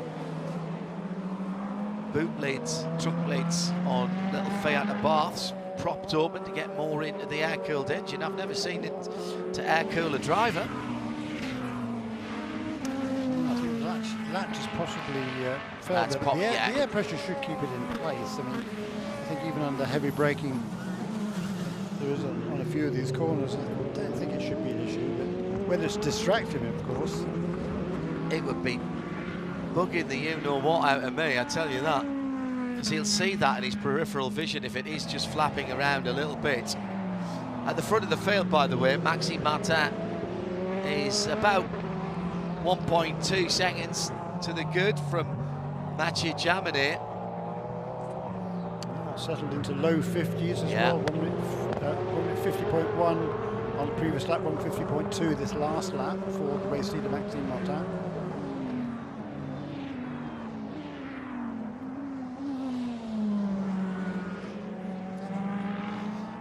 Not only the car different from the last time we saw, well, I saw this car in Qatar a couple of weeks ago. This is not the same chassis. There are some subtle differences, particularly in the logging loop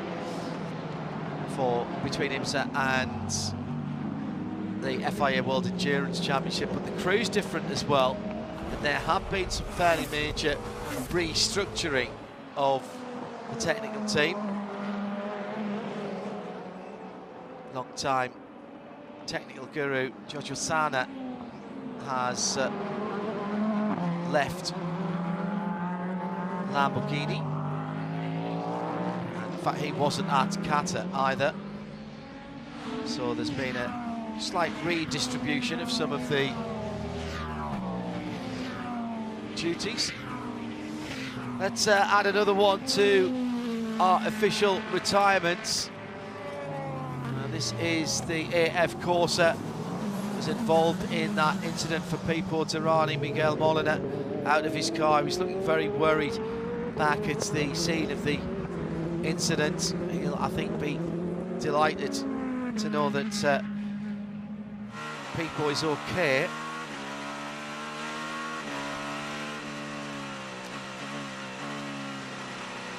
That Whelen Cadillac was quick. That was another car that had done a 149.8 for that car. That was its best lap.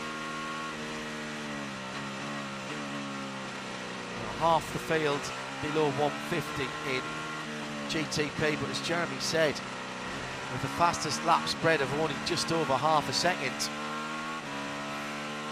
Now, endurance racing is about how you can sustain that pace. Starting to have problems with the setting sun now. Yeah, that's yet another challenge the drivers are going to be facing over the course of the next hour or so. What's the time now? Just coming up to 6 o'clock, so it's... The sun is low enough now that it is in the driver's eye line going down the back straight, and Louis Delatraz has a filthy windscreen on the Acura number 40.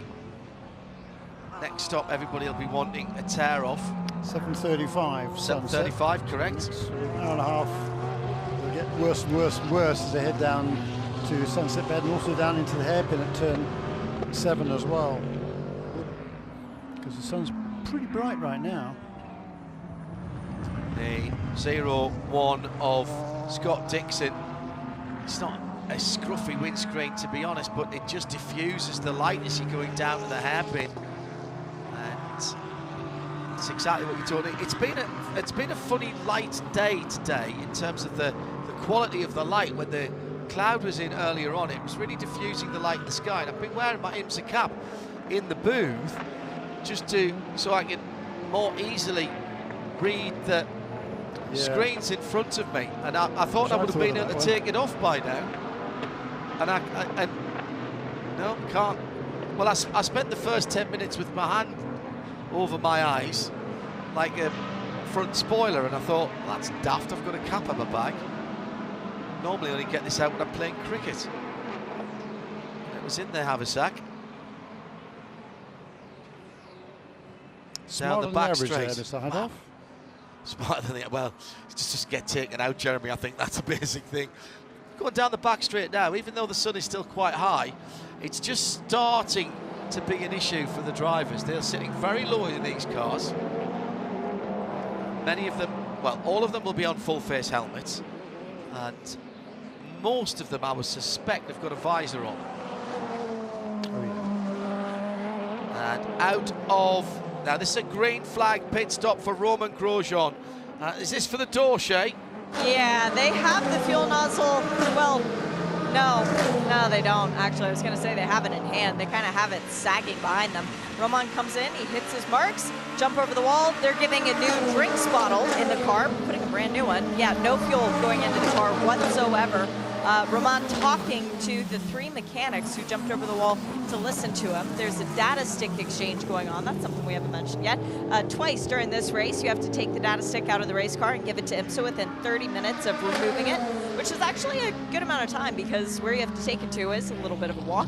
They're giving Romain an additional drinks bottle with the straw as well, so I'm imagining that his drinks bottle in the car hasn't been working. No, he's waved that off. He's just signaled to the mechanics that, yes, your clothes actually shut the door to where it should be. Unfortunately, they were able to pull it back open without opening the latch again, so this could be a longer stop as they try to address the fact that the door will not stay closed. Might as well put some fuel in it while it's standing there. Nope, no interest in doing that. That's really interesting. Why not? Thanks, Shane. Keep an eye on that for us. Another retirement. It will come as no surprise to hear that the number 31 Wayland Cadillac has officially now been notified to IMSA as a retirement. The car will finish 10th in GTP.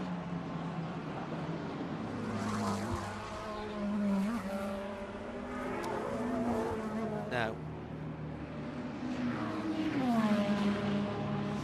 BMW leading. We have said all week, strange things happen at this race.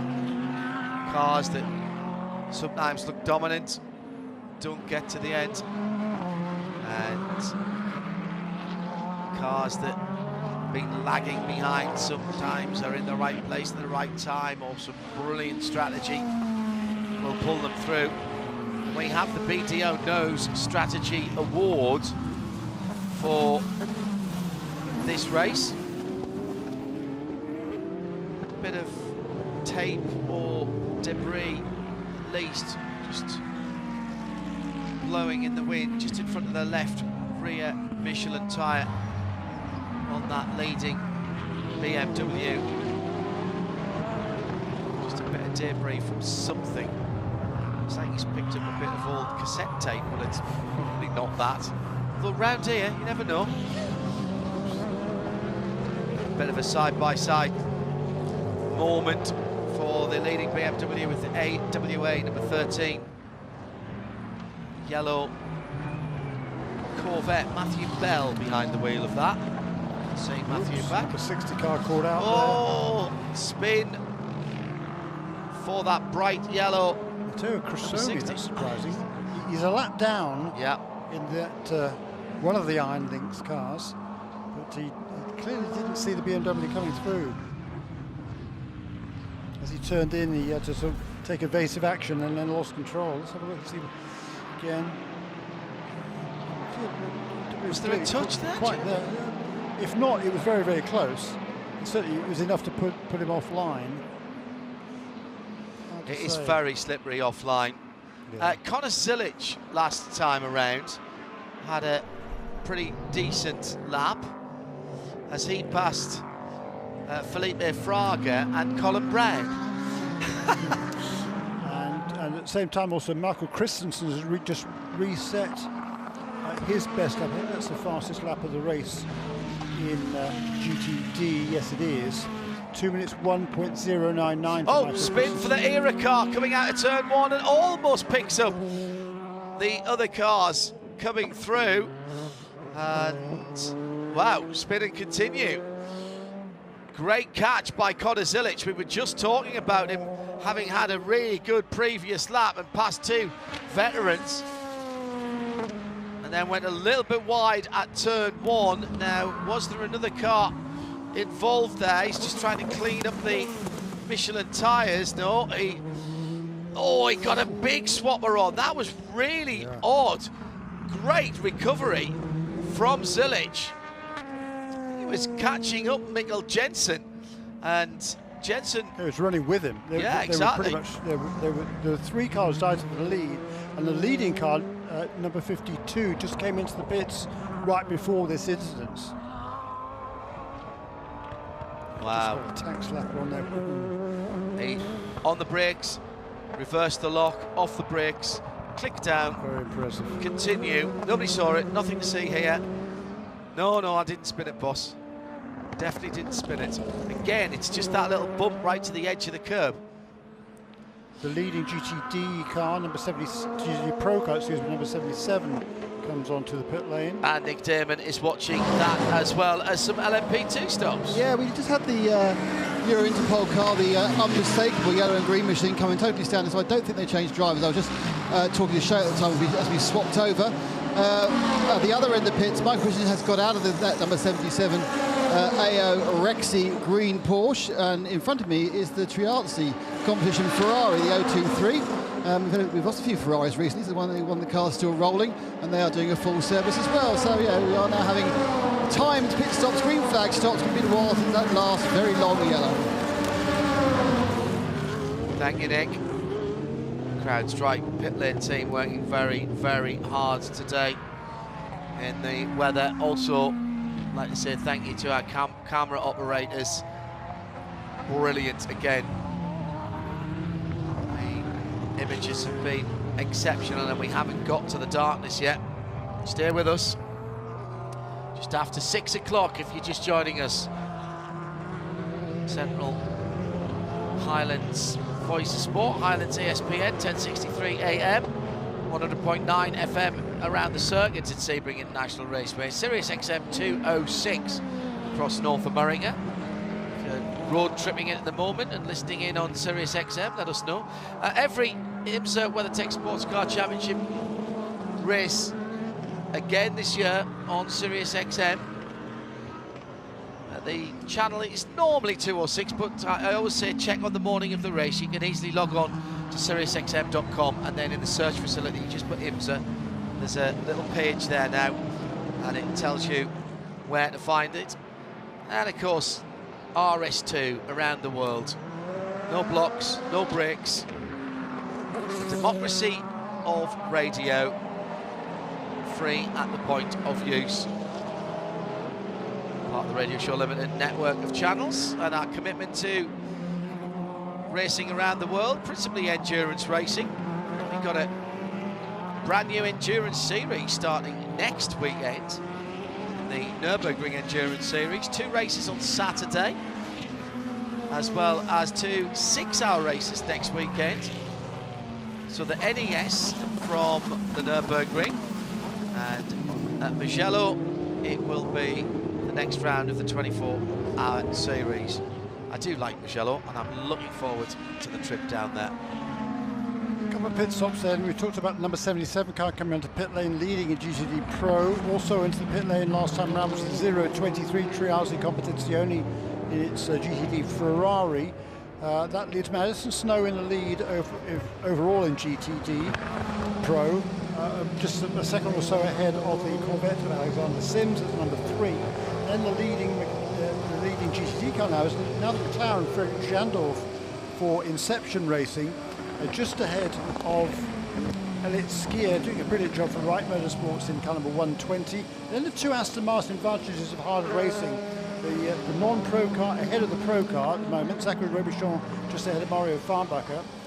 Well, actually, he's got 7 seconds ahead of Mario Farnbacher. Yeah, and then is right behind him is number 14 car. It's Ben Barnicat, and he is in for a double stint now, and has just got past a couple of laps ago Jordan Pepper in the number 19 Lamborghini. That's our VP Racing in-race update. Let's find out more from the drivers with Nick Damon. Yeah, with Tom Dillman, just out of the interior pole, Peter. Tom, I caught you as you were putting your team shirt on. You seem to have quite heavily bruised sort of collarbones. Is that just because of the heat, or is it the hands device? Just they look really red. Yeah, it's the hands. I already have those marks when I drive. Let's talk about the competition. It's very, very tight, isn't it, in P2? There's about 5 of you who really seem to just be swapping the lead the whole time. Yeah, we were playing the 4th and the 8th hour. We managed to take a lot of points, taking the lead now in the last restart. So that was good. It is pretty tough to overtake. So it's really between all those 5 cars. It's all about track position and yeah, with the pit stop sequence, etc. To try to have the track position, because with our cars we have so much aero loss when we follow. It's pretty tough to overtake. So at this point, I take it you're going to start back timing from the end of the race as far as strategy is concerned. Sorry? You're going to back time from the end of the race for strategy from now on. That's where it stops. Yeah, but you know, every full course yellow throws everything back to zero. So it's 3 hours and a bit to go. A lot can happen, and you cannot really predict if you are going to the end right now because of the full course yellows.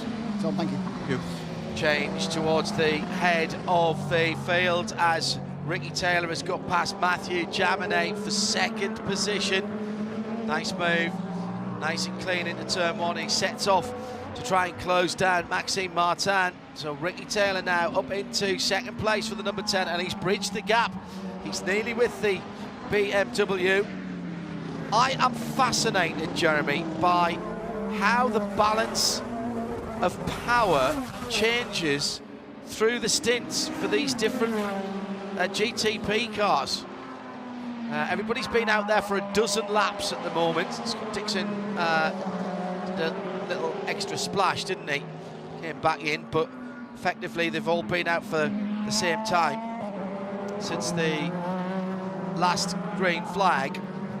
Fascinating, isn't it? Absolutely It's incredible. Oh, little bit of smoke from the right-hand exhaust of the Acura. Was that smoke or was it? No, it's smoke. It's smoke. I thought it was dust, but that is not a good sign. There's some kind of fluid or vapor coming out of the right-hand bank of the number 10 Acura, the better placed of the two Wayne Taylor Racing with Andretti Acuras. Now, the only other thing it could be is a bit of tyre rub or something scraping the ground. So I'm going to take a very close look at that as it goes down towards turn 13. And now, hang on a minute, is it the floor? Is it the floor? Perhaps bouncing on the ground. Yeah, but I don't know. I didn't see anything, I must admit. But you got eagle-eyed Heinthoff here. But as you say, he just got past the Matthew Jaminet Porsche. It's definitely something out of the right-hand side exhaust, the right-hand side of the engine bay. Now the question is, how long can they keep that out? If it's just burning a bit of oil, they can top that up under pressure next time it comes into the pit lane, which is around about 18 laps away. The problem will be if it gets worse and it gets reported to race control, because what you don't want, particularly at this time of day, not any time of day, but particularly at this time of day, you don't want a thin film of motor oil on your windscreen. Oh, it's much worse through the right-handers. Now I'm wondering, actually, if it's a breather pipe of some description. It's left-handers, and there aren't that many left-handers here. So Nick Damon, even as I speak, I know he's walking down towards the number 10 pits to see if somebody will talk to him. Let's go back to GT and to GTD Pro, where Madison Snow is under pressure at the moment from the number 3 Corvette, Alexander Sims, and that is battle for 2nd and 3rd.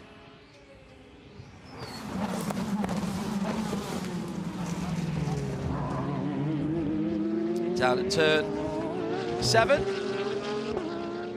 BMW holds sway for the moment, but Alex Sims determined, I think.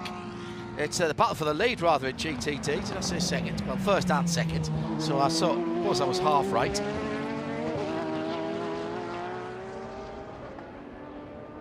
This has been an absolutely cracking race across the classes.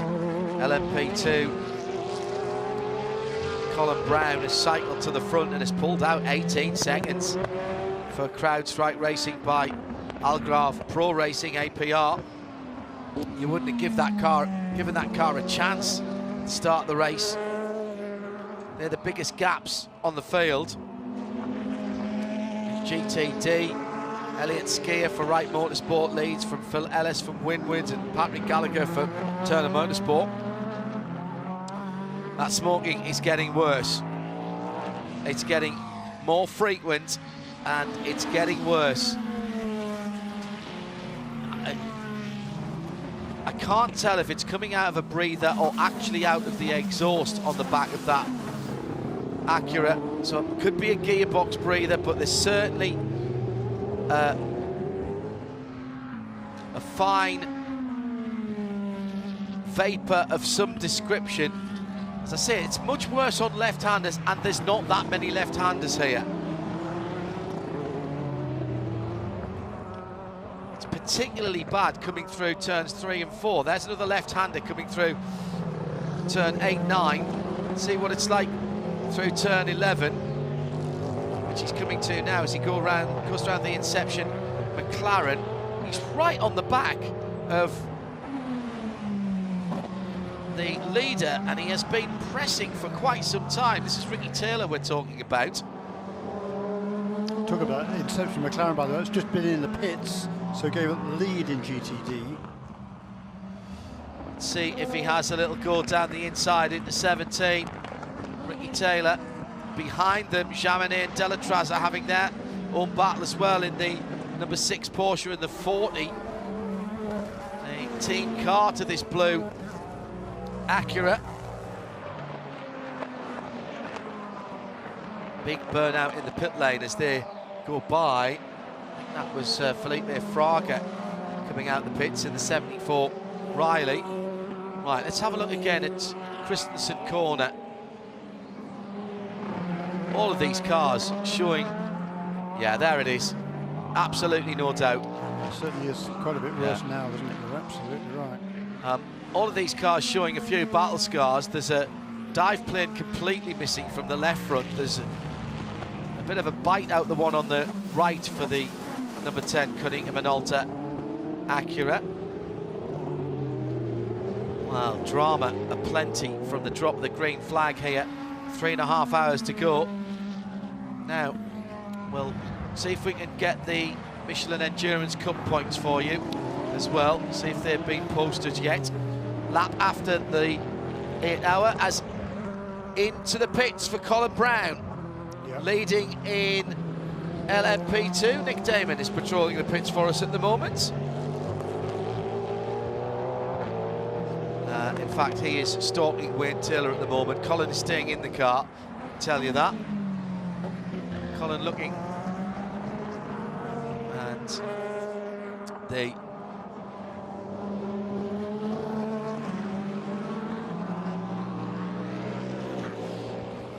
Ricky very, very quick at the moment. Now, let's see if we can get a word with Wayne Taylor, with Nick Damon.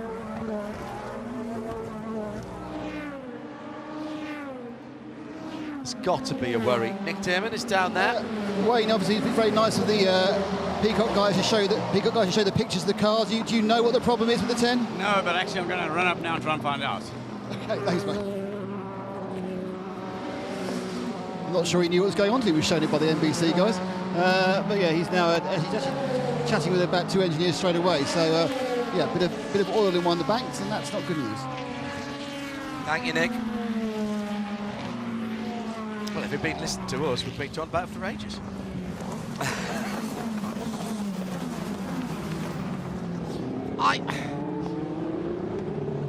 The worry is when it stops, isn't it? Because it's then burned through all the oil, and then what happens at that point? It's not slowing him down at all at the moment. And he's been hassling the back of Maxime Martin for what, 10 laps, a dozen laps? Yeah, at least that.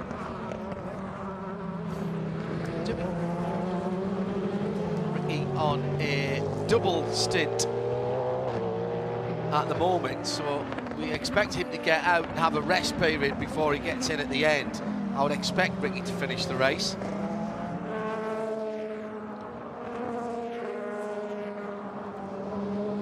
Or maybe he's done at the end of this one. We shall see. Yeah, that is getting worse, I'm afraid.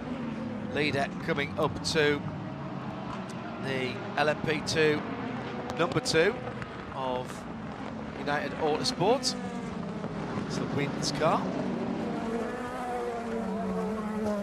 Currently driven by Ben Hanley, who stays just enough out of the way without ruining his corner.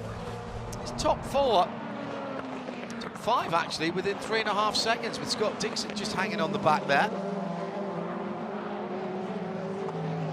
Nice driving by Ben Hanley to make sure the leaders weren't affected or impeded as they went through. Now, Jeremy, have we got some... Almost. One class to go. Okay. I'll let you do the arithmetic. Let's have a quick word whilst we're keeping an eye. This is #OilWatch. Let's have a word with Michael Christensen, who pulled a tremendous couple of stints out in the Rexy, the AO Porsche. Michael, fantastic sort of couple of hours in the car for you there. You must have really enjoyed that despite the heat. Yeah, it's great. It's the car's very good at the moment, and yeah, the team has done a great job with the strategy. We had a puncture in the beginning of the race, which put us back in the field, but yeah, we managed to get back in front, and yeah, Rexy likes that. Yeah, the only problem is, of course, that it's being good at this time doesn't necessarily mean it will carry on for the closing, the cooler. Or do you think you will be good in the cooler area? Well, that's exactly how it is. Yeah, usually in the heat, it's different balance than in the cold. So, yeah, we believe that we had a good car in the night practice, and hopefully we can continue on that path. And yeah, we think we're strong in the night as well. And will it be you finishing the race? Second. Will it be you finishing the race? We don't know who is finishing yet, but we'll see. Great stuff, thank you. Thank you. CrowdStrike pit lane report. Michael Christensen out of Rexy AO and into the pit lane. Oh no, I thought we were going to get Ricky into the pit lane there. Rob Chalmers, the pace of the number 10 has gone up because there's less oil in the engine to cause rotational drag, which is great. Ricky Taylor goes through to the lead, just as we were on the interview. And again, traffic assisted, but quite forceful down the inside at turn 10. And puff of smoke to say, thanks mate, bye-bye. So, another lead change. And back to the front for number 10, Wayne Taylor Racing with Andretti ARX 06 Acura. Number 22 lead change. Wow. Amongst 6 different cars. So pretty much half the GTP field has led. Yeah, the only manufacturer that hasn't led is Lamborghini. Yeah. Did they not lead one lap? No? Quite. Okay. Right, let's get the Michelin Endurance Cup points done. Starting off in GTP, the leader at the 8-hour mark was the BMW, car number 25, so that scores 5 points ahead of the number 6 Porsche, and the number 10 scored 3 points. That's the Wayne Taylor with Andretti number 10. So the points now are 22 points for the number 31 car, 20 points for the Porsche Penske number 7, and now the number 6 car will be closer on 17. So otherwise the top 3 remain unchanged. And the manufacturers, Porsche goes from 1 point behind to 1 point ahead of Cadillac, because Porsche scored second place points, Cadillac scored fourth place points, and that's enough to flip that. So it's now Porsche that leads from Cadillac in the manufacturers in GTP. LMP2, maximum points there for into Europol with PR1 Mathiasen Motorsports, and that vaults them into the lead again. That's another team that wins this championship on a regular basis. 1 point ahead now of CrowdStrike Racing by APR, which is back in the mix, but didn't get good points there. Okay, for this in GTD Pro, maximum points there for the AO Racing Porsche, but Paul Miller finishing in Paul Miller Racing #1 BMW, scoring second place points, then extends its lead over Racing Competizione. It's now 24-20. In the Manufacturer Championship in GTD Pro, the Corvette squad leads on 20 points to the 17 of Porsche, which claimed the maximum at that 8-hour mark. In GTD, finally, Inception Racing #20 car with the 5 points now will move into the lead of the overall points. They were second coming to this weekend, but of course the Court of Preston Motorsports #30 has had problems. But now 20 points for the Inception #70, 19 points for Winwood Racing in #57, and good third place points then for Triazzi Competizione in the number 023. They're on 18 points, so 20-19-18. We'll go to Nick in a second for an update from the pit lane, because we have had one of the leading cars in, but there's an incident down at the hairpin involving the number 8 Tower car with Michael Dynan and Josh Burden for Riley have had a coming together. I think they both, yes, they have both now pulled away. It was Josh who was coming up on Michael and just missed his braking and turned him around and then tapped him again from the front for good measure. Josh might get a penalty for that. They were both passing the EO #77 Porsche, which Rexy just turned in beautifully and avoided the pair of them. Meantime, Nick Damon, you saw a pit stop for Wayne Taylor's. The 40, the yes. red and the shiny red one. Yeah, that came in full service. Lee Dananicrash got out. I think it was Colton Herder who got in. They took off the windscreen tear off, and that was the most important thing of all, because it's effectively opaque, and then we got the opaque gunk, and then you, of course, are flying into 17 in the sunset. At sunset, it gets quite hard to see. And I think he'd just been off the road because he couldn't see on the previous lap as well, but no real loss. They weren't right, no damage being done. That stop was just a full service driver change, and most importantly, windscreen cleanup. Thank you, Nick. And another incident for the Tower car. Twice on the same lap, he's been biffed. That time by the number 4 Corvette. It's the car that's been delayed. Tommy Milner behind the wheel of that, sitting down in 49th position overall and 11th in class. I think there's possibly a couple of penalties coming with the Josh Burden car, the number 74 Riley car, and the number 4 Corvette, both involved in incidents with that Tower number 8 and Michael Dynan. And smoking or not, that number 10 car is... it's smoking all right. Yeah, it's pulling away. 4 seconds advantage now over Maxime Martin. Scott Dixon moves into third position as a number 6 Porsche comes into the pit lane. Out of third place. Nick Damon has got a pit lane caller. Yeah, and it's looking like a full service for the 6. They're getting tyres and everything else. Getting in the car, I think it's Fred McAvitzi, but I haven't got the sort of helmet recognition that Shea has, so I'm just guessing. I don't get anything to guess where they are. That's done already, and they're also getting a nice tear off. We're going to get the 10 car in very soon. They have prepared a pressurised vessel of something to poke into it. So there's going to be some pressurised vesseling. And I'm positioned myself at the rear to see just how smeary and unpleasant it actually is, that car. Well, the incident just a lap ago down at turn 7 between Josh Bird and Michael Dynan.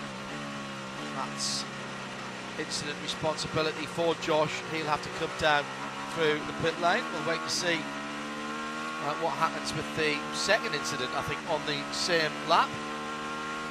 At IMSA Radio, thank you again for all of your notes coming in, and a reminder that hashtag MichelinPRT will get you in front of me and Jeremy at the end of the race, and we'll bring our CrowdStrike pit lane reporters into it as well. Dennis, anything that you think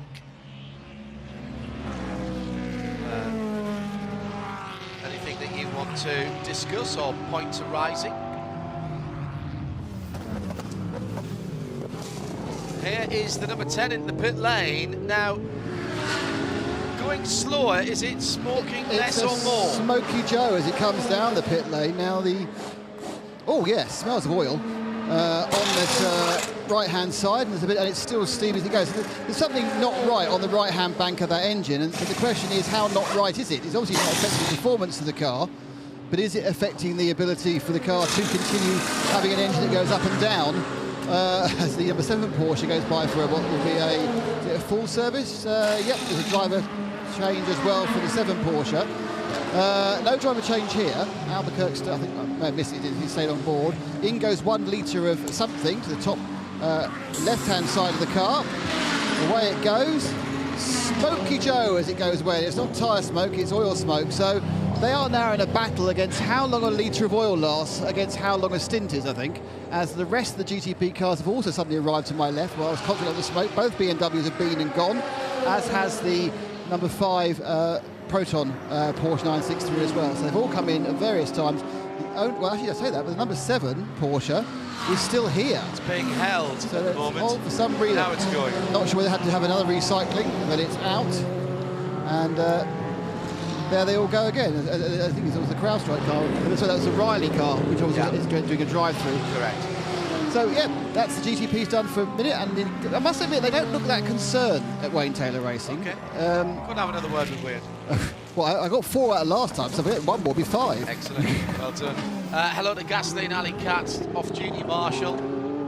Let me tell you that all of us here at IMSA Radio, and particularly Jeremy and I, who still do a bit of racing from time to time, have the utmost respect for you and all of your marshal colleagues. Thank you for the kind words. Gasoline Alley Cat. Where are you in the world at the moment, and what time is it? Hello to Henry and Vincent and Moni. Moni Elysium tuned in from the opposite coast to know that you're in. Hope you and Billy are well. Coming down to 3 1/4 hours to go, almost 6:30 in the evening, and another set of pit stops for the top 5 GTPs as they cycle through. If you're just joining us, the race a little bit staccato early on with 2 or 3 rapid fire safety car interventions from the Lamborghini Urus. Then what you're going to see replayed on all the news channels and all the sports stations over the next couple of days. Pipo Derani coming into contact with Miguel Molina. Right rear of Pipo's car, just grazing across the left front of Miguel's GTD Ferrari 296, and breaking the front suspension, 2 punctures, 1 on each car, and Pipo hoving off into the tyres at full speed, it seemed. Car ending up upside down, balanced on the tyre bundles. Excellent work by the AMR safety team to do the inverted extraction, and people walking away waving to the crowd. Car has been retired. We haven't had any further news from the team. Hello to Johnny, says, are accurate in the go until she quits mindset. I'd have expected them to have a look a bit more closely at that smoke issue in the box. Well, if they smelled it and it was oil, then they're just going to put some more oil in and send it until they cut. Nick Damon is hanging round the box of Wayne Taylor. And Wayne's come back to tell you what the problem is. At the moment, all I know is that it's using more oil than is expected. So we haven't been able to, find any specific thing going wrong. There's no sort of oil leak or anything like that. It might be just using up, but I'll go and talk to the engineers. I suppose the idea really is if you put a litre in each time and it doesn't burn that much, it's fine. That's what I hope. Thanks, Wayne. Old school. How much is it burning? 3/4 of a litre 3/4 of a pint or whatever per stint. How much you're putting in a pint a stint? That's fine. It's the old Mr. McCorber. Result, happiness. How much can you put in? I can put in a pint. How much is it burning? A pint and a half. Oh, result, disaster. It's the motor racing version of Mr. McCorber. Out front at the moment, the car is absolutely blazing the trail with about 1.7 seconds on Renger van der Zande and Nick Yellerly in third now for the BMW number 25. Reinstalled into that car. Fred Makovecki still in touch for the Porsche Penske Motorsport team. Just 5 seconds away from the lead and a second and a half away from a step on the podium as it stands at the moment. Colton Herter is behind the number 40 wheel, just been installed on that. By the way, it was Brendan Hartley that got into the leading car. Augusto Farfus in 6th position in the BMW. Matt Campbell in 7th for Porsche number 7. Jimmy Bruni, who seems to have been in that Proton Mustang sampling car all day, in 8th position. The top 8 separated by half a minute. The top 5 by 6 seconds. With 3 minutes and 9 to go. A slew of stops in GT. Alexander Sims cycles to the front of GTD Pro as he stops after everybody else. But into the pit lane, Ben Barnican for Vassar Sullivan, number 14 in Pro. Jordan Pepper for Iron Lynx Lamborghini, number 19. Phil Ellis from the lead of GTD for Winwood, and Wright Motorsports Elliott Skier from 2nd. Oh, and Davide Rigon. No, actually, Davide's just gone out again. So that is the start of the next round of pit stops in the GTD and GTD Pro. Nick Damon? I run round because I was talking a bit at the back, and now I'm at the front, and as you say, there's a slew of very attractive GTDs. Oh, the Porsche 120 goes past it. Come to me, Nick. We've got a big crash at the final corner. It's, I'm afraid to say, it is the Gradient NSX, and that car is stranded in the middle of the road. This is going to bring out a full course yellow, and that car had been working its way back up through the field. Tatiana Calderon did a great job, but it's been comprehensively destroyed and bounced back into the middle of the road by Catherine Legg, who was in 5th position in class. Now that's very unusual for Kat. The door is open, she's got the door open, and this would be the first DNF by Kat since she drove the Delta Wing here. And everyone since then she has driven and finished. Now it looks like the car's been in the wall one side of the road. This is a standard yellow, so the pits will open with just on 3 hours and 7 minutes to go. The intervention vehicle already there. And Catherine pulls herself out of the car. There's a lot of debris behind that car. I know that Derek is here, Catherine's father. You girls jumped out on her own, Derek, and she's in the back of the of the Porsche. Gosh. Oh, got a push. I think that was a little push from the 6 Porsche. We'll check that again. Oh, and a big slide to avoid it by the number 20 high-class racing car. That was an excellent piece of avoidance there. Let's have another look. Yeah, definitely side-to-side contact. And was that 6 or 7? 6. I think it is the white one, isn't it, Jeremy? I think so. So 4th place car. Under review, Fred Makovecki. That is a 4th place car. And well, they do not like prototypes and GTs coming together. That doesn't mean that it's always the prototype driver's fault. Now they've got to get that car moved. That's another lift. I love this idea of just pulling the crane and picking it up and throwing it on the back of it, or dropping it on gently onto a flatbed. Car stood up pretty well, went into the wall on the passenger side.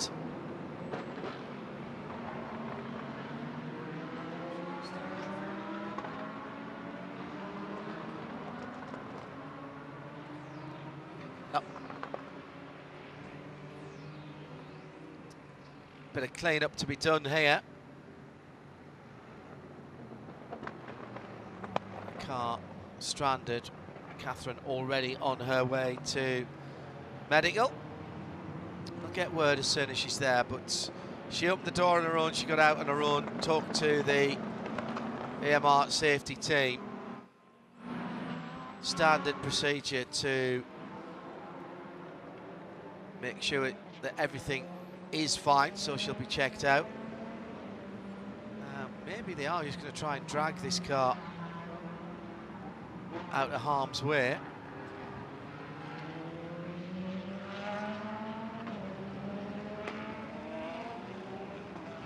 Been a great recovery by that Gradient Racing team, and they had some difficulties earlier on, and as you say, John, got themselves right back there into contention. Really good run from both Sheena Monk and Tatiana Calderon earlier. Tati just learning at every turn and every lap to make the car go quicker. And then Kat, in her previous stint, that previous stint did what at the time was the third fastest lap of the race. And they're trying to get into the front of the NSX. Oil is pouring out from the engine bay. And we've got the flatbed ready to take it away. Have we got a crane to do that, or are we just going to winch it on? I think we're just going to winch that one on. Coming down to 3 hours, Jeremy, and once again the race is neutralised for the 9th time. Right. Brendan Hartley leads for Wayne Taylor Racing with Andretti. That's the number 10 blue, silver and black Acura. Renger van der Zande for the gold-fronted, gold and grey Cadillac. Then it's BMW, Nick Yellerly. BMWs have done really well here. They've both been towards the front.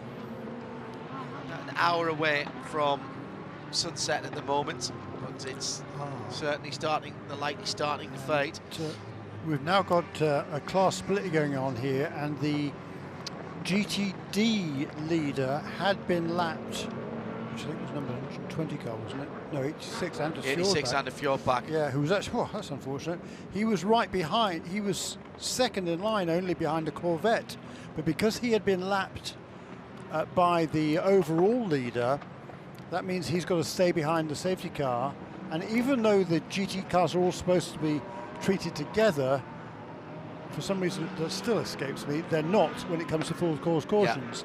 Yeah. And the GTD leader was not able to go past the safety car like all the other GTD Pro cars are. So when we get to the restart, so the GTD Pro cars are all going to be a lap ahead of all the GTD cars. That means all the GTD Pro cars that were behind number 86 went past it, which I think is really irritating. Yeah. Yeah, understand. It has worked the other way. Yes. Where the GTDs have been ahead and got the... You know, in some ways I kind of like it because we do have two different classes in terms of points. So it actually makes it clearer and cleaner from that perspective. Yes. I would really like all the GTD cars to be treated the same, and then just have a separate classification after that. Yeah. So you have an overall GTD points table for everybody, and then either a Pro and or an Am or both, in addition to that. But we don't. That's not the way we have it. And what we have is great. As I say, considering what we have, this does make it a lot cleaner. So we're now going to have 7 cars on the lead lap in GTD Pro. Number 3, number 77 has been dominant pretty much so far, but we'll see whether that remains. Then number 14 Lexus back in contention. Number 19 Lamborghini Frank Pereira. Number 23 Aston Martin. Number 64 Ford. And number 62 Daytona winning recent competizione Ferrari. So that's a Corvette, a Porsche, a Lexus, a Lamborghini, an Aston Martin, a Ford, and a Ferrari. So is Paul Miller Racing and the other 4, the 65, are they going to lose a lap as well, or will they get around onto the back of it? Will they be waved past the GTs? Well, you know what? I'm thinking that the number 1 car missed the opportunity to get the wave around. I think that's the case because he was behind the number 1 car. Excuse me, he was behind number 20 car and ahead of the number 14. Yeah. The 14 has got the wave around, and I think the number 1 car missed that opportunity. It's Neil Verhagen who's driving that car at the moment, and he is going to be a lap down. From what it looks like right now. That was a big hit for the Krejcik car. Thankfully. Oh, and also the other Ford has got the wave around as well. So number 65. So both Fords are on the lead lap in GTD Pro. All right. So that is Vervees has just now dropped onto the back of the train, or will do. So I presume Neil Verhagen will as well. No, I don't think I'm so. not sure. So now we've got 8 cars on the lead lap. And what's happened to Verhagen, as you say, still sitting behind the GTDs. Yeah. And there's no call to the from race control to the drivers. You have to know the rules. Yeah. The pits are open for prototypes, and we will have takers. Of course we will. Under 3 hours to go. Nick Damon in the pit lane sees. Well, this is good. This is a good news because they can put a bit more oil in before it's all burned out. They're all led by the blue number 10 Acura, piloted by Brendan Hartley. Already stopped in box though, because there are earlier boxes, the 01, both the BMW, oh dear, the 40 cars almost wiped the nose off the 10 there, and a very in first young Sonny. One of the Porsches has, for some reason, done a drive-through and not stopped. That's weird. Okay, so off goes the 40 on a bit of fuel, and they are taking the rear deck off the 10, so they have decided there is something going on. And here goes the rear deck, and here goes the engine covers. They also decide there is something that actually needs fixing. Interestingly, the P2 stops are all taking a bit longer because obviously they just use fuel like water, so they are effectively getting fuel filled. Only a very short fill. Hartley's still stuck in the pits. There are a number of tools being laid out, so having a good old look at this now. It has spread a bit of oil into the engine bay, but interestingly, it's pretty clean. So the stuff that was coming out was heavily burnt on the oil. So there's the other GTPs have gone now. Everyone's gone. So they are absolutely last of those who stopped. There's a bit of rooting around in the inside. I wonder they're wondering whether they've got someone's got a little pressure relief valve in there. So I'm wondering whether something's popping off that shouldn't pop off, and that's what's bleeding the smoke. But they do seem to have discovered a spare part they want to replace. And obviously they're dealing now with bits of the engine which are right next to the turbo, so they're only 800 degrees centigrade, so it's fine. So a very brave engineer is trying to put something sort of upstream of the turbo inlet pipes. So my guess is it looked to me what they're trying to is a union, a union like a flow rate union, and I think they think that's leaking. It's if I explain, if you think about if you're doing your plumbing and you want a short bit of plumbing metal to link between a pipe and the bottom of a plug. You basically what you do is you have a kind of a grommet at both ends, which seal it, and you clamp it down. And it's one of those sort of devices. Something in the bit in the middle, though, I think is probably very intelligent. Probably like $2,000 or something. But it's that's what they're doing. And the rest. Oh, I would like to say, by the way, the rear end of this car is absolutely beautiful. It is a work of mechanical art, looking at the turbos, because it's quite a little sewing machine of an engine itself, isn't it? The actual up and downy bit is tiny. It is the smallest capacity engine, Nick, you're right. Fabulous, honestly. V6 2.6, isn't it? The weird thing is, John, that if you're on the side that's not been leaking, it is completely clean inside. You could eat your dinner off it. It is amazing. There's no, it's some sort of sealed environment where it's just not getting, and there's a lot of gunk around, as you know, anyway, generally. Yeah, I have to say that's a pretty impressive piece of engineering by these Acura. I'm sure all the other ones are equally nice. We don't get to see them ripped off with 3 hours to go, but man has his hand deeply in. Here comes the other important thing, which is the refill oil. Now, the key point obviously here is they need to do this without losing a lap, and they are already putting the rear deck back on again. Time for you to step out the way. I'm now around the side, so I've decided not to get run over by the car because I wouldn't want to put I wouldn't want to spoil the gorgeous of the inside of my innards, to be honest. Yeah. Bad news. They've lost the lap. They've lost the lap as the Porsche has gone round, which is leading. Now they're putting the fuel in. Now, of course, the point about this is that they are now praying for A, that this fix works, and B, another yellow, because that will get that lap back. Car is down. Harder Racing Aston Martin swept across the front. We're not fired up yet. Thumbs up from everyone. Thumbs up the back. And there she goes. And she's gone. There's a red light at the end of the pit lane. This is because we've got a train of those GTP cars as they go down and lap behind all of them. To my left, we have the GTP machines. I can see one of the Corvettes. So there goes the Turner BMW 96 car.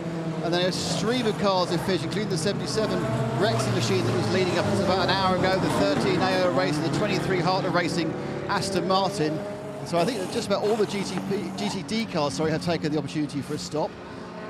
And they're away again. So they worked out what they thought was wrong. They fixed it. It's now up to you, John, to use your eagle televisual eyes and see if it is still puffing out smoke. Okay, thank you very much indeed. Take this opportunity to thank everyone for engaging on the socials at IMSA Radio. Don't forget hashtag Michelin PRT for post-race tech. We'll stay on the air on RS2 and answer some of your questions and your points arising. Thank you as well to all of those on the RWEC Discord group who once again are supporting the broadcast with some great chat, and a special hello to Pentanix, who has just announced an engagement. Congratulations. Very well done, and I hope you'll be very happy, the pair of you. I hope it won't affect you and your sports car, your love of sports car and endurance racing. Let's have a word with Roman De Angelis, who's just got out of his car. Yeah, straight out of the Harder Racing into a cool suit. It's Roman De Angelis. Actually, interestingly, John, we've got an imitation of the M25 at the moment, because it's a complete log jam of sort of the little pallet trucks for lorries and the huge, much bigger trucks for rubbish, and they're stuck entirely, but it'll be moved out the way. It's got absolute chaos back here, actually. But that's not bothering Rem, who's been on the track itself. Another good the car very much in contention.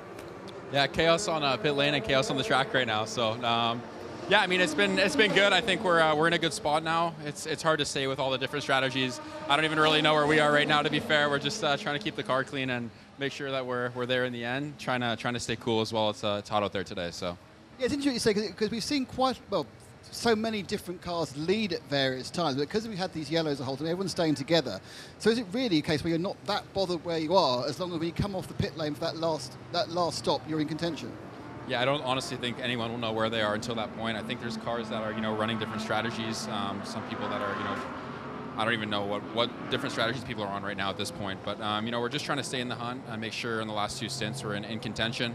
And by doing that, obviously, have a fight in the end. So we need to have a car that's safe and clean by that point. So just got to get there first.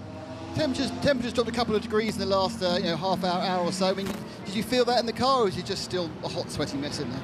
You definitely feel it. I mean, the stint I did prior to this, I did a double, and we had some AC problems. I definitely didn't feel as good as I do now when I got out a few hours ago. So I'm definitely happy that the temperature dropped a lot, and happy that we have water in the car, and it's hopefully when the sun sets, even cooler. Thank you. Let's do a couple of more quick hellos as we're doing the GTP class split. Alan Prosser has got rid of the final customers in the pub, so he can sit down and watch this properly. Hello to Kate Shaner, to Gareth Evans, to Race Canada, and also to Ewan Wade, Hugh Walden, cheers from New York. Been listening to the broadcast all day. I'm coming to see you at the Glen in the summer. Hello to, that was Alan's there, and to Johnny Main. Golden hour, go and fill your boots, Mr. Cameraman and photographers. Hello to Nick H. Inspector Damon. The number of officials hovering about the number 10 makes me suspect the cover-off investigation work was mandated rather than optional. You might be right, but I didn't see a flag there. And finally, good word from somebody at the Turn 17 grandstand. It's Blur Feed. Great but hot day of racing. Hope the 963s like the cooler evening weather. He is a Porsche technician. Jeremy, before we go back to Greg. Yeah, so there's two cars that did not pit of the GTP leaders on that lap, the number 6 and number 5. However, number 5 had just ducked into the pit lane.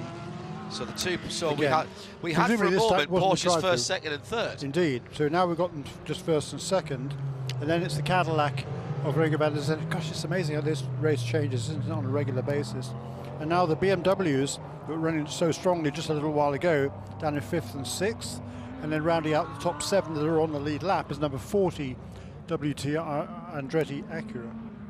And in LMP2, Ryan DL and Era Motorsport are leading now from Hunter McElrea, so the 18 from the 11. And then the number 2, United Autosports, the Wins car back in it now. Rasmus Lind is behind the Dragon Speed 81 wheel, Paul de Resta behind the 22. And Toby Sowery, who's been an absolute star for my money today, still on the lead lap as well. In GTD Pros, Jeremy said, all the pros have got a lap on the GTD cars. And somehow Neil Verhagen's got himself back on the lead lap. Yeah. Not quite sure how so that's that might have, well, maybe he was just a long way behind Jeremy. But it is the Vassar Sullivan number 14 from Frank Pereira for Iron Links in 19, Chris Meese in third. I think it's because number 3 car came into the pit lane.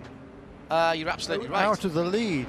So that enabled the number 1 car to get the wave around. Boy, they were lucky there. Correct. Tonio Garcia is just on his outlap at the moment. Green flag with 2 hours and 45 minutes in North American Le Mans Series race to go here at Sebring, and another good restart. Fred McAvecchi leading, but with surely the sword of Damocles hanging over him with that investigation, and yet to go through. Right Motorsport Porsche has been bumped off or fallen off at turn 17. The green and yellow car though refires, and the 120 back in the right direction for Jan Halen. So McAvecchi, Campbell, Renger van der Zande in third. And the Lamborghini just one place away from getting its lap back here. It's actually sitting in behind the leader. Now what happened to the right car? 3 into 2 into 1, didn't quite go. A couple of Aston Martins on the inside, and just a little tag on the right rear. There was just not enough room to turn in there for Jan. And oh my goodness, well, the incident involving the leader and Catherine Legg reviewed, no action. So the 2 Porsche Penske Motorsport cars continue to lead. No action for that side-by-side contact. So let's get back to the racing.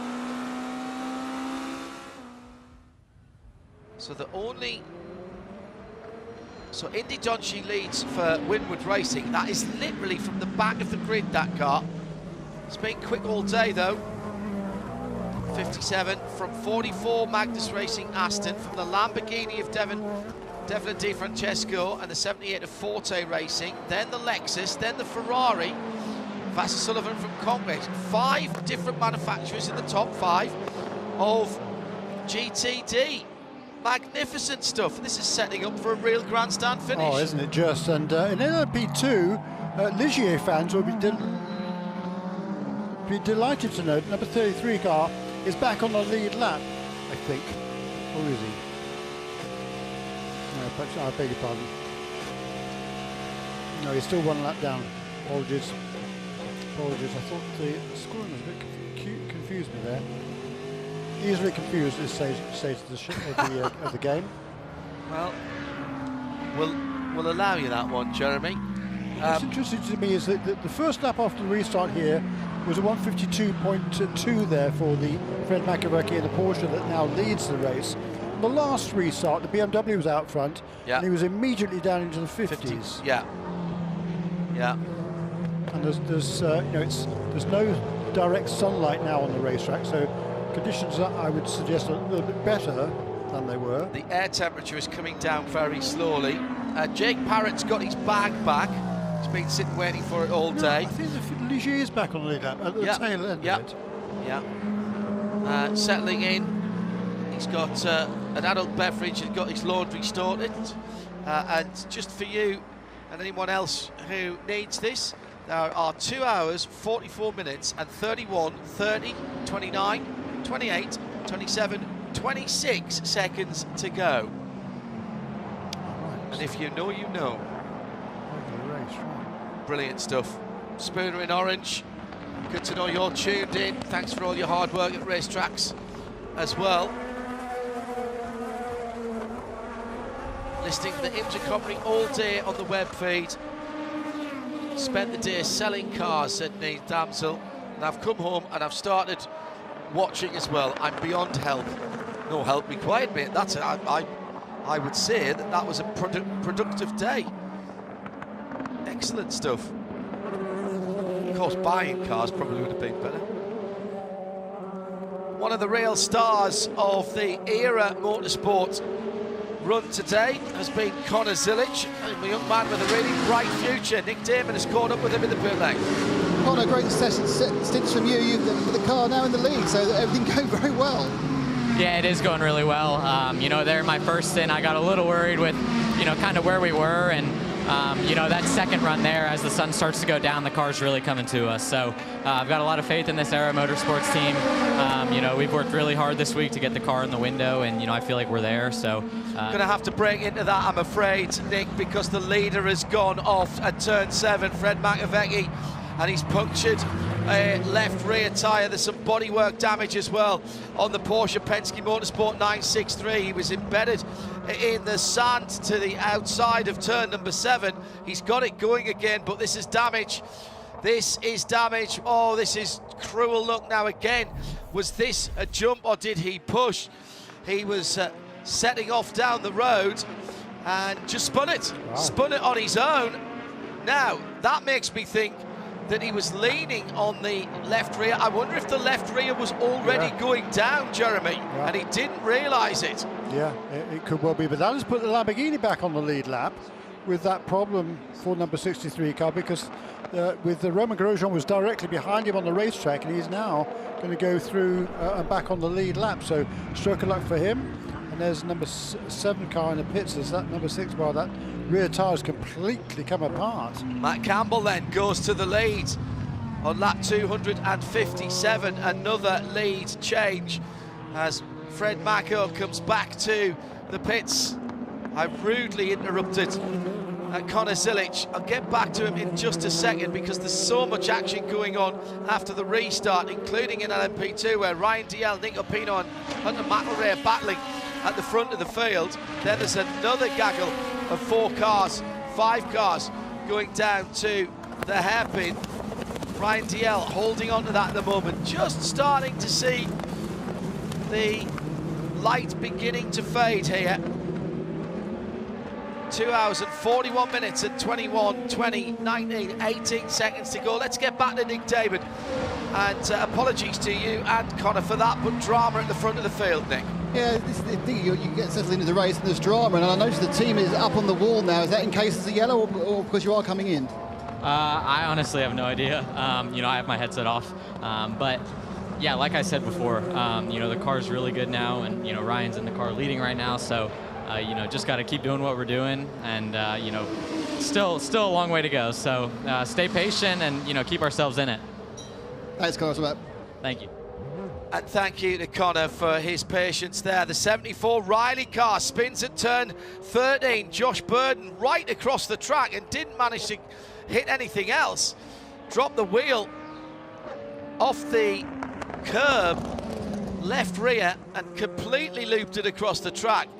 It is a mad half hour here as into the pits, the erstwhile leader, Fred McAvecchi, with damage to the left rear. It'll be a new bodywork section on the back of that and new tyres. There's some scuff marks on the front of the car as well.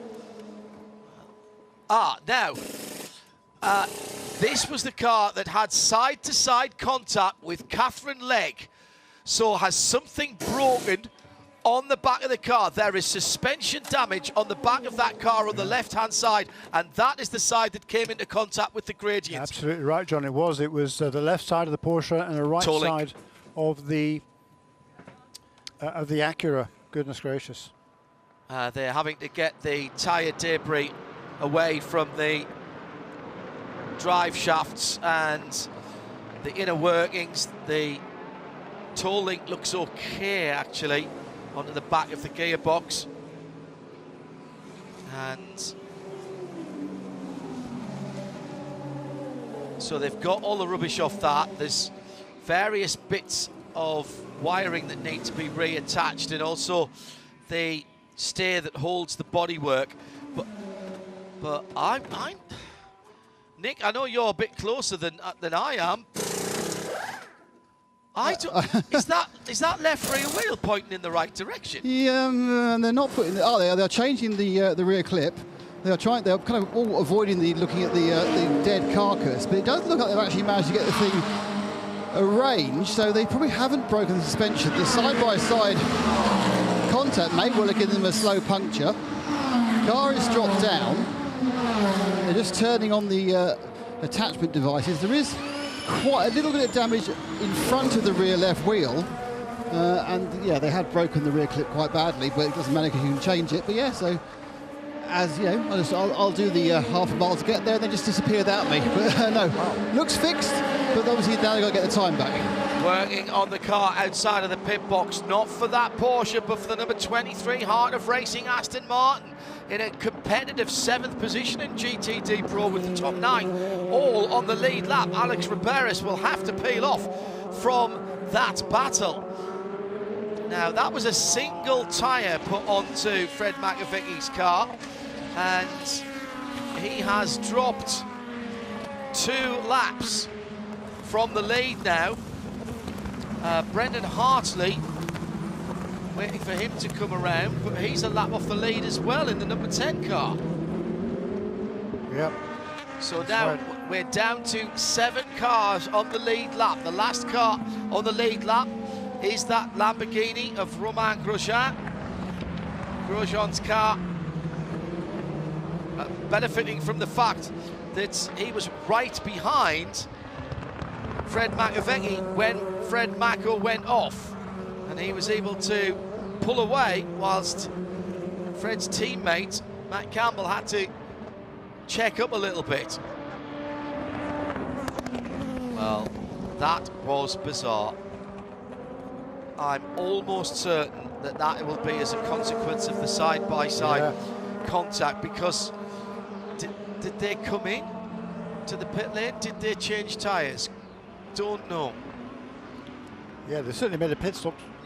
Wait a minute, 6 car did not come. Oh no, it stayed out. That's right. That's how it got the position. Yeah. So there you go. I was just questioning myself as to whether they'd come in and change tyres. Shea Adam is back in the pit lane. Good evening. Good evening. Very good dinner up at Schleppers this evening. Lots of pasta, lots of people interested in watching the pictures and listening to us. And actually, I was eating with some people from IMSA Technical, who shall remain nameless because the comments that I'm about to tell you are way too good. They were watching the emission out of the number 10 Konica Minolta Acura, and the comment was actually made, well, it does make sense that they would be running very well because these things tend to go very well before they explode. Thankfully, that hasn't happened yet. Oh. Somebody won't be laughing at that one, I can tell you. No, indeed not. But yes, a fair point. Well made. Right turn lover said, did the number 6 mechanics pull off a rod or a strut from the engine and gearbox area they didn't replace? Yes, they did. I think that is part of the stuff that holds on to the bodywork, perhaps. Well, maybe not, because it would have come off with the bodywork, wouldn't it? At the front of the LMP2 field, Nico Pino and Hunter McElrea having a good scrap at the moment, down to turn 13. Indeed, and a lap ago, Nico Pino got past Hunter McElrea to take the lead of the class. The number 18 car was in for its pit stop the lap before that, so this is a super battle that's going on between these two. Only, well, less than a couple of seconds back is the second of the United Auto Sports car. That's Paul di Resta, and he's got his hands full in car number 22 with the number 04 of the very impressive Toby Soweridge right there as well. Drive-through, oh my goodness, that's going to take them well out of it for the number 86 print lane protocol. This is Anders Fjordbach, MDK Motorsports, again on the lead lap in GTD. If you're on the lead lap at this stage, you've got to think you're in with a chance of something. The battle for P2 lead across the line, down towards turn 1. Just in behind, Paul di Resta is working his way up to third. He's bringing Toby Sowery with him. Rasmus Lind another couple of seconds further back, weaving side to side from the TDS racing car, Hunter McElrea. Trying to influence or perhaps just take the concentration away from Nico Pino. Another great find by Ben Keating. He keeps finding these good drivers. Through turn 7 at the hairpin, and there's no doubt in my mind that Paul di Resta is catching these guys. There's going to be a 4-car battle for the lead here any time, with the LMP2s coming back together. Meantime, at the front of the field, Renger van der Zande has caught Matt Campbell in traffic down through turn 16. Really nice move by both drivers there, but a super thinking driver's move. Matt Campbell stood up the Cadillac as they were coming through turn 16 onto the backstretch. Then it's BMW Nick Yellerly flashing his headlights in the background, trying to come through the traffic. The top 4, check that, the top 5 within 3 seconds as they come through the traffic after the restart.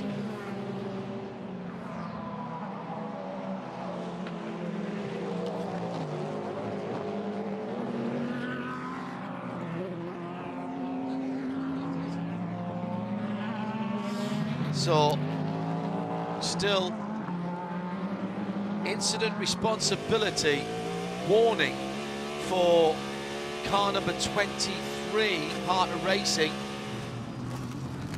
and the 86, having been hit, gets a drive-through of its own. It's serving that now for Anders Fjordbach for MDK. So that was a coming together between the Porsche and the 23 Heart of Racing car. But a warning for that. It was the pit lane violation that's got the drive-through.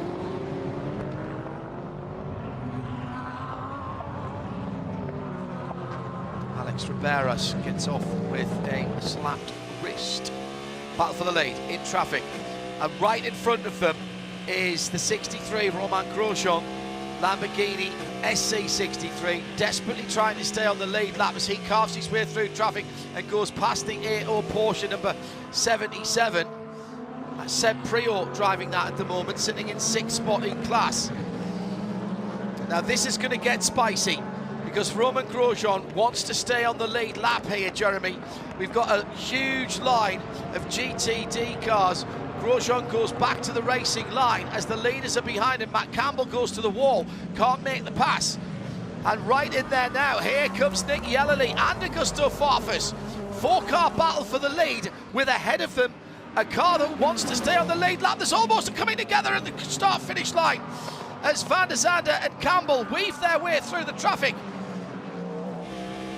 They both had to swerve away from each other there through turn 1. They dodge through more traffic.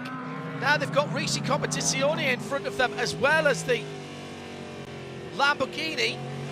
Oh, this is quality stuff. This is where the drivers earn their money. Fast lap after fast lap after fast lap. That's excellent. But now you're making split-second decisions which could make you a hero or go home. Down into the hairpin. The leader hits the inside curb. That was a smart thing to do. There's a little side-by-side action between the Lamborghini of Iron Links and one of the prototypes as it went through there, and I honestly couldn't tell you which one it was. And this is good news for Matt Campbell. He's put a bit of a gap on the field. They're in behind him, Nick Yellerly sniffing around the gearbox of Renger van der Zande. Augusto Farfus right there as well. And Colton Herter has come through. Colton Herter has come through and split the BMWs, I think. So Matt Campbell through Jean de Bian and into Le Mans corner. Yeah, Colton Herter has split the BMWs. So he's stealthed up behind them. So I reckon that's the top 5 within about 2 seconds. And they still haven't put the lap on the Lamborghini SC63. Grosjean desperately trying to stay ahead. Goes to the inside of the leading Lexus RCF GT3. Ben Barnicoat in GTD Pro. He's right in the mix now. Extraordinary stuff. 40 Acura, Colton Herter. The sun beginning to cast its amber glow as it drops down towards the western horizon. Sunset bringing with it action, as it often does here at Sebring. Let's break away for this for just a moment and go to Shea Adam with down at Wayne Taylor Racing. I'm sure a very interested spectator. Yeah, Ricky and I are sitting here just laughing, watching all of the battling out on the track, thinking about the fans around the track. Ricky, it hasn't been this way for a long time at Sebring, has it? Yeah, I really should be resting, but it's too much fun to watch this at the moment. Yeah, the fight is just so good. Everybody's, it's still a normal WeatherTech Series race to go, and everybody's still pushing like it's the last hour. So every bit is important, so I know why they're going for it. I was going for it with 4 hours to go, so yeah, it's been a lot of fun to watch. After last year coming second in the championship again, a position you've held a lot in the history of the series, which is actually a huge accomplishment. Did you learn that maybe you take the points on offer if you don't get the win at Sebring, or are you still going for it? Yeah, unfortunately, we've been struggling for points this year so far. Even qualifying, coming almost zero, losing 35 points there, really hurt. So I think at some point we need some wins, but it's a balance. Last year, everybody had bad races at some point. So what do? Do we try to go for the wins like we did in 2021 or 2022, or do we kind of play it a little safer and bet that everybody's going to have their bad luck at some point and take the points when we can? At the moment, we just like to get our lap backs to put ourselves in a position to fight, but still quite a ways to go. Now all the pros are in, so hopefully we still get a little lucky with the yellow here and there, but yeah, it's going to be tough. When Nick talked to your dad, it was basically right after the issue had started to rear its ugly head. Do you guys know what the problem is now, and can you fix it or maintain it to the end of the race? I don't actually know what the problem was, but they told me it was fixed. So yeah, so we're good to go to the end. Just hoping for a little bit of luck. If we can't race our way to the front, for a little bit of yellow. And the last question, I saw them pass something that was basically an injection into your brother on one of the stops, and then I see you making one too. What are you guys doing? Yeah, so we work with a company called Hammer Nutrition, and they supply us with any sort of endurance fuels. So if you think about other sports, you get to get out and take a break, you know, have a banana or have a sports drink or something, have some carbs, have some calories. But in motorsports, you drive for upwards of 3 hours at a time sometimes without eating anything. Your brain needs some fuel, so we actually make a little, we call it a hammer bomb, so it's a little carb gel mixed with water with some electrolytes, and we put it in a turkey baster, we hand it to the driver in the pit stop, and we take that when we're not doing a driver change. So Philippe's going to finish, and he requested that I hand make his finishing hammer bomb. So I was just mixing one up for him. Chocolate is his favorite flavor, so ready to go. True love. There's our answer, John.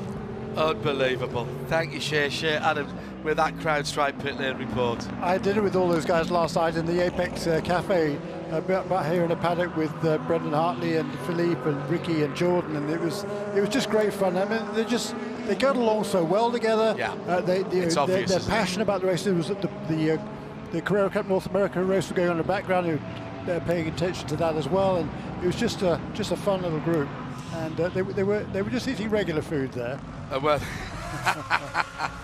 Well, actually, Jordan had just got back from doing his wing eating contest in the infield. Oh yeah, he took part in it as well. Oh yeah. Yeah. Porsche keys to the race. We said get to the night. We're nearly there. We've got about 20 minutes to official sunset. Track temperature is staying about the same. Air temperature is staying about the same. But that is what everyone is waiting for. It's a pain at the moment as Ollie Jarvis is staring straight at the setting sun.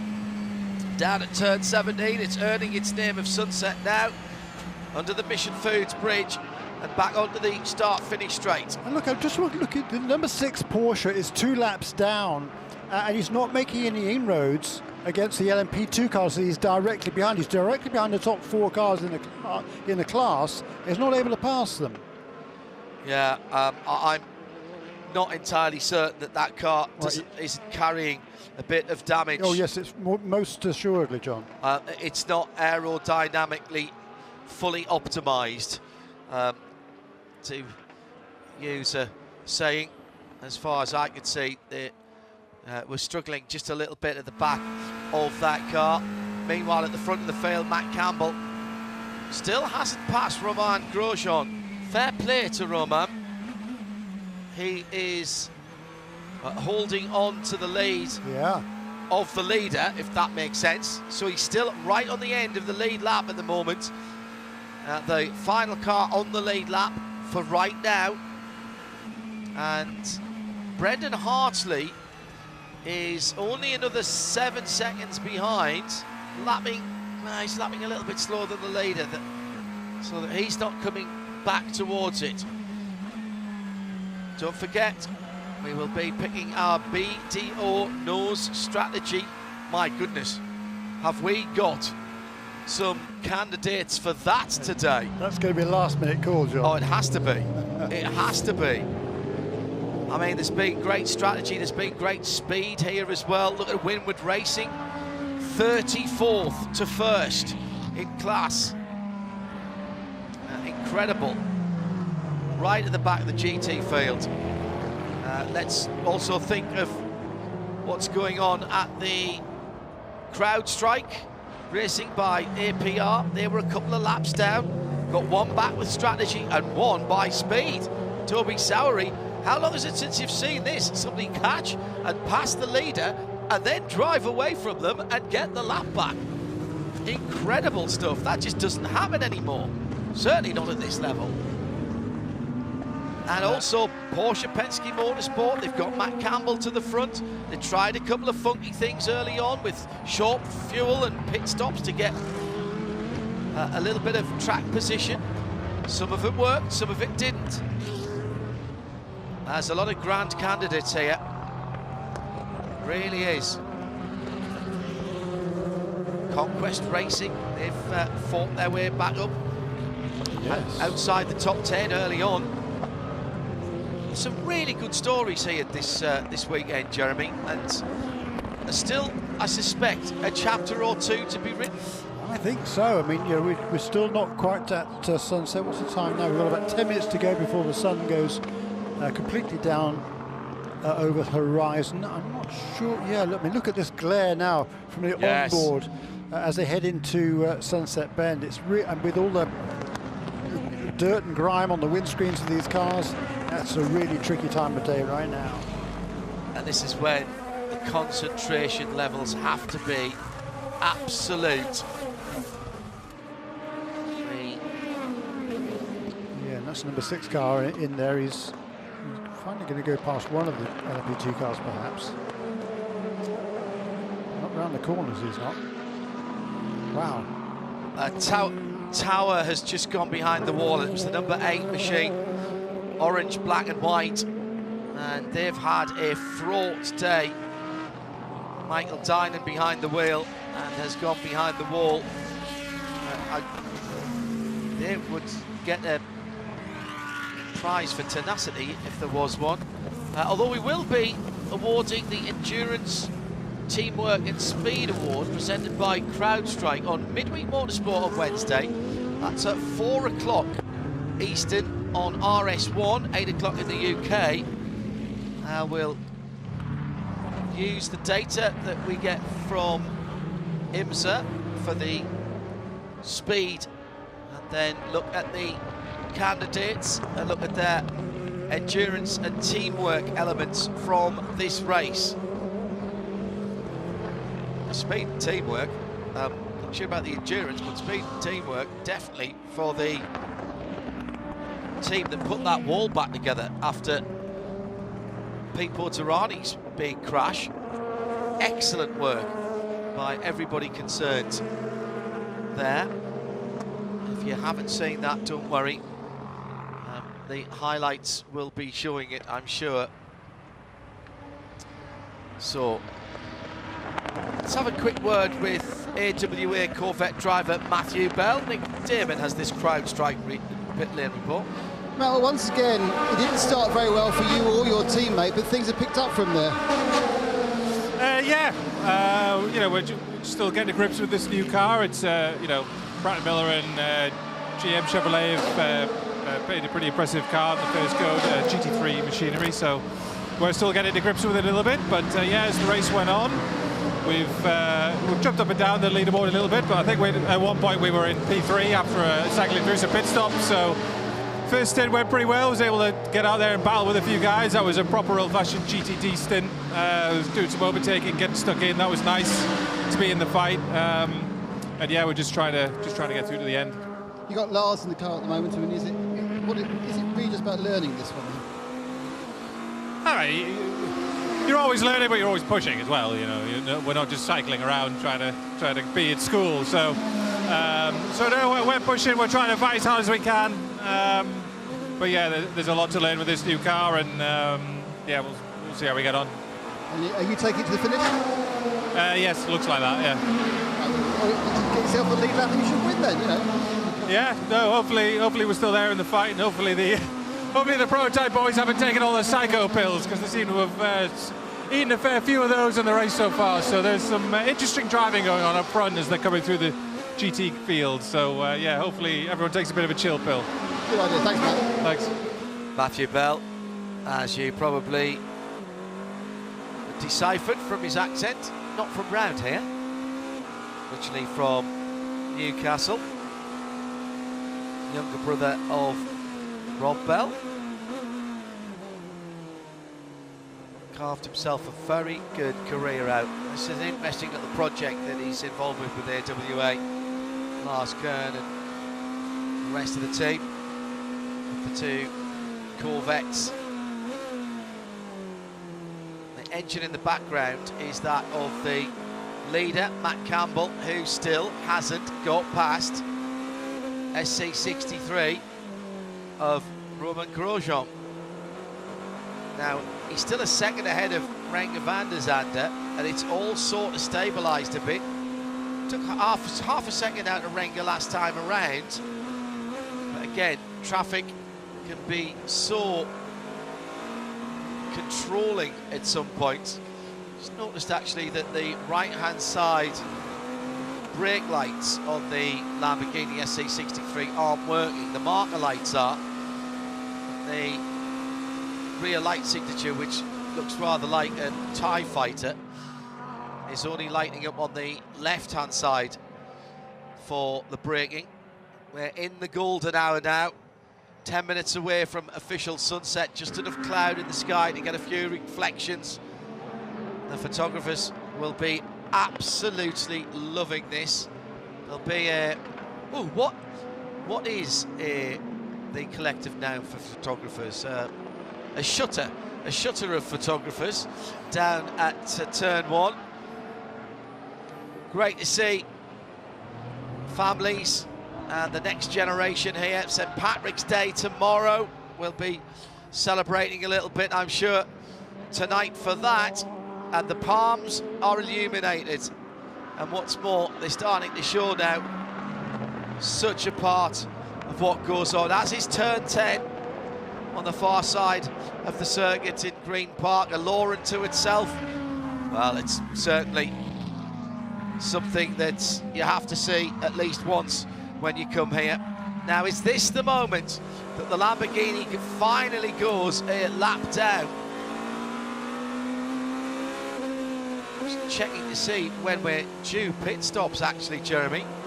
Yeah, a little while yet. We came in 20 laps for the leader, and the Lamborghini 23 laps in at the moment. So there is a danger there, of course, that Roman will have to stop anyway and give up the lead lap. Desperately wants a full course yellow now and the safety car out. He wants to see that Lamborghini Urus. Yeah, he does need a caution, doesn't he? Because he was in before that latest full course yellow. That's when he fell off the lead lap. Oh, the lead is in. The leading Porsche is in. 2 hours and 14 minutes to go. So Matt Campbell peels off. Renger van der Zande inherits the lead. That's another lead change. And the Porsche is heading down with Matty Campbell, star of the early part of 2024, heading towards Shea Adam. And he just very subtly rumbles past, pulls onto his pit marks perfectly, and puts the car into neutral. It goes up on the air jacks. They're doing 4 new Michelin tires, so once again, they have this capability to change all 4 tires. Porsche with the allotment left. Let's see. Windshield tear off? Yes, they are going for the windshield tear off. These tires did not look scrubbed to me. They look like they were still shiny and new. So we'll have to keep an eye on that as the sun starts to set. Waiting on the fuel and the energy replenishment at this point. Matt Campbell staying aboard for another stint into the sunset. Well, that is a weird time to stop, Jeremy. Yeah, it is. So we've got 2 hours and 13 minutes remaining. The cars can do around about 52 minutes or thereabouts. And I thought he should have been able to stay out another 10 minutes or so, which would make it close to being able to do it on just 2 more stops. So, unfortunately, yeah, we've still got 30% of fuel left. Yeah. Oh, have we? The thing's unfortunately, the telemetry's down, Jeremy, so I can't. No, but I mean, so the number 7 car it only did 21 laps since the last stop. So that's 6 or 7 laps, and well, at least 6 or 7 laps earlier than I would have expected to come in. But here's another car in the pit lane as well. The next leader is on the pit lane. Wow, curious. Nick Damon has the car that's just inherited at 3rd place, the 01 Cadillac. It's a full service, including driver change for the 01. A slap on the back as Renger van der Zande gets out. And, oh, that's very athletic. He said a couple of hours ago, he just hopped onto the wall like he was like walking up a single brick. It was like a poetry in motion, balletic almost as he went on the wall there. Car looking remarkably clean, actually, not having any detritus on it at the back of the car. They've cleaned the windscreen, and there they go with the 4 tyres, and off they've gone. So obviously this is a tactical point where they get dead in some way, Jeremy, but I can't work it out either. That sound in the background was the GT3 RAR of Rexy. The number 77 AO Porsche came in, fuel, 4 tires, driver change, and Lauren Heinrich. And it looks like it might be Lauren to the end of this race. Seb Prio has gotten out, and I am not going to let him get too far before we have a chat. Well, I don't know if you'll get anything from the pit wall down there, Nick, but it's worth an ask. Maybe they had a tyre pressure warning and they brought Matt in. Renger van der Zande is down there with Nick Damon. Renger, did you just not want to drive into the sunset? You seemed to come in a bit early. You said bit early. Yeah, maybe. I don't know. Ask the guys on the pit wall. So literally, you at no point get involved with this. You just follow the instructions on the in and out. You're not thinking about laps whilst you're in the car at all. Yeah, obviously there's traffic coming, and yeah, we have to make some stops today. So I think they planned it just fine for us to move forward instead of backwards. You know, when there's a lot of traffic coming, then that's the moment to make a decision, pit early or not. But yeah, the car's good. We had some issues on the way that we got fixed. I mean, Seb is very fast, Dixon was very fast. I think I'm going quite well, so yeah, let's see what we can do at the end there. And the track, is the track starting to improve as the sun goes down, or is it just getting greasy and unpleasant? No, it's much better now. The tank car was losing a lot of oil, so I was keeping my distance to the tank car, and it covered up my whole windscreen. So with the sun going down, we didn't take the risk. We came for another stop. We gave up position for that, but just to make sure that they could actually see something. And then we went out again, so all fun and games here. Well, that's answered a couple of questions there. Change in position, Jeremy, in P2. In P2 or P1? Oh, well, yeah. In GTP, no change in P2, I don't think, at the moment, but at the front of the field, Colton Herter has got past Nick Yellowly, so that becomes the 8th different car to lead this race. That's our 27th lead change, and each of the last 4 laps have been led by a different car. in the middle of, you know, in the middle of what should be a long green flag run, so really interesting. I mean, I'm stunned. We'll try and get some word from the pit wall. We had a penalty, mechanical black flag, for tyre operational requirements for the number 65 car, Dirk Müller, for Ford. He's been in and out. I wonder if they've fitted the wrong tyres to that car. It's the only thing that I can think. They've fitted a set that was allocated to another one. Let's head down to a car as Chris Meese pits from a 4th place in GDT Pro, car that's been there or thereabouts all of the race. The AO77, Lauren Heinrich has just taken that car over from Sebastian Priaulx, who's with Shane. Boy, Seb, racing the 12 hours of Sebring is a little bit different than the first Porsche Carrera Cup race of the iteration in North America. You won that one. How much more difficult is it to try and get a win at the 12-hour? This just doesn't stop, you know. You have to keep pounding every lap. Yellow flag leading the race, and you're back down to P7. It's a tough, grueling race, but we've got the speed. It's not over yet, but unfortunately, that yellow flag messed us up a little bit. But yeah, it's a tough race, and you've got to be physically fit for this one, for sure. How much of an advantage do you think it will be, though, to have the Porsche crest on your logo at the end of the night? Yeah, I mean, I think the car works better in the night time, so it's all to play for, and I'm looking forward to the fight ahead that Lauren's going to do, and that Michael and Lauren did a great job the whole way, so yeah, really excited. Good luck the rest of the way. Thank you. Cheers. Thank you, Sharon. Shea Adam down in the pit lane, and we've got our GTP telemetry back, and it's not a million miles away from pit stop time. Colton Herter with 30% of his energy allocation, 25% for Nick Yellowly in 2nd, Augusta Farfus in 3rd, 90% for Seb Bourdais, because obviously he's just come out of the pits, 30 for Jimmy Browning in 5th. Matt Campbell is 95 because he's just come out, 25 for Romain Grosjean in the Lamborghini, in Lynx, etc. Pete Porterani and Phil Hansen shown as 0 because those cars aren't running. So it's working back there. In for the number 11 TTS. This is one of the cars that's been battling at the sharp end of LMP2. Top 3 cars in the pits now in LMP2. In the middle of a pit stop cycle there for those cars. We've got a fabulous overhead view of this racetrack. There's not many spare spots on that infield, are there? No. Every spot, every vantage point is taken, brilliant.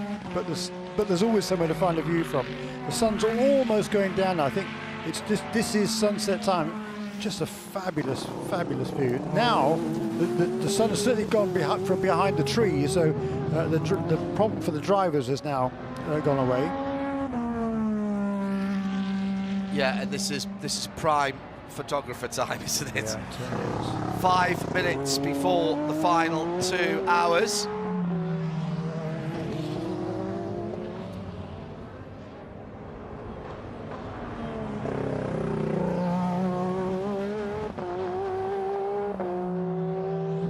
Just listening to the sound of the engines, there is something that is just a little different about how racing cars sound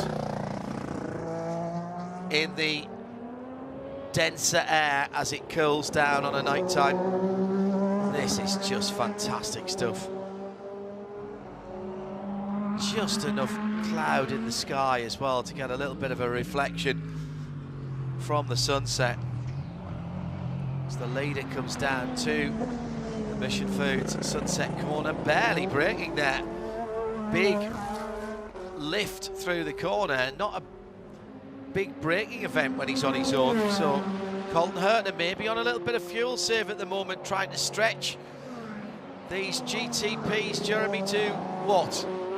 50 minutes? The GTPs, we can do 30 laps, so that's 30, and yeah, about 50 minutes. Bit of fuel saving here, and maybe... Sorry, what was the question? 50 minutes-ish for the GTPs? Yeah, a bit more than that. I think 52 certainly. I think Colton Herter is saving fuel at the minute because his brakes aren't glowing. He's just turned a heck of a fast lap. He just turned a 49.9. It's first 49 we've seen for a little while. He barely braked for turn 17. Yeah. Just lifted off early and rolled through the middle of it, and it works. Yeah.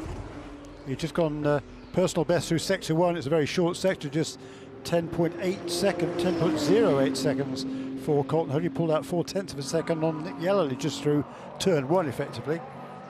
So whatever he's doing it very, very nicely indeed. Is Colton Herter. He's pulled out now 5 seconds over the first of the BMWs. The second one is about 2 seconds behind that.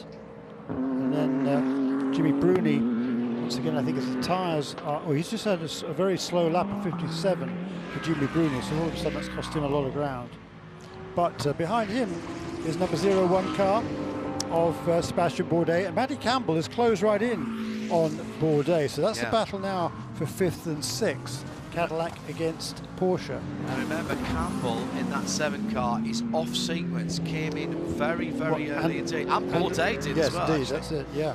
They came in after 21 and 22 laps, when we know that, in fact, that car can do probably 29 or 30, both of those cars. The Lamborghini should be due in next time around. Yeah, that was lapped by Colton Herter a little while ago, so he is a lap down now, is the Lamborghini. Yeah, just gone on to the 30th lap of the stint. Romain Grosjean has been sensational here. Really very, very impressed indeed. How far behind is he? That 63 car.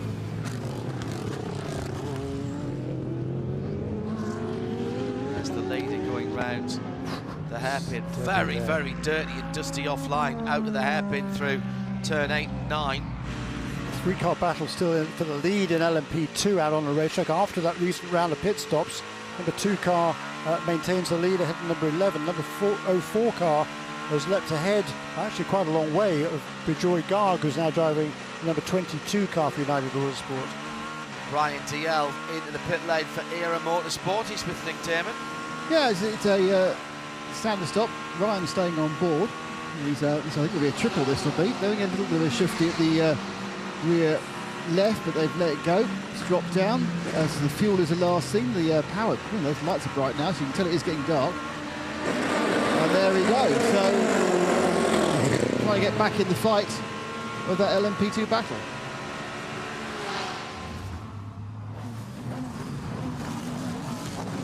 Coming down to 2 hours to go. Just over that at the moment. RS2 around the world across the Central Highlands region on Highlands ESPN 1063, 100 FM, 100.9 FM at the track, and Sirius XM 206. We've got video for you as well at IMSA-radio.com. Top left, there's a live video button, and we're on YouTube as well for the first time with a little test going very nicely indeed. Thank you for all the kind words about what we're doing with IMSA for that. And don't read anything into it at the moment. It's a test. That's the only thing I would say.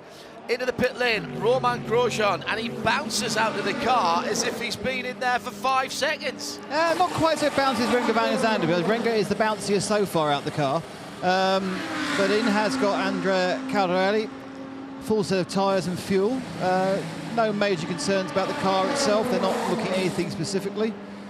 Slightly delayed on putting the front right on, but it doesn't particularly matter. But then they get that front right on before the fuel hose comes out. Hose is out now, but then yeah, it was a driver change. Andrea Caldarelli got in, Romain Grosjean got out.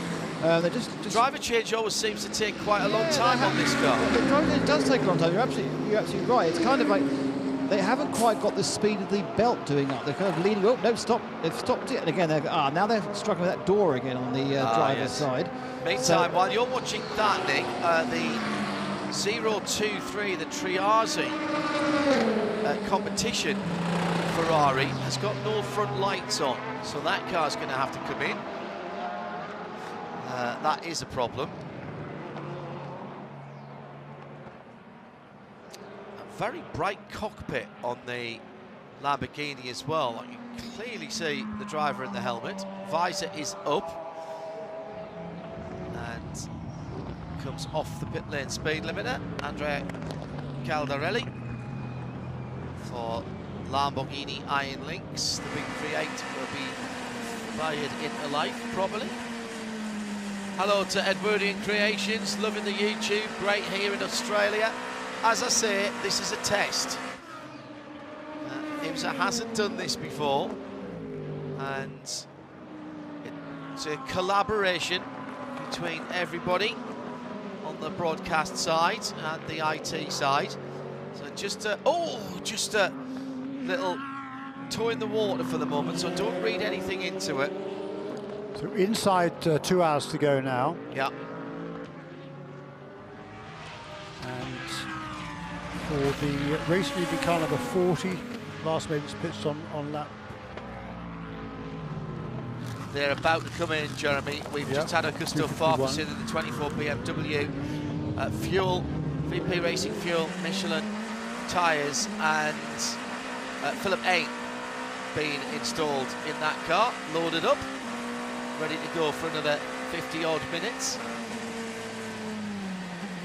We're not that far away from just doing one more pit stop, are we, for the GTPs? It's going to be close.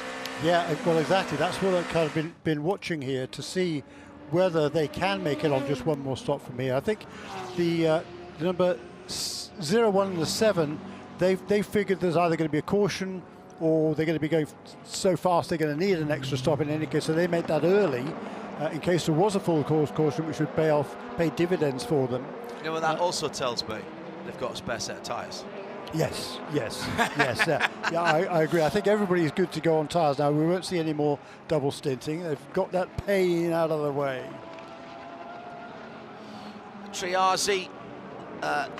It's so good. It's just great that it adds yet another layer. Oh, yes, absolutely. Triazi into the pit lane, Nick, with the Ferrari. And it's showing the advantage of this modular construction of the Ferrari 296. Because normally, like, your lights aren't working, it's a nightmare. But they just unclip the front of the car, and by the front of the car, I mean the front of the car. They put on the replacement front of the car, which includes the light, the radiator intakes. Oh look, the lights work straight away on the new car, and it's that normal nightmare problem of getting electrics to work. Well, I've got a complete set of electrics, complete lights. It's even got the under grille light as well, and that problem is solved by this fantastic modular design of the 296. It is absolutely a boon, and the other GT3 GTD manufacturers are going to have to do it for their next generation of cars because it's such a big advantage. Damon in the pit lane. Scary moment for the crowd strike by APR. Toby Sowry. I wonder if he realises that his front Michelins were actually off the ground as he came through turn 1. The left front at least was pawing the air, and as the back sat down, now maybe we're getting an idea about why we've seen so many squirrely moments there. Shea Adam has 4 pit stops to update us on. And from furthest box away from me to closest, let's start with the 62 Risi Competizione Ferrari. Fuel, new tires, Daniel Serra. fuel, scrub tires, and Brian Sellers for the #1 Paul Miller Racing BMW. It's looking to try and replicate its win from last year in the GTD class, now in GTD Pro. We've had the #10 Konica Minolta Acura Brendan Hartley out and Philippe Albuquerque in, and that is the Mercedes that you heard in the background. It is now Phil Ellis taking that car to the checkered flag, fuel and new tires where the 40 is in. Right in front of me, perfectly on cue. Jordan Taylor very casually walks over to the car that came in from the lead of the race, scrubbed Michelin tires going on to this car, meaning that Jordan should be able to get heat into the tires a little bit easier on for this final, well, second to final stint, penultimate stint, I should say. Little bit of time being taken to make sure that there is no debris or anything on the actual arm on which the tire goes. Ooh, windshield tear off makes a big difference at this stage, and it doesn't actually tear off the entire windshield, just a segment from which the driver can see, so you can see how dirty it was compared to the start of the race, compared to where it is now with every windshield tear off they do. I think they still have 1, 2, 3, 4 more windshield tear offs. There we go for Jordan as I casually step out of the way. 41 lap stint, is that what you just said, John? That yes, seems indeed. like a lot. Sorry, 31. 31. Yeah. My Okay. apologies. 31 laps for the #40, waiting for the #5 Jimmy Brewery brought on competition Mustang Samney. He'll be in this time or the next time around, and the Lexus is in the pit lane from the lead of GTD Pro. And Ben Barnicoat skips out, second best skipping actually, not quite up to the level of Gregor Van Zandt, but I think slightly better than Romain Grosjean. In has got Jack Hawksworth, and the car, which of course had nothing but bad luck at Daytona, is looking at the moment as one of the strongest in GTD Pro, all going down the ground. The man is fueling as fast as he can. It's Kelly on the back of his head, who's got the privilege of sticking the fuel in, and it looks really like it's going to be a stop as long as the fuel is going to go in. It's about to come out. God, it's a very long stop, isn't it? It's blimey. Because he was very empty, and there it goes. And the 14 will go away. There's no reason why he won't pick up again in the lead of GTD Pro. This is a bad and costly penalty for Conquest Racing, speeding in the pit lane, not even close, 7 kilometers an hour for the #34 Ferrari, which was in 4th position. It's going to have to come back down the pit lane, just left, and has obviously dropped down just a little bit, but he's going to have to come back in, and at this stage of the game, that is going to be very costly in terms of its track position. Let's grab a few drivers before we get down to some more racing after these pit stop. Ben Barnicoat out of the Lexus that's been leading GTD, Paul. Well, he brought the car in the best position possible, which is leading the class. Obviously the car's going very well. Yeah, I mean, I didn't quite get the end of your question. The car's going well. Yeah. I mean, honestly, earlier in the day when it was hot, we were struggling. I think it's quite common that we're known for being a bit harder on tyre degradation than the other cars. But now the night's come, you know, I was flying there at the end. Pretty risky at both of those restarts on that last 2 stints. It's not very nice, to be honest, when you're in a GTD battle caught up in all the when you're in a GTD Pro battle caught up in all the GTDs, it's pretty nail-biting stuff. But luckily I managed to be honest, I just got through that, and I think the others must have got bottled there. But I mean, what a pleasure it is to drive this Lexus, sun setting around Sebring, with a great group of guys with you. So yeah, hopefully we can keep it going. Now, it's always a great pleasure, obviously, to drive a car over the sunset if you're there with your best girl by your side, but is it that much of a pleasure in a racing car with a smeary window going into Sunset Bend? Yeah, my girlfriend's probably not going to be happy, but it's definitely better doing it around here at a bumpy old Sebring than a nice sunset drive somewhere at home. Thanks, Ben. Ben Barnicoat, soon to be single. Oh, we do like Ben. Let's hear from Alex Riberas from Heart of Racing. What a day they've had, and they've got their 27 car leading in GTD. The GTD Pro car, Shay, hasn't had that kind of run today. Well, Alex Riberas and Ross Gunn have already done a 12-hour race sharing your car where a late penalty, you had to fight back, but you still did. This team never loses that drive, do they? Absolutely. I mean, it's always a pleasure to be back here in the Mobil 1 12 hours of Sebring. And no better way to do it than with this group of people. The Heart of Racing and Aston Martin have done a tremendous job giving us a good equipment for this weekend. And the new car it's a work in progress. You know, we are working on it very hard. I don't think we have the pace to win today, but we are there or thereabouts. We're in the hunt, and it's a long race. If you don't have the pace to win, then does your focus turn to trying to help the GTD car get the win? Because it looks like they do. I mean, that's one option we always operate. I think as a group, as a team, the heart of racing by itself works and feels always like a family, right? And that's the most beautiful thing about coming to race here. We win, we lose together, and if we can help 27, we will do. If they can help us, I'm sure they will as well. So it's a privilege to have this honor of having both cars. Good luck the rest of the way. Thank you so much, eh? And thanks for talking to us before even debriefing with his crew. He's a class act, it is Alex. Incredible pass for the LMP2 lead just a moment or two away ago as we were in that interview. Hunter McElrea and Nico Pino. Nico was leading in the number 2 United Autosports USA car, and Hunter McElrea and he split either side around the number 12 Lexus at sunset. Nico chose the left-hand side, the outside, and Hunter McElrea dived down the inside and took the lead of the race. Yeah. And now Toby Sowery is coming to take second place away from Nico Pino, who might just be struggling a little bit for grip here. But look, take nothing away for Hunter McElrea. That might be the overtake of the race. That was incredible stuff. And fair play to the Parker Thompson, who's driving the Vassar Sullivan. He just held his line and just let them go. On you go, boys. Here's the pass for second. Down the inside, pass made. Easy peasy, lemon squeezy. Down at turn 7. So Nico Pino definitely struggling right now. Hunter McElrea, he's had a brilliant race. I mean, he's had the fastest lap of the race also in the LMP2 class. Tremendous run by him in that number 11 car for TDS. And while I remember, not the last lap, but the one before, Daniel Surra reset the fastest GTD Pro lap at a 2 minutes .966 in the number 62 Risi Competizione Ferrari 296 GT3. That's the first sub 2 minute 1 lap, I think, isn't it? Is it? Right. In any of the GT cars. Yeah, 2 minutes 1.071 is the fastest GTD non-pro. So within a tenth of a second.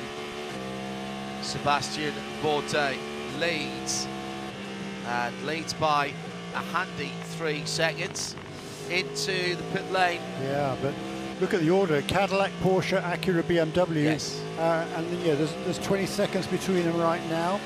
It's been a lengthy run since through a full fuel stop. Antonio Garcia in from the lead of GTD Pros. That pit stop cycle starts again, Shay. You want to know how much confidence Corvette Racing with Pratt Miller Motorsports has in their newly acquired drivers? It's Danny Juncadella who's taking this car, which could potentially win for Corvette Racing, to the checkered flag. Antonio Garcia, the king of Spain, gets out and hands over to who we might deem the prince of Spain after the year he had in 2022. And Danny Juncadella rumbles out for the first time at night, racing laps in a Corvette around Sebring. I'm looking at the lap times here. I'm watching the number 40 car. Jordan Taylor's driving that car now. Can he get to the end of this race without making another pit stop? Yeah. It's fairly close. Well, it's very close. I'm not sure that it's doable or not, to be perfectly honest. But it was certainly a brilliant stint last time. No, he's just got in the car. Right, it's 3 laps into his stint. Yeah. The number 5 car was actually that came in 1 lap later. So that did lead. Jimmy Bruni did lead 1 lap in that number 5 car before handing it over to Julian Adler. So that was our 9th different leader in this race. So he got in at, let's call it 47. The car can do about 55 minutes. Yeah, it was about. I think it was about an hour and 52. I think when he came into the pits. Right. at IMSA Radio if you want to get in touch. We're going down to the always dramatic and it's actually hour and 56 to go, so it might be always dramatic and fantastically attractive time of night. Sun's been set for 20 minutes or so, but there's still the glow in the western sky. I cannot see trails of tail lights going out of this race track at the moment. Those that are here are staying here. So go to Paul DeResta and Nick Damon for this CrowdStrike pit lane report. Paul, you're very earnestly watching the timing there with your teammate BJ Gog. You say you're on standby. Does that mean you're still working out the strategy to win the race? Well, I am back in. It just depends when I go back in. The way the yellows have worked, it's going to be quite a short break from when I got last out to now, but obviously you got to play with a 4 and 6 drive time.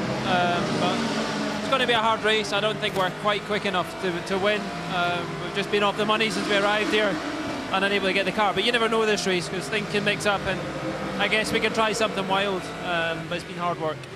Been an incredibly busy few weeks for you. Qatar, testing in Italy, and now here. I mean, it's amazing how your career hasn't ended at all after leaving F1, isn't it? Well, it does keep you busy. It's good to be driving cars. It's even more fun, obviously, when you're winning races and successful, but this is a great race to come and do. I did it in 2018, always wanted to come back to it, obviously. And we're winning the WEC race a couple of years ago here with United. You know, the adrenaline just gets going, so I'm keen to obviously try and replicate that. And, you know, we'll find out in an hour and 43 minutes if we're going to be good enough for that. But it's tough competition all the way through it, and everybody keeps you honest all the way through this race with the GTs. How was it going back to this slower version of the P2 after the fun you had at Imola with the less restricted one? It just seems every car you get in every year just gets a bit slower. They always try and slow it down, but obviously the cars are massively underpowered and under-deliver what they are, so it just makes it even more emphasis on trying to bully your way through the GTs. I feel for them because, you know, they don't like it. I think the speed differentiation needs to be changed. The hypercar needs to be quicker, P2 needs to be what it was, and then the GT where it is, because that's what it was designed around.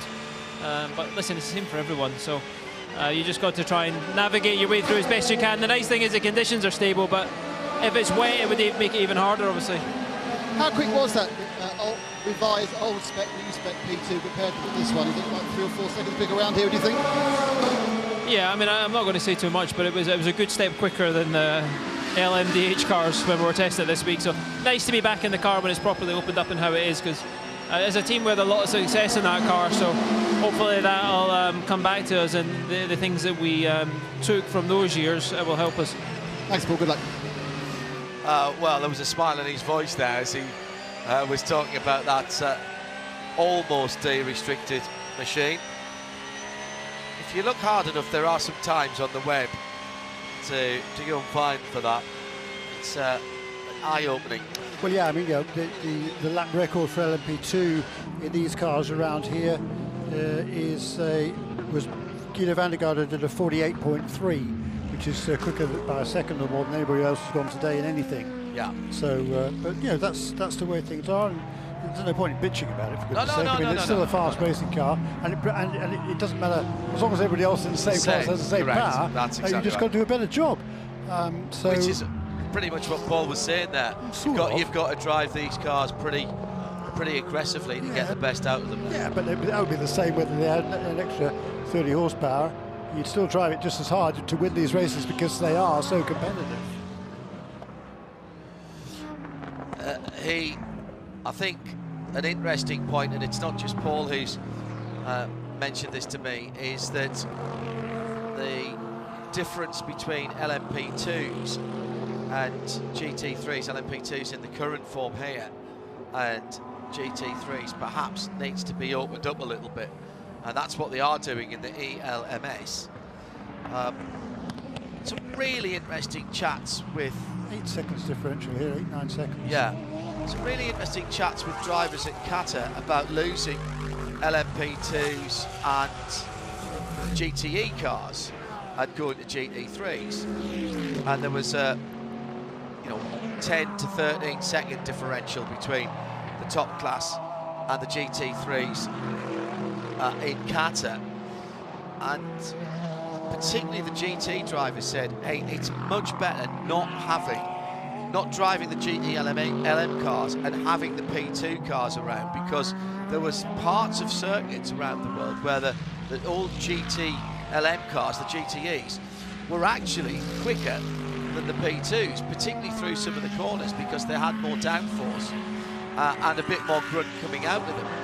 And that was where everything's happening from turn into apex. That's when things get a little bit sketchy. And it's something that, what do the ACO call it? Stratification, I think they do call it stratification, yeah, between the classes.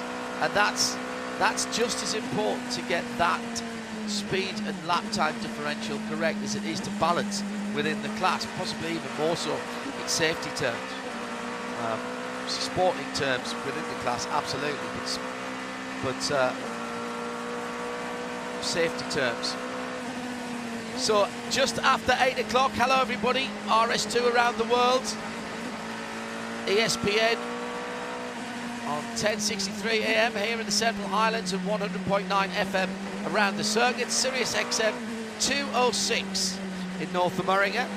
Don't forget, after the race, the checkered flag will end the competition but start the conversation as Michelin post-race tech takes to the airwaves. And we'd like you to be part of that. Hashtag Michelin PRT to @IMSA Radio with any questions, points arising, observations. Want to have a little rant? That's fine as well. Pass on what you need to know. Let's head down to our CrowdStrike pit lane reporter, Shea Adam, who's with Andy Lally, who's had a busy weekend, back in a front-wheel drive car for the first time in a long time yesterday. Good point. Andy Lally, you got a podium yesterday. We going for a win or bust, since it's been 10 years since you and John Potter won this race? That's been a bit too long. John did an awesome job this morning, and obviously Spence is flying right now. I can't wait to hop in. I think I'll be getting in with about an hour 20 or so to go, and then I just waiting on this trend that we've had for the last few years of everybody going elbows out, and I think we'll see the dust fly and probably get a couple of yellows to pack us up and set us up for a pretty good 20-30 minute sprint to the finish. Can't wait for that. All right, so genuinely, how much did it help yesterday to get your eye in by battling as hard as you did in the TCR class? It actually, it's an incredibly fun series. I love it. I want to do it more, but with the front wheel drive and that platform being so different, I really need two different brains to kind of unscrew one, really fully learn that style, and then kind of unplug and replug in the GT3, because it's a whole different platform.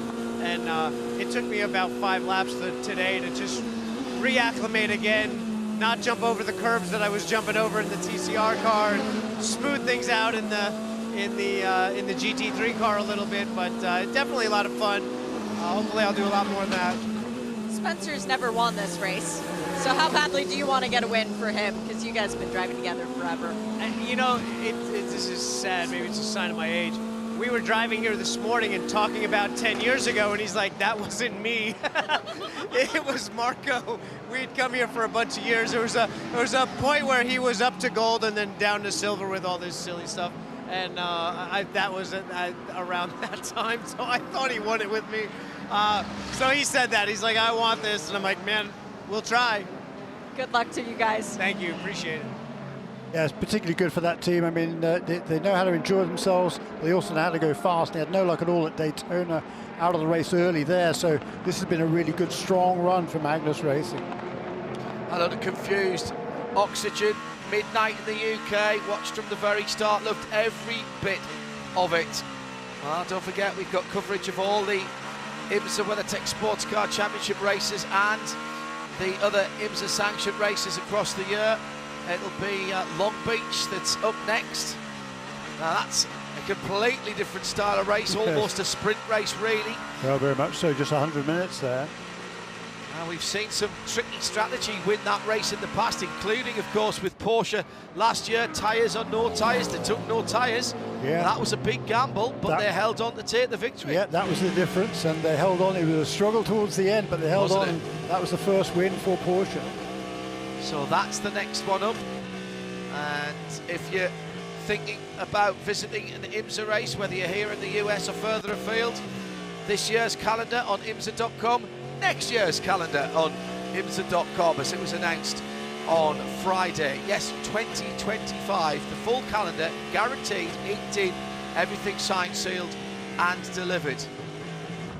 Start working out your travel plans.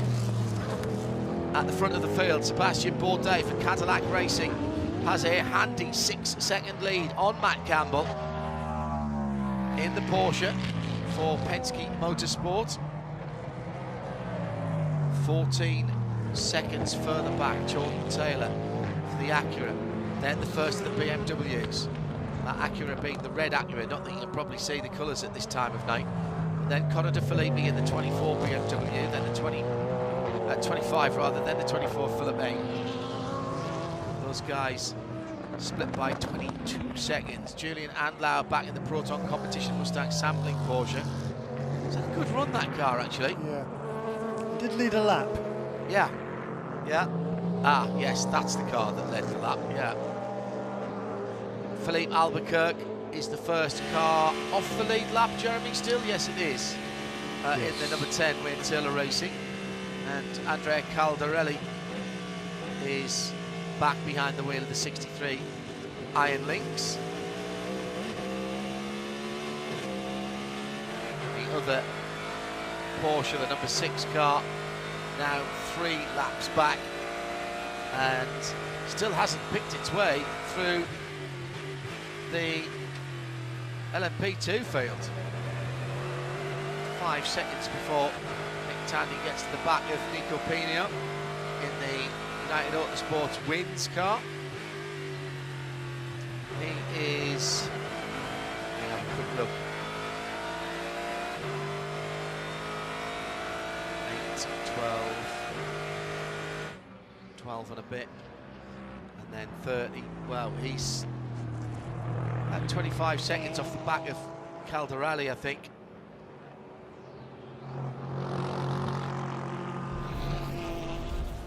In the classes, GDD Pro, Jack Hawksworth with just a 1 second lead. He and Lauren Heinrich have been trading tenths of seconds for what seems to be the last 6 hours. It's not quite been like that. And Jordan Pepper with a holding brief for Iron Lynx, Lexus, Porsche, Lamborghini, Ferrari, Chevrolet, Corvette, Ford Mustang and BMW in the top 7. 7 different manufacturers in GTD Pro. Magnificent. Yeah, and that Ferrari, the Porsche has been charging along there because it's made up a fair bit of deficit. Well, no, it's been okay. They've been together now for a little while, haven't they? Yeah. Separated by not very much. Yeah. Phil Ellis leads again at the head of GTD for Winward Racing in the Mercedes by nearly 15 seconds from Robbie Fawley for Turner in the 96 BMW. Then it's Aston Martin for Magnus Racing, the 44 car. That's quietly gone about its business today, that number 44.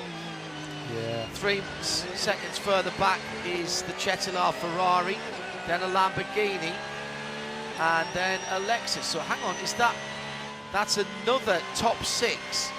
So here's the number 7 car coming into the pit lane. This is the 2nd place car, Matt Campbell. This feels early again for me. And I'm not sure, Shay Adam, they were expecting that car. I just walked by their pit wall about a minute and a half ago, and they were not set up for him. They're changing the left side tires. Now they're coming back around to do the right sides as well. Driver change has taken place, it looks like. Maybe Matt Campbell got out. Honestly, I couldn't even tell if that was just an assistant running back around the side of the car. Windshield tear-off is happening, but this is an early stop. The last one, by the way, was because he was being held up in traffic. Well, it's another 22 lap stint. You don't bring somebody in because he's being held up in traffic. I'm not sure I buy that, to be honest. Couldn't get past Grosjean. No, because he's going to need one more stop from here. Yeah. And this is going to drop him way out of contention, effectively, I think. Because everybody else should be able to make it on one more stop at the most. I mean, if the pace had been scintillating and they were just splitting it into 3 shorter bits to use up new tyres, I could maybe understand that. Yeah. But I mean, he's now got 2 45-minute stints to do, or that car has. And by the way, it's Felipe Nasser who got in the car, spotted the red and white helmet. Just waiting for the timing screen to catch up on that. And okay, let's see if it gives them options. They could go to around about 35 minutes to go, or they could split this 90 minutes in half. Now, far be it from me to try and second guess. That's a couple of 20-odd lap stints that we've had with that car. The other thing, yeah, that's not normal. Yeah, the other thing is, did they actually fill the car? Yes, they did. So that's the only thing. If they were running, maybe running light towards the end.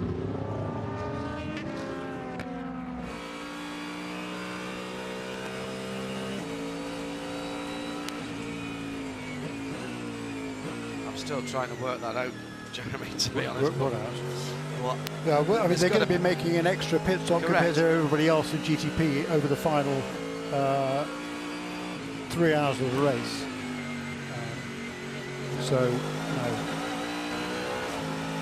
That's not strategic, I'm afraid, that one. No, and they'd already made an extra stop with that car earlier, hadn't they? When they only did a 20-lap stint. That's, where is the 7? They've done 14 stops already for that car, and I don't think that's had a penalty. But all right, if they win the race, what do I know? Drive through for the number 65. This is well, that was the that Daytona had a problem early on, didn't they? That was the Ford Multimatic. That's another drive-through, so that's tyre pressures on that car. Is that the second time that car's had that? Interesting. Yes. I think it is. I'm being told yes from a number of yeah, 65 twice. About an hour ago, something like that, maybe a bit more. Yeah. So that is a mechanical black flag. If you're wondering what that's about, that is Michelin set a minimum tyre pressure. It happens in quite a lot of series, both on 2 and 4 wheels. It's a safety consideration. Now, clearly, if you set your tyre pressures low to start with, you've got to be careful bringing them up, but it does give you more grip quicker in the stint. If they get over-pressured, you start to lose grip. And here we're talking about it quite a lot actually in MotoGP with front tyres.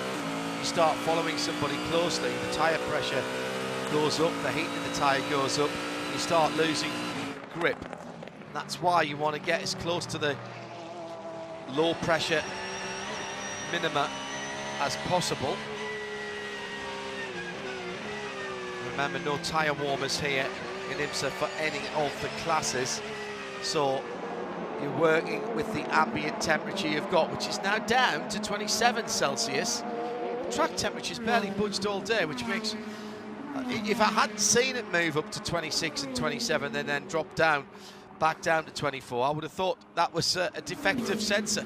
In the pit lane for the leader, Sebastian Bourdais. Fuel has gone in, or is going in. There's been a change of tyres, a tear off. 32 seconds stationary at the moment. Now 36 seconds quite a lot of heat coming from the rear of that car. Normally if you see heat, it comes out of the front brakes. Also in at the moment in the Europol, the 52 PR1 by Matheson car. Kuba Smirkovsky brought that car in. Dragon Speed have just left in the LMP2 battle, which is still to be sorted. What am I missing here, John? That's a 24-lap stint for number 01 car. So the number that's twice that those two have done both of those two cars. We need to try and ask somebody down there in the pit lane what the deal is, because are they using partially scrubbed tyres and not wanting to go through? But it's such a disadvantage if you're missing. I mean, basically they're missing 8 or 9 laps there, aren't they? Yeah. So that's 5 or 6 anyhow. Which is 29. They're going to be making one more stop than everybody else, pretty much in that the cars on the lead lap with the other 4 cars on the lead lap. So I've run it a few ways in my head, Jeremy, and I can't work it out. But that's why I'm standing up here, of course, and not earning the big bucks on the stand with Tim Sindrick and Chip Ganassi and the guys.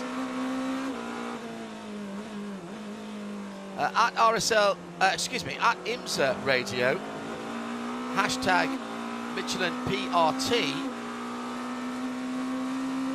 for post-race tech. Our wrap-up show will be also running our BDO Nose Strategy Awards. We'll get some nominations from the team. Let's take a look, because we haven't for a wee while, and it is now night. Porsche keys to the race. Get to the night. It's night. Still have to be patient in traffic. And the tyres. What are we missing with strategy? Not sure. No penalties at this stage. You cannot afford a penalty at this stage of the game. You've worked so hard to get on or stay on the lead lap, and there are 6 cars now on the lead lap for the moment in GTP. Yeah, and the top 2 are pretty much together. Yeah. Jordan Taylor and Conor De Filippi. Jordan Taylor. Battle again. Yeah, because Jordan had a pretty slow lap last time around, presumably some traffic. I'm wondering whether he can stretch this though to go to the end on just one more stop, which everybody else is going to have to do as well. Correct. Absolutely right. At least, yes. Let's see if we can pick out where on the circuit our leaders are. Coming down towards turn 17. 84 Fahrenheit, still 53%, and it's a dive to the inside, coming out of the final corner. Now across the line, Conor De Filippi in the BMW. That's the second of the centre lights that you can see. The Riley LMP2 rejoining from the pit lane.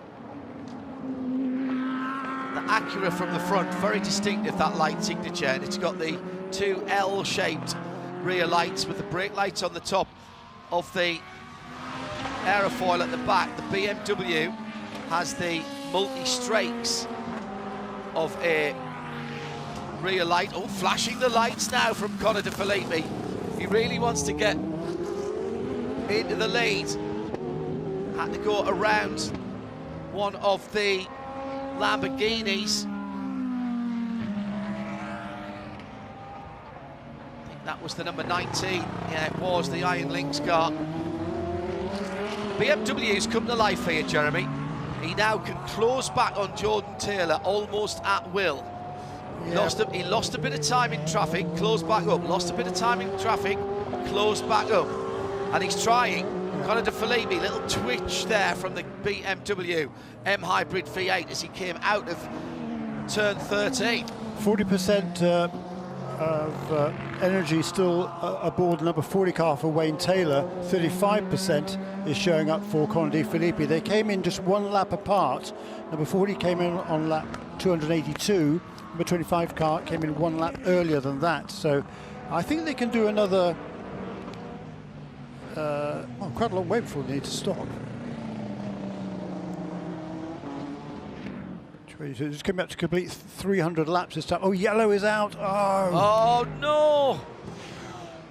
I'd rather we could have run, but listen, it's for debris on the circuit, and it's another huge piece of bodywork, and it's no choice.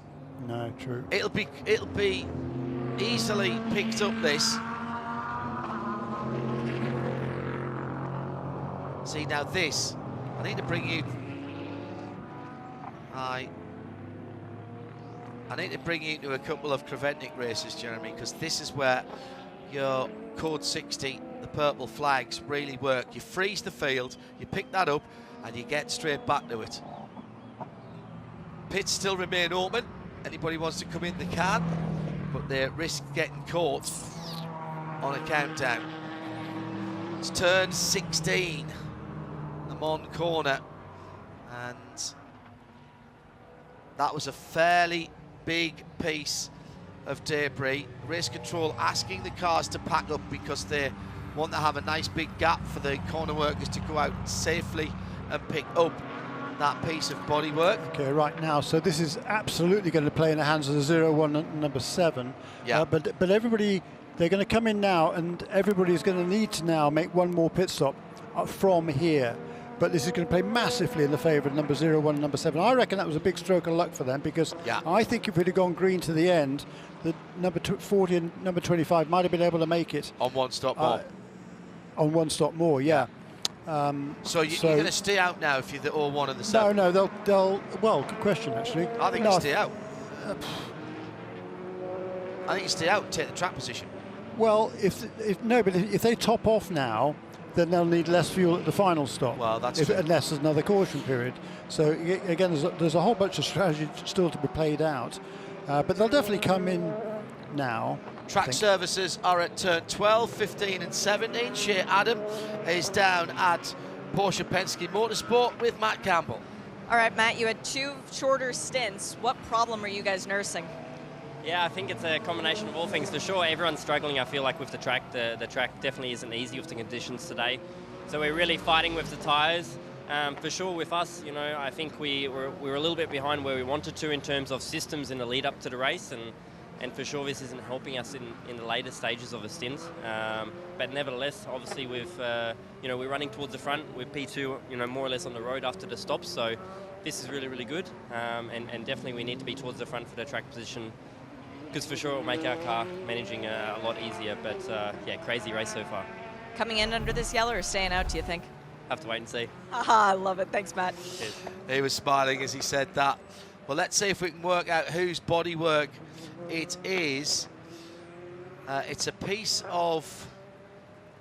Is that a piece of prototype that was thrown up there, side-by-side contact with one of the GT cars that looked sort of, maybe, kinda like an Aston Martin, but I'm not sure about that in the darkness. Oh no, it was the Ford. It was Ford Multimatic. It was the number 65 car of Dirk Muller. So which car did that hit? It looked like a prototype to me, but a smaller prototype, so a P2.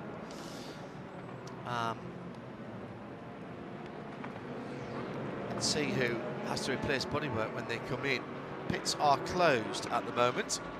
Yeah, because the pass round is going on now, so that's anybody in between the safety car and the class leaders for anybody except the, well, including Brit.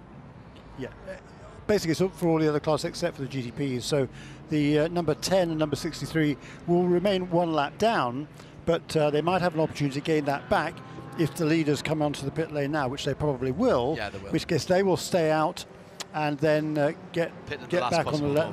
Yeah. So that should get number 10 and number 63 back on the lead lap. 300 laps just completed. Yep. 301 just now. That's right. In the yellow. So computer says, stand by caller, 336 now. 322 last year. We're going to beat that almost certainly.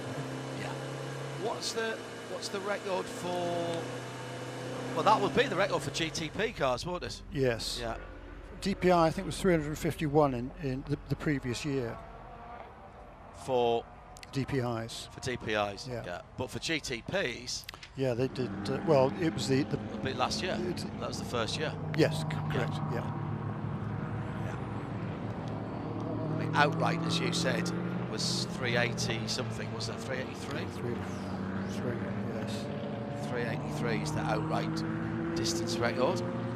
Cars that had cost a lot more even than these ones. These are expensive, and they had stickier tyres and stickier, wider high tyres. horsepower. Stickier, wider tyres and engines. 1200 horsepower all the time. Happy days. So everybody is standing ready as we have our, what's this now, 13th? No, this is the 10th. Oh, is it? Yeah. Yeah, we've had a long green run from that last one. We went green. Damn it, I didn't realise it Average down, full it was quite a long course. time. Average full course yellow in this race, Shane tells me, is 45 laps. We are on 43 at the moment.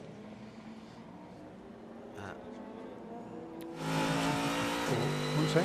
We went green on 254. We went yellow on 300. So that's 46 laps this green flag stint. Or if you prefer, an hour and 27 minutes. Thereabouts. So, Matthew Campbell telling us there they are struggling with their tyres still. I'm still not sure it's just the tyres. Yeah, but they have done longer stints, haven't they? There was but they had yellow in them, so that doesn't really.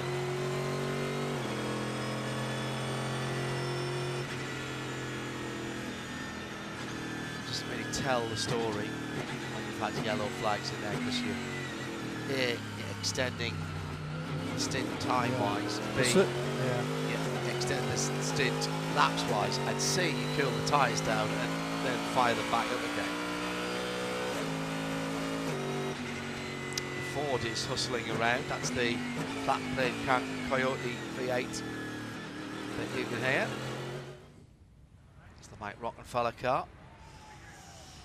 So track services doing a bit of sweep up whilst we've got the opportunity. The Lamborghini Urus leads the field round. Yeah, there's going to be 10 cars on lead lap in LMP2. Pits are open for the prototypes. She's standing ready. Let's see. Is the leader going to come? Of course he is. Leader in. Wayne Taylor Racing number 10. Conor De Filippi in from second. However, third place is in. Second BMWs. Wait to see if Porte comes in. He does. Nick Tandy has stayed out to get a lap back. Of course he has. That makes perfect sense. But Shea Adam, you have some friends. 25 BMWs into the pits. Fuel and tires for that one. The 40 is also in. Wow, Jordan Taylor's out. Louis Delatraz is getting back in. I did not expect that. Fuel and scuffed tires. The 7 is into the pit lane. This should be fuel only. Let's see. They come off the wall. Yes, fuel only for that car. The 24 BMW is fuel and tires as well. And the Mustang sampling Porsche, that would be the one out of Proton competition. Fuel and 4 tires there too. The first car back out and rolling, that would be the Porsche. Well, at least from the cars that stopped down on this end. It was number 7 Porsche ahead of 40 Acura, ahead of 25 BMW. The red light was on at the pit exit. I think they all stopped, and now it's green again, so that's good. And they all rumble by. And of course, you don't lose any time for being stopped at the red light, because the cars ahead are going to go round and come and pit, and then you're going to get your GTP class split anyway. Riley, number 74, Riley LMP2, number 74. It's really dark through turn 1, isn't it? I keep forgetting how dark through turn 1 it is. We heard, was it Joey Hand, I think, earlier on, saying that the right headlight's really important through there because of the fact that it is dark and that you're looking for your exit point as you come through. So, very interesting that. Yep, so this will put number 10, number 63 back on the lead lap, so they'll get the wave around after the GTD cars have had the opportunity to come onto pit lane. And with an hour and 10 minutes remaining from here, we'll see everybody coming in, I think, pretty much in GTD, and then it'll be a fuel game towards the end. An hour and 10 minutes to go now. It'll be probably around about another 10 minutes before we go back to green. That leaves an hour. These cars can run about an hour on tech and fuel, so that's going to be tight. But as we heard from somebody, I forget who it was now, one of the GTD drivers saying there's probably likely going to be some yellows in the closing stages, so couldn't count that out, so that'll make it for sure the final pit stop coming up. Hour and 10 to go, paging Robin Liddell. Robin Liddell, the Flying Scotsman. He's gone to Port Orange for a couple of days, I think. So he's not here at the moment. I bet he's watching or listening. Hello, Robin. Excellent drive yesterday. You and Frank. Congratulations. It can be done. And we've seen races won. But if you're going to try it, Jeremy, you've got to do it from the very moment you come out of the pits here.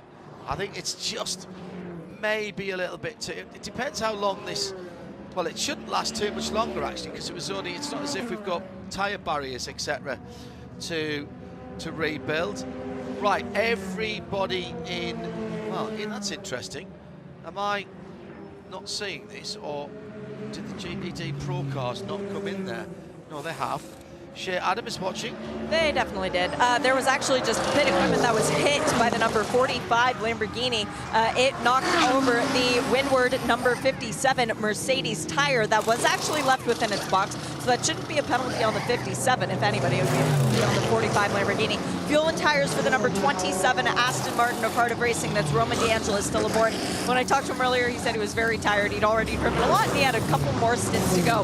Fuel and tires for the number 1 Paul Miller Racing BMW. First car back off the pit lane was Windward. Second car, the Wright Motorsport Porsche, number 120, Jan Halen, I believe, back aboard that car. We've got a massive change-up down there as far as GTD is concerned. Those cars have gotten out ahead of all the GTD Pro cars. First Pro car back down and moving is the number 3 Corvette. It's Danny Ucadea, and then the 14 Lexus from Jack Hawksworth. 77 Rexy is the next Pro car out. Reese, terribly aimed in the pit box, facing the wall, has issues getting going once again. And then the number 1 Paul Miller Racing BMW of Brian Sellers. We still are waiting for the 23 Heart of Racing Aston Martin, which again was angled in at the wall. That was chaos because there were so many cars in a very, very tight pit lane. Thank you, Shea. And with the pit stops for the GTD cars, obviously they're the number 01 and number 7 car. They've been in fairly recently, so they needed only a splash of fuel, so they've leapfrogged their ways from 4th and 5th to 1st and 2nd. The 01 Cadillac now, Sebastian Bourdais, will be leading at the restart. Felipe Nasser in the Porsche will be 2nd, and that I think is extremely good news for Sebastian Bourdais. But everybody will have to make, I think, one splash of fuel in the latter stages, but it was really unfortunate there, I think, for the number 40 and number 25 cars in particular that were looking so strong on their fuel. Yeah, the Acura and the BMW at the front of the field. So as we cycle through, we'll get a couple of people dropping in to the pits at the end of this pit stop cycle. Those who are trying to make laps back. Yeah, expect to see Nick Tandy coming in at the number 6. Yeah, he's 3 laps behind, so he'll get one of those back, but he's still going to be 2 laps behind. Yeah. But number 63 and number 10, excuse me, the Lamborghini number 63, and ahead of him, Philip Albuquerque, more specifically, I think, because that's a really fast car, in number 10, WTR Acura. That is now back on the lead lap, and he will hustle around and make that stop. Yeah, that's the car with the smoky right bank. Yes. Now we'll see some fireworks from him, I think, in the closing stages. It's got to be a really fast stop, and then hustle around and try and catch up with the pack before we get back to green. Final wave by happening now, and then there'll be the GTP prototype split. So who's behind the lead. There's a whole load of P2s at the head of the head of the queue. So do they need waving by, or do they need to drop back? It was TDS Racing, certainly right up there. Mikkel Jensen, I saw the number 11. Into the pits for the Triazi Ferrari, and Klaus Bachler has come in as well in the number 86 MDK Motorsports Porsche. Triazi 12th, 13th for the Triazi Ferrari. They are still on the lead lap, or they've just got back on the lead lap in GTD, should I say. Harry Tinknell's just been in and out for Ford number 64. Yeah, and as Shay said, the Chevrolet got out first, leapt from 5th to 1st, with a obviously needing less fuel than everybody else.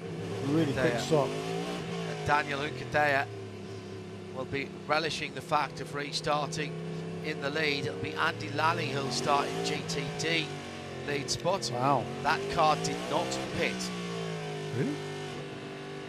Stayed out because Phil Ellis was the first of the cars out the pits for sure. Oh yeah, well that car had been in just a little while previously. 44. Yeah. Remember, we just interviewed Andy Lally, and they did the driver change. It did come in before the yellow. Yeah, it did. And we've got a damaged Ford in the pit lane. Now, which one is that? Is that Dirk Muller that's come in? And the Iron Lynx have come in, the number 60 as well. Honestly, I can't tell from my vantage point, John. I was waiting on the service for the 10 to be completed. But the Ford that's come in, the bumper is trailing off the back of the car, and there was a lot of damage to what was lagging behind it. Now, that's the sound of the 55 Ford going back out, but that's not the one I saw. Let's see, they're bringing a new bumper over. Still can't tell which one it is. Perhaps you can see on timing and scoring which one is shown as P. 65 shows in the pits. Dirk Miller, yeah. Leonardo Pulcini. Yeah, that car's just got the wave around, so he's actually back on the lead lap. Yeah. In Leonardo Pulcini trying to leave, I think, with the fuel hose attached. So that'll be. That car's back on the lead lap as well. Okay. That car's just got back on the lead lap as well. The number 60. They had just hustled around, but Pulcini's going to, I think, get penalised for that. Was the fuel? Yeah. Oh yeah. Absolutely. The fueler did really well to drag the fuel hose out as Pulcini, as soon as the car was dropped, decided to go. And they still had the fuel hose on. Also in at that point was the 63.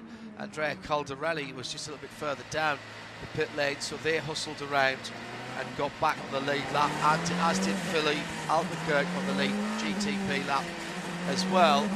And Nick Tandy did exactly as we expected, but he is still 2 laps down, but he's got one of his laps back.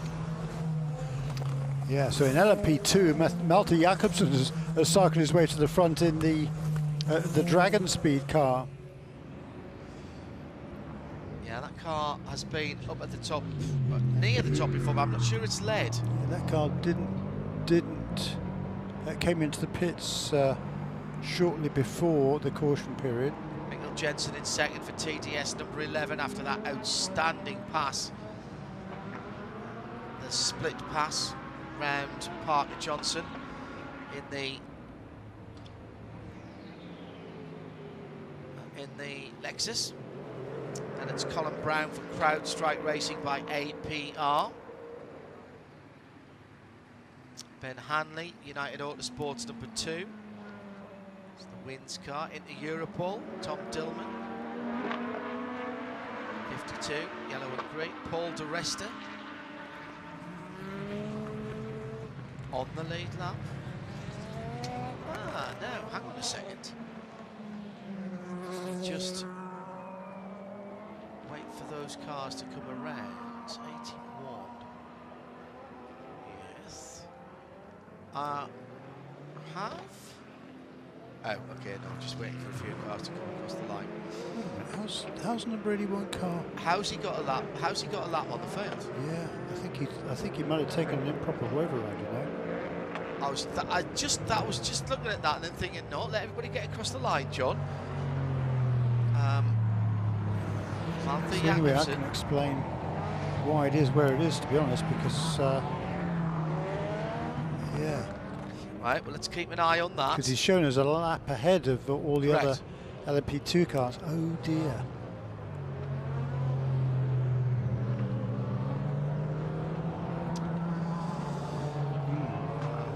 Indeed. Behind him, the order is as one would have expected. Number 11, number 04, number 2. They were the guys who've been battling for the lead. Tom Dillman is at the wheel of the Inter-Europol PR1 Matheson Motorsports, number 52. That's the same order as they've been running before the caution period, which is about right. So I think the 81 car, that's the only explanation I can come up with why it might be a lap ahead of everybody else. Andy Lally, by the way, who didn't stop. Because he'd stopped a couple laps before. Yeah, he stopped at 28 minutes past the hour. Or at least that's when he came out the pits. Okay. So he's looking to go an hour and 12 minutes, which is probably too much, but a bit more yellow. Yep. Probably worth a gamble. Andy Lally not desperately known for fuel saving, but it is worth a go. No, but he's well known for doing whatever it takes to win a motor race. Well, that is very true, Jeremy. You meant that. All right, shall we go back racing again with 58 minutes and 43, 42, 41, 40. Green flag in the air. Now let's race to the checkered flag, shall we? Ladies and gentlemen. Just under an hour remaining. Cross the line then. And streaking through the first corner, Sebastian Bourdais pulls out a little bit of a lead to Felipe Nasser in second, then Louis Delatraz, Conor De Filippi, Cadillac, Porsche, Acura, BMW with Philip Eng in fifth, Julian Andlauer in sixth, Philippe Albuquerque back in the mix in the number 10 car. It's smoky, but it's fast. Now the bodywork that was lying around, or the bodywork that was trailing on the 65 Mustang, was because it made contact with the number 52 in the Europol in turn 17. And there's a little bit of bodywork still out on the track.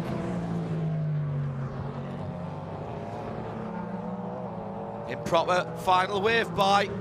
Stop plus 3 minutes and 44 seconds.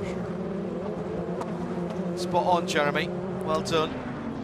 Car 60 leaving with equipment attached, drive through. And car, I think we guessed that one for the Iron Links. And 45 drove over the tyre, hit the tyre, didn't it? That was the problem there. That was the Winwood car, wasn't it? That Shea called that one. Who's that? Taking the scenic route. That's BMW. Yes, that's a BMW. I think, from the back lights. Sorry, I was trying to look at penalties there. It's a turn, that was turn 10, 11.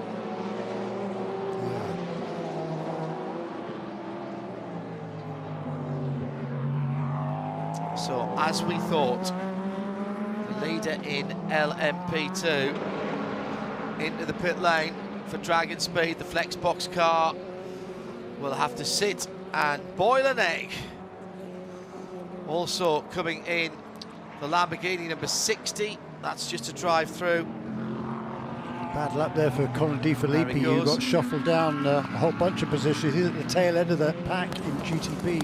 And the second Lamborghini was the Wayne Taylor 45 car. That was the drive-through for hitting the tyre. So improper final wave bright stop at 3 minutes 44 for the Dragon Speed car. That will drop it a lap and some. So TDS Racing and Mikkel Jensen goes into the lead effectively when it comes round next time. Oh, the Lexus took the lead. Did you just say that? Sorry. The Lexus took the lead in GTD Pro. On the restart, yep. Jack Hawksworth heads up driving by the man from the north of England. And Risi Ferrari made up a couple of positions as well, up to the 3rd place. Almost an accident coming into the pit lane as people committed and then stopped. Okay, well the reason is car stalled. Everybody's going to have to make one more stop, I think, in the GT cars. So that was come in the and make it penalty early. cars. That was the two penalties. Okay. Yeah. I don't And there was think some they can get to bodywork. the end. Some bodywork came off the 60, the bright highlighted yellow car, and went to the right-hand side. That was Leonardo Pulcini. But what I don't understand is why the Wayne Taylor car pretty much stopped.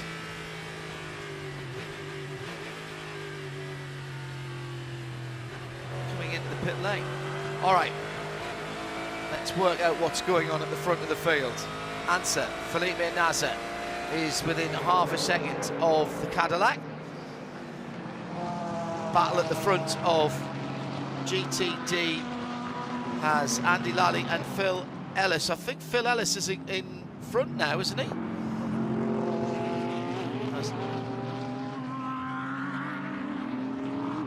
There's the 57 car going through the complex and under the bridge. And it's Elliott Skier in second.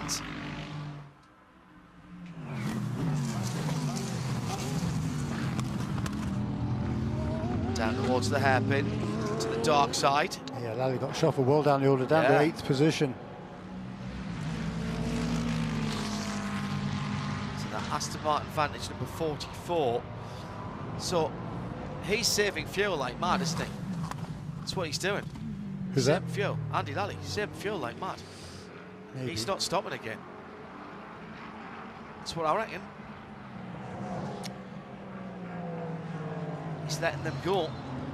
Unless he was off the track. Side by side. Coming through to turn 17. Louis Delatraz. Felipe Nasser battling for second. Sebastian Bourdais just up the road a little bit.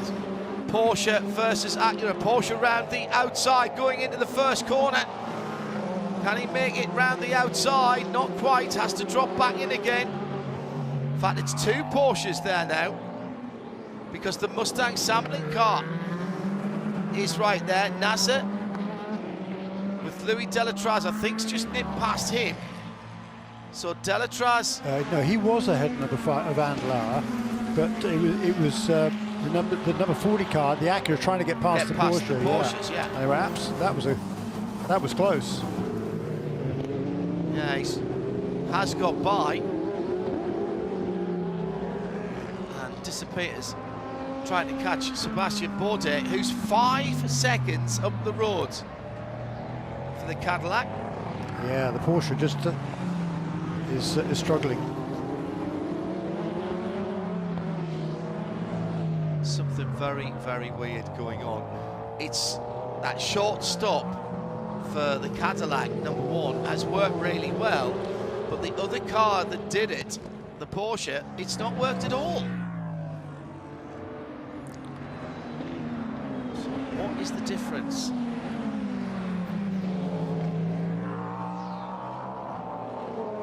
Bourdais by nearly 5 seconds now as they head up to the far side of the circuit.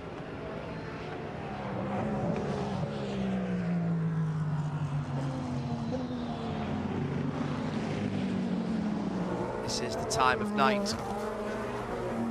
where strange things happen.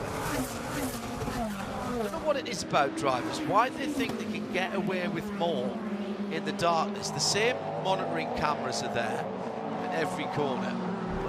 There is, I think, a little bit of a mentality that they can get away with more. Great pass for position. Really good move by the accurate number 40. As they went through turn 17, stuck to the outside and made it work. Porsche came back down the front straight. Now, oh, big push. That's the Lexus number 12 that's been pushed off the road by the number 4 Corvette, I think. Yeah, they've come together. 6 of one and half a dozen of the other. Ooh, look, I'm not sure. Look, I'm really unimpressed by the way the number 4 car has been driving. I mean, they're way out of contention.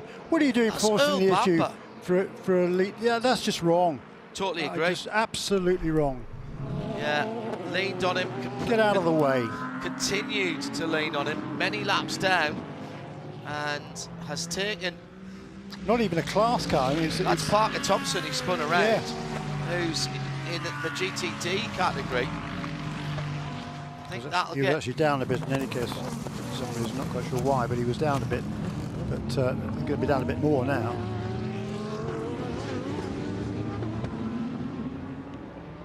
Instant evolving cars 4 and 12 under review. Yeah. I'm not sure that's going to be a difficult decision. Parked. Yeah. I'm sure that's a difficult decision. We'll leave that to race control. It's the pointlessness of it, actually. Yeah, exactly. It's not just that it's a bad move. There was no need to be fighting that.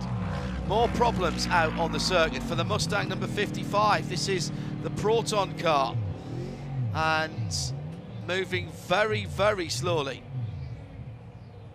And Louis Delatraz pretty much halved the deficit to Sebastian Bourdais on that last lap.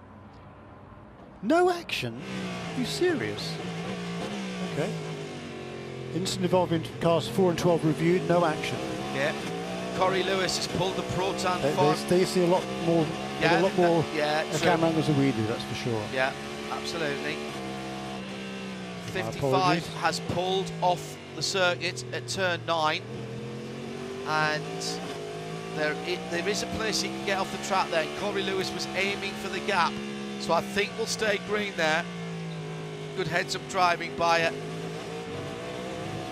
thoughtful driver. Lead has been cut to 1.2 seconds. Yeah, exactly. Yeah. Louis Delatraz, once he got past the Porsche, has hit the afterburners here. Yep. Left it for dead. 2.7 seconds he pulled out on that one lap after getting past.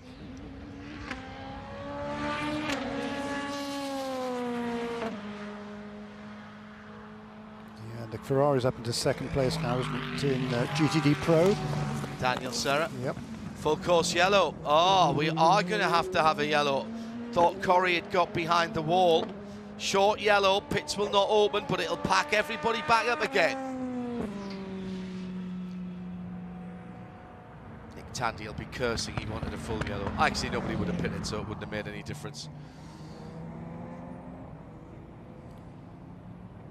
Corey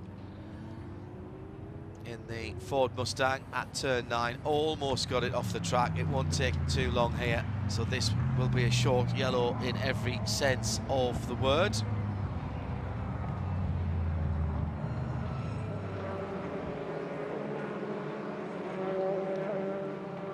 Still 46 minutes to go, so I want all of you to start thinking about your BDO nose strategy. Nomination can be from any of the 4 classes. Who's done the best with what they've got?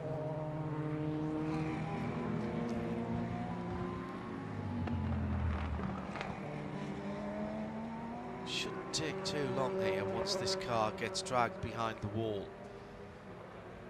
Corey stays in the car for the time being.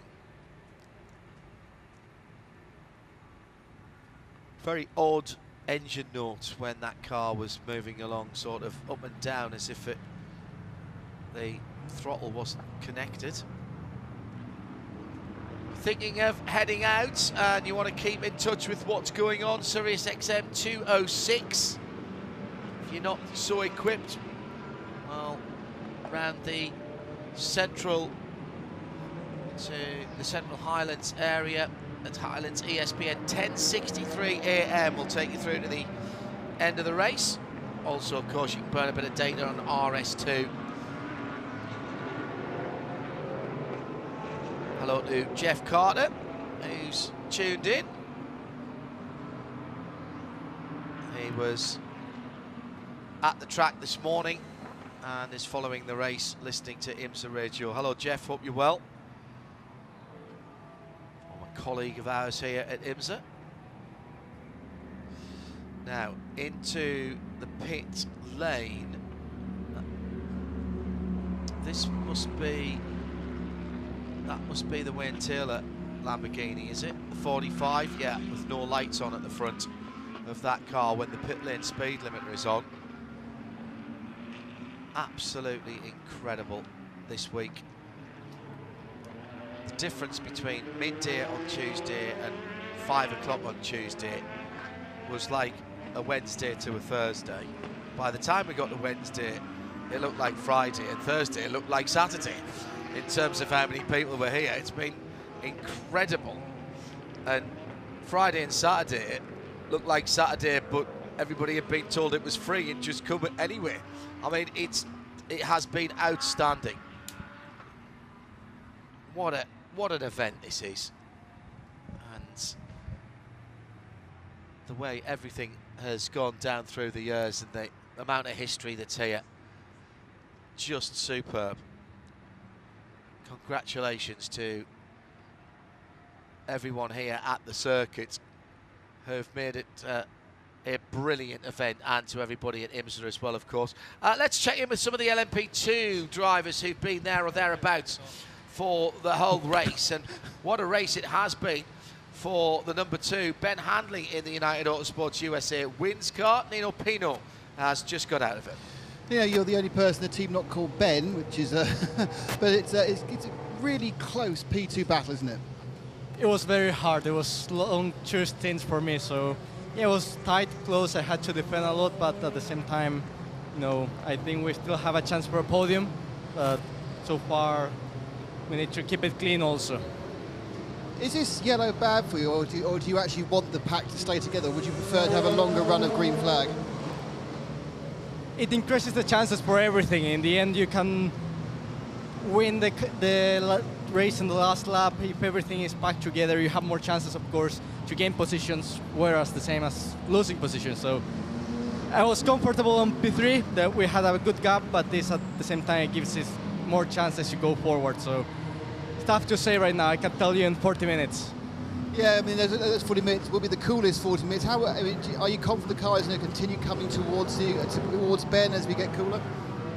We'll only know in this last run, but I think we have a strong car. Of course, we have a few weaknesses. I struggle a lot with the speed of the first 2 cars, but I think we still have a good chance if there's a mix or there's a fight to be in the pack. Yeah, thank you. Thank you. Another official retirement.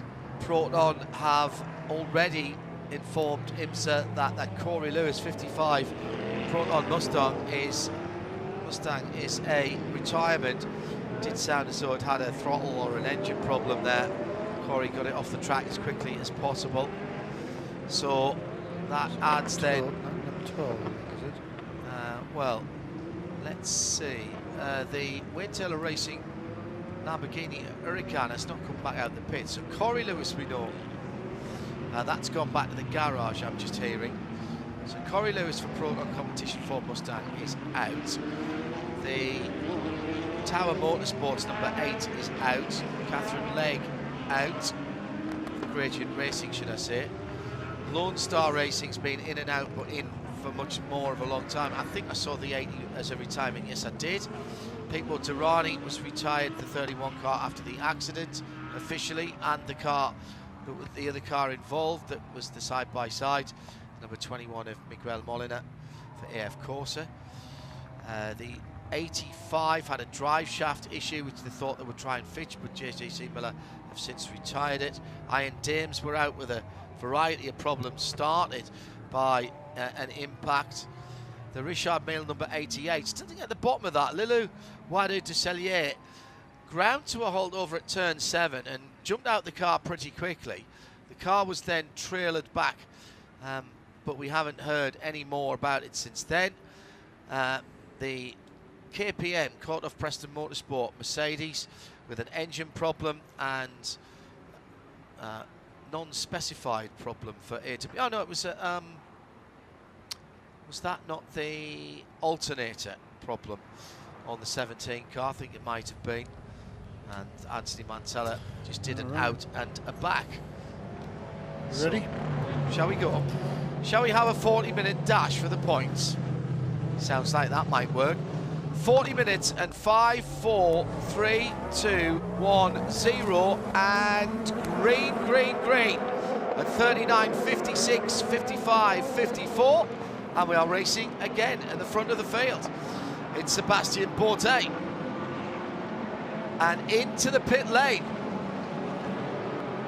Nick Tandy dives into the pit lane, presumably. Well, I don't understand. And all of the PTs dive in as well, except the top 3. So Mikkel Jensen for TDS, CrowdStrike Racing by APR, and United Autosports, Ben Handley in number 2. So Nick Tandy, fuel only for that Porsche Penske Motorsport car. Yeah.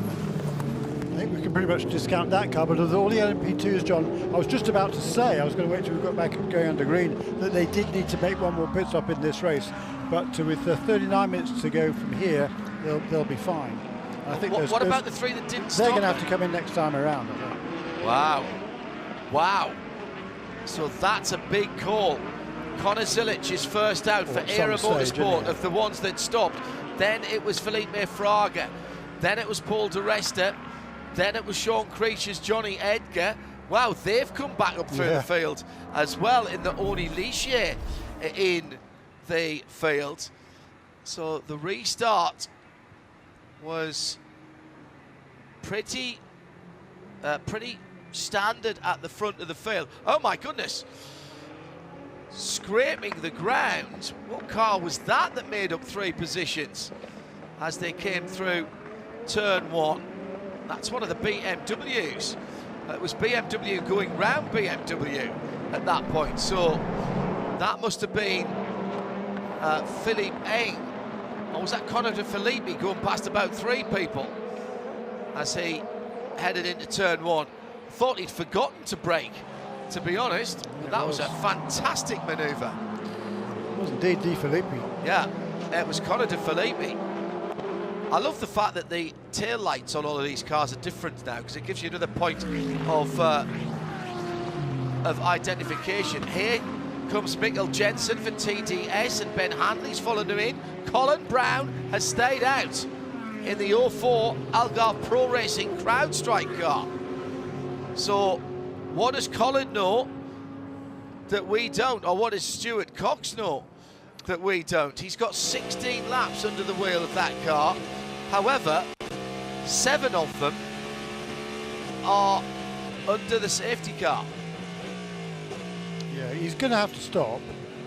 Unless there's another yellow. Unless there's a big... Nah, he's going to have to stop in any case, because he's going to try and turn some quick laps now on the low tank of fuel and give it all he's got, basically. Yeah, but they're all making the one stop. It doesn't really matter when you make it. He's got a bit of clear air at the moment until he gets to the back of the GTP. No, that'll be a long time. That'll be quite a while yet. He's sitting in behind the Lamborghini, actually. They're all coming together onto the back straight right now. So he's in that leading group. Maybe he's getting a bit of a tour there. See when they come across the line, it will be Sebastian Bourdais out of the final corner.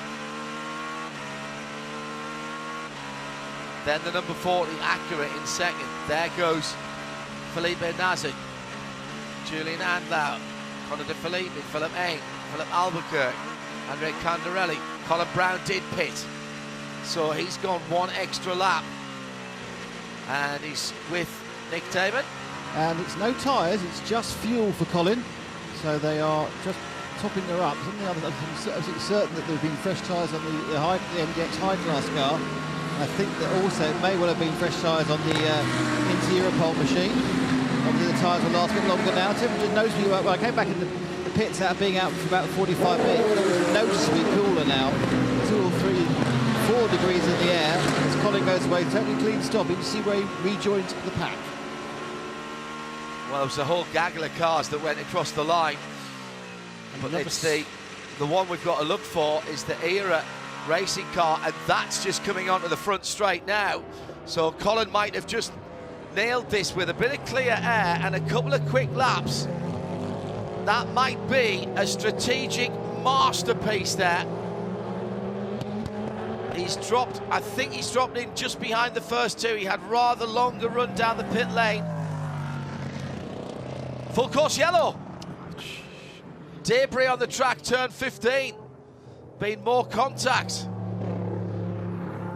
Really scrappy now, isn't it? In GTD Pro, by the way, the Ferrari, Daniel Serra, did get past Jack Hawksworth soon after the restart. It's a Ford piece on the circuit.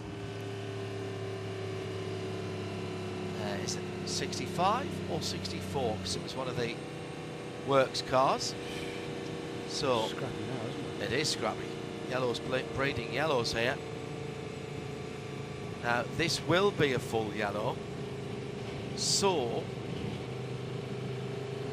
with 34 minutes left, does everybody need to pit? I don't think anybody needs to pit now. Do you think? Yeah. But Bourdais, so Bourdais hasn't stopped for 20 laps, is that right? The front guys have got no, to stop. no, they all came in on lap 302 under yellow. Okay.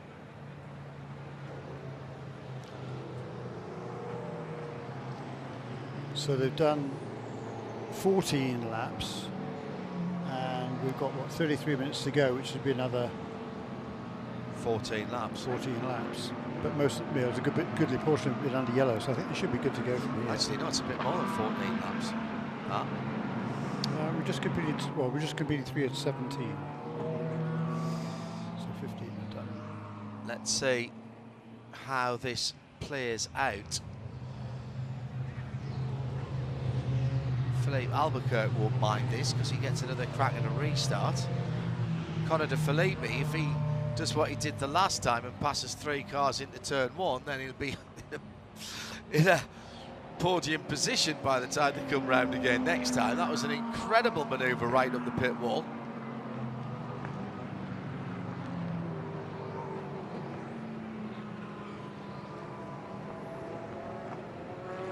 The problem with this is we do have to go through, well, it's actually